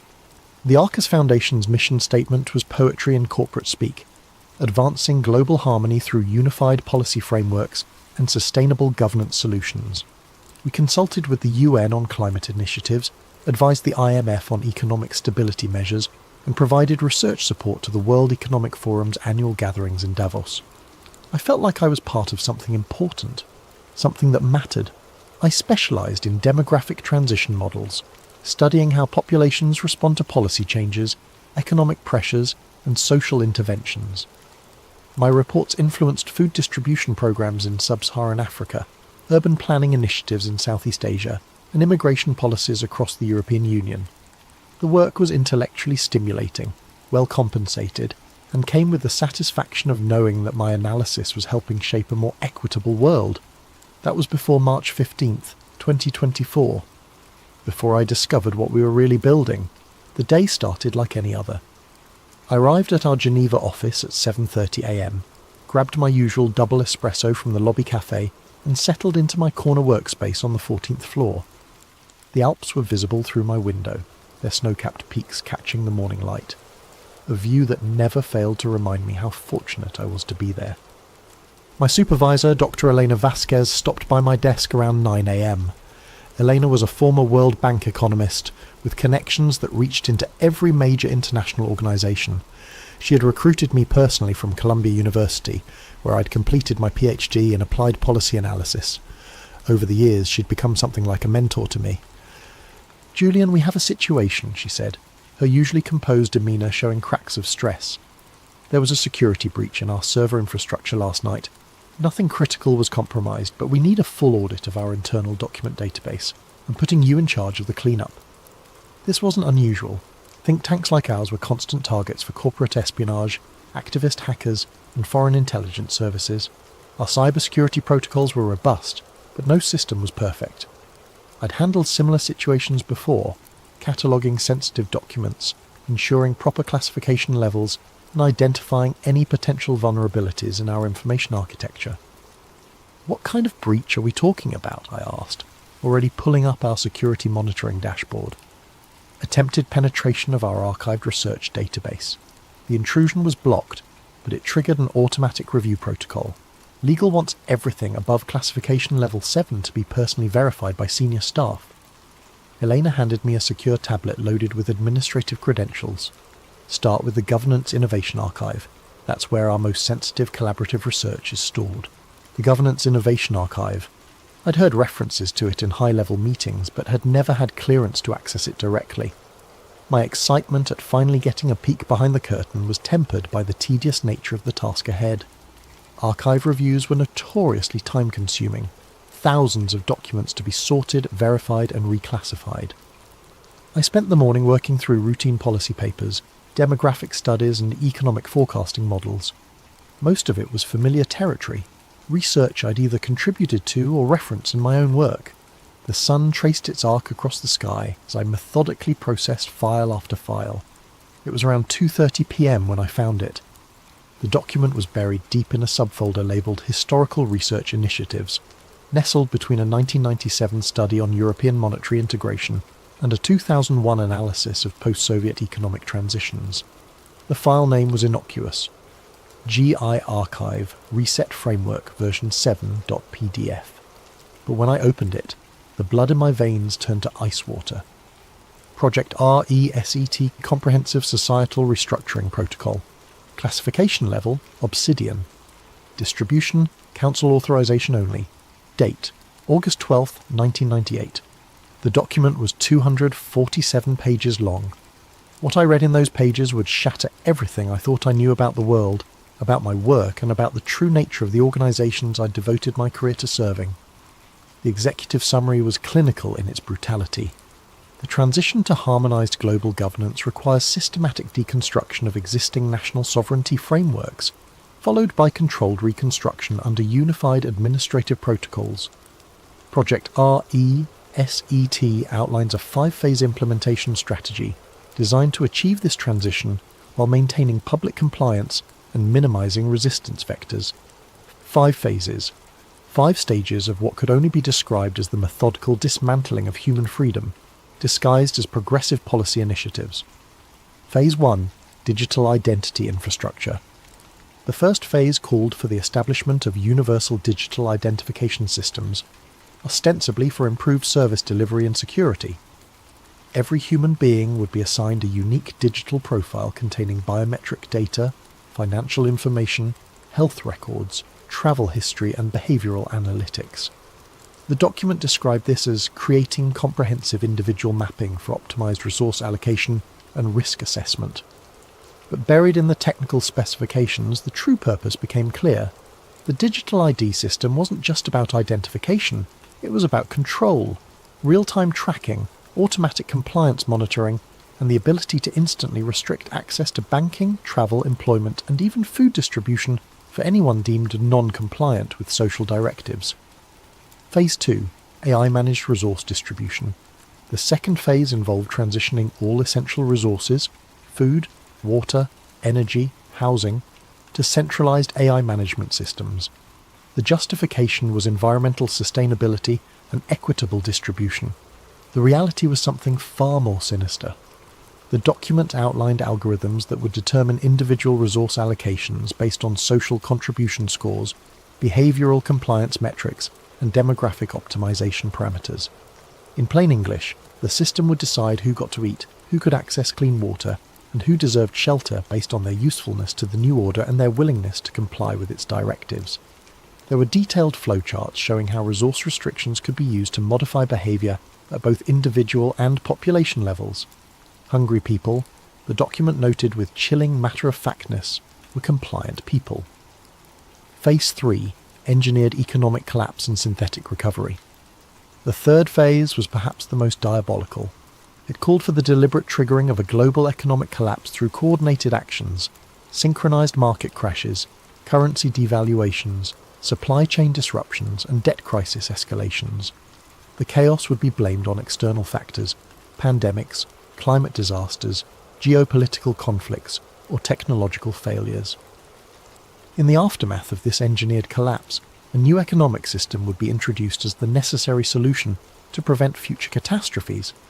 This system would be entirely digital, completely traceable, and fully controlled by the same AI networks managing resource distribution. Private property rights would be eliminated in favour of sustainable stewardship models. Individual economic autonomy would disappear. Phase 4. Unified surveillance architecture. The fourth phase involved the integration of all monitoring systems into a single, omnipresent surveillance network. Every device, every sensor, every camera would feed into a central intelligence system capable of tracking and analysing human behaviour in real time. The document described predictive intervention protocols that would identify and neutralise dissent before it could manifest as organised resistance. Potential troublemakers would be flagged by behavioural analysis algorithms and subjected to corrective interventions, everything from social isolation and economic pressure to direct psychological manipulation through targeted media exposure. Phase 5. Population normalisation protocols. The final phase was the most horrifying of all. Population normalisation was a euphemism for systematic depopulation, reducing the global human population from over 8 billion to what the document described as sustainable levels of approximately 500 million to 1 billion individuals. The methods outlined were varied and sophisticated: fertility reduction, through endocrine disruptors in food and water supplies, healthcare protocols designed to increase mortality rates among low-value demographics, and what the document euphemistically called accelerated natural selection events, engineered disasters that would disproportionately affect populations deemed surplus to requirements. The document concluded with a timeline. Phase 1 had begun in 1999 with early digital ID pilots. Phase 2 would be fully implemented by 2025. Phase 3 was scheduled for 2027 to 2030. Phases 4 and 5 would be completed by 2035. I sat staring at my screen, my hands trembling. This wasn't some fringe conspiracy theory or dystopian fiction. This was a detailed operational plan, complete with budgets, timelines, implementation strategies, and success metrics. And it was dated 1998, over a quarter century ago. Looking back at the past 25 years with this knowledge was like suddenly being able to see the matrix code streaming down in green letters. Every major crisis, every solution proposed by global institutions, every erosion of privacy and freedom justified by security concerns, it all fit the pattern outlined in Project RESET, the 2001 terrorist attacks that ushered in mass surveillance programs, the 2008 financial crisis that consolidated banking power and normalised government intervention in markets, the 2020 pandemic that accelerated digital ID adoption, remote monitoring, and restrictions on movement and assembly. Each crisis followed by solutions that moved us incrementally closer to the world described in this document. I realised I had been an unwitting participant in this process. My demographic studies, my policy recommendations, my analysis of population behavioural patterns, all of it had been feeding into this larger machine. I thought I was fighting poverty and inequality. In reality, I was helping to perfect the mechanisms of human subjugation. The afternoon sun was setting behind the Alps when I finally closed the document. My coffee had gone cold hours ago. My phone showed 17 missed calls from Elena, but I couldn't bring myself to respond. How do you have a casual conversation about quarterly budget reviews when you've just discovered that your entire profession is part of a conspiracy to enslave humanity? I needed to understand more. If this document was real, and every instinct I had told me it was, then there had to be other evidence. References to council authorization suggested a governing body overseeing the implementation. The technical specifications implied vast infrastructure investments that would leave paper trails, and the timeline suggested that we were currently in the middle of Phase 2, with Phase 3 approaching rapidly. As I prepared to leave the office that evening, Elena appeared at my cubicle. Her expression was carefully neutral, but I caught something in her eyes, a wariness that hadn't been there that morning. "How's the archive review coming along?" she asked. "Fine," I managed. "Just working through the historical research files. Nothing unusual so far." She nodded, but her gaze lingered on my computer screen. "Good. Make sure you flag anything that seems out of place. We can't afford any compliance issues with the legal review." After she left, I copied the Project RESET document to an encrypted drive. Call it insurance or call it stupidity. I knew I couldn't let this information disappear into the bureaucratic machinery of damage control. If what I'd read was true, then the fate of human civilization hung in the balance. That night I lay awake in my Geneva apartment, staring at the ceiling and trying to process what I'd discovered. Outside my window, the city hummed with the quiet activity of normal life. People returning from dinner, late commuters heading home, the distant sound of traffic on the highway, all of them oblivious to the web of control being woven around them. I thought about my colleagues at Arcus, brilliant and dedicated people who believed, as I had, that we were working toward a better world. How many of them knew the truth? How many were complicit, and how many were simply useful idiots like I had been? More disturbing was the realization that the plan was working. Digital ID systems were being rolled out globally under the banner of convenience and security. AI-managed resource distribution was being piloted in smart cities around the world. Economic instability was increasing, with more frequent market volatility and supply chain disruptions becoming the new normal. The infrastructure for total control was being built piece by piece, sold to the public as progress and innovation, and by the time people realized what they had traded away, it would be too late to resist. As dawn broke over Lake Geneva, I made a decision that would change the trajectory of my life forever. I was going to find out who was behind Project RESET, how far the implementation had progressed, and whether there was any way to stop what was coming. I had no idea that by opening that file, I had already marked myself for termination. The next 3 weeks were a masterclass in paranoid research methodology.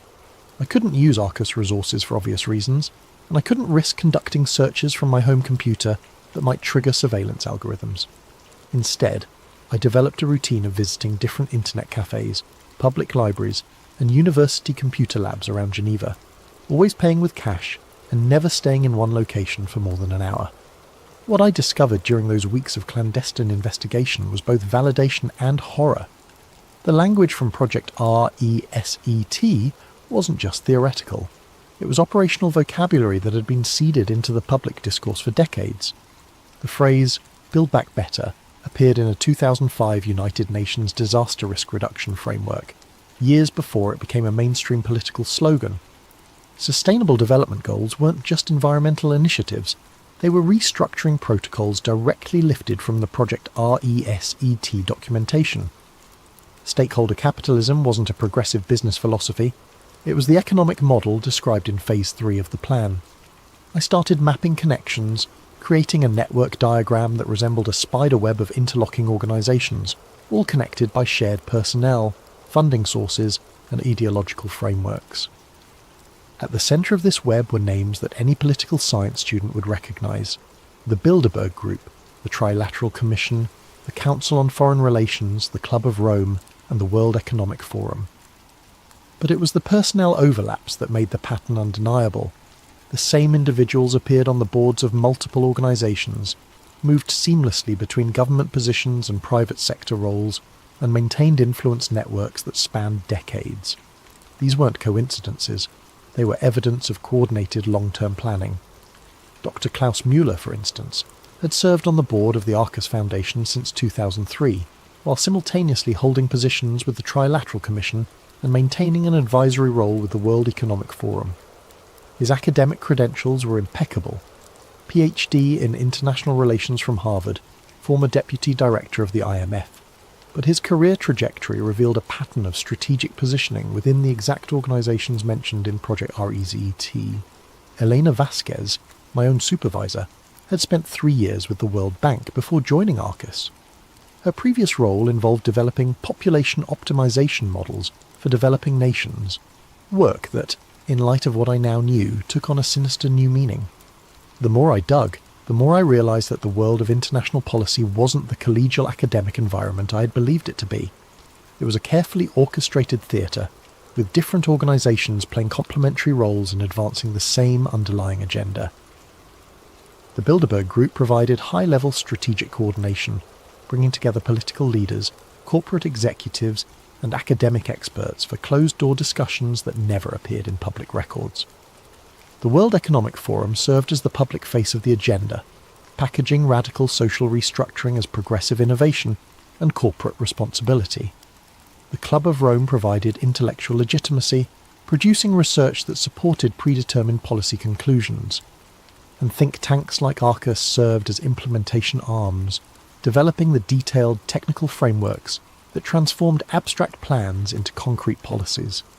It was during my 4th week of investigation that I made contact with Harper. I was sitting in a small cafe near the University of Geneva, cross-referencing attendance lists from various international conferences, when I noticed someone had left a newspaper on the adjacent table. Folded inside the newspaper was a handwritten note. "You're asking the right questions, but you're asking them in the wrong places. Tomorrow, 3 p.m, Parc des Bastions, near the Reformation Wall. Come alone." My first instinct was to ignore it. Paranoia was an occupational hazard when researching conspiracy theories, and I had no way of knowing whether this was a genuine contact or an elaborate trap. But the note demonstrated knowledge of my research activities that was both impressive and terrifying. Someone had been watching me, tracking my movements, and monitoring my investigation. The next afternoon, I found myself walking through Parc des Bastions with sweaty palms and a racing heart. The Reformation Wall loomed ahead of me, a massive stone monument celebrating the Protestant Reformation, with larger-than-life statues of religious reformers who had challenged the established order of their time. The irony wasn't lost on me. Harper was waiting on a bench facing the monument. He looked to be in his 60s, with silver hair and the kind of weathered face that suggested a lifetime of difficult experiences. His clothing was unremarkable: a grey wool coat, dark slacks, leather shoes that had seen better days. But his eyes were alert and calculating, constantly scanning our surroundings with the practised vigilance of someone accustomed to danger. "Julian Stone," he said as I approached. It wasn't a question. I sat down beside him, maintaining the pretense of casual conversation in case we were being observed. "How do you know who I am?" "I know because I've been watching the Watchers for longer than you've been alive." His accent was British, with traces of something else, perhaps South African or Australian. "My name is Harper. I used to work for Her Majesty's Secret Intelligence Service until I learned some things that made continuing that work problematic." We sat in silence for a moment, watching tourists take photographs of the monument. A group of school children ran past, laughing and playing games that seemed impossibly innocent, given the conversation I was about to have. "You found the Project RESET documentation," Harper continued. "Impressive work, considering the access restrictions. Most people in your position never make it past the first layer of classification. Most people in my position, policy analysts, research coordinators, academic consultants, the intellectual workforce that powers the think tank ecosystem. You're all kept in comfortable compartments, given enough information to do your jobs effectively, but never enough to see the complete picture. It's an elegant system, really. The vast majority of people working within the network genuinely believe they're contributing to positive change." Harper reached into his coat and withdrew a slim folder.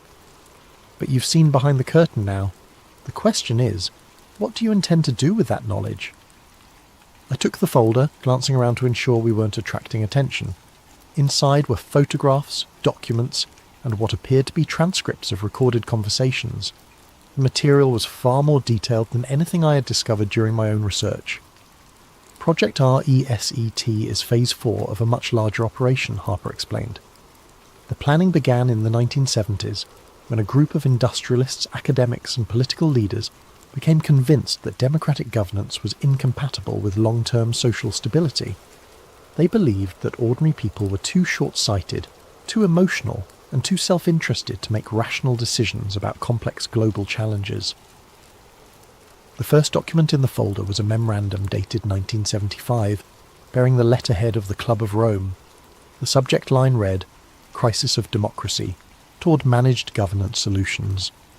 The oil crisis of 1973 was a test run, Harper continued, a demonstration of how quickly modern civilization could be disrupted and how readily populations would accept authoritarian measures if they were presented as temporary emergency responses.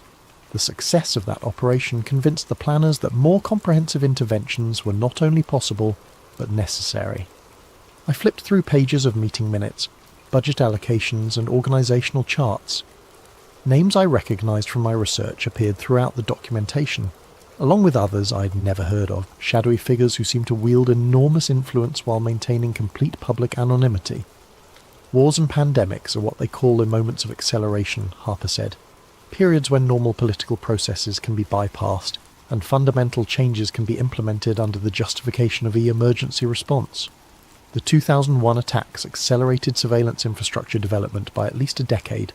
The 2020 pandemic accelerated digital control systems by another decade."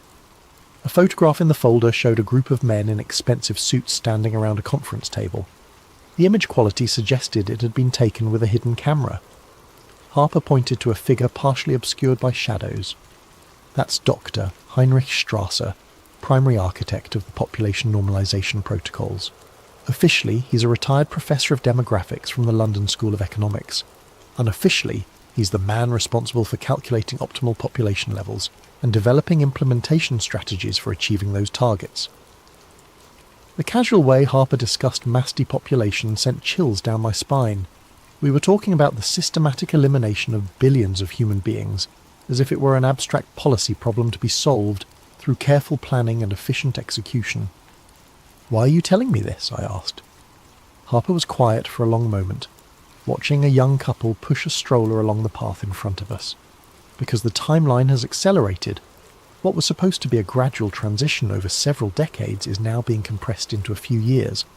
The planners are concerned about growing public awareness and resistance, so they've decided to move directly to Phase 3, the economic collapse scenario. He handed me a small device that looked like a modified smartphone. Everything you need to understand the current operational status is on that device. Meeting schedules, communication intercepts, financial transaction records. But be warned, accessing this information will mark you as a priority target. They won't try to discredit you or buy you off. They'll simply make you disappear. I pocketed the device, my hands trembling. What about you? How have you managed to avoid disappearing? Harper smiled grimly. I haven't. The man who used to be called Harper died in a car accident in Morocco 15 years ago, according to official records. The person sitting next to you is a ghost, and ghosts have certain advantages when it comes to moving through the world undetected. We parted ways without shaking hands or exchanging contact information. Harper simply stood up, walked away, and disappeared into the crowd of tourists and afternoon shoppers. I remained on the bench for another hour, trying to process what I had learned, and struggling with the magnitude of the decisions I now faced. That evening I examined the device Harper had given me. The interface was unlike anything I'd seen before, clearly custom-built with security features that went far beyond commercial encryption standards. The data it contained was staggering. Real-time intelligence on Project RESET implementation across multiple continents, detailed profiles of key personnel, financial flows between organisations, and most disturbing of all, operational timelines for the next phase of the plan. According to the intelligence Harper had provided, Phase 3, the engineered economic collapse, was scheduled to begin within 18 months. The trigger would be a coordinated cyber attack on critical financial infrastructure, blamed on state-sponsored hackers but actually orchestrated by the same network that had been planning global restructuring for decades. The attack would simultaneously cripple banking systems, electrical grids, supply chains and communication networks across North America and Europe. In the chaos that followed, emergency powers would be invoked, constitutional protections would be suspended, and the new digital control systems would be implemented as temporary security measures. Within 6 months of the collapse, the new economic system would be fully operational. Physical currency would be eliminated in favour of digital transactions that could be monitored, controlled, and restricted in real time. Universal basic income would be introduced, but payment would be conditional on compliance with behavioural modification programs. Private property rights would be suspended in favour of collective stewardship models managed by AI allocation algorithms. Anyone who resisted the transition would find themselves cut off from the economic system entirely, unable to buy food, unable to access shelter, unable to travel or communicate. Social pressure and biological necessity would force compliance within weeks. The plan was brilliant in its simplicity and horrifying in its implications. By engineering a crisis and positioning themselves as the solution, the architects of Project RESET could implement total social control while maintaining the illusion of democratic legitimacy. The public would beg for the very chains that enslaved them. As I sat in my apartment that night, surrounded by the evidence of humanity's impending subjugation, I made a decision that would define the rest of my life. I couldn't stop what was coming. The machinery was too vast, too well coordinated, and too far advanced. But I could expose it. I could ensure that when the collapse came, at least some people would understand what was really happening and why. The real governments weren't in the Capitol buildings where tourists took photographs and school children learned about democracy. They were in conference rooms with no cameras, making decisions that would reshape human civilization according to their vision of optimal management and control.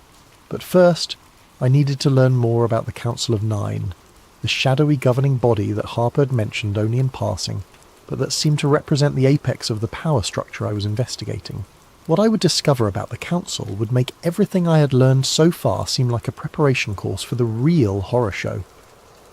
Harper contacted me again 3 days later, this time through a more sophisticated method that demonstrated the depth of his surveillance capabilities. When I returned home from work, I found that someone had been in my apartment. Nothing was missing, nothing was damaged, but subtle signs indicated professional intrusion. A book moved slightly on my desk, a coffee cup repositioned by a few inches, the angle of my computer monitor adjusted just enough to be noticeable. On my kitchen table was a single playing card, the 9 of spades, with a time and location written on the back in precise handwriting. Thursday, 9 p.m, Jet D'eau viewing platform.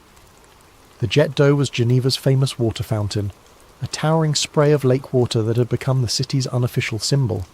The viewing platform offered panoramic views of Lake Geneva and was typically crowded with tourists during the day, but at 9 p.m. on a Thursday in early spring it would be largely deserted. I arrived 15 minutes early, using the time to scan for potential surveillance or security threats. Harper's warnings about being marked as a priority target had left me hyper-vigilant, seeing potential enemies in every passerby and possible monitoring devices in every street camera. Harper materialised from the shadows near the platform's eastern edge, moving with the silent efficiency of someone trained in covert operations. He wore different clothes than during our first meeting, but the same calculating alertness animated his features. "You've been researching the Council of Nine," he said without preamble. "I can tell because your digital footprint shows specific query patterns that correlate with Council-related information architecture." I hadn't mentioned the Council during our previous conversation, which meant Harper had been monitoring my online activities despite my precautions. The realization was both impressive and unsettling. "How do you know what I've been researching?" "Because I built some of the monitoring systems that track research patterns related to sensitive topics. Before I became a ghost, I spent 12 years developing psychological analysis algorithms for MI6. We called it cognitive fingerprinting, the ability to identify individual researchers based on their information-seeking behaviours." Harper handed me a waterproof envelope sealed with what appeared to be tamper-evident tape. "The Council of Nine represents the operational command structure for Project R ESET. They're not the architects. Those individuals died decades ago. But they're the executors responsible for implementing the final phases." The envelope contained photographs that had obviously been taken with sophisticated surveillance equipment. The images showed a conference room that looked like something from a high-end corporate retreat. Polished mahogany table, leather chairs, floor-to-ceiling windows offering views of what appeared to be a mountain landscape. But it was the occupants of the room that made my blood run cold. 9 individuals sat around the table, their faces partially obscured by shadows that seemed strategically positioned to prevent clear identification. Despite the lighting conditions, I could make out enough detail to recognise several figures from my research. Dr. Klaus Müller from the Arcus Foundation, a woman who appeared to be Dr. Margaret Thornfield from the World Economic Forum's Executive Board, and others whose faces seemed familiar but whose identities I couldn't immediately place. These photographs were taken during a C9 emergency protocol meeting 6 months ago, Harper explained. The audio quality from that particular session wasn't optimal, but we managed to capture enough to understand the current operational parameters. He handed me a small audio device with earbuds attached. "This is a compilation of intercepted communications from various council sessions over the past 2 years. I should warn you, what you're about to hear will fundamentally change your understanding of how power operates in the modern world." I inserted the earbuds and pressed play. The audio quality was variable, ranging from crystal clear to barely audible, but the content was unmistakably authentic. The first segment featured a woman's voice with a slight Germanic accent. "Phase 2? Implementation is proceeding ahead of schedule in North America and Western Europe. Digital ID adoption rates are exceeding projections by 23%, and AI resource management pilots are showing promising compliance metrics." A male voice responded, "What about resistance indicators?" The psychological analysis models predicted higher levels of public pushback by this stage. "Resistance has been effectively channeled into harmless outlets," the woman replied. "Social media algorithms are directing dissent toward peripheral issues, cultural conflicts, partisan political divisions, environmental activism. The core infrastructure development continues without meaningful opposition." The recording shifted to what appeared to be a different meeting. The audio quality was clearer, allowing me to distinguish individual speakers more easily. "The timeline for Phase 3 has been moved up," announced a voice I recognised as belonging to Dr. Klaus Müller. "Recent polling data suggests that public awareness of systematic restructuring is approaching critical thresholds. We need to initiate the collapse scenario before organised resistance can develop." Another voice, older and more gravelly, expressed concern. "Acceleration carries significant risks. If the synthetic recovery process is implemented too quickly, it could trigger the kind of popular uprising that the entire operation was designed to prevent." "The risk analysis has been updated," Müller responded. "Current societal conditioning levels indicate that the majority of the population will accept authoritarian measures, if they're presented as temporary responses to existential threats. The 2020 compliance experiments exceeded all expectations. The recording continued for over an hour, revealing operational details that confirmed Harper's earlier warnings. The cyber attack that would trigger Phase 3 was being developed by a contractor called Prometheus Systems, a private cybersecurity firm with deep ties to intelligence agencies in multiple countries. The attack would be sophisticated enough to cripple critical infrastructure while leaving forensic evidence pointing to foreign state actors. But it was the discussion of Phase 5, the population normalization protocols, that left me physically nauseated. Demographic optimization cannot be achieved through voluntary measures, stated a voice, with what sounded like an Eastern European accent. The behavioural modification programs have been successful in reducing fertility rates, but not to levels consistent with sustainability targets. The healthcare integration protocols offer more direct intervention capabilities, replied another speaker. Selective service rationing, modified treatment algorithms, and enhanced mortality acceleration for non-productive demographic segments. They were discussing mass murder with the same clinical detachment that I had once used to analyse statistical models. Billions of human lives reduced to data points in an optimization algorithm designed to achieve their vision of sustainable population levels. The final segment of the recording was the most chilling of all. It featured what appeared to be a briefing on something called the Consciousness Integration Project, a psychological warfare operation designed to prepare the surviving population for permanent subjugation. Individual autonomy is incompatible with managed governance systems, explained a voice that seemed artificially modulated to prevent identification. The transition to collective consciousness algorithms will be facilitated through neurochemical interventions delivered via water supply modification and atmospheric aerosol deployment. What about cognitive resistance patterns? Asked another speaker. Resistance requires individual identity coherence. The consciousness integration protocols will systematically deconstruct individual psychological frameworks and replace them with collective identity matrices. Within one generation, the concept of personal autonomy will be psychologically incomprehensible to the surviving population. I removed the earbuds and handed the device back to Harper, my hands shaking with a combination of rage and terror. What I had heard wasn't just evidence of a conspiracy, it was evidence of a plan to erase human consciousness itself, transforming the survivors of their depopulation program into biological robots incapable of independent thought. Now you understand the stakes, Harper said quietly. This isn't about political control or economic manipulation. It's about the fundamental nature of human existence. They're planning to transform our species into something that can be managed like livestock. The lights of Geneva sparkled across Lake Geneva, a testament to human creativity and achievement that would soon be subordinated to the algorithmic control systems of the Council of Nine.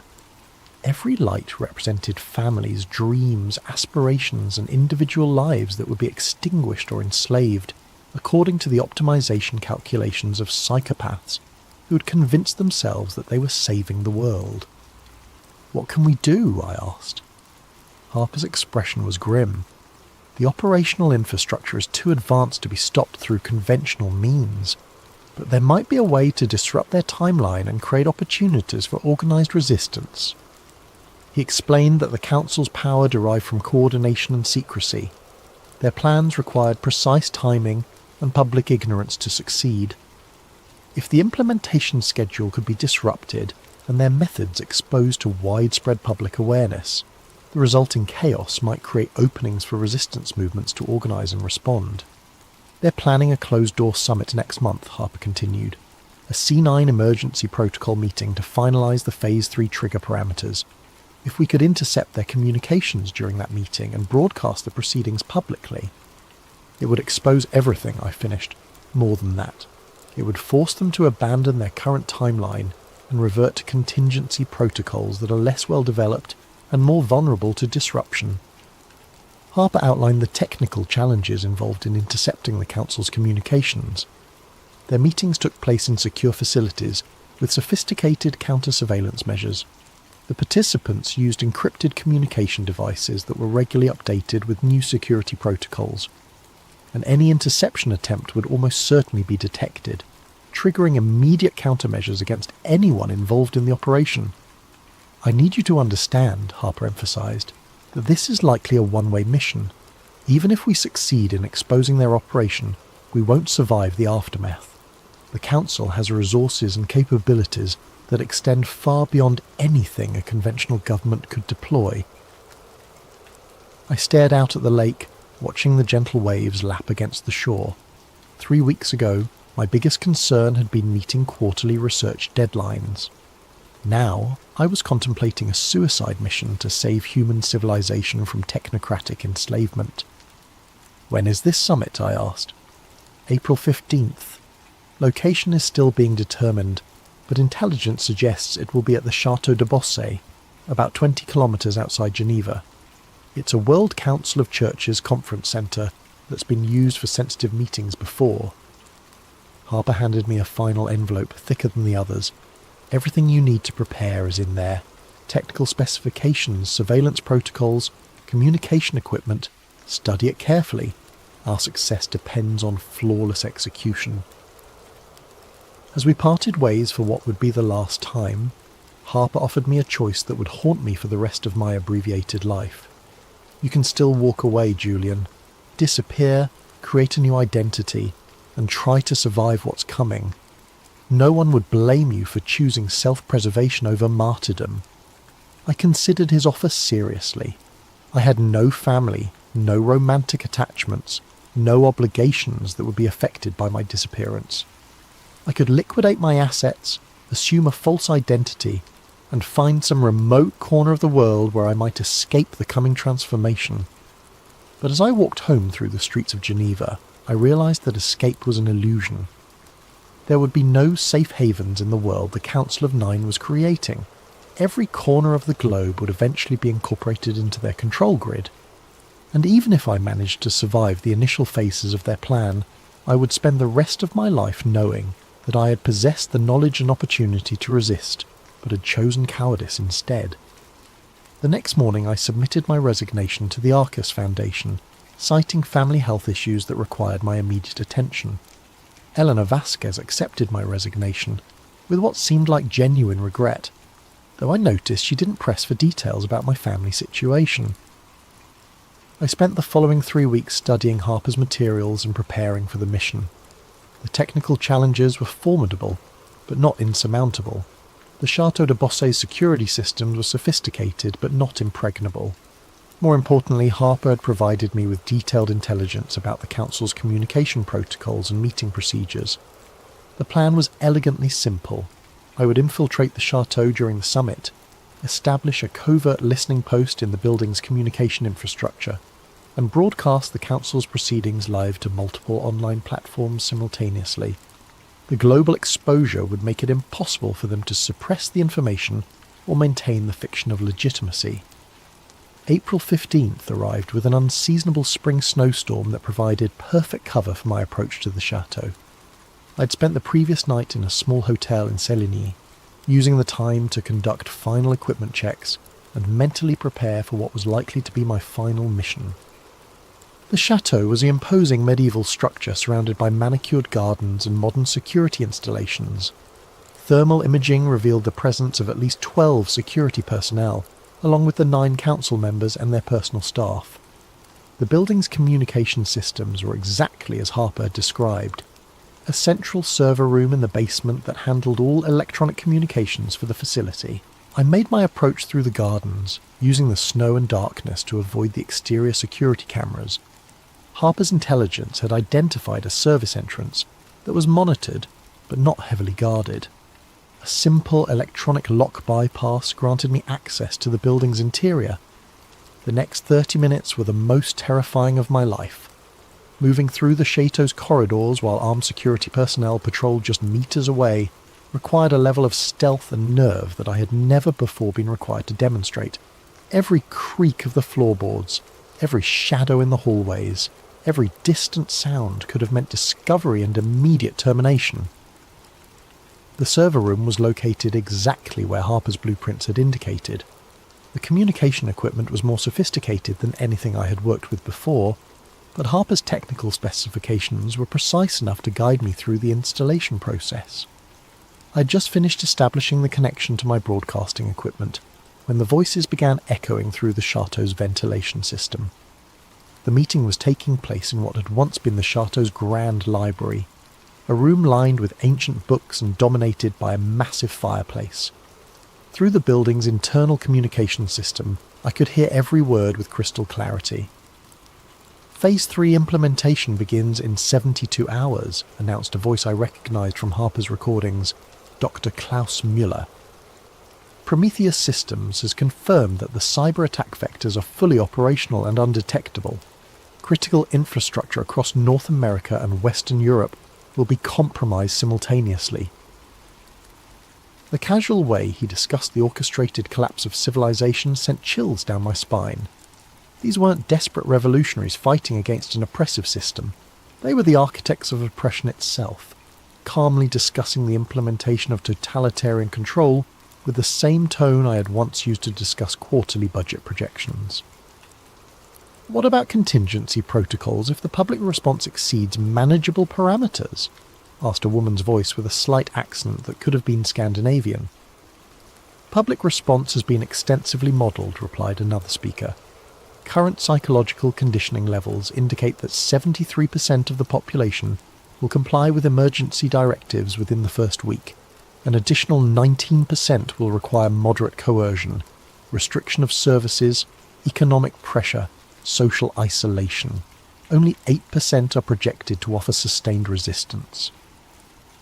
My hands trembled as I adjusted the recording equipment. They were discussing the subjugation of billions of human beings as if they were managing a corporate restructuring project. The clinical precision of their planning made their intentions even more horrifying.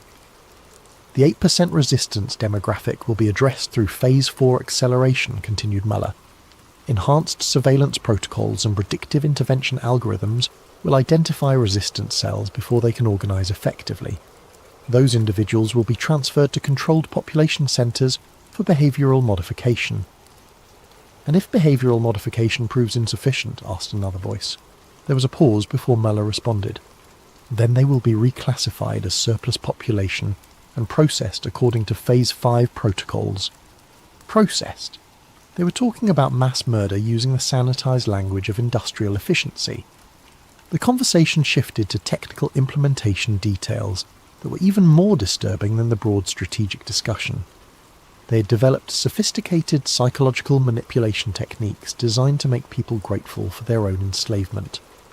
The economic collapse would be followed by a recovery program that would gradually introduce the new control systems as benevolent solutions to the problems they had created.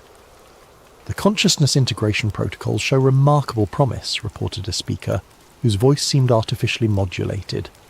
Test populations in controlled environments demonstrate complete behavioural compliance within 18 months of implementation. Individual identity dissolution proceeds according to projections, with subjects reporting increased satisfaction and social harmony. They had been experimenting on human populations. Somewhere in the world, there were communities that had already been transformed into the kind of managed livestock that the Council envisioned for all of humanity. What about the intellectual infrastructure? Asked another voice. Scientific research, technological development, creative production. These activities require some level of individual cognitive autonomy. Managed creativity protocols have been successfully implemented, came the response. Intellectual production can be optimized through selective cognitive enhancement of designated individuals while maintaining overall population compliance. The creative class will be a managed resource, like any other essential service. Even human creativity would be subordinated to their control systems. Artists, writers, scientists, and inventors would be reduced to biological machines producing innovations according to centrally planned directives. But it was the next part of their conversation that made me realise the true scope of their ambitions. The interplanetary expansion protocols require careful coordination with Phase 5 implementation, announced a voice I hadn't heard before. Optimal population levels for Earth-based operations must be maintained while developing sustainable colonies for the management class. They weren't just planning to control Earth, they were planning to expand their control system to other planets. The population reduction wasn't just about sustainability, it was about creating a manageable labour force, while the ruling class established themselves as the founders of interplanetary civilization. Mars colony infrastructure development is proceeding ahead of schedule, reported another speaker. The first management class settlement can be established within 15 years, with full operational capability within 30. Earth-based population levels can be reduced to maintenance requirements, while interplanetary expansion continues. The vision was breathtaking in its scope and horrifying in its implications. Earth would become a managed preserve populated by enslaved humans whose consciousness had been technologically altered to ensure compliance. Meanwhile, the architects of this system would establish themselves as the lords of a new cosmic empire, free from the limitations and messy complications of democratic governance. I was so absorbed in the horror of what I was hearing that I almost missed the sound of footsteps in the corridor outside the server room. My blood turned to ice as I realised that someone was approaching my hiding place. The door opened slowly, revealing a figure in dark clothing carrying what appeared to be a sophisticated detection device. He swept the room methodically, his equipment clearly designed to identify unauthorised electronic devices. For a moment our eyes met across the server room. He was younger than I had expected, probably in his 30s, with the kind of athletic build that suggested military or law enforcement training. His expression was professionally calm, but I could see the calculation in his eyes as he assessed the situation. "Dr. Julian Stone," he said quietly. "You're not supposed to be here." I had been caught, but the recording was still active. My mission could still succeed if I could delay long enough for the broadcast to complete. "Neither are you, I'd imagine," I replied, trying to keep my voice steady. "Unless you're part of their security detail." He smiled grimly. "I'm part of something else entirely. Someone who shares your concerns about what's happening in that room upstairs." The revelation that I wasn't alone in my resistance lifted a weight from my shoulders that I hadn't realised I was carrying. "How many others are there?" "More than they know. Fewer than we need." He moved closer, keeping his voice low. "The broadcast is working. The signal is getting through to multiple platforms simultaneously, but they're going to detect the transmission within minutes, and when they do, we're both dead," I finished. "Probably, but the information will be out there. People will know the truth." From upstairs, we could hear the council's discussion continuing.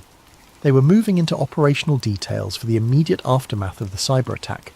Emergency broadcast scripts, military deployment protocols, procedures for implementing martial law while maintaining the illusion of democratic legitimacy. "The public messaging framework is critical," Merla was saying. "The population must believe that the emergency measures are temporary responses to an external threat. Constitutional rights can be suspended indefinitely as long as the suspension is framed as protective rather than punitive." My companion, he had never given me his name, was monitoring the broadcast signal on a handheld device. "Upload is at 67% completion," he whispered, "but they're starting to scan for unauthorized transmissions." The voices from upstairs were becoming more animated, suggesting that someone had noticed the security breach. "We have a problem," announced a voice I hadn't heard before. "Our communication systems are showing signs of external access. Someone is intercepting our proceedings." The response was immediate and chilling. "Lock down the facility, search every room, find the source of the breach and eliminate it." 78% complete, my companion reported. "Just need a few more minutes."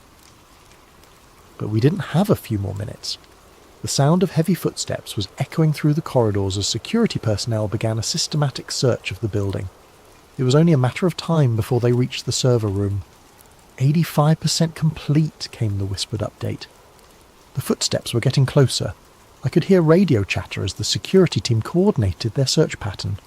The voices were professional, efficient, and absolutely ruthless. 92% complete. A voice outside the door. "Check the server room. Full scan for unauthorized equipment. 97% complete." The door handle turned. "Upload complete," my companion whispered just as the door burst open. What happened next was a blur of violence and chaos that I'm still not entirely sure I remember accurately. Multiple armed figures poured through the doorway, their weapons trained on both of us with professional precision.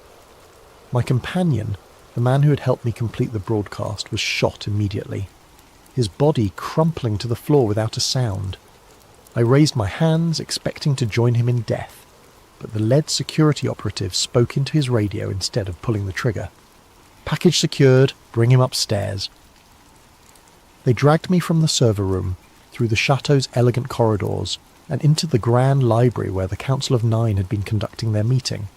The room was exactly as I had imagined it, ornate, imposing, and filled with the kind of understated luxury that spoke of genuine power rather than mere wealth. The 9 figures were still seated around their mahogany table, but now their attention was focused entirely on me. In the better lighting, I could see their faces more clearly than I had in Harper's photographs. They were older than I had expected, mostly in their 60s and 70s, with the kind of well-preserved appearance that came from access to the best medical care money could buy. Dr. Klaus Müller rose from his seat, his expression combining disappointment with professional curiosity. "Doctor, Julian Stone, we've been monitoring your research activities for some time. Impressive work, actually. You identified patterns that took us decades to establish." I said nothing, focusing on memorizing as many details as possible about the room and its occupants. If I somehow survived this encounter, I wanted to be able to provide accurate descriptions to anyone who might continue the resistance. "The broadcast has been successfully contained," reported one of the security operatives. "All major platforms have been contacted, and the uploaded content is being systematically removed. Estimated public exposure was minimal, fewer than 10,000 views before suppression protocols were implemented. 10,000 people. It wasn't much, but it was something. Somewhere in the world, 10,000 individuals now knew the truth about Project RESET and the Council of Nine. "Unfortunately," Muller continued, "your interference has created complications that require immediate resolution. The Phase 3 timeline cannot be adjusted, which means we need to implement enhanced security protocols to prevent further breaches." A woman at the far end of the table spoke for the first time. Her voice was cultured, with the kind of accent that suggested expensive education and international travel. "The Harper problem has been persistent for too long.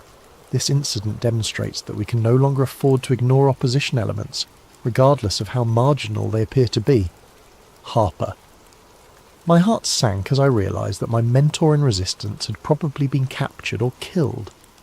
The network of opposition that I had hoped might grow from our exposure had been compromised before it could develop. "Harper was terminated 6 hours ago," confirmed one of the security operatives, "along with 12 associated individuals identified through communication analysis. The resistance network has been effectively neutralised." The casual way they discussed murder was perhaps the most chilling aspect of the entire encounter. These weren't monsters or fanatics. They were bureaucrats implementing policy decisions with the same detached professionalism that I had once applied to demographic analysis. "Which brings us to the question of what to do with Dr. Stone," Muller said, returning his attention to me. "His knowledge of our operations is comprehensive, and his analytical capabilities are impressive. There might be value in incorporating him into our planning apparatus rather than simply eliminating him." The suggestion sent a chill down my spine that was worse than the threat of death. They were offering me the chance to become complicit in their plan, to use my skills to perfect the mechanisms of human enslavement. "The offer is genuine," Miller continued, apparently reading my expression. "Your research background makes you uniquely qualified to contribute to population management optimization. You could help us minimize the suffering associated with the transition process." "Minimize the suffering of genocide, you mean?" I replied, speaking for the first time since being brought into the room.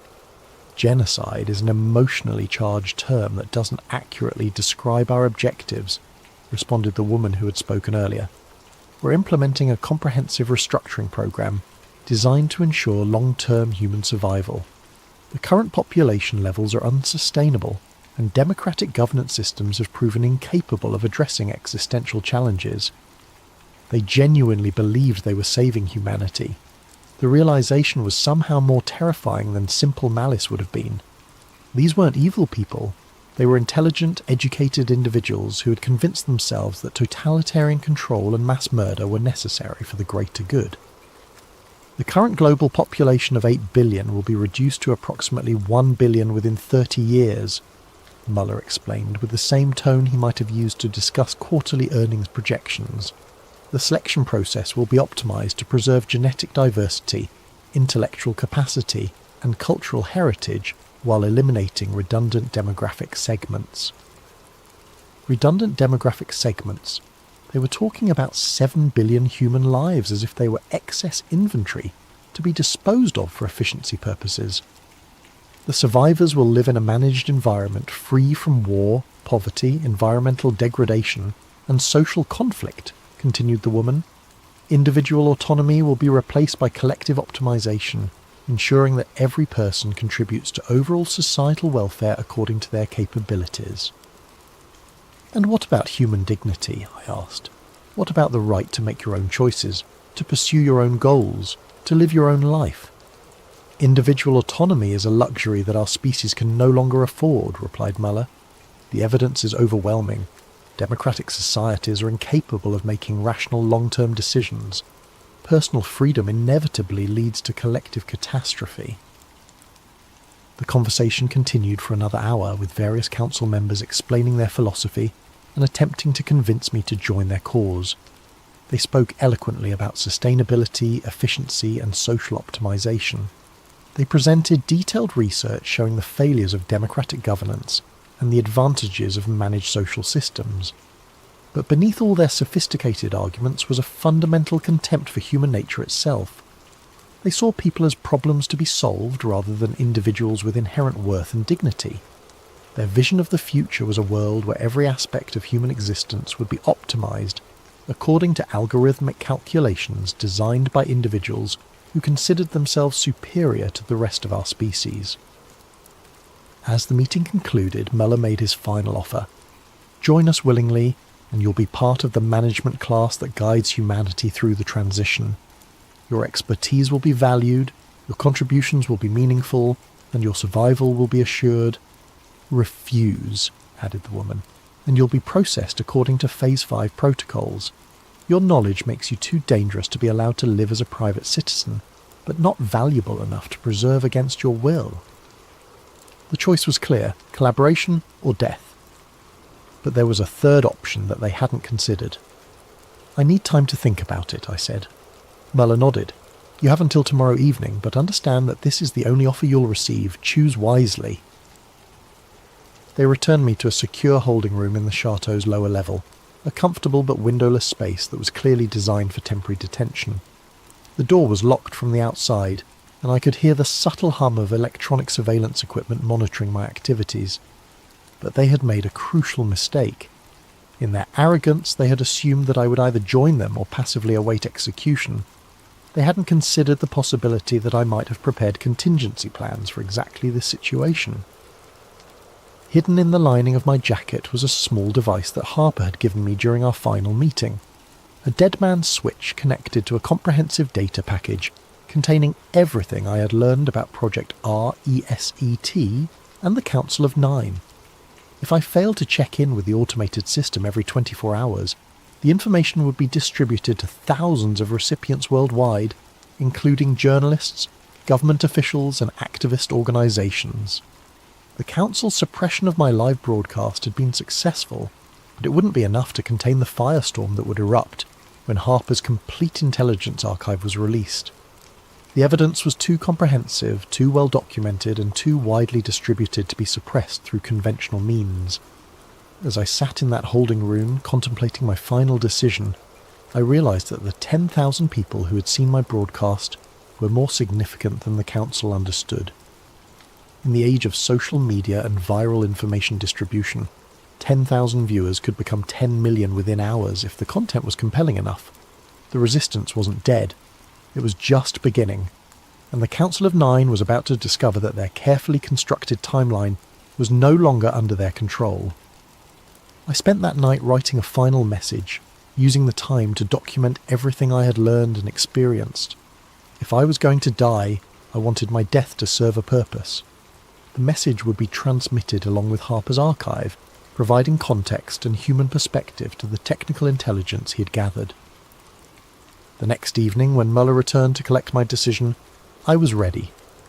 I've made my choice, I told him, and I choose resistance." Mellor's expression didn't change, but I could see the disappointment in his eyes. "That's unfortunate. You could have been part of something historically significant." "I already am," I replied, "just not the way you intended." The following text was recovered from Dr. Julian Stone's encrypted files and released as part of the Harper Archive disclosure. It represents the final transmission sent by Dr. Stone before his disappearance. "To whoever receives this message, my name is Julian Stone, and by the time you read this, I will probably be dead. But my death will serve a purpose if you understand what I'm about to tell you and act on that knowledge. Everything you've learned about Project RESET and the Council of Nine is true. They are not theoretical threats or abstract conspiracies. They are operational realities that are being implemented right now in the real world by real people with real power. The cyber attack that will trigger Phase 3 is scheduled to begin in less than 48 hours. When it happens, you will be told that foreign terrorists or hostile nations are responsible. You will be told that emergency measures are necessary to protect your safety and security. You will be told that the restrictions on your freedom are temporary responses to an unprecedented crisis. All of it will be lies. The attack will be orchestrated by the same people who will offer to save you from it. The emergency measures will be permanent features of a new system of control. The restrictions on your freedom will never be lifted because they were never intended to be temporary. But you have a choice. You can choose to believe the lies and accept the chains they offer you, or you can choose to resist and fight for the future of human dignity and freedom. If you choose resistance, you need to understand what you're fighting against. This is not a political movement that can be defeated through elections or legal challenges. This is a coordinated assault on human consciousness itself, implemented by people who have resources and capabilities that exceed anything most people can imagine. They control the media that shapes public opinion. They control the financial systems that determine economic stability. They control the technology platforms that facilitate communication and organisation. They have been planning this transformation for decades, and they have considered every possible form of resistance. But they have made one crucial error. They have underestimated the power of human consciousness itself. Individual awareness, when multiplied across millions of people, creates possibilities that no algorithm can predict or control. The key to resistance is understanding that this is fundamentally a spiritual battle disguised as a political conflict. They are trying to convince you that individual autonomy is selfish, that personal freedom is dangerous, and that collective management is more efficient than individual choice. Don't believe them. Your individual consciousness is not a bug in the human system. It's a feature. Your ability to think for yourself, to make your own choices, to pursue your own dreams and goals, is not a luxury that humanity can no longer afford. It's the essence of what makes us human. When the collapse comes, and it will come, remember that the chaos is artificial, and the solutions they offer are designed to enslave you. Organise locally, communicate privately, and maintain your individual identity at all costs. Most importantly, remember that you're not alone. All around the world, people are waking up to the reality of what is being done to them. The resistance is not centralised or organised in the traditional sense, but it is real and it is growing. The New World Order is not inevitable. It is simply the preferred outcome of people who have convinced themselves that they know better than the rest of us how we should live our lives. They are wrong, and if enough of us refuse to cooperate with their vision, they will fail. The choice is yours. Choose wisely. Choose resistance. Choose freedom. The future of human consciousness depends on it. Transmission ends. Addendum. The World Unity Day broadcast. The following transcript was recovered from archived television broadcasts dated 6 months after Dr. Stone's disappearance. The content has been verified as authentic by multiple independent sources. Good evening. This is Sarah Chen reporting for Global News Network with a special report on this year's World Unity Day celebration. Across the globe, millions of people are gathering to celebrate the remarkable progress we've made in building a more sustainable, secure and harmonious world. The past year has seen unprecedented cooperation between governments, corporations and civil society organisations in addressing the challenges facing our planet. The successful implementation of the Global Resilience Framework has provided stability and security for billions of people. while the Universal Basic Services Programme has eliminated poverty and inequality in participating regions. Behind me you can see thousands of happy families enjoying the festivities here in Geneva, grateful for the peace and prosperity that has been achieved through collective action and shared sacrifice. It's a remarkable testament to what humanity can accomplish when we work together toward common goals. But perhaps the most remarkable aspect of today's celebration is the sense of unity and purpose that pervades the crowd. Individual concerns and selfish interests have given way to collective consciousness and shared responsibility. It's truly inspiring to witness. In the background, we can see representatives from the Global Coordination Council observing the celebrations. These dedicated public servants have worked tirelessly to ensure that the transition to our new social model has been as smooth and beneficial as possible. One figure stands out among the observers, a man in dark clothing who seems to be watching the crowd with particular intensity. Our cameras haven't been able to get a clear shot of his face, but his presence adds to the sense of careful stewardship that characterises our New World Order. As we conclude this special report, I'm reminded of the words spoken by one of our Global Coordination Council members just last week. The New World Order isn't coming, it's here, and it's working exactly as intended. This is Sarah Chen, reporting for Global News Network. Thank you for watching, and happy World Unity Day. Firm paranoia. The terminal stood cavernous and quiet. Her footsteps echoed across the polished floors as she walked through the main concourse. Despite the late hour, the space felt unnaturally vacant. A few cleaning staff moved about like ghosts, and the occasional security guard made perfunctory rounds. Otherwise, the massive building seemed to be holding its breath. Bigger than the city of San Francisco, she muttered. Why build an airport this massive in a city that didn't need it? Evelyn had arranged a room at the airport hotel, giving her a reason to wander the terminals without arousing suspicion. She'd start properly tomorrow, but something compelled her to take a preliminary look around. The vast emptiness of night offered a freedom that daylight crowds would deny. Her attention drifted to the high ceilings, the elaborate art installations, the sheer scale of everything. DIA had cost $4.8 billion, $2 billion over budget. The explanations had never satisfied journalists like her. Something about the math didn't add up, as if the excess billions had built something else entirely. Near the south end of the terminal, she paused before the dedication capstone, a polished granite marker set into the floor. The Masonic square and compass symbol was prominently displayed, along with the date of dedication and, most curiously, reference to something called the New World Airport Commission. Evelyn knelt down, pretending to tie her shoe while snapping a photo with her pendant camera. The New World Airport Commission didn't exist, at least not officially. She'd checked every possible record.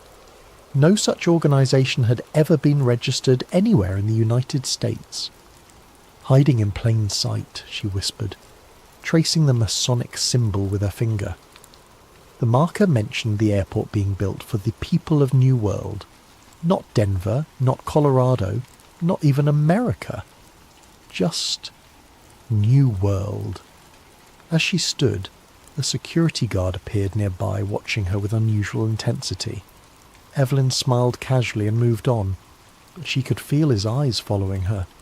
Was she being paranoid, or had she already been marked as someone to watch? Moving toward the hotel, she passed the infamous murals that had spawned countless conspiracy theories. Even at this hour, their vivid imagery was disturbing. Children lying in coffins, a gas-masked figure wielding a scimitar, extinct animals, indigenous people weeping over destruction. The artist claimed they represented peace following environmental apocalypse, but to Evelyn, they looked more like plans than warnings. At the hotel check-in, the night clerk barely acknowledged her, sliding her keycard across the counter without meeting her eyes. "Enjoy your stay at DIA," he said mechanically. "I'm sure I will," Evelyn replied. "It's quite an impressive facility." Larger than most people realise, the clerk said, finally looking up at her with an unnerving intensity. Most of it you'll never see. The comment hung in the air between them. Had it been a casual observation or something more? Evelyn nodded politely and walked to the elevator. In her room, she unpacked her equipment and spread the printouts of the encrypted emails across the bed. Each contained fragments of maps, maintenance schedules, strange symbols, and cryptic references to underground levels not shown on any official blueprint. One phrase appeared in every message: Level Subnormal 3. She arranged the pieces, trying to make sense of the puzzle. Through the window, the massive blue Mustang glowed in the distance, its red eyes like beacons in the Colorado night. Beyond it, planes took off and landed on runways designed in a formation that, from above, resembled a swastika. Another coincidence that conspiracy theorists love to mention. Evelyn checked her watch. 3:42 a.m. She should sleep, but her mind raced with questions. Who had sent the emails? Why choose her? And most importantly, what really lay beneath the sterile, controlled environment of Denver International Airport? She took out her recorder pen and spoke softly. Day 0 at DIA. Tomorrow I begin mapping the visible to find the invisible. If the emails are correct, this isn't just an airport. It's the entrance to something much bigger and much darker. As she set down the pen, the lights in her room flickered briefly. Just an electrical hiccup, surely. But in that moment of darkness, Evelyn could have sworn she heard something humming beneath the floor. A deep, steady vibration, like massive machinery churning in the earth below. Morning brought artificial normality to Denver International Airport. Travellers rushed through security lines, baristas served overpriced coffee, and overhead announcements called for final boardings. Yet to Evelyn's newly attuned senses, everything felt like a performance, a carefully choreographed dance to disguise what lay beneath the surface. She sipped her coffee near the south atrium, pretending to work on her laptop while photographing the murals more thoroughly.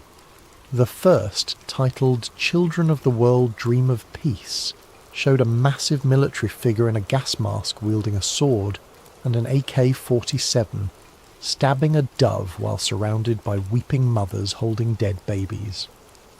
Opposite this stood another panel where children of all races gathered around a central figure that glowed with supernatural light. Disturbing, aren't they? Evelyn startled as an elderly man settled beside her. His security badge identified him as Walter Simmons, Maintenance Division.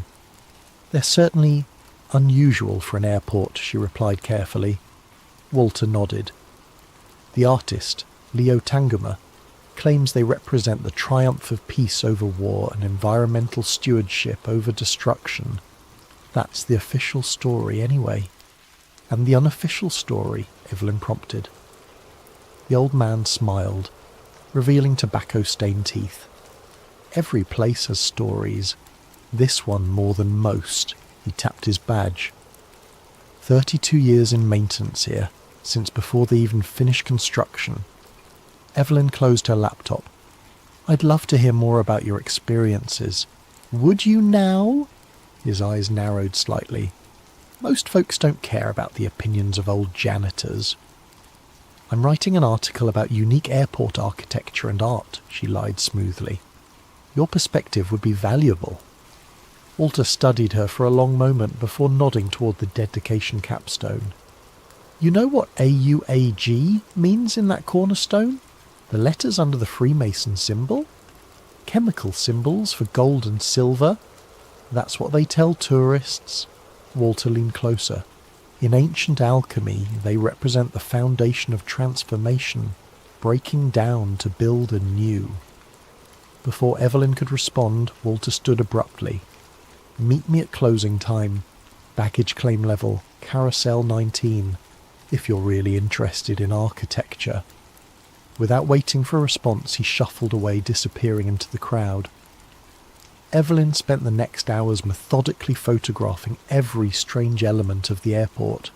The gargoyles emerging from suitcases, the floor tiles with Navajo symbols arranged in patterns that resembled circuitry, and most notably, the time capsule marble inscribed with New World Airport Commission. Near the south terminal, she found another cryptic installation, a small plaque depicting paper airplanes flying around tall buildings, installed years before September 11th. Below it, Freemason symbols were incorporated into the terrazzo floor. Each discovery confirmed what the emails had suggested. DIA was a tapestry of symbolic messaging hidden in plain sight. But who was sending these messages? And to whom? By late afternoon, Evelyn had mapped the entire public area, cross-referencing it with the fragmented information from her anonymous source. Something didn't add up. The airport's underground baggage system, famously dysfunctional, had cost hundreds of millions before being abandoned. Yet construction had continued below ground for years afterward. Equipment logs showed massive tunnel boring machines operating long after the official completion date. At 9:45 p.m, Evelyn made her way to baggage claim, finding Carousel 19 shut down for the night. Walter stood nearby, pretending to mop an already clean floor. "You actually came," he said, sounding surprised. "Follow me, don't speak." He led her through a service door marked Authorised Personnel Only, down a maintenance corridor lined with pipes and electrical conduits. After several turns, Walter used his badge to access another door labelled Tunnel System Grid B. "Why are you showing me this?" Evelyn whispered, as they entered a long concrete tunnel large enough to drive trucks through. "Because I'm retiring next month," Walter replied. 32 years keeping my mouth shut. Maybe it's time somebody knew." The tunnel stretched ahead for what seemed like miles, curving gently downward. Evelyn's GPS on her phone showed them moving beyond the official airport boundaries, yet the concrete passageway continued. 5 subterranean levels, Walter said as they walked. "That's what they put in the original plans. But we built 8. The deepest 3 don't officially exist." "Who's they?" Evelyn asked. Walter laughed bitterly. "I've asked myself that for decades. The construction teams were compartmentalised. Different contractors for different sections. Nobody seeing the whole picture. But whoever designed this place, they weren't thinking about luggage." They passed massive air handling systems, water purification equipment and power generators far larger than an airport would require. Self-sufficient, Walter noted, following her gaze. Complete power generation, water purification, air filtration. This place could seal itself off from the outside world indefinitely. After 20 minutes of walking, they reached a junction where the modern concrete tunnel intersected with something else. A rough-hewn passage that appeared to be partially natural, partially excavated from the bedrock. "This wasn't on any blueprint," Walter said. "We found it during excavation. There was talk of ancient tunnels under this whole region. Native American legends about entrances to the underworld." Evelyn photographed the junction with her pendant camera. "What's down there?" "Don't know. It was sealed off immediately. Armed guards for weeks." Walter pointed to a symbol carved into the stone arch.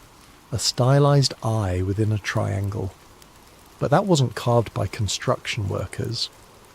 As they stood there, a low humming vibration filled the tunnel, the same sound Evelyn had heard in her hotel room. Walter's face paled. "We need to go. Now."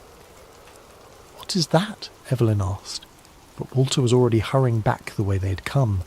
"Night shift's coming," he hissed. "If they find us here." They barely made it back to the public area before Walter's radio crackled to life.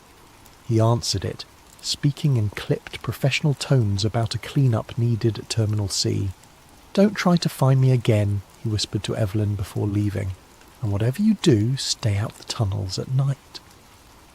Back in her hotel room, Evelyn downloaded the images from her camera and compared them with the diagrams from the anonymous emails. The strange carved symbol, matched one that appeared repeatedly in her source's messages.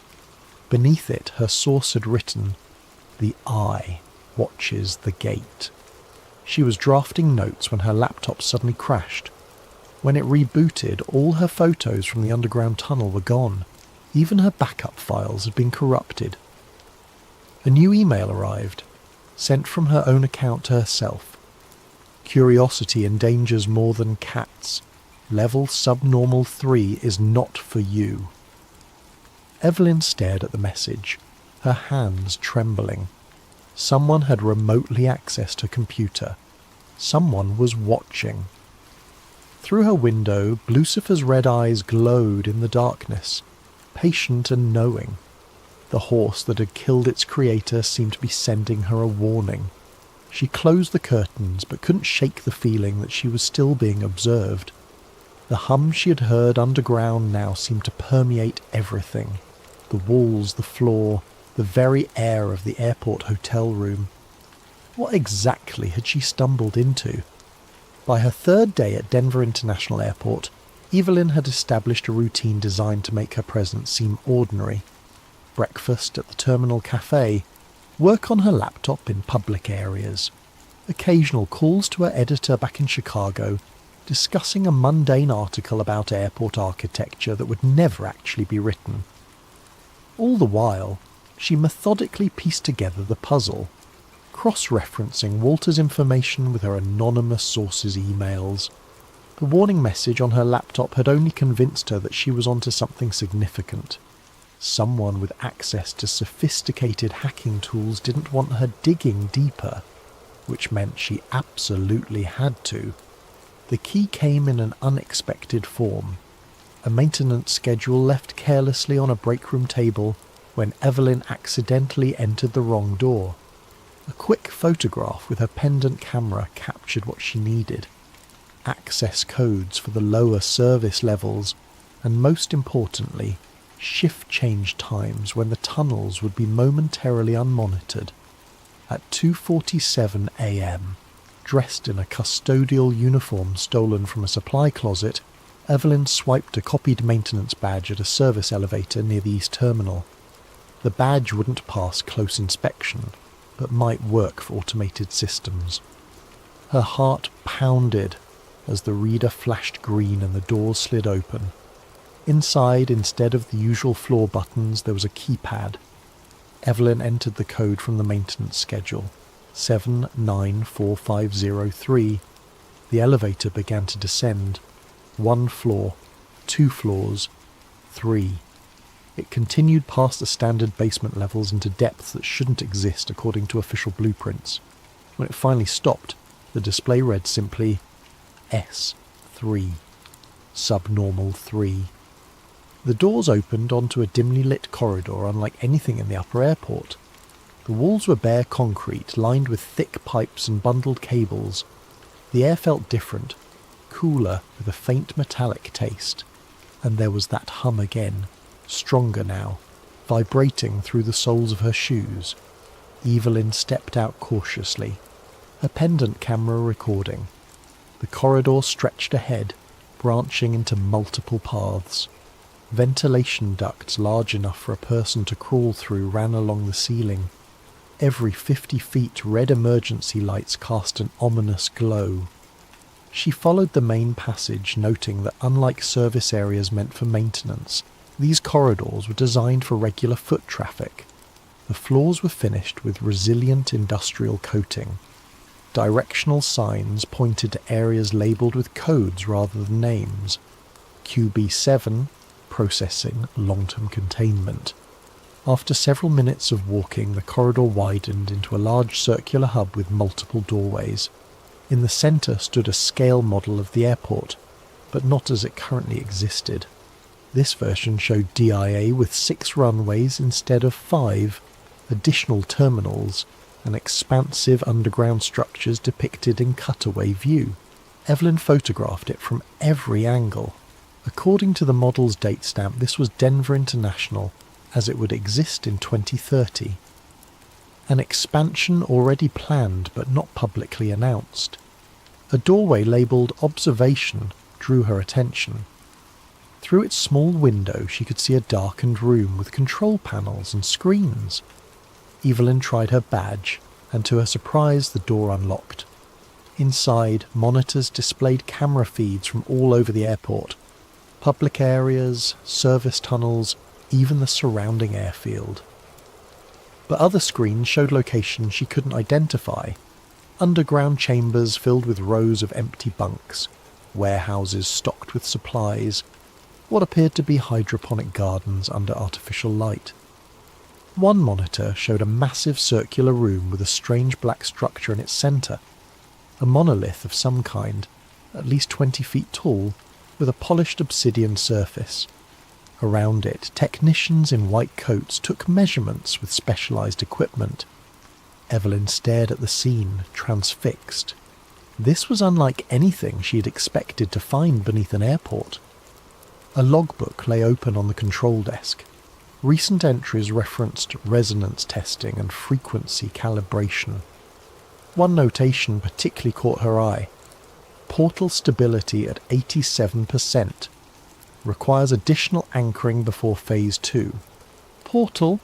A sound in the corridor snapped her attention back to her surroundings. Voices approaching.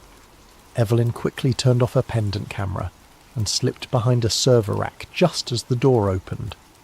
Two men in dark uniforms entered, continuing a conversation already in progress.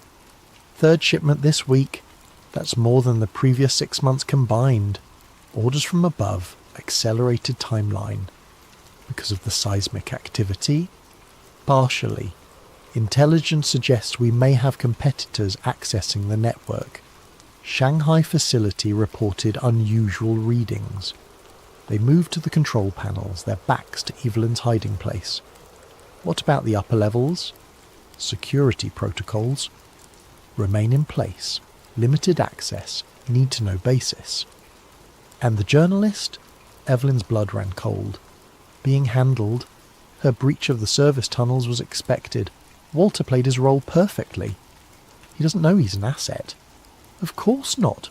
Carefully cultivated over decades. Retirement package includes memory modification. The men fell silent as they focused on the monitors. One adjusted settings while the other took notes. Evelyn remained frozen behind the server rack, barely breathing. After what seemed like an eternity, they finished their work and moved toward the door. Shift change in 20 minutes. Make sure the containment teams are ready. What about tonight's arrivals? Processing as usual. The VIPs go directly to level S5. After they left, Evelyn waited 5 full minutes before emerging from her hiding place. Her mind raced with questions. Walter had been used to feed her information. But why? What was this facility really for? And most disturbingly, they had expected her to find the tunnels. Her investigation wasn't exposing their secret. It was somehow part of their plan. She needed to see more before escaping. Following the hub's directional signs, she chose the path marked processing, moving as quietly as possible through the empty corridors. The processing area turned out to be a large chamber filled with equipment that resembled advanced medical scanning technology. Gurneys lined one wall. Isolation rooms with observation windows stood ready. Everything was immaculately clean and appeared to be regularly used. Beyond this area, Evelyn found something even more disturbing. A massive room filled with empty containment units. Hundreds of transparent chambers large enough to hold adult humans, connected to life support systems and monitoring equipment. These weren't designed for medical care. They were designed for storage. In an adjacent laboratory, refrigeration units held rows of vials labelled with alphanumeric codes. Research documents scattered on desks referenced extended biostasis and consciousness mapping. This went far beyond any government black site or military installation. Whatever was happening beneath Denver International Airport involved technologies and purposes Evelyn could barely comprehend. As she documented everything with her camera, the ambient hum that permeated the facility suddenly intensified. The lights flickered. An announcement echoed through hidden speakers. Attention all personnel. Harmonic stabilization sequence initiating. Secure all sensitive materials and proceed to designated safe zones. Resonance testing commencing in 5 minutes. Evelyn knew she needed to leave immediately. She retraced her steps toward the hub, planning to return to the service elevator. But as she rounded a corner, she came face to face with the security team in black tactical gear. They didn't seem surprised to see her. "Evelyn Hart," the leader said calmly. "Your tour ends here." The security team didn't restrain Evelyn. They didn't confiscate her equipment or even search her. Instead, they escorted her through corridors she hadn't yet explored, descending even deeper beneath the airport. "Where are you taking me?" she demanded, trying to maintain some illusion of control.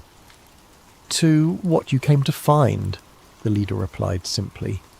They arrived at massive double doors emblazoned with the now familiar symbol, the eye within the triangle. 2 guards stood at attention outside, wearing black suits with subtle lapel pins, the square and compass of the Freemasons. The leader of Evelyn's escort team stepped forward, placing his palm on a biometric scanner. "Witness Hart as scheduled," he announced. "Scheduled?" The door swung open silently, revealing a vast underground chamber unlike anything Evelyn could have imagined. The ceiling arched at least 60 feet above a circular floor the size of a football field. The walls were a strange material that seemed to absorb light rather than reflect it, and at the centre stood the black monolith she had glimpsed on the security monitors. A perfect obsidian rectangle, its surface rippling occasionally as if it weren't completely solid. Around the chamber's perimeter, tiered seating accommodated what appeared to be viewing galleries. Men and women in formal attire occupied these areas, observing both the monolith and Evelyn's entrance with equal interest. Their faces were partially obscured by the chamber's unusual lighting, but she recognized certain features associated with wealth and power: the confident postures, the expensive watches, the security details hovering nearby. "Council is in session," her escort explained, directing her to a small podium facing the gathered assembly. "You will observe and report." "Report what?" Evelyn asked, bewildered. "The truth. That's what you came for, isn't it?" Before she could respond, the lights dimmed further and a resonant tone filled the chamber. The black monolith pulsed in rhythm with the sound, its surface becoming increasingly fluid. The assembled observers fell silent. A figure in elaborate ceremonial robes stepped onto a platform near the monolith. Though his face was shadowed by a hood, his voice carried effortlessly through the chamber. "The convergence approaches. Phase alignment has reached optimal parameters. The gateway prepares to receive." Digital displays materialized around the chamber, hovering in mid-air. They showed real-time data on geological activity, atmospheric conditions, and various measurements Evelyn couldn't interpret. One screen displayed a global map with pulsing points of light at specific locations. Denver was one, but she also noted similar spots in Antarctica, Siberia, the Gobi Desert, and beneath the Atlantic Ocean. "Our facilities report ready status," the robed figure continued. "The network is synchronized. When the moment arrives, transition will commence according to protocol." Another figure rose from the assembly, this one dressed in a modern business suit. "The controlled destabilization proceeds as designed. Economic indicators confirm system stress points have reached critical thresholds. Social fragmentation indexes are at predicted levels." "And the narrative control?" asked a woman's voice from another section. "Operational through all channels. Contradictory information continues to neutralize truth seekers. Those who approach genuine discovery are redirected through our asset network." With sudden clarity, Evelyn understood her role. She wasn't exposing a conspiracy, she was being used to shape the narrative around it. Whatever was happening here, they wanted it partially revealed, through her, in a way they could control. The robed figure gestured toward her. The witness has arrived as arranged. Her presence completes the documentation requirement. All eyes turned to Evelyn. She felt exposed, manipulated, yet strangely empowered by her new... Tonight's story is called Storm Protocol, and it explores a scenario both startlingly plausible and deeply unsettling. The possibility that the weather, the very skies we depend upon for life, could be manipulated for power. We'll follow Nathan Cole, an atmospheric physicist who stumbles upon hidden files revealing the existence of Project Cirrus, a clandestine initiative that engineers storms, droughts, and natural disasters for geopolitical gain. As Nathan tries to warn the world, he finds himself hunted, discredited, and caught in a swirl of moral dilemmas that threaten his life and everyone else's. Sit back, turn the lights low, and prepare for a journey through 5 chapters of tension, paranoia, and shocking revelations. Whether you listen attentively to every detail, or simply let the words wash over you as you drift off, this is your space to relax and unravel a story that might just leave you questioning the next thunderstorm you see. Now let's begin. May you find both rest and wonder in this tale about secrets hidden behind towering clouds, in a world where not all storms are as natural as they seem. Nathan Cole had never considered himself a whistleblower. At 36, he was a meticulous scientist with a passion for analysing cloud formations and weather systems, working for a government-funded climate agency in a mid-sized city. He spent his days among swirling data sets and satellite imagery, focusing on how storms evolve and how the atmosphere changes across the globe. He believed wholeheartedly in the agency's mission, understanding climate shifts to protect communities from environmental disasters. It was Tuesday morning like any other when the first crack in his reality appeared. Nathan was poring over satellite data from the North Atlantic, a swirling mass of clouds that was intensifying into what meteorologists expected to be a mild tropical storm. Yet, in an older, theoretical predictive model, stored on an internal server, Nathan saw something odd, an exact projection of the storm's path that deviated significantly from the official forecast. More bizarrely, the model was labelled Cirrus Class Tier 4, a classification he'd never encountered, and it showed the storm making a sharp, unnatural turn, intensifying into a Category 3 hurricane. Curiosity piqued. Nathan cross-referenced live data. The real-time satellite feed indeed showed a suspicious shift in the storm's trajectory that aligned perfectly with the model's predictions that no one was publicly citing. If the storm turned out to be as strong as the Tier 4 model suggested, entire coastal regions would be unprepared. He tried to mention it to a senior colleague that afternoon, a data specialist named Ingrid. She gave him a polite smile, then stiffened when she saw the model's label. "Where did you get that file?" she asked quietly, her tone suddenly guarded.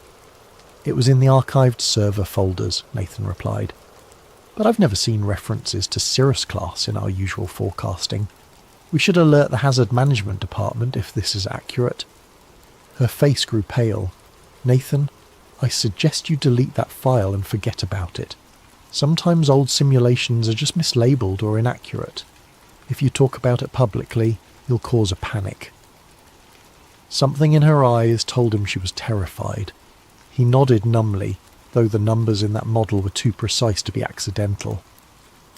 As Ingrid walked away, he felt a chill creeping up his spine. Later that evening, still uneasy, Nathan delved into the server again. He found an entire folder labelled Project Cirrus, restricted behind multiple passwords. He managed to bypass some security protocols, partly out of curiosity, partly out of mounting concern. Inside were numerous references to stratospheric aerosol injections, ionospheric heating, and artificial precipitation triggers. the documentation included scheduling for weather events in regions that, according to official narrative, had been hit by natural disasters. These logs dated back years, some referencing wildfires, others referencing drought patterns in farmland-rich nations. All of it implied a deliberate hand in steering or intensifying these phenomena. His heart pounded. This couldn't be real, could it? The possibility that the government or some clandestine branch was actively engineering weather events for undisclosed purposes defied everything he believed in. The sense of moral betrayal was overwhelming.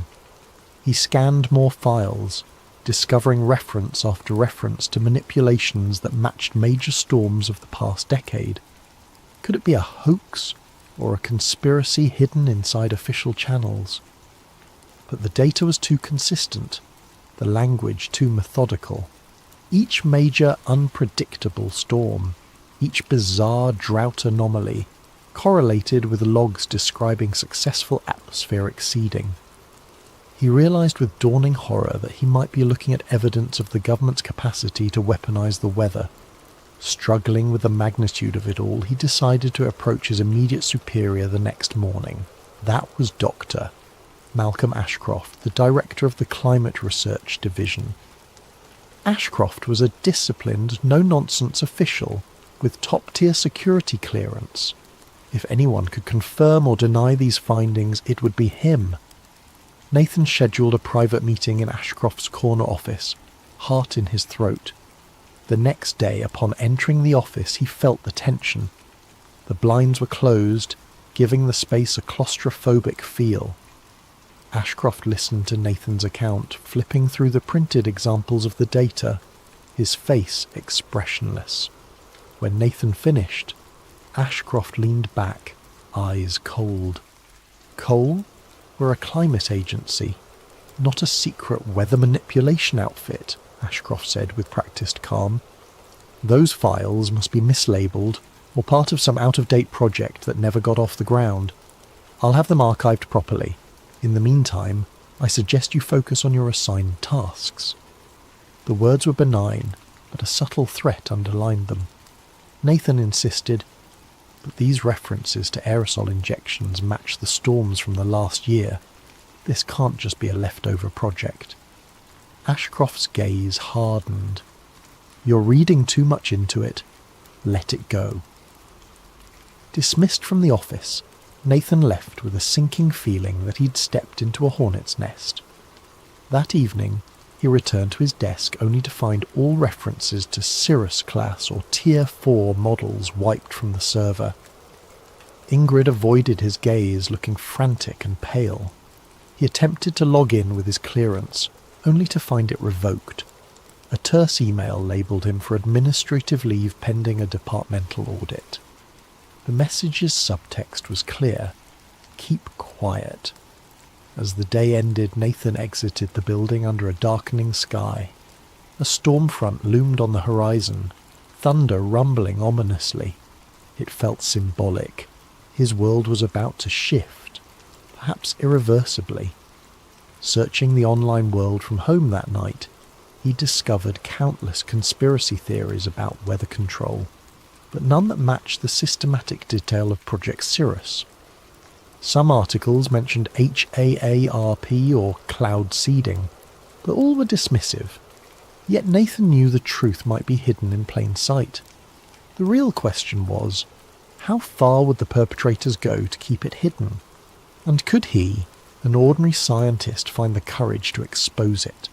2 days of enforced idleness left Nathan Cole in an anxious whirl. Officially on leave, he was barred from the climate agency's premises. He spent his time combing through personal backups, notes, old research proposals, weather anomaly charts. Tucked among them, he found earlier versions of the Cirrus-class references, not labelled as such, but hinting at advanced geoengineering. The idea weighed heavily on him. Maybe Project Cirrus had roots in the agency's past under different names. Huddled in his small apartment with a mug of coffee gone cold, he typed weather manipulation into countless search engines. The results were mostly sensationalist. Wild claims of chemtrails, HAARP conspiracies, or microwave weapons used by shadowy groups. He had always dismissed such theories as fringe paranoia.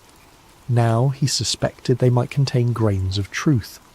He opened a new email with an attached data set, wrote a short message, and addressed it to Jade Ramirez, an underground investigative journalist he'd read about. Jade was known for exposing corporate cover-ups, mainly big pharma or environmental disasters. She had a reputation for chasing suppressed stories, ignoring official denials. But contacting her carried risks. If she proved untrustworthy, he'd be handing explosive info to the wrong hands. If she was legit, she might become his only lifeline. An hour later, to his surprise, Jade replied with a terse, "Meet me. District 7 coffee shop. 3 p.m, bring your evidence." The directness made his pulse quicken. It was happening. Someone was taking him seriously, or maybe it was a trap. Fear gnawed at him. He arrived at the coffee shop, a nondescript spot with battered wooden tables and flickering lights. Jade was waiting, arms folded, scanning the crowd warily. She was in her early 30s, short hair dyed a streak of blue, wearing a leather jacket that had seen better days. The second Nathan approached, her gaze locked onto him. "Cole?" she asked. He nodded, sliding into the seat across from her. "You said you have proof of government weather manipulation. That's a big claim." He took a deep breath, passing a flash drive across the table. "On this, you'll find partial logs referencing Project Cirrus, including time-stamped documents that correspond to real-world storms. I also have correlation data that suggests these events weren't natural." She raised a skeptical eyebrow. "Could be doctored. People fake documents all the time." "I'm not a forger. Check the metadata. It's from official servers. I just stumbled upon it." Jade hesitated, took the drive. "If you're messing with me, I'll know. But if this is real, it's huge." She paused. "Why come to me? Why not mainstream media?" Nathan grimaced. "They'll bury it or brand me a crank. My own office tried to muzzle me. You have a history of exposing cover-ups." She leaned back.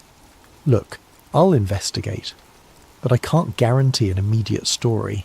If it's genuine, we'll need proof stronger than a flash drive. We'll need interviews, logs, an angle the public can't dismiss." He nodded, heart pounding. "I'll help in any way I can." They parted with an unspoken understanding. If Jade verified the data, they'd blow the lid off Project Cirrus. He felt simultaneously relieved and terrified. He walked home in the drizzle, scanning for suspicious onlookers. Every silhouette on the sidewalk or parked car seemed menacing. That evening his phone buzzed, an unknown number. He hesitated but answered. A clipped voice said, "Nathan Cole, we advise you to withdraw your claims or face consequences." The line went dead. His blood ran cold. The watchers were on him. Days blurred into nights. Jade remained silent, presumably verifying the files. In that time, Nathan tried to unravel more threads. He recalled references to hot air pattern injections that preceded certain wildfires. Searching wildfire data, he saw a suspicious pattern of intense dryness in spots soon ravaged by flames. Cirrus logs described target dryness increment by 0.5%. He found that a 0.5% shift might be trivial except in the critical moment of spark ignition, enough to tip a region from safe to tinderbox. He also remembered seeing mention of economy disruption tests. Scouring open-source shipping data, he noticed how a large hurricane had ravaged ports in underdeveloped nations, right when they were poised to export vital resources. Could Project Cirrus be a covert economic weapon? The notion was horrifying, yet logically consistent with a conspiracy to manipulate global markets. Finally, Jade called. "Meet me, same place, 2 p.m, we have a problem." That phrase hammered his anxiety. He arrived earlier than planned. She showed up, expression grim. I cross-checked your files. They match official formats. I also found references to offshore cloud seeding stations owned by shell companies. I tried contacting a few meteorologists who might confirm. Within hours they retracted statements, claiming they never said anything about manufactured storms. They were spooked. Some phone lines went dead. This is bigger than I imagined. They sat in tense silence for a moment. Jade went on. It's reminiscent of old Cold War projects rumoured to manipulate the weather for strategic advantage. But the scale here is monstrous, modernised, global. Could the government be orchestrating storms to destabilise nations? That's bigger than a one-article scoop. We might be dealing with a militarised operation at the highest level. Nathan's face paled. What do we do? Expose it carefully. We'll gather unassailable proof, on-site photos, whistleblowers inside the operation. I can't publish half-baked data because they'll label it conspiracy nonsense. We need more, but once we have it, we'll go big. Make it impossible for them to bury. He inhaled slowly, bracing himself. That means infiltration, or a direct link to the agency. They locked me out. Any attempt to re-enter is dangerous. She clenched her jaw. We find another lead, someone inside, or we break in somewhere else. This story, if true, changes everything about how we see natural disasters. Before they parted, Jay confided in him a personal note. My brother died in a supposed freak hurricane a few years back. I always felt something was off. This might explain it. I want the truth as much as you do. Her resolve mirrored his. They left the cafe more determined, less alone. Still, doubt lingered. The forces behind weather manipulation likely had near limitless resources. Could two individuals, a disgraced scientist and an underground journalist, truly unmask it? And if they did, would the public accept such a monstrous possibility? Another beep from his phone cut through the gloom. A new text from an untraceable number. You've been warned. Stop now. The intimidation was intensifying, yet it only fueled his conviction. They were on a collision course with a hidden power capable of rewriting the planet's skies. Surrender wasn't an option, not after glimpsing the scale of harm inflicted upon innocent lives. That night thunder rolled again outside Nathan's window. He wondered if it was a naturally occurring storm or another artificially steered system. In either case, the storm brewing inside his own life was about to get fiercer, driving him deeper into the shadows of a conspiracy that threatened the entire globe. Nathan Cole's days turned into a blur of covert meetings and frantic internet searches, each new revelation pulling him deeper into a labyrinth of conspiracies. Jade Ramirez, juggling her own investigations, collaborated with him on a plan to gather incontrovertible evidence. The stakes escalated when Jade stumbled upon references to Project Stormgate, a decades-old initiative rumoured to be the predecessor of Cirrus. Her findings: Stormgate started in the Cold War era, an attempt to use weather as a silent weapon, spawning floods, droughts, or storms in target regions without direct warfare. It was tested in small-scale scenarios, but never publicly acknowledged. Now it seemed Project Cirrus had modernised Stormgate's mission with advanced technologies like ionospheric heating and aerosol deployment. As Jade pieced together old FOIA, Freedom of Information Act documents, Nathan found corporate ties, shell companies that owned private cloud seeding stations in remote oceans. The trail led to a nondescript facility near the coast. Eyewitness accounts from local fishermen described unmarked planes releasing chemicals into the sky at night. Jade's eyes glinted. That might be our key, vantage point to capture them in the act. Their plan was risky. Slip onto the restricted coastline, photograph or record the planes, and cross-reference flight data. Jade had the gear: a high-zoom camera, a drone for overhead shots. If they caught a plane in action, it could corroborate the logs describing ChemLab 7 deploying aerosol injections. But infiltration carried the risk of immediate arrest or worse, especially if armed guards patrolled. Yet neither Nathan nor Jade hesitated. The storm battered the region, ironically providing them with a cover of gloom and thunder. One drizzly night, they navigated the coastline by a battered off-road vehicle, headlights off. Each minute that passed felt like an eternity. Rain battered the windshield. Jade skillfully drove, guided by the GPS coordinates from local rumours. Eventually they reached a chain-link fence topped with barbed wire. Beyond it lay a row of hangars and a short runway. Faint lights glowed from within. Jade parked behind a natural dune, pulling out a pair of binoculars. "We see if anything moves. If a plane takes off, we record. This is the only runway for miles. If they're launching secret ops, it's gotta be here." Nathan's nerves were raw. Hours ticked by in the humid darkness, hearts pounding with each new lightning flash. At around 2 a.m. they spotted activity. Hangar doors slid open, revealing a cargo plane with no visible markings. Workers wearing hooded raincoats hustled about. Through the binoculars, Jade glimpsed canisters being loaded into the plane's cargo hold. She snapped pictures, leaning forward with hushed excitement. As the plane taxied out, Jade launched a small drone. The drone soared up, capturing thermal signatures.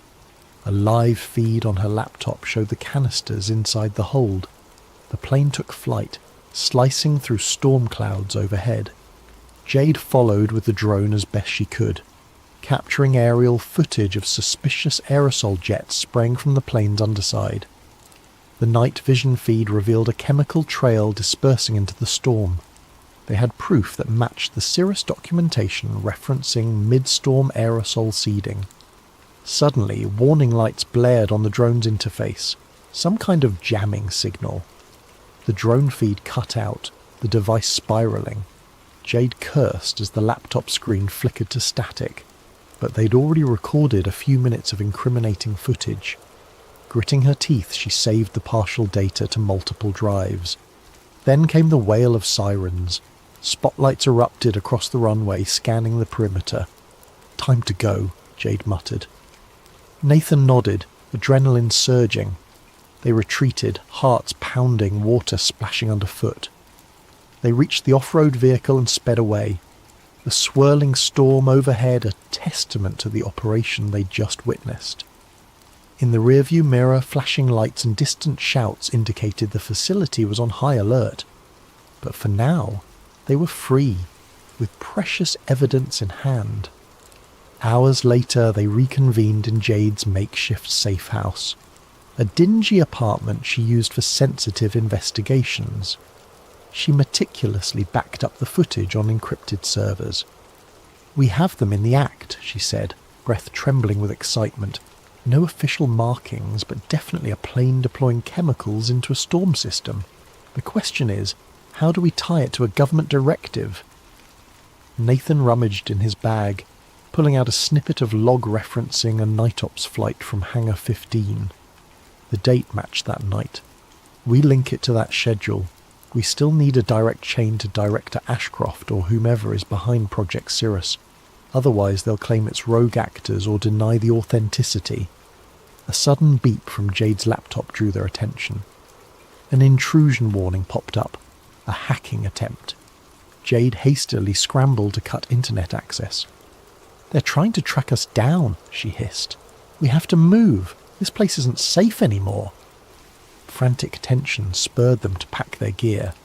Jade stuffed the drives into a sealed bag. They left under the pre-dawn sky, the city's neon glow a silent witness. By sunrise, they'd relocated to an abandoned storage unit on the outskirts. Nerves rattled but resolve firm. From there, Jade made contact with a fellow journalist known for secure data handling. They arranged a possible large-scale leak to multiple independent outlets. Meanwhile, Nathan discovered deeper references in the logs. Storm weapon test, drought expansions, wildfire expansions, hurricane targeting. The text explicitly mentioned impacting global commodity markets, resource control and political leverage. The scope of it was monstrous, pitting entire nations into chaos under the guise of natural disasters. A final piece of the puzzle emerged when Jade hacked into an older database containing Stormgate archives. The archived documents described how initially it was about sabotage, flooding enemy farmland or parching rival economies. Over decades, it evolved. Now, under Project Cirrus, it extended to forging or intensifying storms for strategic advantage across the globe. The authors rationalised it as maintaining global equilibrium, a twisted justification, but the powers behind this operation had no intention of letting them reveal everything. That day, Jade's phone lit up with an unknown text. "We see you.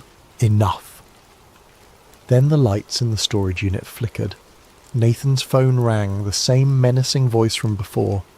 "Hand over your data or face the consequences. We maintain Earth's balance, not you." Shaken, Jade clutched her phone. They are calling it balance? More like playing gods with innocent lives. Nathan's face hardened. "We leak it now, or we lose the chance, but we must go big, or they'll just bury it again." Yet they also sensed that a direct leak might provoke a catastrophic distraction. More than once, Nathan had read references to false flag storms. If cornered, Project Cirrus might create a massive weather event to overshadow the news or discredit their revelations. Could it be done? All the data suggested yes. That realization weighed heavily on them as they prepared to risk everything for the truth. The decision was made. Nathan and Jade would hold a live-stream press conference revealing the existence of Project Cirrus, accompanied by a data dump across multiple independent platforms. The plan: go public at a set time so that even if their feed was cut, many mirrored sites would have the files. Over the next days, they arranged a safe location for the broadcast, a concealed studio belonging to one of Jade's contacts in the alternative media scene. Every hour that passed felt like waiting for an explosion. They received more threats. Online harassment escalated, with trolls labelling Nathan a climate kook, attacking his credibility. Jade's background was smeared with rumours of criminal activity, the typical discrediting tactics. Meanwhile, they fine-tuned the evidence. The Redwood documents, flight footage, satellite patterns, internal logs referencing spiked wildfires, even personal testimonies from 2 ex-technicians who refused to appear on camera but provided voice-distorted statements. During a tense planning session, Jade's phone buzzed. She glanced at it, then shared a sobering look with Nathan. A new storm was forming in the Atlantic, unexpectedly.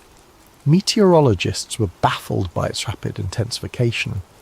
Forecast agencies predicted it might reach Category 5 within mere days. Jade's eyes darkened. This is it.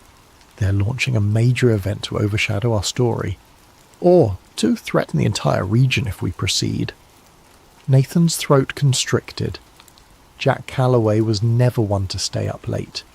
His farm in rural Nebraska demanded an early rise, so he typically shut off the lights by 10, drifting to the lullaby of distant crickets. But on this particular night, the restlessness wouldn't leave him. A strange heaviness pressed against the humid summer air, as if the land itself was holding its breath. Shortly after midnight, Jack found himself on the back porch, sipping lukewarm coffee and staring at the star-studded sky. Clouds drifted over the moon, turning the farmland into a patchwork of shifting shadows. He almost retreated inside, deciding he was imagining the tension in the atmosphere, when a sudden glow flickered above the distant treetops. At first, Jack assumed it was an airplane. He lived near no major airports, yet small planes occasionally passed overhead. But the glow brightened too quickly. blossoming into a searing white flash that tore across the sky. Within seconds the light streaked overhead, trailing wisps of fire, lurid reds and oranges crackling with sparks. A shockwave rattled the windows strong enough to make the porch rails tremble. Jack's heart pounded. That can't be normal. Grabbing his phone, he sprinted off the porch and into the cornfields. Fear coursed through him. Fear of what might be falling from the heavens, and fear for the crops he'd nurtured all season. The farmland's rows felt endless as he ran, phone light dancing across towering cornstalks. Above, the once starry sky was obscured by swirling smoke. Just when it felt like his lungs would burst, Jack reached the far edge of the field.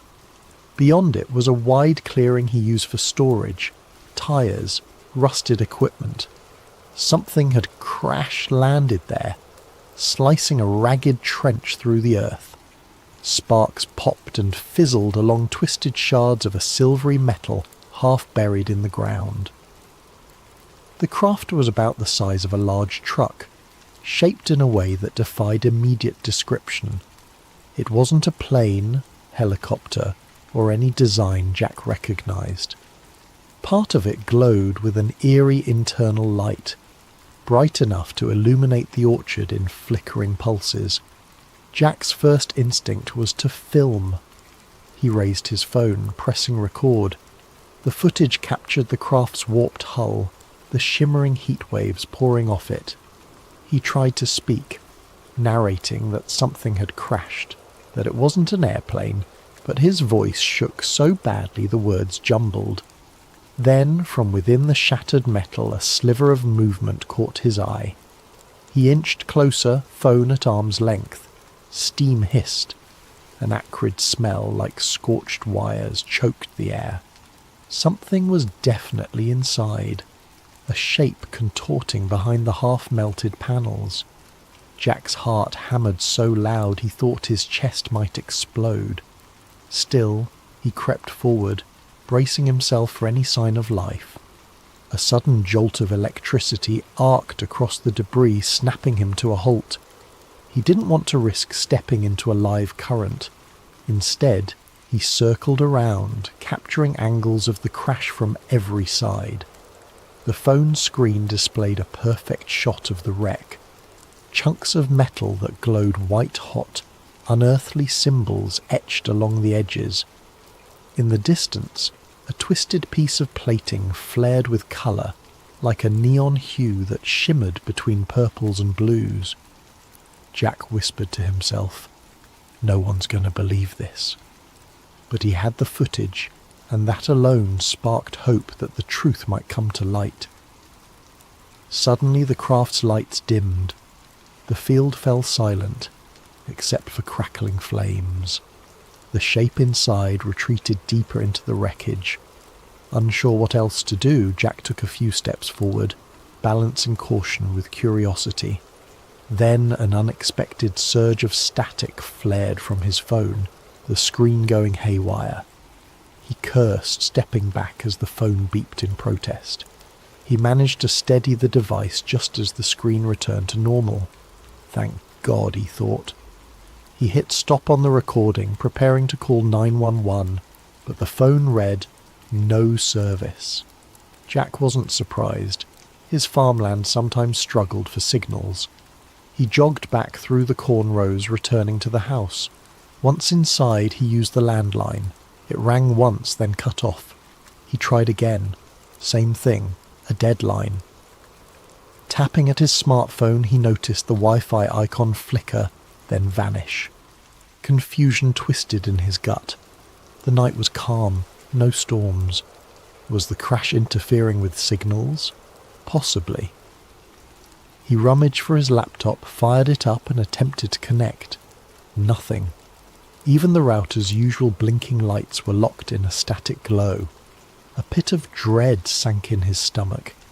If he couldn't call out or upload the video, how would he get help? He decided to drive into town. Maybe from there he could call authorities. But as he stepped onto the front porch, headlights appeared at the far end of his dirt driveway. 2 black SUVs rolling up with their beams off. They advanced silently, an ominous presence cutting through the dark. Jack's pulse raced. Normally, unannounced visitors after midnight might be drunks or lost travellers, but these vehicles looked official. Tinted windows, standard government plates. He took a step back, adrenaline spiking. The feeling of being trapped rose in his chest. The SUVs stopped, engines humming. Doors opened and figures in dark suits spilled out. They carried flashlights that cut across the yard. One man, tall with a military-like bearing, stepped forward. "Mr. Calloway," he called, voice calm but unnervingly authoritative. Jack didn't answer. He realized they might want his phone, the precious footage. Even if they were from the government, something about their arrival felt sinister. He slipped inside, locked the door and sprinted to the kitchen. Peeking through the window, he saw the men fan out across his property. Another SUV arrived from the other direction, sealing any easy escape. The man in charge barked orders in a low tone. Despite the distance, Jack caught snippets. Secure the perimeter, search the barn, find the subject. Subject, as if he were some kind of criminal. A surge of defiance lit inside him. They're here for the crash. The pieces clicked. They must know about the fallen object. They wanted to contain it, hide it from public knowledge. Jack clutched his phone tight, sinking into a corner. Think, Jack. Don't let them seize that video. The file was his only proof that something extraordinary had landed in his fields. If these agents got it, the truth might vanish forever. He peered out again, noticing more men stepping around the side of the house. In that moment, Jack made a choice. He would not surrender the footage. Summoning courage he never knew he had, he pocketed the phone, grabbed a flashlight and hurried toward the back door. They hadn't reached the house's rear yet. Maybe he could slip away. The world beyond was ablaze with tension. He sensed it wasn't just about a crashed craft. It was about a revelation bigger than anything he'd ever imagined. Now, forced to stand alone against these black-suited strangers, Jack felt a spark of determination. He was a simple farmer, but he'd stumbled upon something that defied reason, and come what may, he would not let it be buried. Jack Calloway's heart hammered as he ducked out the back door, creeping into the shadows behind his farmhouse. The night air clung to him, heavy with the echo of distant engines idling. He had no illusions about outrunning a team of trained agents, but desperation fueled him. Keeping low, he skirted along the fence. The farmland behind him was vast, miles of cornfields broken by a scattering of outbuildings. If he could disappear into the rows, maybe he'd have a chance to slip past these intruders. He peered back at the house. 2 men in suits hammered on the front door, demanding Jack open up. Another pair circled around, shining flashlights across windows. Anxiety churned in his gut. They'll figure out soon enough he's not inside. With shaking hands, he pulled out his phone. He swiped to open the video he'd recorded earlier in the field. For a moment, relief. The video thumbnail appeared, showing the glowing metal debris. He tapped play. The screen flickered, a swirl of static. Then an error message. File corrupted. No, Jack muttered, panic rising. He tried again, but the same glitch repeated. Next, he attempted to upload it to a social media site, forgetting that his signal was gone. The upload bar stuck at 0. Offline. He closed his eyes, fighting the wave of helplessness. The only thing that gave him hope in this impossible situation was the video, now apparently worthless. But maybe the file could still be salvaged. He retreated deeper into the farmland, aiming for the rickety old barn he used for storing equipment. Inside the barn, dust motes drifted in the faint glow of his flashlight. Jack rummaged for an old laptop he sometimes used for tractor diagnostics. It was battered, but it had a functioning USB port. If he could move the footage off his phone, maybe he could fix it. The laptop booted up with a grinding whir, making Jack cringe at how loud it seemed. Every second counted. In the barn's gloom, the beams overhead creaked, and outside he caught the faint silhouettes of flashlights sweeping across the property. The agents were close. At last the laptop loaded. He plugged the phone in, frantically clicking to access the video file. The software recognized the phone, but the video thumbnail displayed a warning icon. Corrupt file. Even the laptop spat out an error. Jack cursed. Trying a half-dozen times, the footage refused to open. He sat back, trembling. So that's why they're so confident. Something about the crash or the craft's energy had garbled the data. For all he knew, it might be salvageable, but he didn't have the technical know-how. I need an expert. Remembering the commotion outside, Jack eased a peek through a gap in the barn wall. The black SUVs sat near the farmhouse, headlights illuminating part of the yard. Agents combed the area, scanning with thermal gear. Fear pinched his chest. If they had advanced tech, he'd be as visible as a heat signature behind these wooden walls. Quietly, he powered down the laptop and stuffed it into a battered tool bag. He had to get out of here. He grabbed an old hunting rifle from a rack just in case and made for a side exit. The moment he stepped outside, he heard footsteps crunching on gravel. Instinct kicked in. He darted behind the barn. A voice, low and commanding, called out, "Hold! Show yourself!" Jack froze, pressing himself to the barn's rough wooden planks. He recognized that voice from the man who had called his name earlier. Footsteps drew closer. Jack's mind raced. If he surrendered, they'd likely confiscate everything. He'd be black-bagged or simply vanish. No one would ever see that footage. Not that it was playable right now. He forced himself to move, slipping between the barn and an old tractor with rusted wheels. The flashlight beams swept over the ground. One agent hissed, "He was here." Thermal picked him up. Another responded, "He can't be far, spread out." Jack waited for a break in their pattern, then bolted into the cornfield. The tall stalks enveloped him, rustling as he stumbled between rows. He cursed each time his shoes snapped a twig or crunched dried leaves. Any sound could give him away. The overhead clouds parted, letting a faint moonlight highlight his path. Behind him, the agents' voices grew more distant. They were branching out, but the field was vast, and Jack knew its layout intimately. He used that knowledge to navigate a diagonal path, eventually emerging by a narrow dirt road at the far edge of his property. Breathing in ragged gasps, he paused behind a tree. The phone in his pocket remained lifeless. No signal. The laptop in his bag was all but useless if he couldn't fix the corrupted video. He needed someone with hacking or data recovery skills, someone who understood digital forensics. But who? A memory surfaced. During a county fair last year, Jack overheard a rumour about a reclusive tech wizard who lived 2 towns over. A woman named Olivia Carter, though folks called her Liv. She had once worked for the government in cybersecurity, then left under murky circumstances. Maybe she could salvage the footage. Deciding that was his only shot, Jack took the dirt road leading away from the farm.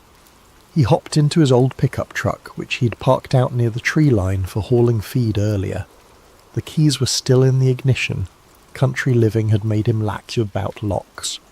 The engine sputtered, then roared to life. As he drove, he risked a glance back at his property.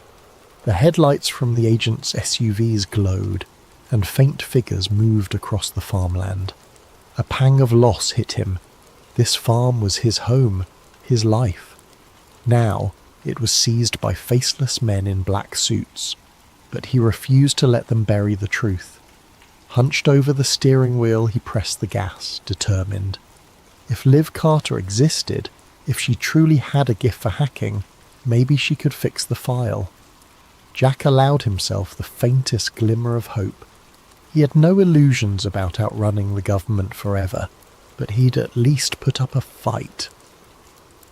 The truck rattled along the back roads, dust kicking up behind. He spotted no immediate pursuit, which unsettled him more than comforted him. The entire fiasco felt unreal. Aliens in his field, men in black SUVs. His phone's footage turned useless, yet the memory of that smouldering, unearthly craft lingered. As he turned onto the highway, Jack thought about the object's occupant. Something inside that craft had moved. Was it alive, injured, already contained by those agents? The questions multiplied in his mind. He clenched the steering wheel, jaw set. One thing at a time, he told himself. If the video was truly salvageable, it might blow open everything, if they didn't get to him first. Dawn broke over a lonely gas station on the outskirts of a neighbouring county, where Jack Calloway huddled by a payphone. The overhead fluorescent lights buzzed, half of them flickering. A battered vending machine spat out stale snacks. Exhaustion weighed on Jack's eyes, but he forced himself to remain alert. He used the payphone's directory to find a listing for Olivia Carter. The number rang endlessly until a groggy voice answered. "Who is this?" it demanded. Clearing his throat, Jack identified himself, explaining that he got her name through local rumour, that he needed urgent help with a corrupted video. A pause followed, then the voice turned suspicious. "You got the wrong line, buddy," it said, starting to hang up. Jack insisted. "I have proof. Something that crashed. I caught it on camera. The government's after me. I was told you used to do NSA-level security or something." Another stretch of silence, then a half-laugh. "So you're the kind of paranoid who calls a random woman with a UFO story. I'm not that gullible." Desperation clawed at Jack. He quickly described the craft, the men in black suits, how his phone's file was corrupted after the crash. He added details about the signal jamming around his farm. The voice on the other end grew quiet. Finally it said, "Meet me at the old train depot outside Rockville, near mile marker 114. Be there in 2 hours, alone." Then it clicked off. Jack exhaled relief, though a kernel of doubt lingered. What if this is a trap? But with no other leads, he had no choice. He drove an hour on dusty roads until he found the abandoned train depot, a dilapidated brick building lost among weeds and rusted tracks. The place felt deserted, except for a single battered motorcycle leaning against the wall.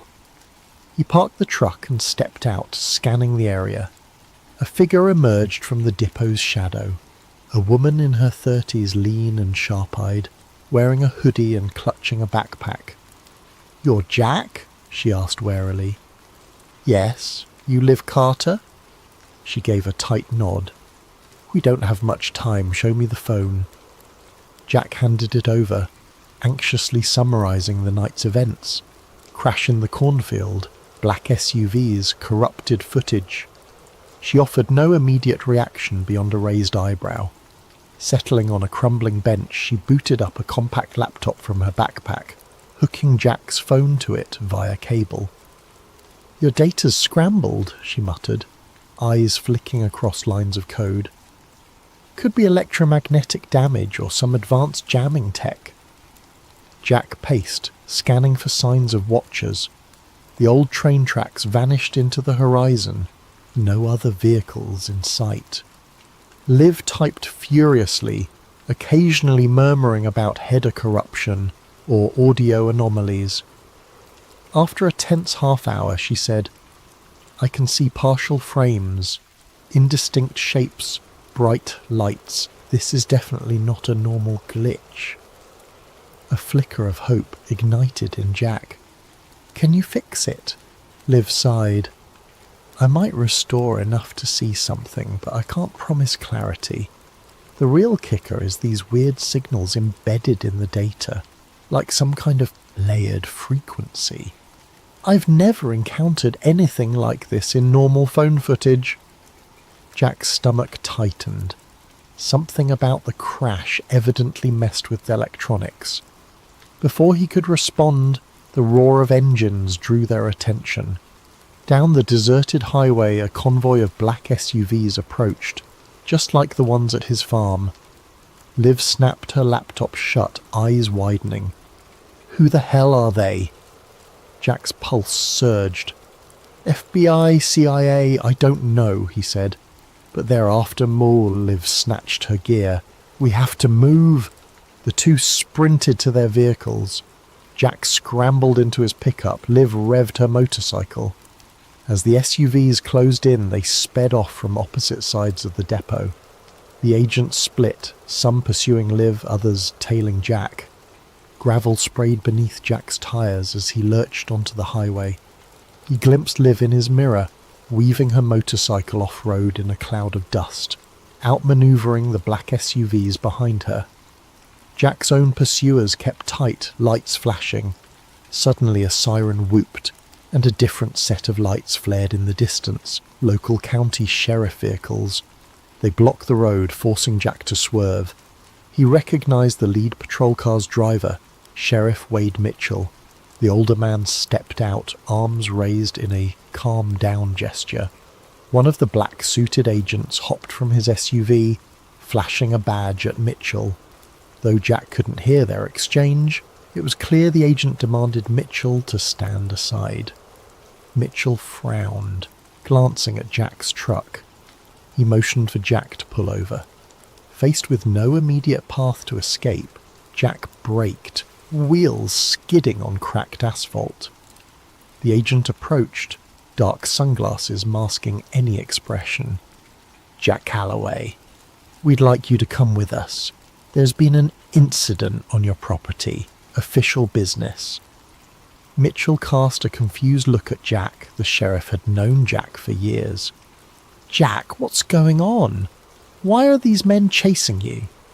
Jack, chest heaving, answered, They raided my farm. They want my phone.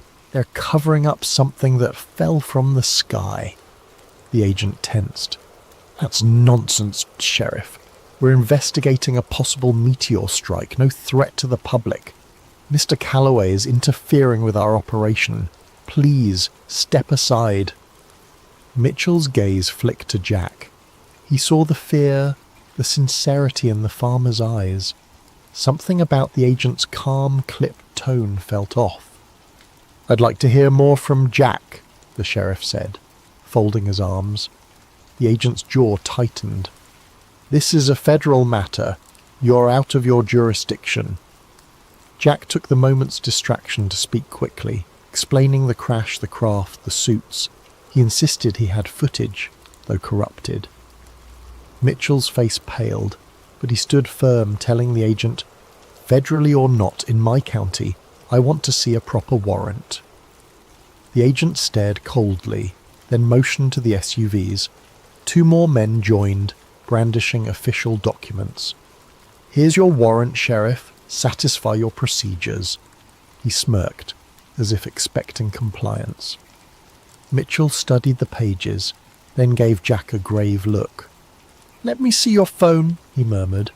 I trust you, Jack, but I got to see something. Jack hesitated, but he fished out the phone. Mitchell scrolled the corrupted file, gleaning only flickers of static and partial frames of a bright object. Even that snippet was enough to rattle him. He glared at the agent. I want an explanation for this. Doesn't look like a meteor to me. The agent stepped forward, face stony. Sheriff, you're obstructing an active federal operation. If you continue, we will have to place you under arrest as well. Mitchell stiffened, mind clearly torn. He faced Jack, voice hushed. I can't protect you if you fight them here. Then more audibly he said, I won't let you arrest my citizen without just cause. But if Jack chooses to leave, I won't stop him." Silence stretched. The agent's eyes narrowed behind tinted lenses. In that heartbeat, Jack understood the sheriff was giving him a window, a fleeting chance to flee. Not wanting to waste it, he gunned the truck's engine. The agent barked an order, but Mitchell positioned himself in the agent's path, forcing him to sidestep. Jack roared past the police cruiser, rubber squealing. The black SUVs swarmed, but Mitchell's deputies manoeuvred to block them, even if just for a few seconds. Those precious moments let Jack speed onto the open road. In his rearview mirror, he saw the convoy eventually break free, resuming pursuit. His chest pounded with gratitude. Elias Finch could taste both as he walked the muddy streets, notebook tucked securely in his inside pocket. At 36, his once youthful face had hardened into angular planes beneath a journalist's keen eyes that missed little. War had taught him that truth was the first casualty in times of conflict, and peace often buried it deeper still. The boarding house on F Street, where he rented a sparse room, was unremarkable by design. Anonymity was a currency more valuable than gold in his profession. As the publisher of The Honest Witness, an underground pamphlet that had exposed profiteering and corruption throughout the war, Elias had made powerful enemies, yet his readership had grown steadily, passed hand to hand beneath the noses of the politicians he regularly skewered with his words. "The war may be ending, but the real fighting is just beginning," he muttered, climbing the creaking stairs to his room. Inside, papers covered every available surface. Notes, letters from informants, newspaper clippings. A small printing press stood in the corner, capable of producing several hundred pamphlets in a night's work. He lit the oil lamp and retrieved his latest draft from beneath a loose floorboard. The headline read, "Serpents in the Cabinet, Lincoln surrounded by traitors." Bold, even by his standards. A knock at his door interrupted his thoughts. 3 quick raps, a pause, then 2 more. The signal. Elias opened the door cautiously to reveal a haggard-looking man in a wrinkled Union uniform. Colonel James Simmons had been feeding him information for months, details of war profiteering that had made the backbone of Elias's most damning exposés. "You shouldn't be here," Elias said, quickly ushering him inside. "We agreed to meet at Harper's tomorrow." Simmons removed his cap, revealing prematurely grey hair. His hands trembled slightly. "Tomorrow might be too late. Something's happening, Finch. Something big." "Another contract scandal? More missing supplies?" Simmons shook his head, accepting the whiskey Elias offered. "This goes deeper than money. It's about power. Who'll hold it now that the fighting's done?" He drained the glass in one swallow. "Lincoln's making enemies faster than he can count them." "Not exactly news," Elias replied, though something in the colonel's demeanour made him uneasy. "The South wants him dead. Half his generals think he's too soft, and the radicals in his own party find him insufferable." "It's worse than that," Simmons lowered his voice. "There have been meetings, important men, military, cabinet members, banking interests. They speak of necessary transition and securing the victory. Names, Colonel. I need names." "That's just it. I don't have them all. But I've seen strange insignias, not official military, a phoenix rising from flames." Simmons glanced nervously at the window. "And Secretary Stanton. He's at the centre somehow." "Edwin Stanton? Lincoln's own Secretary of War?" Elias scribbled furiously in his notebook. "Watch the Treasury building tomorrow night. Midnight. Back entrance. You'll see for yourself who comes and goes." Simmons rose to leave. "Be careful who you trust, Finch." The war created new alliances, not all of them in the open. After Simmons departed, Elias couldn't settle. He paced his small room, mind racing. Edwin Stanton had always struck him as brutally efficient but loyal to the Union cause. Yet the colonel had seemed genuinely frightened. As darkness fell, Elias took to the streets. Washington, after sundown, transformed into a different city. one where power moved in whispers and shadows. He made his way toward the White House, keeping to side streets. The spring air carried voices from open windows, celebrations, arguments, the raw emotions of a nation still processing its wounds. Near Lafayette Square, a convoy of unmarked carriages caught his attention, black lacquered with no insignia, windows covered with thick curtains. They moved with military precision toward the executive mansion. As they passed a street lamp, Elias glimpsed something on the door of the lead carriage, a small emblem of what appeared to be a bird with outstretched wings. Following at a distance, he watched the carriages disappear through a side entrance of the White House grounds. A figure emerged briefly to greet them, tall, bearded, with the unmistakable profile of Secretary Stanton.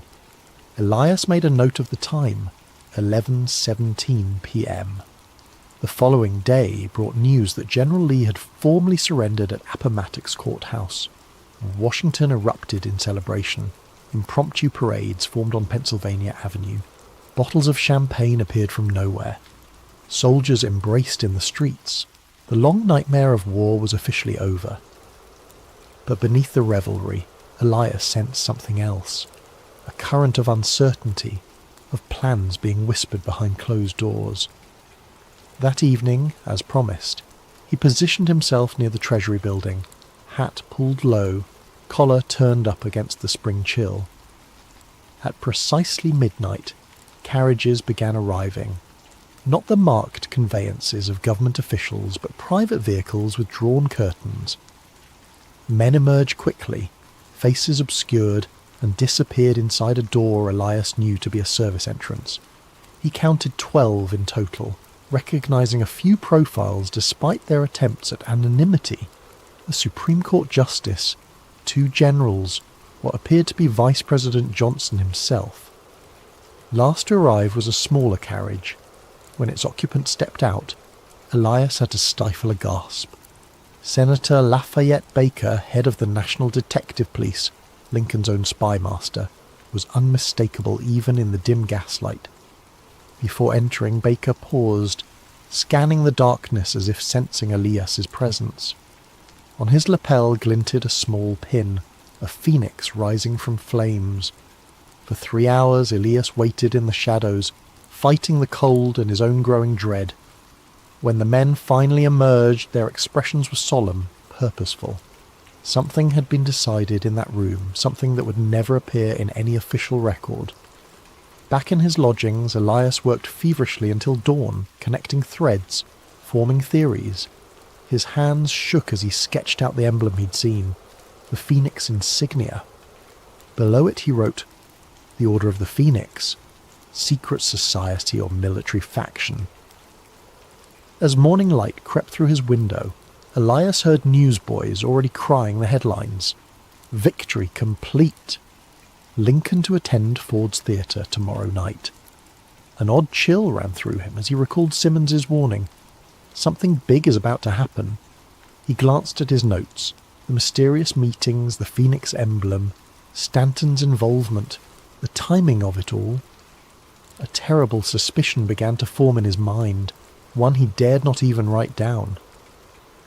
But one thing was certain. He needed to be at Ford's Theatre tomorrow night.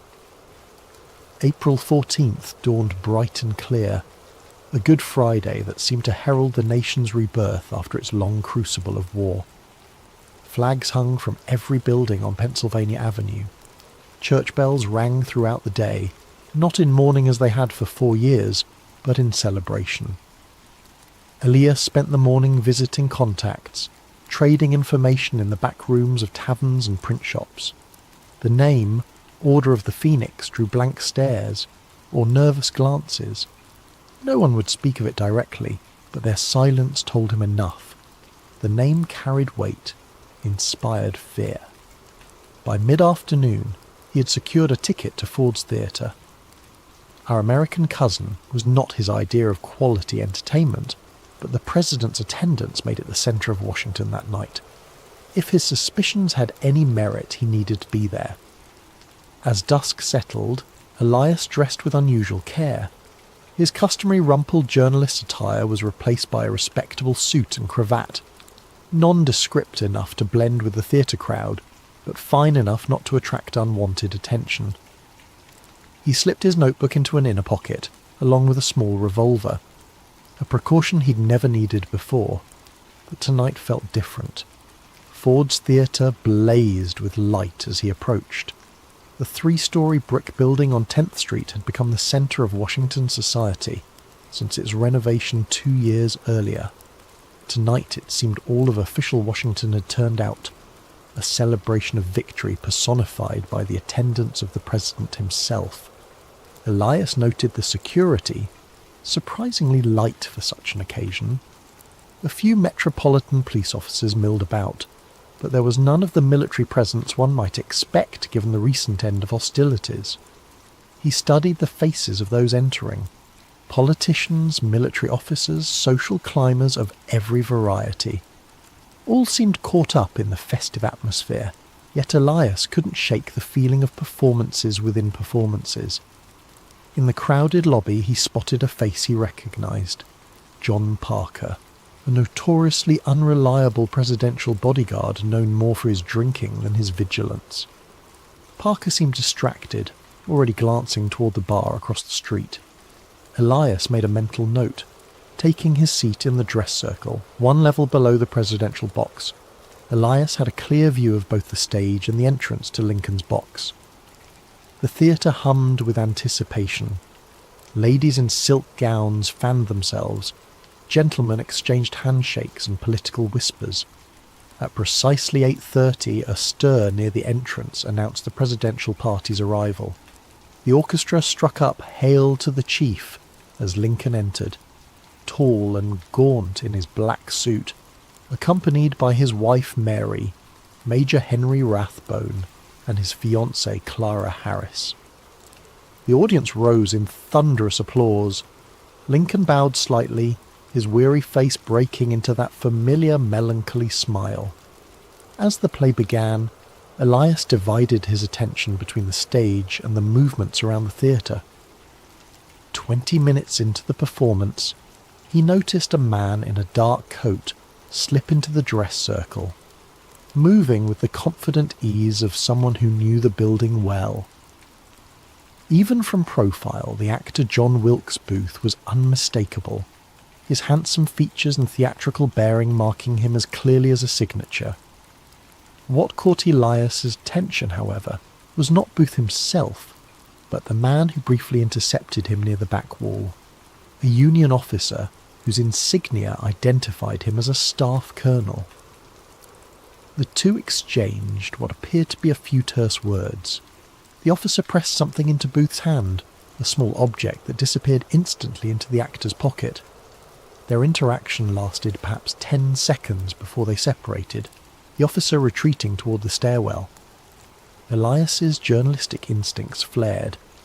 He rose quietly, intending to follow the officer when he noticed something else, a flash of metal on the man's collar. Even from a distance the shape was familiar, a small phoenix emblem, identical to the one he'd seen on Senator Baker's lapel. Before Elias could process this, Booth had already moved toward the president's box. With growing alarm, Elias watched the actor pause outside the entrance. The expected guard, Parker, was nowhere to be seen. Booth seemed to check the corridor before slipping inside. What happened next would forever burn itself into the nation's consciousness.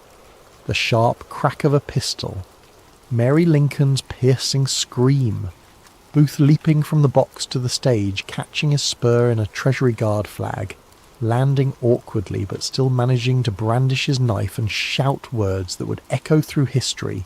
Sic semper tyrannis! The theatre erupted into chaos. Women fainted, men shouted.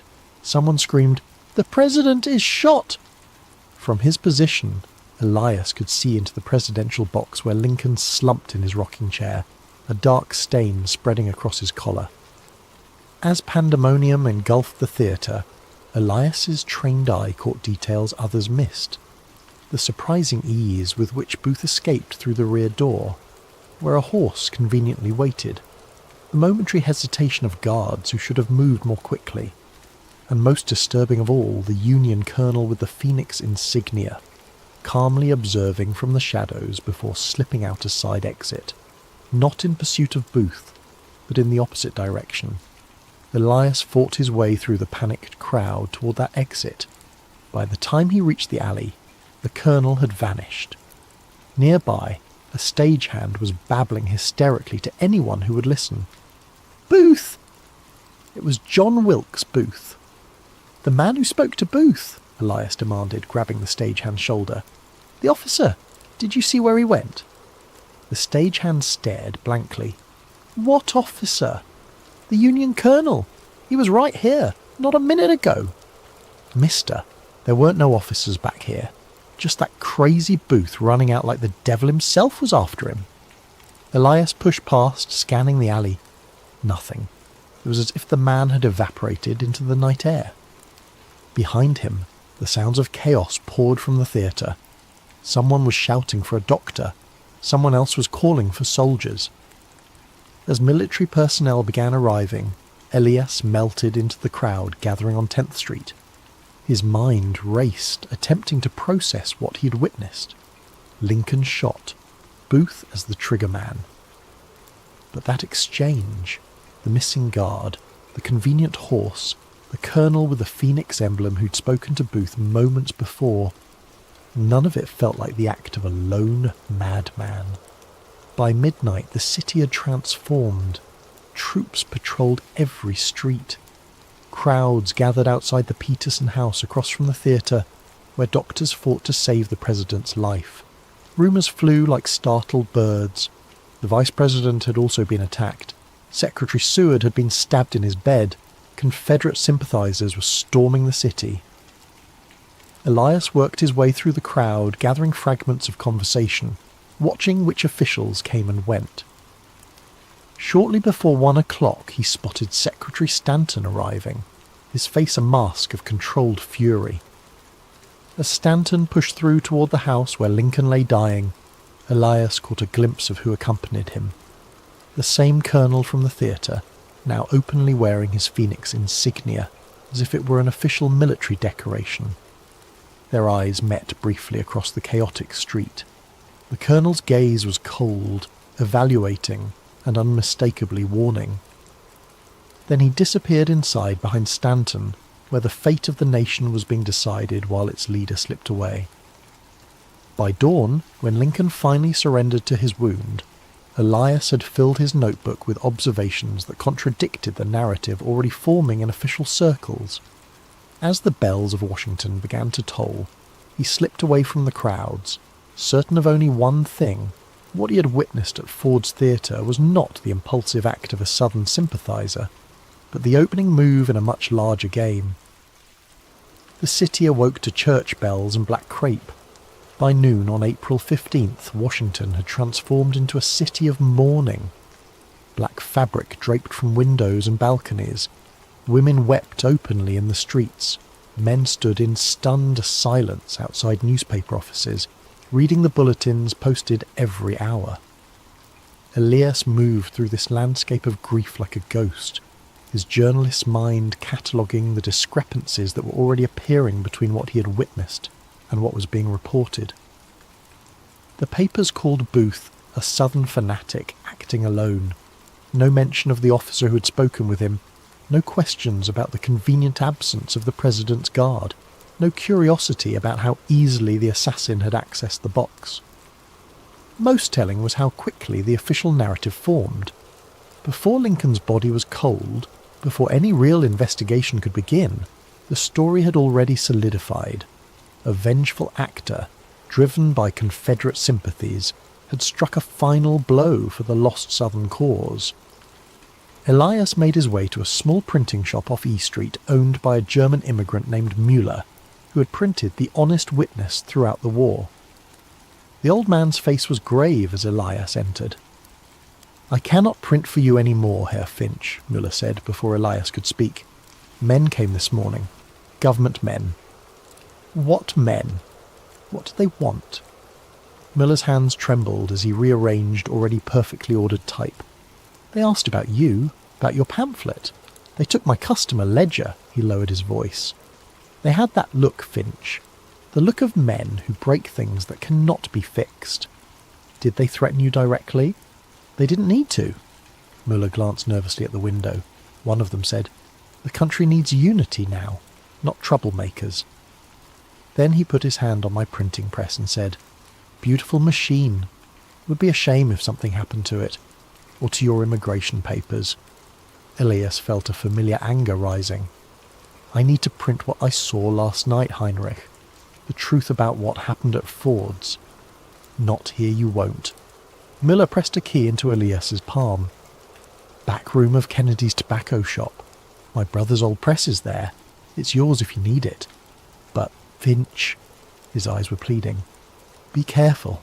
These are dangerous times to question powerful men." By late afternoon, Elias had established himself at Kennedy's. The small press was outdated but functional. As he arranged his notes, preparing to write, a knock came at the door. His hand moved instinctively to the revolver in his pocket. A woman's voice called softly, "Mr. Finch? Adelaide Booker. I was at Ford's last night." Elias opened the door carefully. Adelaide Booker was in her 40s, a seamstress who had worked at the theatre for years. They had spoken several times when Elias was researching a piece on wartime entertainment. "I saw you following that officer," she said without preamble once inside. "The one with the strange pin." Elias's pulse quickened. "Tell me exactly what you saw."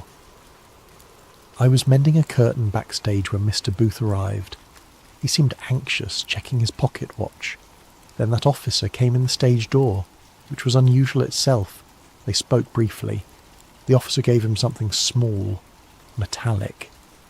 Her voice dropped to a whisper, and he said, "Remember, wait for the laugh line in Act 3, Scene 2, not before." Then he left through the same door. "Would you recognise this officer again?"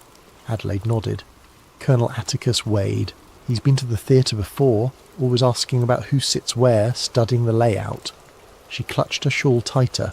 "I shouldn't be here. My sister says men have been asking questions about everyone who worked last night." After Adelaide left, Elias worked furiously into the evening, writing an account of what he'd witnessed, including the seamstress's testimony. He titled it simply, "Questions about Ford's Theatre." By midnight he had printed 200 copies ready for distribution. As he stepped out into the alley behind Kennedy's, a shape detached itself from the shadows. Elias reached for his revolver, but a familiar voice stopped him. "I wouldn't, Finch. There are 3 rifles trained on you right now." Colonel Simmons stepped into the dim light of the gas lamp, his uniform immaculate, his expression unreadable. "You said something big was coming," Elias said. "You knew?" "I suspected. There's a difference." Simmons glanced at the bundle of pamphlets under Elias's arm. "Those won't see daylight. The city's locked down. Every street corner has a soldier or a detective. Since when do you care about suppressing the truth? Since Secretary Stanton declared martial law an hour ago." Simmons sighed heavily.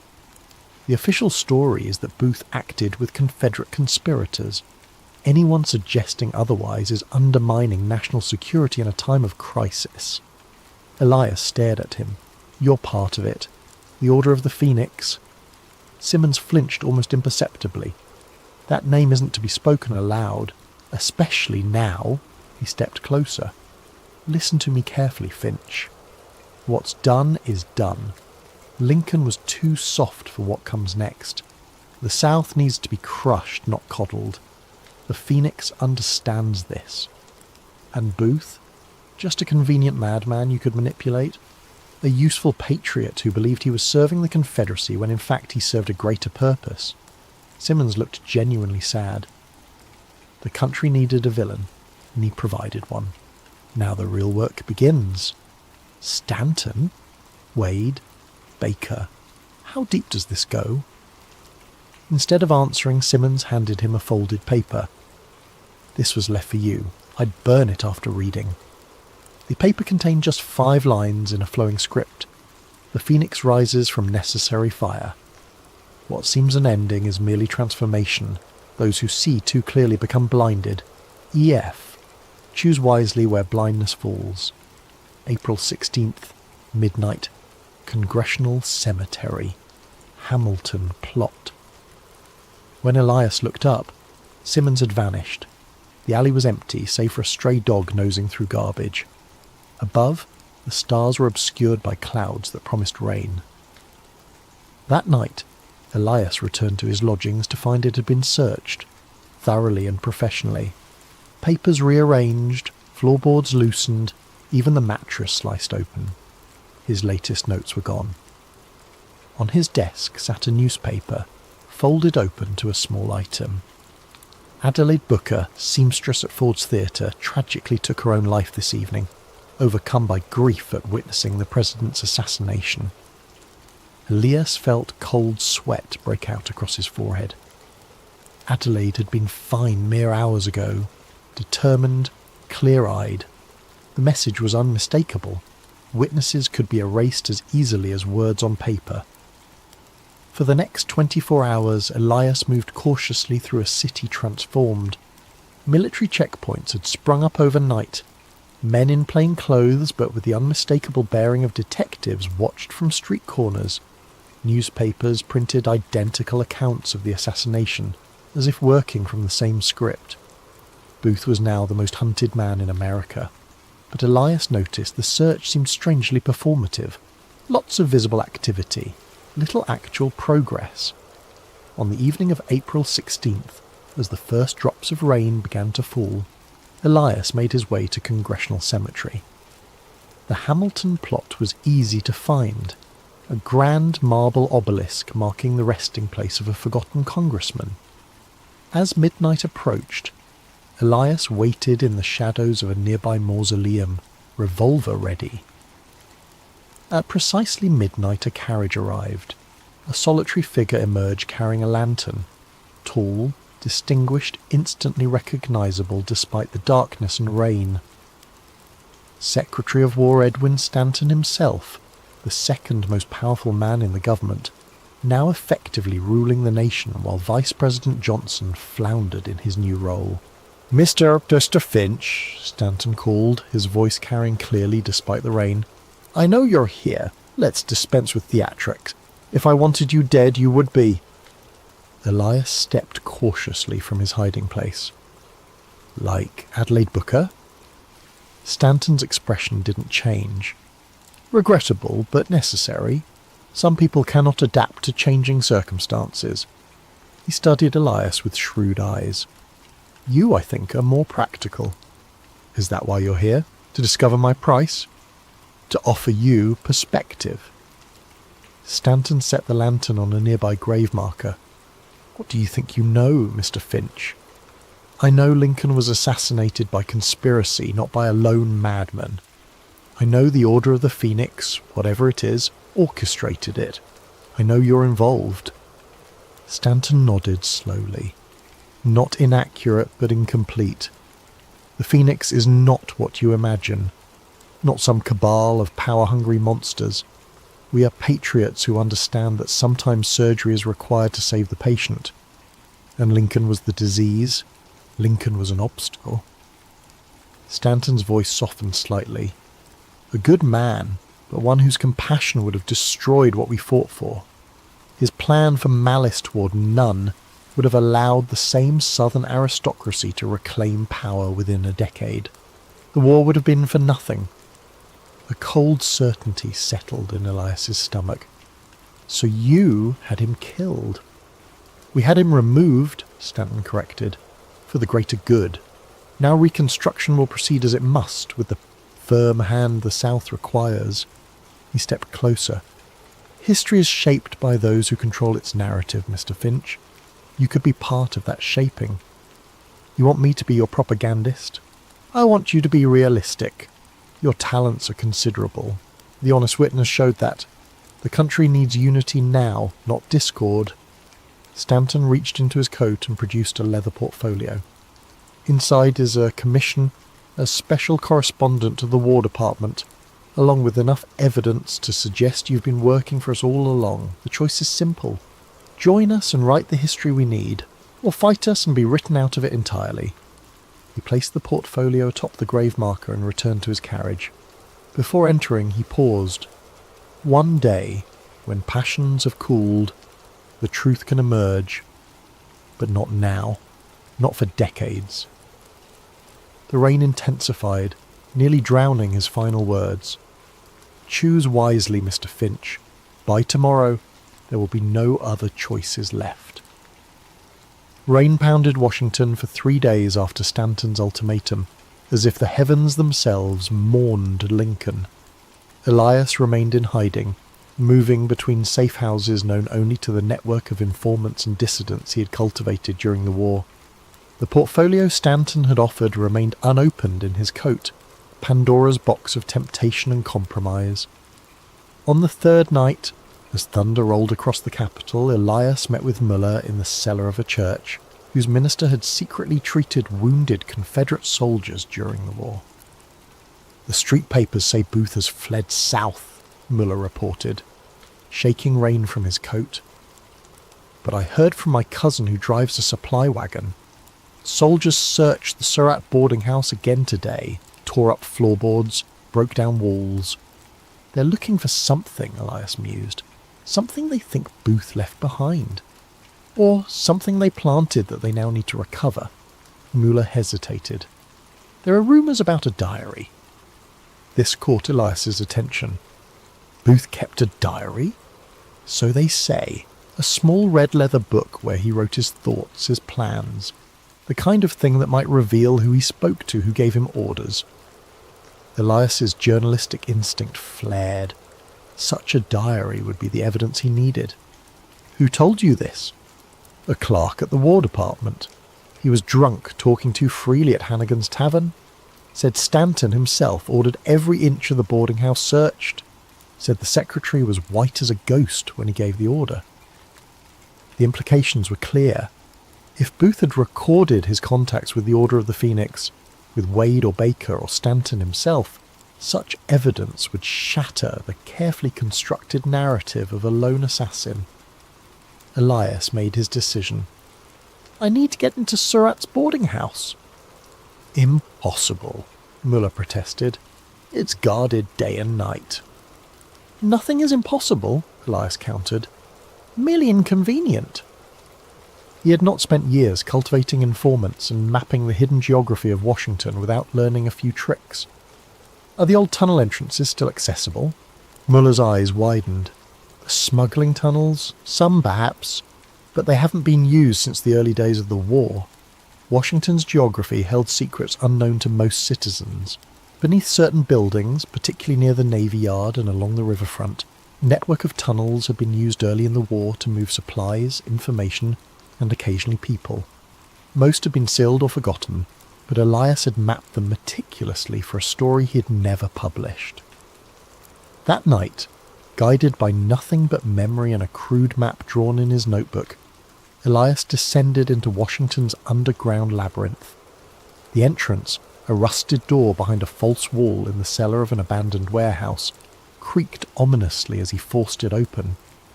The tunnel beyond was damp, the air heavy with mould and decay. His lantern cast grotesque shadows as he navigated the narrow passage, counting intersections, measuring distances by paces. After nearly an hour of careful progress, he reached what his calculations suggested should be directly beneath H Street and the Surratt boarding house. A metal ladder bolted to the wall led upward into darkness. Elias extinguished his lantern and climbed, emerging into what appeared to be a small storage cellar. Dust covered everything, undisturbed save for a single set of boot prints that stopped near the far wall. Elias examined the wall carefully, noting a slight discoloration in the mortar between several bricks. Using his pocket knife, he scraped away the newer mortar, revealing a loose brick. When he removed it, his fingers touched something soft inside the cavity. Leather.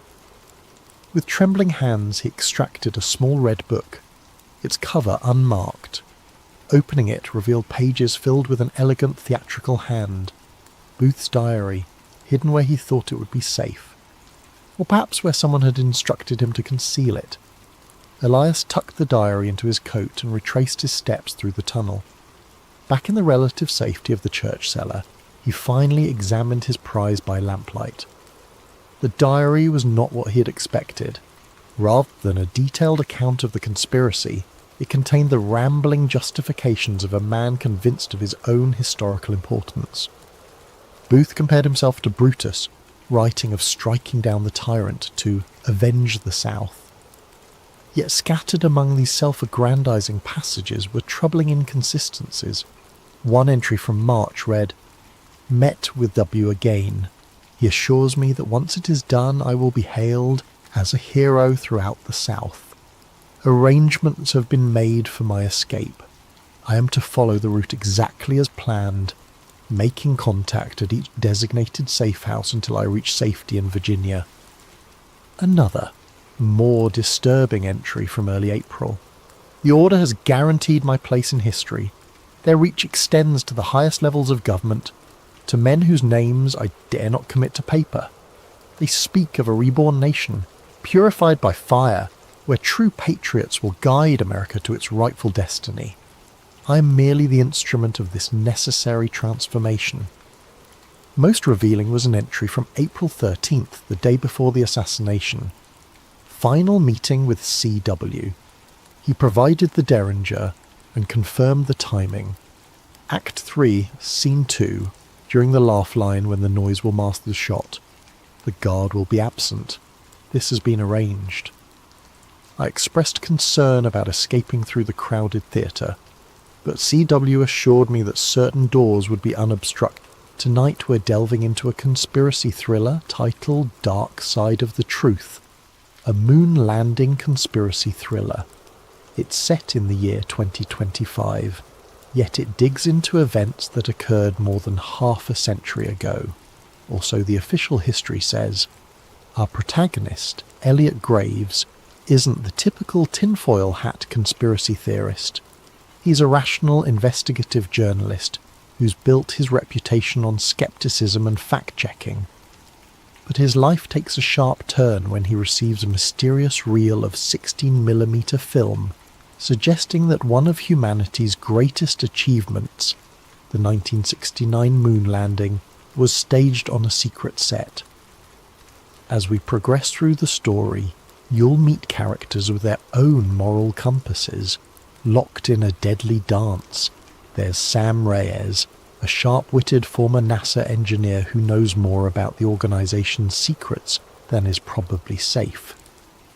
Dr. Bernard Calloway, an aging whistleblower haunted by regrets and memories so dangerous they could sign his death warrant. And lurking in the shadows is Agent Jonathan Kane, an operative who believes that national security demands certain truths remain buried, forever if need be. Expect twists at every corner. A single piece of film can become the spark that ignites an inferno of questions. If the moon landing was faked, what happened to the real astronauts? Could an entire government organization keep such a massive secret under wraps for 5 decades? And how far will those in power go to ensure the lie never sees the light of day? In this narrative, trust is a fleeting commodity. Allies turn to enemies. Illusions of safety crumble under the relentless pursuit of those who believe the ends justify the means. Most of all, this is a story about the cost of truth. Is it worth risking one's safety, peace of mind, and very identity to challenge one of history's most iconic moments? Would you stand your ground if the price were everything you hold dear? So sit back, whether you're at home, in the office, or on a midnight train to somewhere distant. Let yourself be pulled into a reality where the lines between historical record and government-engineered fantasy blur, leaving only one certainty, that once you learn the truth, there is no going back. Ready? Then let's begin. In just a moment, we'll step into part 1, where a mysterious package arrives on Elliot Graves's doorstep, sending him hurtling into a hidden world of secrets and illusions. Keep your wits about you, and don't forget to keep the lights on. Welcome to Dark Side of the Truth, a moon landing conspiracy thriller. Elliot Graves had no reason to suspect the night would bring anything unusual. He sat in his small book-lined apartment in downtown Philadelphia, finishing an article on local corruption, a typical piece for his modest but dedicated readership. A coffee mug stood half empty beside him, thick smudges of ink marking the final edits on his notes. It was the kind of moment he usually relished, quiet, focused, and free of the outside world's chaos.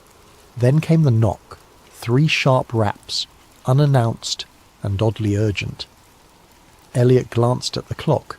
10:47 p.m. He wasn't expecting anyone. The hallway light flickered as he opened the door, finding nothing but a single battered cardboard box at his feet. No note, no name, just his address scrawled in black marker. It could have been a source dropping a tip, though most of his informants were digital ghosts, rarely venturing into the physical realm. Curiosity piqued, Elliot brought the box inside. It weighed more than he expected. Taped across the top, a plain sheet of paper read, "Watch immediately." The handwriting was jagged, as if penned in a hurry or under duress. Carefully he cut the tape, half expecting a bomb or a rig device. Instead, inside lay a vintage 16mm film reel in a metal canister, the label partially peeled off. He gently tilted it back and forth, hearing the soft shift of film spooled inside. Elliot felt a jolt of excitement. He'd handled old film reels before, but never one that found him in the dead of night. An archaic machine in his study closet passed down by his grandfather might be the only way to view it. He rarely used the projector, but he was determined to see what was on this reel, if only to figure out who had gone to so much trouble to send it. Setting up the projector took nearly half an hour. Dust motes swirled in the beam of a single lamp as he threaded the film carefully. As the flickering images began, Elliot's anticipation turned to pure disbelief. The footage was in black and white, shaky in places, but unmistakably capturing a large, elaborate set. A moon-like surface crafted on what looked to be a soundstage. Stage lights hung overhead, cables snaking across the floor. He squinted, recognizing the shape of a NASA lunar module prop, like something out of a historical documentary. But it wasn't a documentary. He saw men wearing astronaut suits, one of them bearing an uncanny resemblance to Neil Armstrong.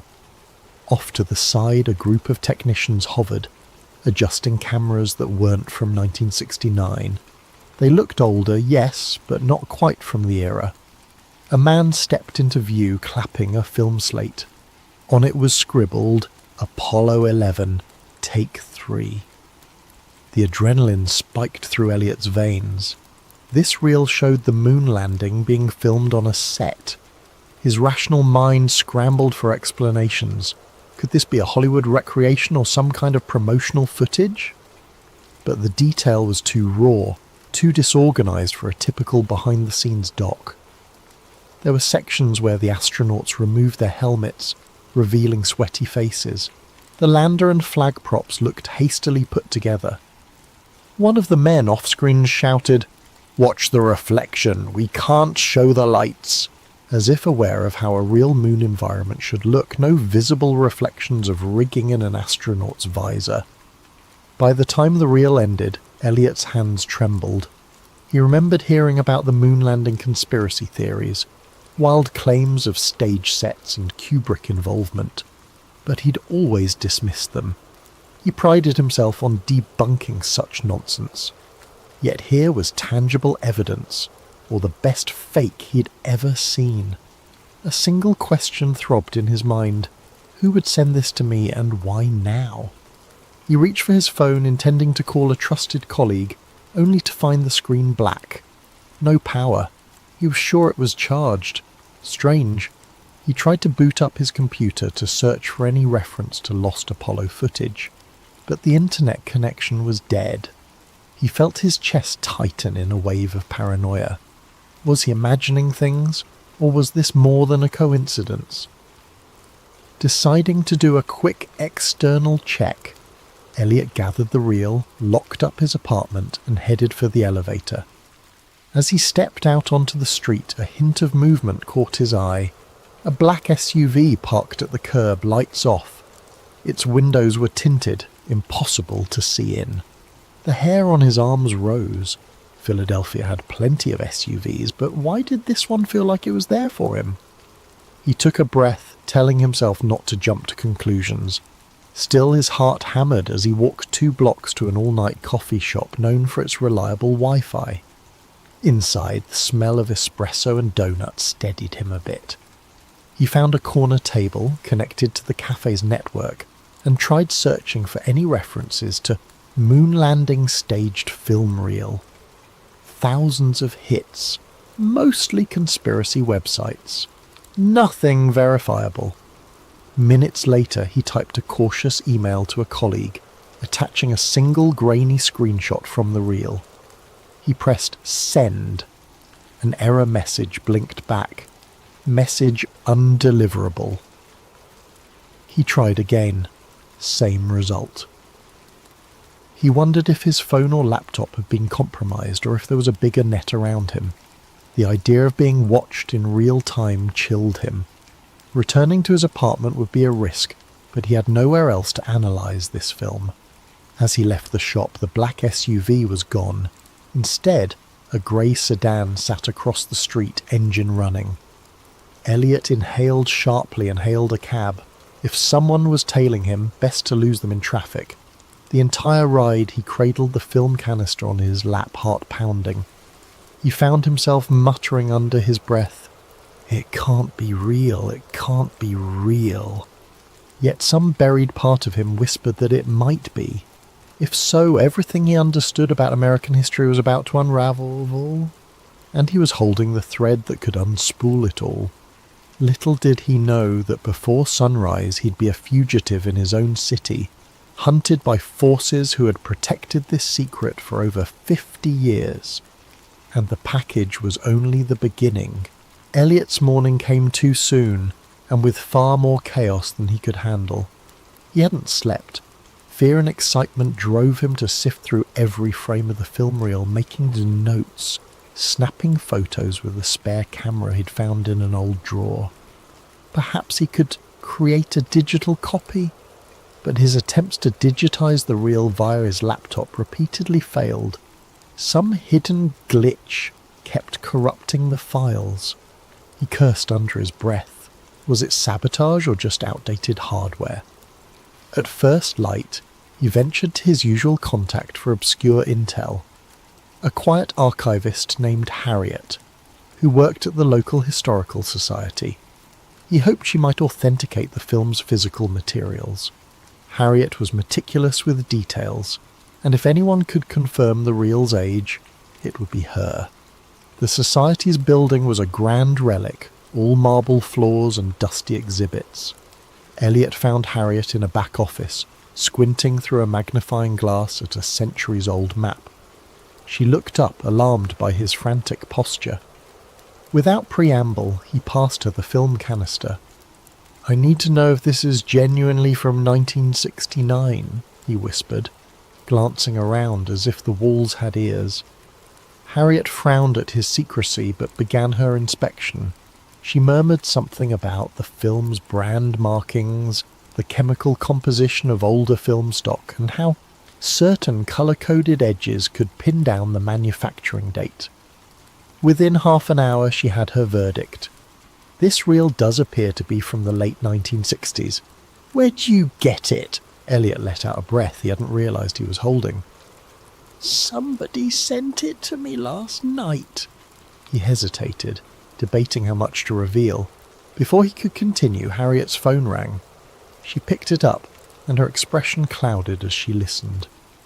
Yes, he's here," she said, a tremor in her voice. He backed away, panic flaring. Was Harriet being told to stall him? He mouthed, "Hang up," but Harriet just stared at him wide-eyed. Elliot snatched the phone from her hand. "Hello," he said into the receiver. An unfamiliar voice. "Elliot Graves. Step outside, we just want to talk." He froze. A second later the line went dead. "Who was that?" Harriet whispered, her complexion pale.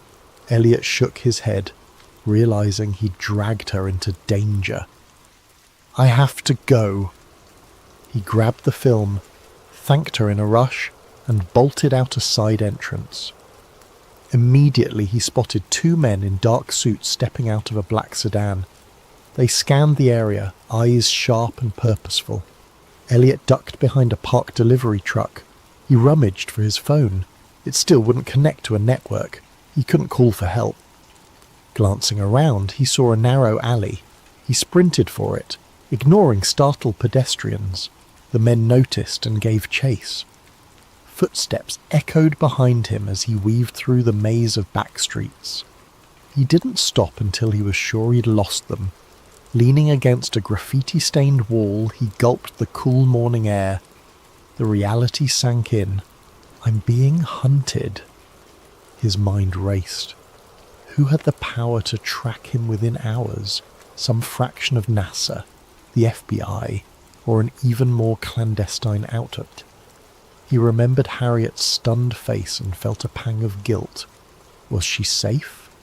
With his phone compromised, Elliot needed a secure communication line.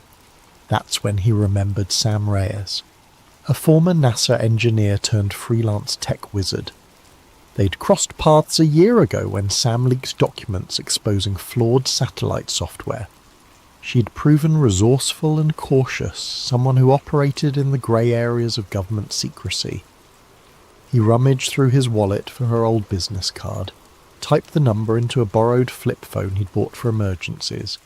2 rings, then Sam answered with a wary, "Who is this?" "Elliot Graves," he said quietly, trying to steady his voice. "I need your help. It's urgent." Sam let out a short laugh. "You're the reporter who debunked that UFO fiasco. Are you calling to do another piece?" He glanced around to make sure no one was listening. "This is bigger than UFOs. I have an old NASA film that suggests the moon landing was not what we think." Silence on the line. Then Sam hissed, "Don't say another word. There are ears everywhere. Meet me at the Redwood Garage, level 3, in an hour." She hung up. He had no time to question her abruptness. He made his way to Redwood Garage, a concrete structure on the outskirts of the city. Ducking beneath security cameras, he took the stairs to level 3. Only a few cars were parked, the area echoing with the hum of overhead fluorescent lights. He found Sam leaning against a pillar, arms folded. She was petite, with sharp eyes and a laptop bag slung over her shoulder. "You look like hell," she said in lieu of a greeting. Elliot forced a grin. "Rough morning, thank you for coming." Sam nodded at the film canister tucked under his arm. "That it?" He handed it over, heart pounding. She opened the lid, peeking at the reel. "I'll need my gear to analyze this properly. But tell me, any chance this is a hoax?" Elliot explained Harriet's findings, the chase and the phone sabotage. Sam's eyes narrowed with concern. This kind of move typically points to a deep-pocketed agency. NASA has muscle, but not to this extent. We might be dealing with something else. She motioned for him to follow her to a beat-up SUV. Inside, the back seat was cluttered with laptops, cables, and specialized scanning equipment. Sam popped the reel into a portable film viewer. A small screen flickered with the black and white images. She skimmed through it, face grim. "If this is real, holy..." He gave a humorless chuckle. "I'm not sure I want it to be real, but it's looking that way." Sam started flipping through camera angles. "We'll cross-check the images with NASA archive logs, see if any set pieces match. Also, there's metadata in older film that might help pinpoint the exact date and location." But if whoever's hunting you has the resources to block your phone and track you so fast... Yeah, Elliot said, swallowing hard. I'm in trouble, aren't I? Sam gave him a look that said you have no idea. Look, I can set up a secure server to store digital copies once I manage to scan the reel. But it'll take me a day or two. In the meantime, you need to vanish. They'll come for both of us once they realise I'm involved. As if on cue, a bullet shattered the SUV's rear window. Elliot and Sam ducked, hearts hammering. Tyres screeched on the level below. "We have to move," Sam hissed, starting the engine. Elliot curled into the passenger seat, pressing the canister tight against his chest. Another shot rang out, pinging off the concrete pillar. The SUV lurched forward, screeching around corners, headlights glaring on dull grey walls. Behind them, at least 2 dark sedans roared up the ramp. The chase was on. Elliot felt the cold sweat on his brow. This was no longer about verifying a piece of film. This was survival. More bullets clanged against the SUV's metal frame. Sam cursed under her breath, twisting the wheel. The exit ramp loomed ahead, a single security arm blocking the exit. Sam ploughed right through it, leaving splinters behind. They burst into daylight, weaving into the city traffic. Horns blared. The sedans kept pace, engines revving. As Sam careened down a busy street, Elliot realised just how far he'd fallen into this conspiracy. He'd started the night as a skeptic receiving a curious package. Now he was on the run, uncertain if he'd live to see the next morning. The real question: was the truth worth this cost? He clenched the film canister as if it were his lifeline. Maybe it was. Once they lost their pursuers, thanks to Sam's clever shortcuts and the chaotic labyrinth of city streets, Elliot and Sam took refuge in a deserted warehouse by the river. It was a space Sam sometimes used as a safe house, its electricity powered by a makeshift generator. Old crates littered the corners. The air smelled of dust and stagnant water. They parked the SUV inside, headlights slicing through the gloom. Elliot exhaled shakily, stepping out and checking his jacket for bullet holes. Miraculously, neither of them was injured. Sam followed, film canister in hand. "We have to lie low," she said. "I'll do what I can with the reel. But first we need to figure out who can confirm or deny the authenticity. Some old NASA folks might still be around, or people from the Apollo era." That jogged a memory for Elliot. "I know someone, Dr. Bernard Calloway. He was part of the Apollo program. Wrote a few obscure papers on lunar orbit complexities. I interviewed him years ago for a piece on NASA bureaucracy. He might know if any of this is real." "Let's hope he's still alive and willing to talk," Sam replied grimly, setting up her scanning equipment. "Meanwhile, I'll start digitizing. Go call your guy." She tossed Elliot a burner phone, a cheap flip phone with no internet capability, just voice and text. "Keep conversations short. We don't want to leave a trail." Elliot nodded, stepping away for some privacy. He dialed a number he hadn't used in years. The call rang on, and just when he thought it would go to voicemail, a gravelly voice answered. "Yes? Who is this?" "Dr. Calloway, it's Elliot Graves. Remember me?" A tense pause. "Graves? The journalist? Why are you calling me?" Elliot cut straight to the point. "I have a film reel suggesting the Apollo 11 landing was staged.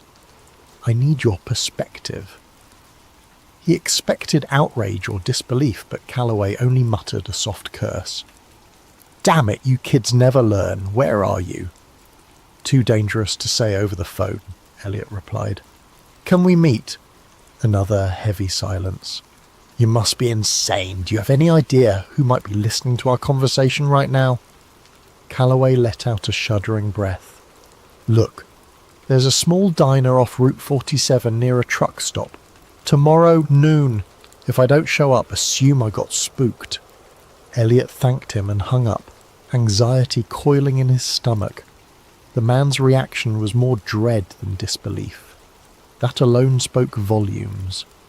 He returned to Sam's makeshift workstation, where the reel was half fed through a specialized scanner. The process was laborious, each frame captured in high resolution. "How's it looking, Elliot?" Elliot asked. Sam frowned, studying the images on her laptop screen. Grains consistent with 1960s film stock. Some coding on the edges indicates a manufacturing batch from around 68. Also, I've spotted certain NASA emblems in the background that weren't publicly revealed until the mission ended. And see that console there? She zoomed in on a screenshot. That's an Apollo guidance computer, but an early prototype version. Only a handful existed. This is not your average hoax. It's either the most elaborate one in history or it's real, Elliot finished, his voice hollow. Sam gave a grim nod. I'm leaning towards real. Our next step is to confirm. If your Dr. Calloway can give us any leads, we might find definitive proof. They spent the rest of the day in anxious waiting. Sam pored over the scanned film frames, while Elliot paced, trying to piece everything together in his head. Every so often he'd remember the chase, the bullets, and the unwavering stares of those men in suits. Just how large was this conspiracy? Night fell, bringing a sticky heat that made the warehouse air oppressive. Sleep came fitfully, with Elliot dozing in a corner, propped against crates. He dreamed of astronauts drifting in a stage lit by fluorescent tubes, their voices echoing with lines fed by hidden earpieces. He woke with a start to find Sam tapping him on the shoulder. "Time to go," she said softly. "We have to meet your whistleblower." By noon they'd driven 2 hours south to a truck stop just off Route 47. The diner looked vintage, a chrome exterior, peeling neon sign and a handful of big rigs parked nearby. They left the SUV behind a closed service station, walking the rest of the way under the scorching sun. Inside, the diner was half empty. The waitress behind the counter gave them a bored glance. In a corner booth, an elderly man sat facing the window, wearing tinted glasses and a hat pulled low. Elliot recognized him. Dr. Bernard Calloway. He looked older and thinner than their last meeting, as though carrying a burden too large for his frail frame. "Dol Calloway, Elliot said, quietly, sliding into the booth. Sam took a seat beside him. Calloway's gaze flicked to them, fear etched in the lines around his mouth. "You brought someone else. I told you to come alone." "This is Sam Reyes. She's helping me verify the film." "Film?" Calloway's voice trembled. He removed his tinted glasses, revealing tired eyes. "I hoped I'd go to my grave without seeing it again. Lord knows I was done with those days." Elliot swallowed. "You've seen it before?" Calloway exhaled a long, shaky breath. "I was part of Apollo 11's operations team, unofficially. My real job was ensuring the broadcast feed from the moon looked authentic. We had technicians in a secret studio, capturing angles that would pass as lunar footage. It was a matter of national pride and also, ironically, fear. Needed to beat the Soviets. When the actual craft encountered catastrophic issues, NASA and the government decided it was safer to fake the landing for television. The real rocket never made it out of Earth's orbit safely. The astronauts eventually landed in the Pacific under the pretext of returning from the moon, but what the public saw was a carefully crafted illusion. Elliot's head spun. There it was, spelled out. The conspiracy in all its horrifying clarity. Sam leaned forward. "Why have you stayed silent all this time?" Calloway closed his eyes. They threatened my family. I was briefed that revealing the truth would be an act of treason. Others who tried to speak up, well, they disappeared. I've lived under watch ever since, exchanging my silence for a quiet retirement. But I always knew this day might come. Elliot retrieved the film canister from his bag. So the footage we have? It's partial, Calloway said, scanning the diner nervously. There's more. Hours of outtakes, behind-the-scenes planning, enough to destroy decades of NASA's legacy if it got out. That reel is probably what was stolen from the archives in the 1970s. I thought it had been destroyed. A lump formed in Elliot's throat. So it's authentic. And NASA? Or whoever's controlling this. They're hunting us to bury it again. Calloway nodded. They'll kill you, no question. They've killed for less. He glanced around, lowering his voice. I can direct you to someone else who was there. A colleague named Walter Pierce. He escaped overseas, but you might track him down. He has a copy of the mission logs. Sam and Elliot exchanged looks. Every new piece of evidence upped the stakes. If they could find Pierce and get those logs, they'd have undeniable proof. Suddenly the diner's door swung open.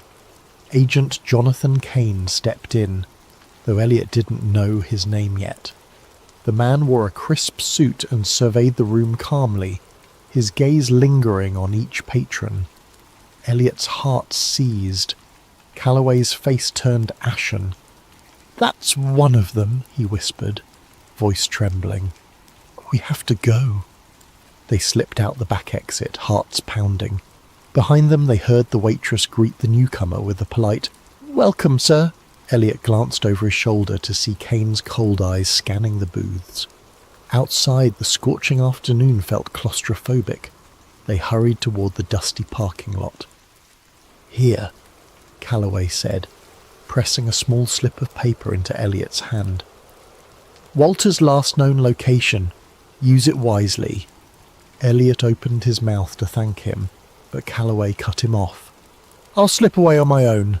It's safer that way for all of us. Then, as if on cue, a black car squealed around the corner. Calloway pointed desperately. Run! Elliot and Sam sprinted across the lot, the slip of paper clenched in Elliot's fist. Behind them, tyres screeched. In the distance, de Calloway vanished between parked trucks, a frail silhouette, stepping once more into a world of secrets and shadows he had hoped to leave behind. Elliot doubted he'd ever see the old man again.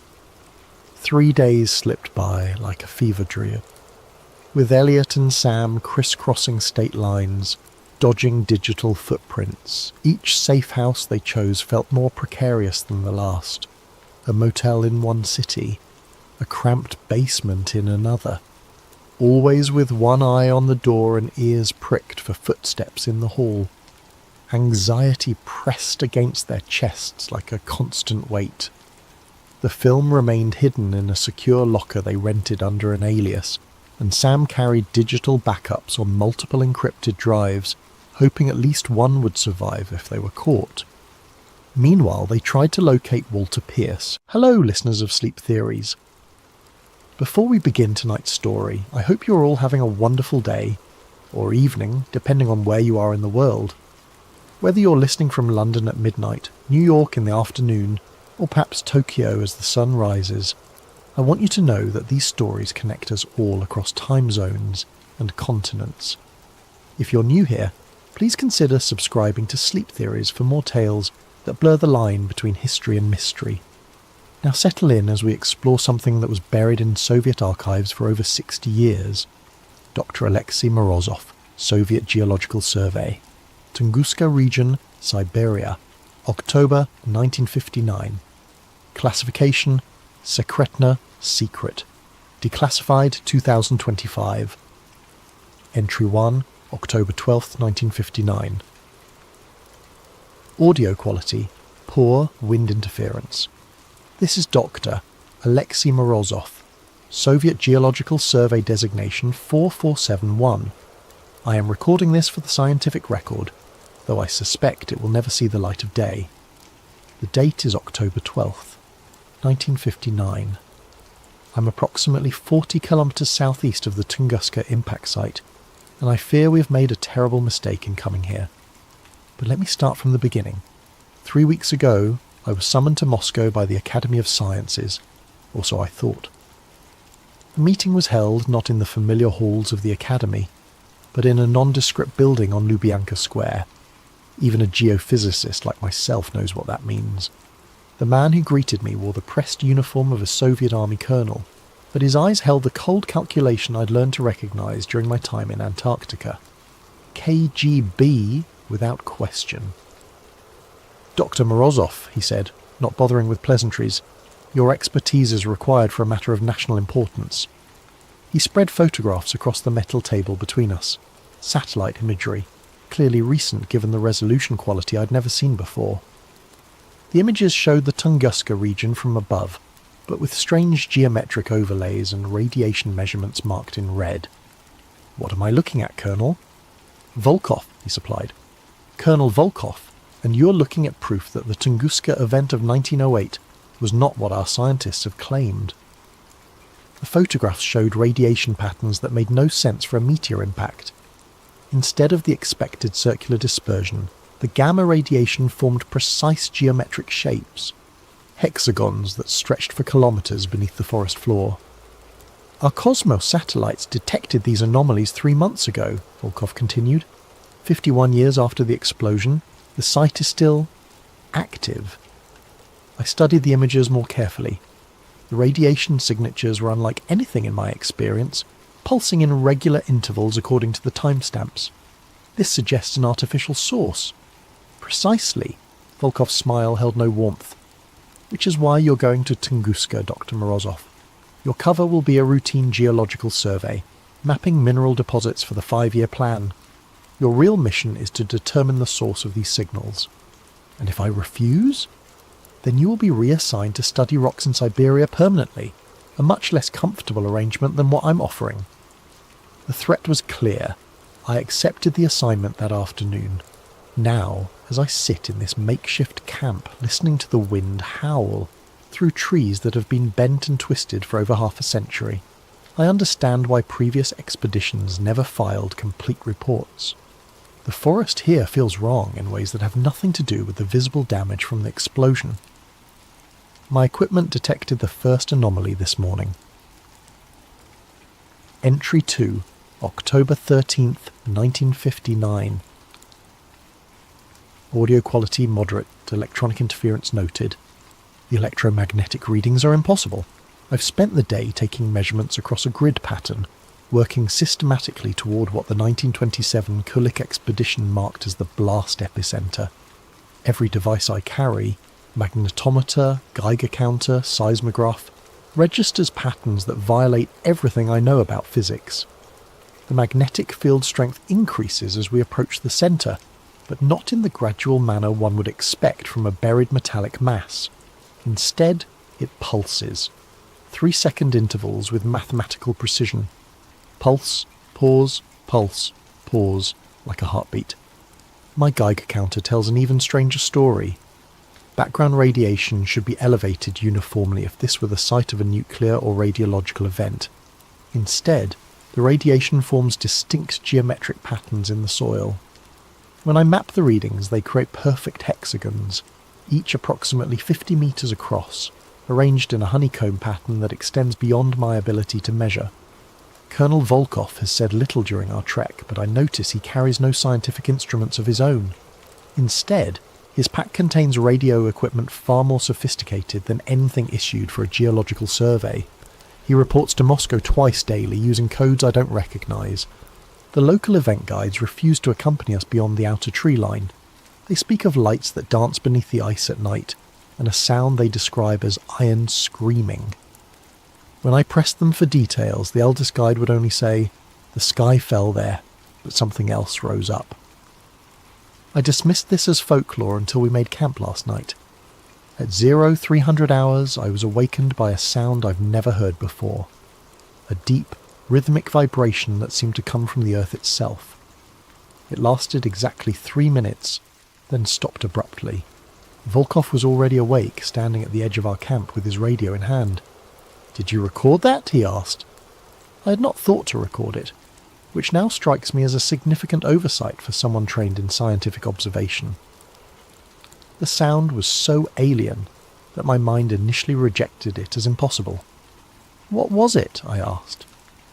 Volkov's expression in the moonlight was unreadable. "The reason we're here, Doctor. This morning I discovered that several of my instruments had malfunctioned during the night. Not broken, malfunctioned in very specific ways. The magnetometer now reads magnetic north as pointing directly toward the blast epicenter, regardless of our actual position. The seismograph recorded seismic activity every 3 seconds throughout the night, perfect sine waves that should be impossible in stable geological conditions. Something is calling from beneath the permafrost. Entry 3, October 15th, 1959. Audio quality, poor, severe electronic interference. We have reached the epicenter. I understand now why Kulik's expeditions found no crater. This was not an impact. It was an emergence. The blast zone stretches for kilometers in every direction, trees flattened in the perfect radial pattern that has puzzled scientists for decades. But at the precise center, in a circle roughly 100 meters in diameter, the forest is untouched. Ancient pines tower above us, their bark scarred but their structure intact, as if the explosion flowed around them rather than through them. The soil here tells a different story than any meteor impact. My equipment detects metallic fragments, but when I analyze their composition, the results are disturbing. The isotopic ratios are wrong. Not just unusual, impossible. These metals contain isotopes that shouldn't exist in nature, arranged in configurations that suggest artificial manipulation. While taking samples this morning, my spade struck something hard beneath the permafrost. After an hour of careful excavation, I uncovered a shard of metal unlike anything I've encountered in 20 years of geological work.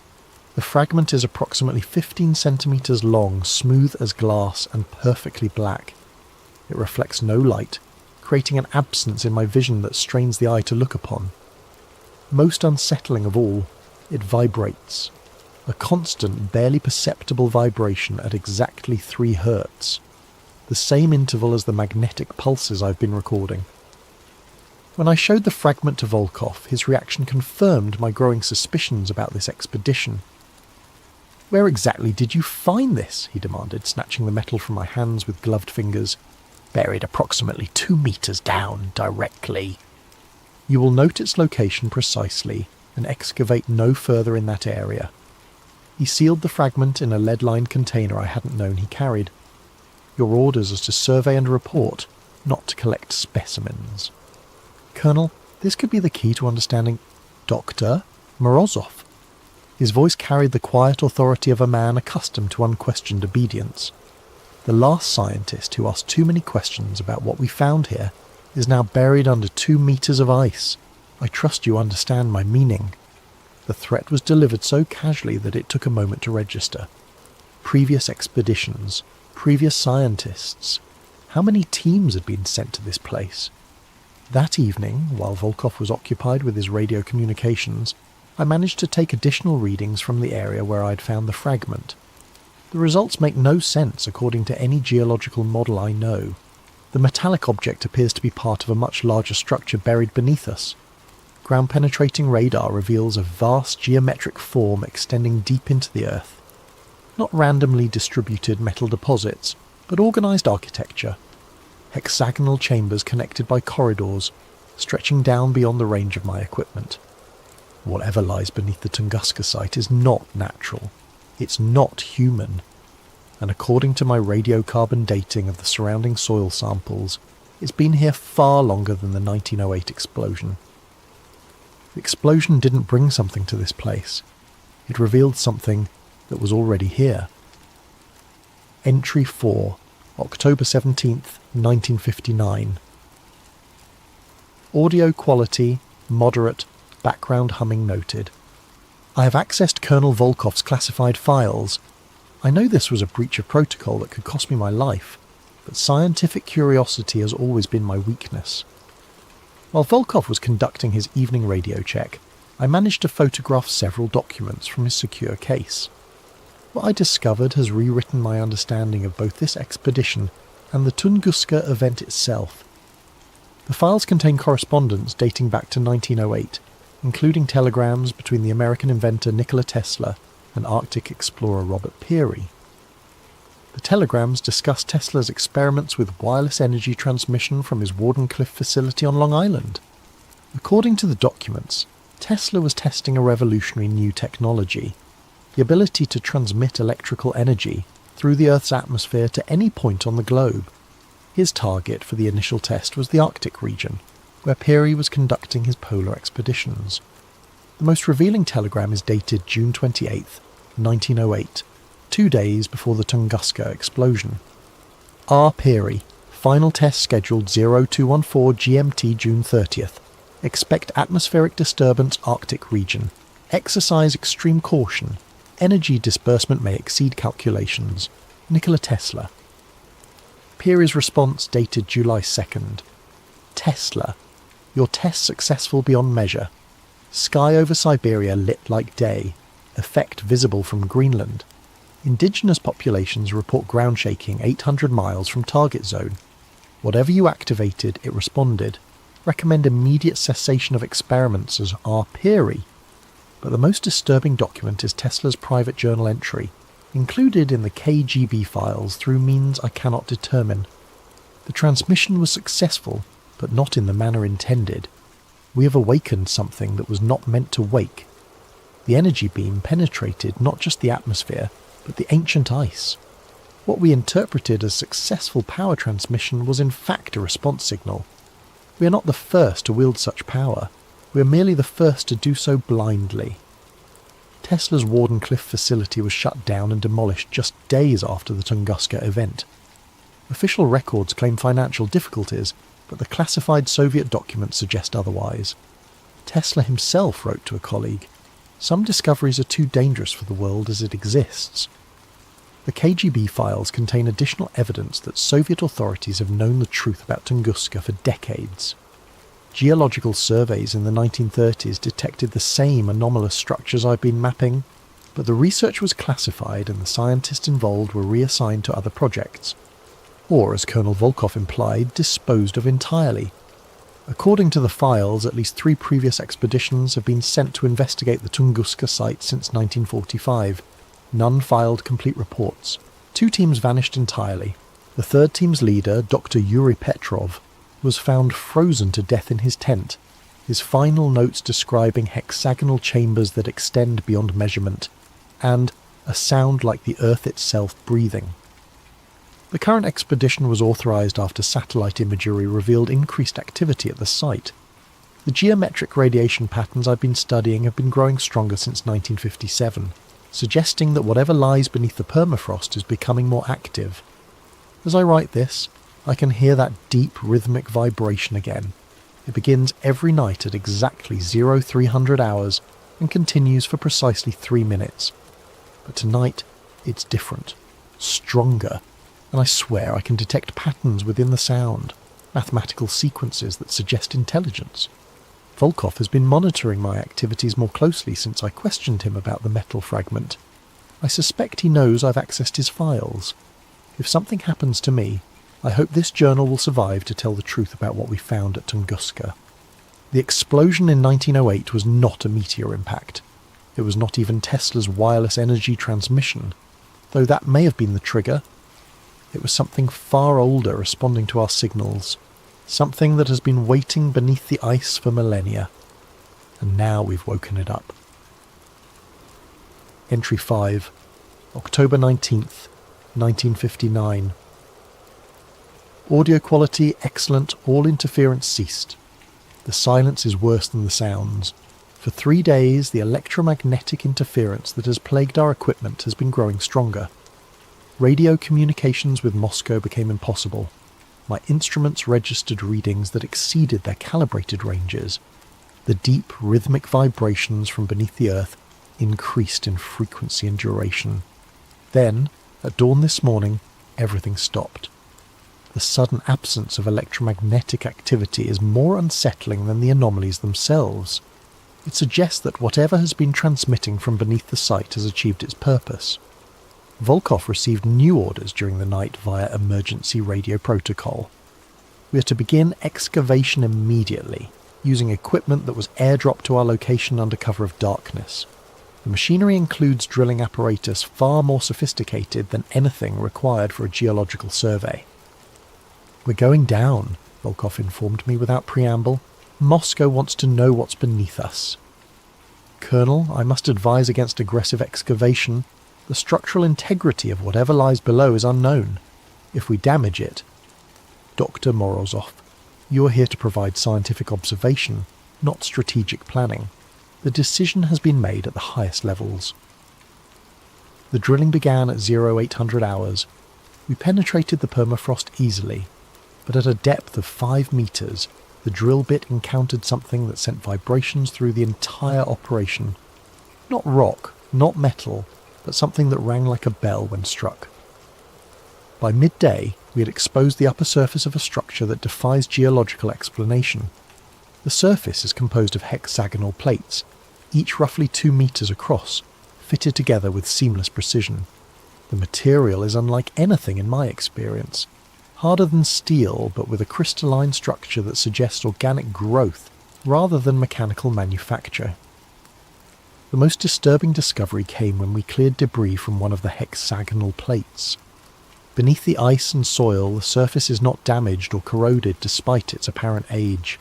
Instead, it gleams as if newly made, with patterns of light that pulse through the material in the same 3-second intervals I've been recording. The structure is active. Alive, perhaps, though I hesitate to use that term for something clearly artificial. As we work to expose more of the surface, I noticed that my instruments were registering new types of activity. Electromagnetic pulses were emanating from the structure, but these were not random signals. They followed mathematical sequences, prime numbers, Fibonacci progressions, and other patterns that suggest deliberate communication. "It's trying to talk to us," I told Volkov during our afternoon break.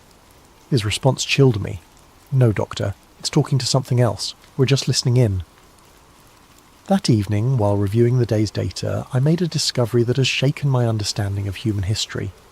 The electromagnetic patterns I've been recording match perfectly with radio signals detected by astronomers at the Jadrell Bank Observatory in England.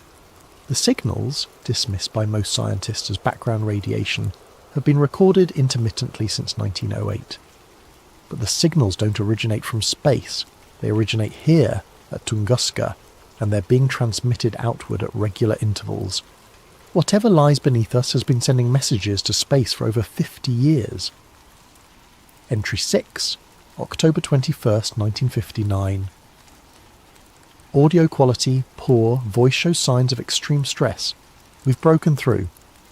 After 2 days of careful excavation, we created an opening large enough to lower equipment into the structure below. The chamber we've accessed is vast, with walls that curve away into darkness beyond the range of our lights. The air inside is not stale as one would expect from a sealed underground space.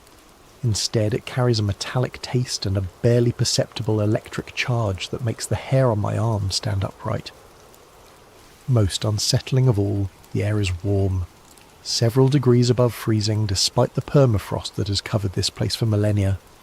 The chamber walls are covered in the same hexagonal plating we discovered on the surface, but here the patterns of light are more complex. Entire sections pulse in synchronized sequences, creating cascades of illumination that travel around the perimeter like waves. I descended into the chamber using mountaineering equipment, against Volkov's direct orders.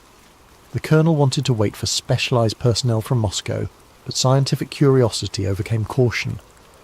What I found below has convinced me that we are dealing with something far beyond human understanding. The chamber is not empty. It contains machinery, though that term is inadequate to describe what I observed. Geometric structures rise from the floor like crystalline trees, their surfaces covered in components that shift and reconfigure as I watched. The machinery, if it can be called that, appears to be self-repairing, self-modifying. At the centre of the chamber stands a pillar roughly 3 meters in height, composed of the same dark material as the fragment I discovered earlier. But this pillar is not inert. It pulses with internal light, and as I approached I could feel vibrations in my bones that matched the 3 Hz frequency I've been recording. When I placed my hand on the pillar's surface, the entire chamber responded. Lights flashed in sequence around the walls, the machinery hummed to life, and I felt a sensation I can only describe as contact. Not physical contact, but something deeper. For a moment I sensed vast intelligence, ancient beyond measure, awakening from long dormancy. And I understood with terrifying clarity what Tesla had done in 1908. His wireless energy transmission had not simply sent power through the atmosphere. It had followed a path of least resistance, drilling through the Earth's magnetic field and striking this buried structure with precisely the frequency needed to activate its dormant systems. The Tunguska explosion was not caused by Tesla's energy beam. It was caused by this ancient machinery starting up after eons of silence, venting excess energy in the only direction available, upward, through the overlying rock and permafrost, creating the devastating blast that flattened the forest above. When I climbed back to the surface, I found Volkov in animated radio communication with Moscow. From what I could hear of his side of the conversation, our discovery has caused considerable alarm at the highest levels of government. Yes, sir, it appears to be functional, he was saying. No, sir, we don't understand its purpose. What do you mean, similar structures? Similar structures. The phrase hit me like a physical blow. How many of these installations exist? How long have they been buried beneath the Earth's surface? That night, as I attempted to process the implications of our discovery, the chamber below us began transmitting again. But this time, the signals were different. Instead of the regular pulses I'd been recording, the electromagnetic emissions formed complex patterns that my equipment interpreted as modulated communications. The ancient machinery was not just awakening, it was calling home. Entry 7, October 23rd, 1959. Audio quality, good, voice controlled but tense. They're coming for me. Colonel Volkov received orders this morning to terminate the expedition and return to Moscow immediately. But first he informed me, all physical evidence must be secured and all personnel debriefed according to special protocols. I know what special protocols means in KGB parlance. The equipment we brought to the site has been supplemented by specialised gear that arrived with a new team of personnel during the night. These men wear no insignia and speak with accents I cannot place. They brought with them instruments I don't recognise and chemicals whose purpose I can only guess. Dr. Morozov, Volkov informed me over breakfast. Your valuable contribution to this expedition will be properly recognised in our final report.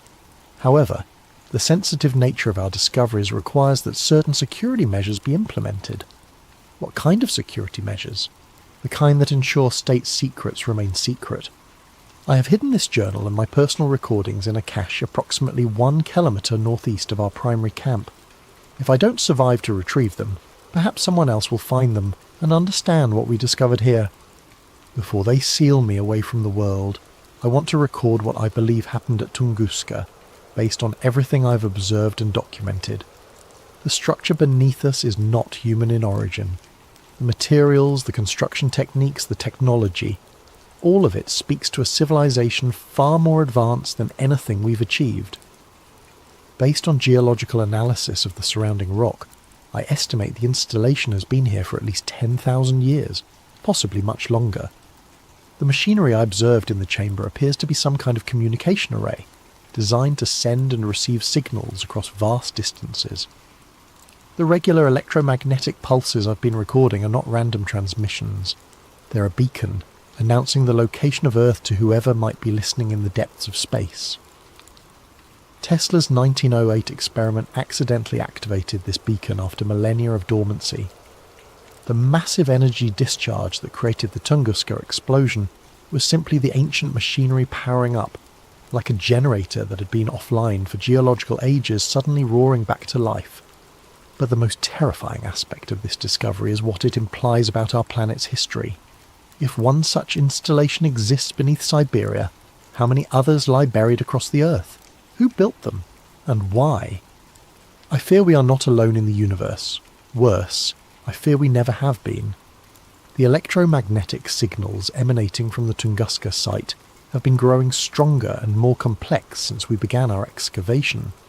What started as simple mathematical progressions has evolved into what can only be described as conversation, questions and responses, acknowledgements and confirmations.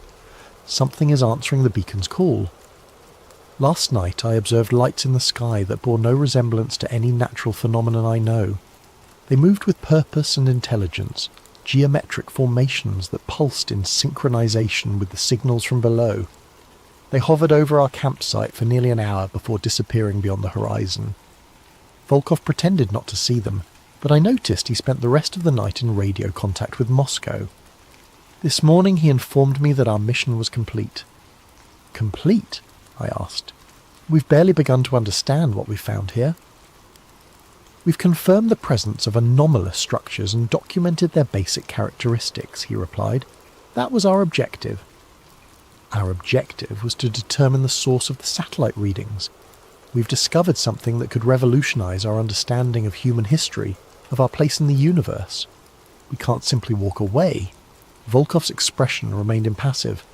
Dr. Morozov, there are forces at work here that extend far beyond your scientific curiosity. This site will be classified at the highest levels and placed under permanent monitoring. Your role is finished. And if I refuse to remain silent about what we've found, then you will join the other scientists who asked inconvenient questions.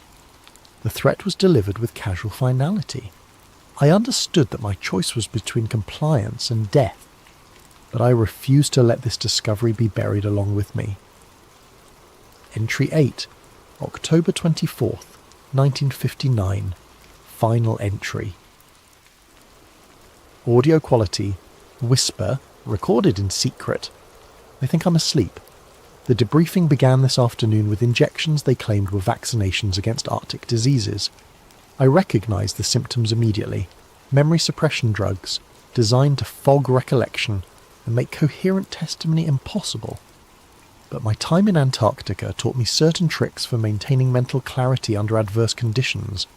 I forced myself to vomit up the medication before it could take full effect, though I had to maintain the appearance of compliance. While the others believe I'm unconscious, I've managed to recover my hidden cache and record this final entry. In a few hours they will transport me back to Moscow for extended debriefing. I know I will not survive that process, but before they take me, I want to record my final observations about what lies beneath Tunguska. The installation is not just a communication array, it's part of a network. During my last descent into the chamber, I discovered additional passages leading deeper into the structure. Following these corridors as far as my equipment would allow, I found evidence of similar installations at vast distances, electromagnetic signatures that suggest a global network of ancient technology, all connected by underground transmission lines that follow the Earth's magnetic field. Whatever civilization built these installations was not indigenous to Earth. The mathematical principles governing their construction are based on physical constants that suggest an origin in a different stellar environment. They came here, established this network, and then vanished. But they left their machinery behind, dormant but functional, waiting for the right signal to reactivate it. Tesla provided that signal in 1908, not through malice but through ignorance. His wireless energy transmission found the path of least resistance through the Earth's magnetic field and struck the Tunguska installation with precisely the frequency needed to bring it online. Now the beacon is active, sending its signal into space, and something has heard it. The lights I observed in the sky are not natural phenomena. They are reconnaissance, preparation for something much larger. The electromagnetic conversations I've been recording are not random communication. They're coordinates, timetables, invasion plans. We have awakened something that was meant to remain sleeping, and we lack the knowledge or technology to control what we've unleashed. I can hear them approaching my position. Boots on frozen ground, voices speaking in languages I don't recognize. They've discovered my absence from the medical tent. If this recording survives, if someone finds it and understands what I've documented here, remember this. The explosion in 1908 was not the end of anything. It was the beginning. The door is unlocking, and we are not prepared for what lies beyond it. Whatever you do, do not dig further. It listens, it remembers, and now it knows where we are. Recording ends, electromagnetic interference resumes, Soviet State Security Archives. File, Tunguska Black 7. Date, October 30th, 1959. Dr. Alexei Morozov was found deceased in his quarters at the Lubyanka Medical Facility on October 29th, 1959. Official cause of death: complications from severe frostbite sustained during Arctic research operations. His personal effects have been confiscated and classified under state security protocols. All materials related to the Tunguska expedition are hereby classified beyond top secret and sealed under Special Protocol 7. Access is restricted to personnel with clearance level Obsidian or higher. The Tunguska site has been declared a restricted military zone. Unauthorized access is prohibited under penalty of death. Dr. Morozov's journal and recordings were destroyed according to standard procedure. Official records end. Posted to file sharing site March 15th, 2025. Removed by request of Russian Federation authorities March 17th, 2025. The above documents were discovered in a cache of declassified Soviet files, released following the collapse of certain government archives. Authentication is ongoing, but preliminary analysis suggests genuineness. Dr. Morozov's journal was not destroyed as claimed in official records. It was hidden, preserved in the permafrost, waiting to be found. Satellite imagery from 2024 shows renewed activity at the Tunguska site. Electromagnetic anomalies detected by multiple international monitoring stations. Construction of unknown purpose observed at the coordinates Morozov identified. The lights have returned to the Siberian sky. Whatever Tesla awakened in 1908 was only the beginning. The door is not just unlocking, and it's opening.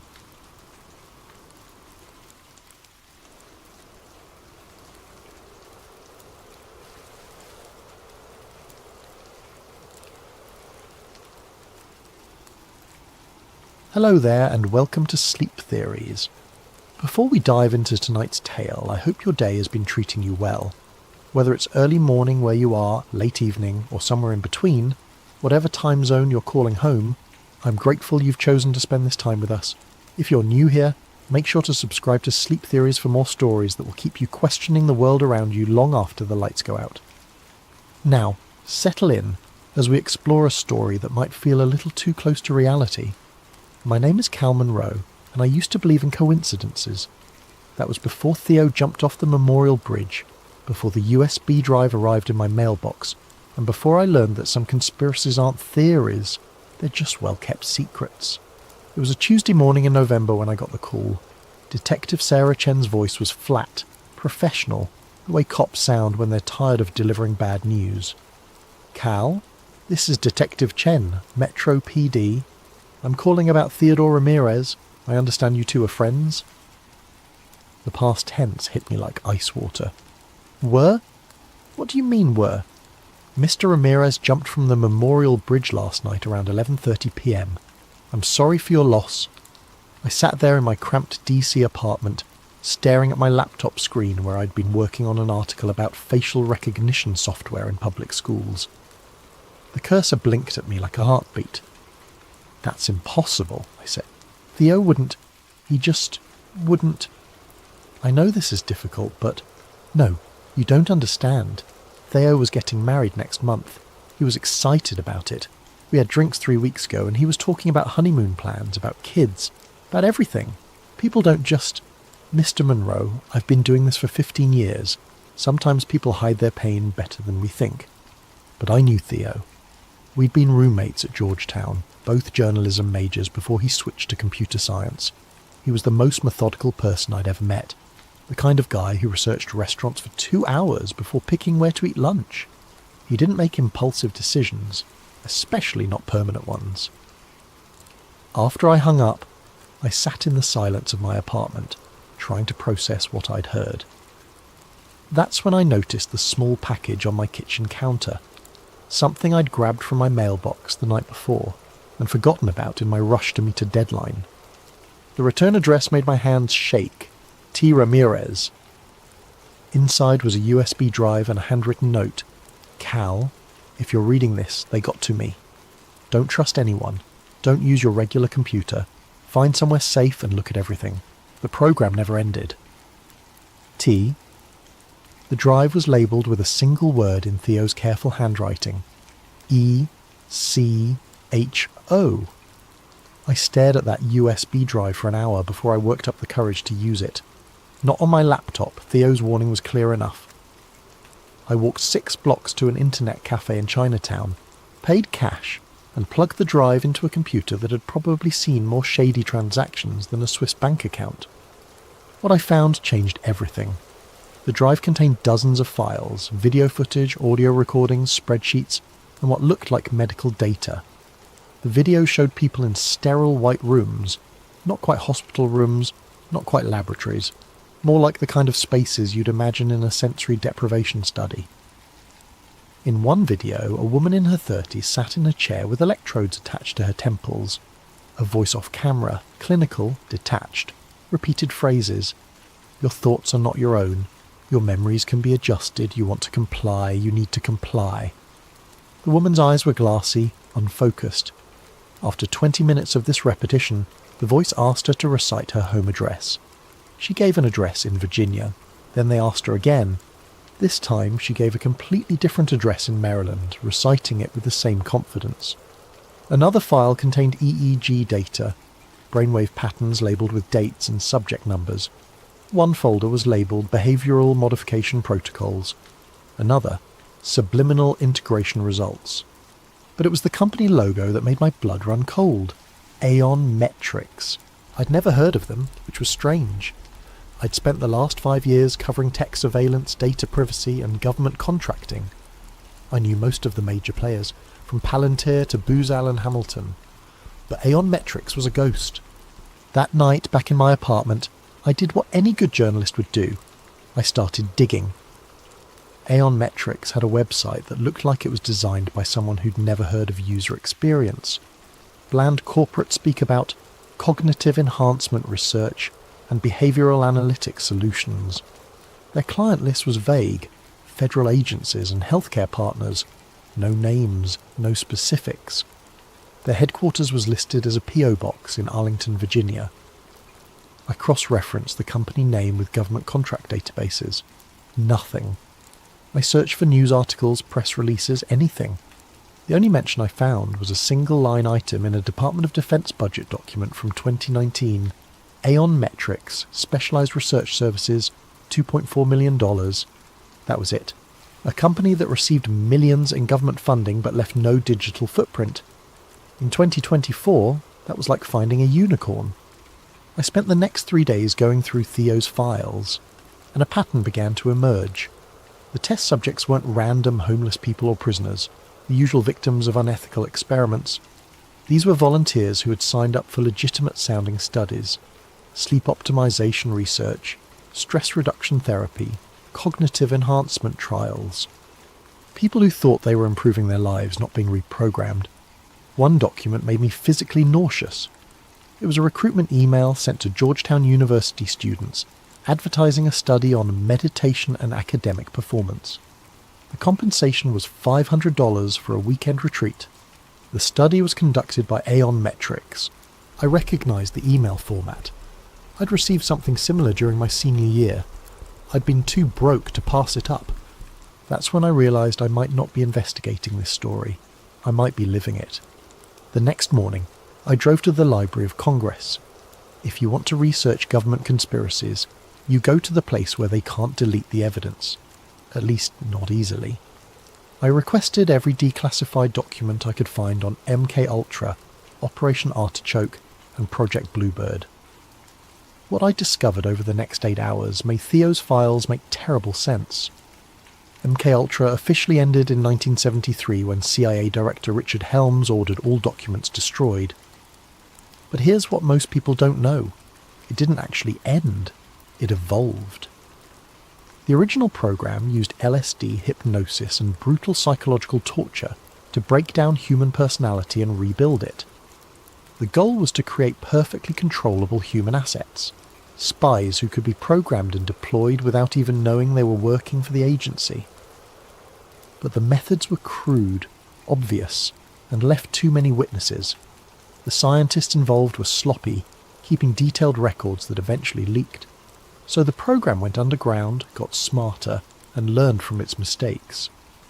By the 1980s, it had been rebranded as something innocuous: behavioural research programs. The torture chambers were replaced with comfortable clinical settings. The unwilling prisoners were replaced with paid volunteers. The obvious mind control was replaced with subtle manipulation. Instead of breaking people's minds with LSD, they learned to influence thoughts through carefully crafted media exposure. Instead of hypnotizing subjects in laboratories, they developed techniques to implant suggestions through social media algorithms. Instead of creating obvious zombies, they learned to nudge behaviour so subtly that people thought they were making their own choices. I found a 1987 memo from a CIA psychologist named Dr. Helen Marsh. One line stood out: "The future of behavioural modification lies not in force, but in consent. If subjects believe they are willing participants, they will never question the process."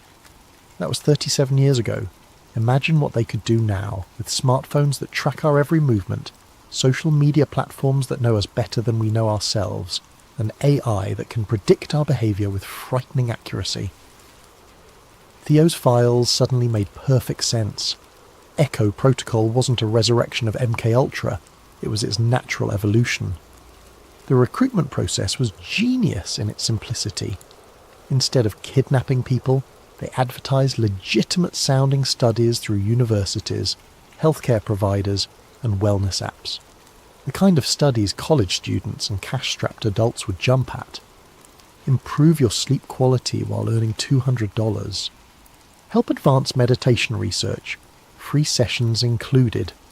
Participate in groundbreaking stress reduction therapy.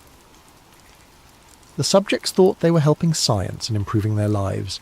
They signed consent forms and waivers, making everything perfectly legal. They were even paid well, which made them feel valued rather than victimised. But according to Theo's documentation, the real experiments began after the official study ended.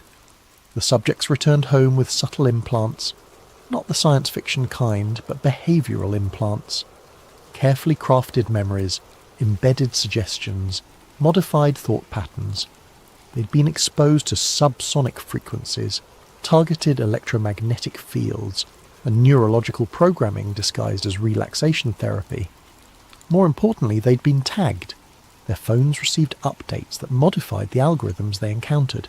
Their social media feeds were carefully curated to reinforce the programming they'd received. Their GPS data was used to ensure they encountered specific environmental triggers, billboards, sounds, even scents that would activate their conditioning. It was MKUltra for the digital age, and it was everywhere. I found myself thinking about my own devices, my own data patterns. How many targeted ads had I seen recently that seemed to know exactly what I was thinking? How many times had my phone suggested an action or location that felt perfectly timed? How many articles in my newsfeed seemed to anticipate my concerns? Was I paranoid, or was I finally paying attention? That evening I tried to call Theo's fiancée Maria Santos.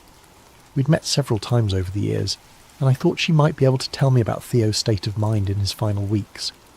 Her number was disconnected. I tried social media. Her profiles had been deactivated.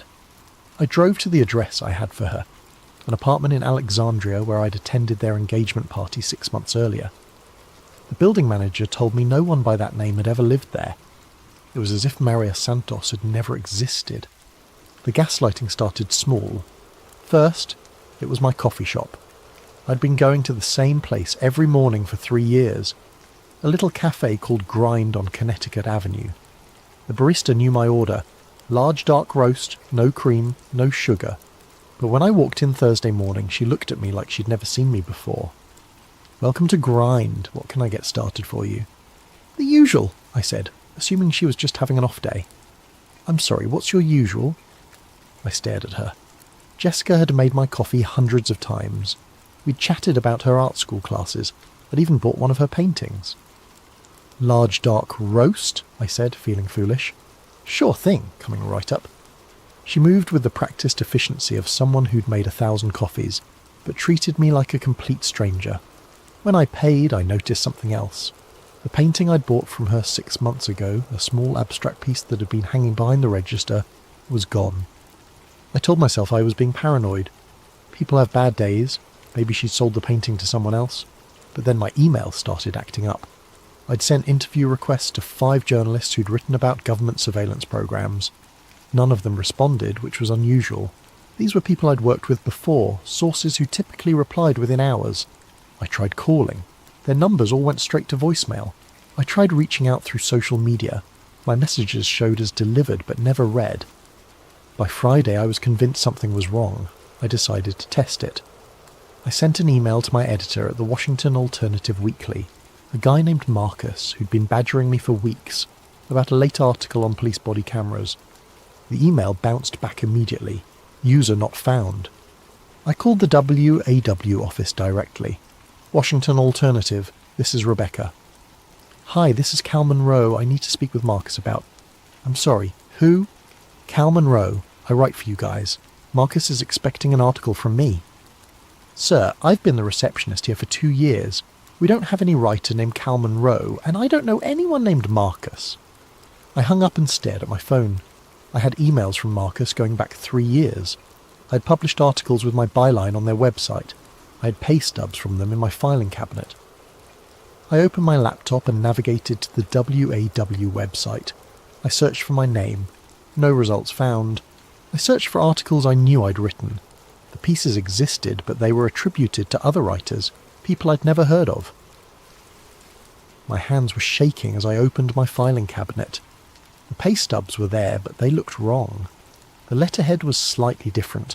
The font was off, and they were made out to someone named Carl Monroe. Close enough to be dismissed as a typo, but different enough to be legally meaningless. That's when I noticed my reflection in the laptop screen. I looked like I hadn't slept in days. My eyes were bloodshot, my hair was a mess, and I had the hollow look of someone on the edge of a breakdown. I looked exactly like Theo had in his final weeks. Saturday morning I decided to visit my ex-girlfriend Sarah. We dated for 2 years and stayed friends after the breakup. If anyone would be straight with me about whether I was losing my mind, it would be her. Sarah lived in a duplex in Tacoma Park.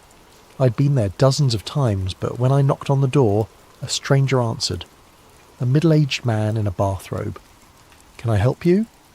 "I'm looking for Sarah Chen," I said. "She lives here." "No one by that name lives here. I've been renting this place for 5 years." "That's impossible.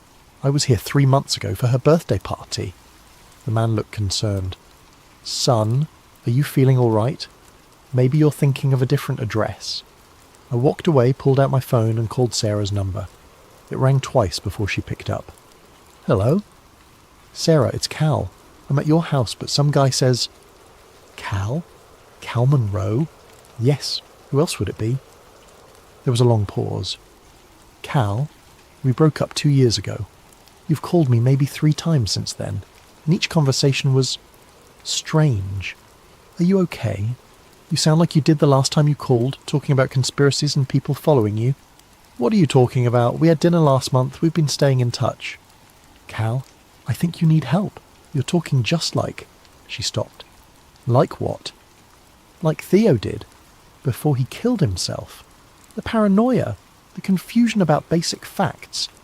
He called me too, near the end, asking about things that never happened." The line went dead. I stood on the sidewalk for 20 minutes trying to make sense of what was happening. Either everyone I knew was lying to me, or I was having some kind of psychotic break. But there was a third option, one that terrified me more than madness. I was right, and they were already in my head.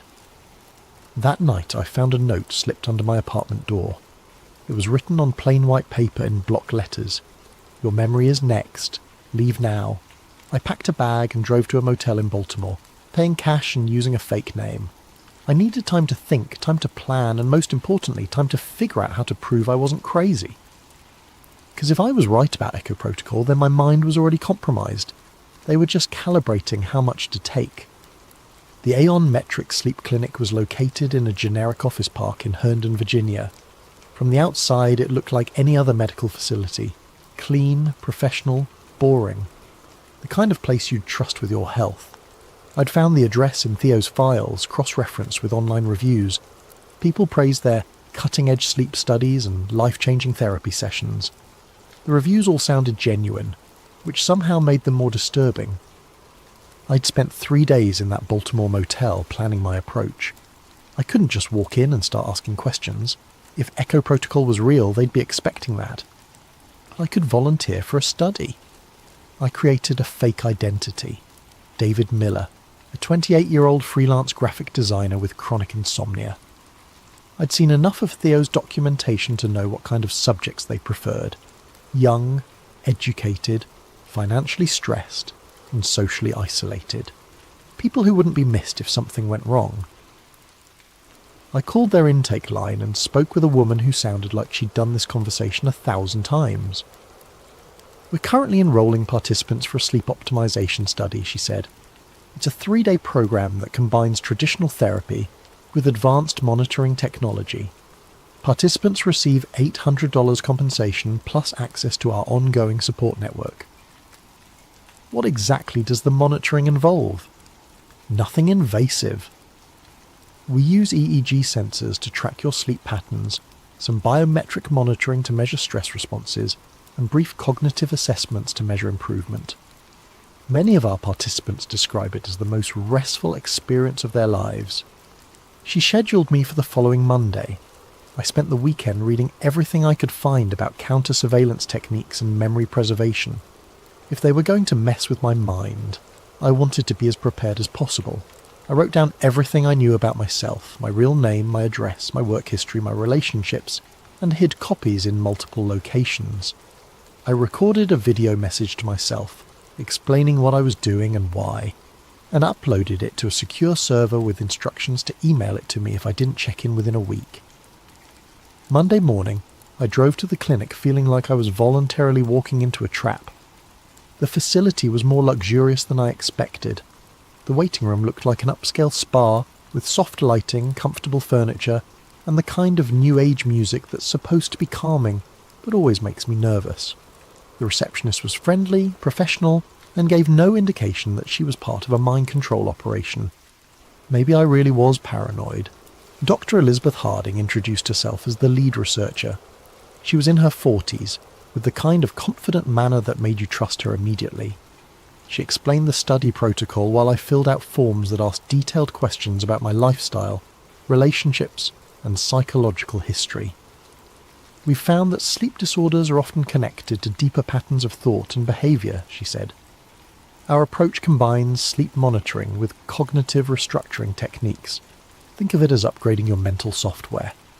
The phrase made my skin crawl, but I smiled and nodded. They set me up in a private room that looked more like a high-end hotel suite than a medical facility. The bed was comfortable, the lighting was adjustable, and there was even a small kitchenette stocked with healthy snacks. The only obviously medical equipment was a chair with built-in sensors and a wall-mounted monitor that they said would track my biometric responses during relaxation exercises. "Just get comfortable," said the technician, a young man who introduced himself as Kevin. "We'll start with some baseline measurements, then move into the therapeutic portion." He attached electrodes to my temples and chest. Standard EEG and heart rate monitoring, nothing sinister. The chair was incredibly comfortable, almost hypnotically so. Within minutes, I felt more relaxed than I had in weeks. That should have been my first warning. The relaxation exercise began with guided breathing instructions delivered through high-quality speakers built into the chair. The voice was soothing, gender-neutral, with the kind of professional calm you'd expect from a meditation app. Allow your mind to become quiet and receptive. You're safe here. You're cared for here. Your thoughts can rest. After about 20 minutes, the instructions became more specific. Notice how easily your mind accepts new information when you are relaxed. Notice how comfortable it feels to let go of old patterns that no longer serve you. The room's lighting shifted to a deep blue, and I realized there were almost subliminal images being projected on the walls, geometric patterns that seemed to pulse in rhythm with my heartbeat. Your memories are fluid. They can be adjusted for your benefit. You want to be free of limiting beliefs. You need to be free of limiting beliefs. That's when I recognised the phrases from Theo's videos. I tried to stand up, but my body felt heavy, disconnected. The electrodes weren't just monitoring me, they were delivering some kind of signal. The chair's comfort wasn't accidental. It was designed to keep subjects compliant while their minds were being reprogrammed. "You are David Miller," the voice continued. "You work as a graphic designer. You have no family. You have no close friends. You live alone and prefer it that way." They were trying to overwrite my identity, to make me forget who Cal Monroe was and why I was there. But I'd prepared for this. I focused on the video I'd recorded, on the list of facts I'd memorised, on the reason I was there. My name is Cal Monroe. I'm a journalist. Theo Ramirez was my friend. He died because he discovered ECHO protocol. You trust Dr. Harding completely. You want to participate in advanced studies. You will recommend this program to others. I repeated my mantra silently, fighting against the drowsiness that was overtaking me. I could feel my sense of self becoming fluid, malleable. It was terrifying and seductive at the same time, the promise of letting go of all my problems, all my fears, all my responsibilities. You're grateful for this opportunity to improve yourself. You will never speak about the details of this program to anyone outside this facility. The session lasted 6 hours. When it ended, I felt like I was surfacing from deep water, gasping for mental air. Kevin helped me out of the chair, and I had to concentrate to remember why that felt wrong. "How do you feel, David?" For a moment I almost corrected him. Then I remembered. "Great," I said, really relaxed. "Excellent. Dr. Harding will want to review your session data. Why don't you get some rest and we'll continue tomorrow?" That night, alone in the suite, I tried to reconstruct what had happened. I felt different, lighter somehow, but also hollow. It was like someone had taken an eraser to parts of my memory and personality. I remembered recording a video message, but I couldn't remember what it said. I remembered hiding something important, but couldn't remember where or what. I knew I was there for a reason beyond the sleep study, but that reason felt fuzzy, unimportant. But I still knew my name, Cal Monroe, journalist. I held on to that like a lifeline. The second day was worse. They moved me to a different room, one level down from the main floor. There were no windows, and the only furniture was the chair and a small table. The session lasted 8 hours. This time they didn't just try to implant new memories, they tried to delete old ones. "Your childhood was difficult and painful. You prefer not to think about it. You have no living relatives. You have never been in love. You have never had close friendships." I fought back by reciting everything I could remember. My parents' names, my first dog, the taste of my grandmother's cookies, the feeling of kissing Sarah for the first time. But with each session, these memories became fainter, more like stories I'd heard rather than experiences I'd lived. On the third day, they took me to the basement level. The room was stark white, with no decoration except a single chair in the centre. But it wasn't empty. There were other people there, subjects from previous studies, I realised. They sat motionless, staring at nothing, responding only when spoken to directly. One of them was a woman in her 30s with short brown hair. When Dr. Harding introduced us, she looked at me with vacant eyes and said, "Hello, David. It's nice to meet you." Nothing unusual about that, except for one thing. She used my full name, including my middle initial. "Hello, David C. Miller." My fake identity didn't have a middle initial. I'd never mentioned one. But somehow she knew it should be there. More disturbing, my real middle name is Christopher. C. "How do you know my middle initial?" I asked her. She looked confused. "I don't know. It just seemed right." Dr. Harding intervened smoothly. "Some of our participants develop enhanced intuitive abilities. It's one of the positive side effects of the program." But I knew what I was really seeing. This woman had been programmed with information about Cal Monroe, my real identity, not my fake one. They'd put pieces of my life into her mind, probably to test how thoroughly they could extract and transfer personal information. She wasn't developing psychic abilities. She was being used as a storage device for my stolen memories. That night I knew I had to escape.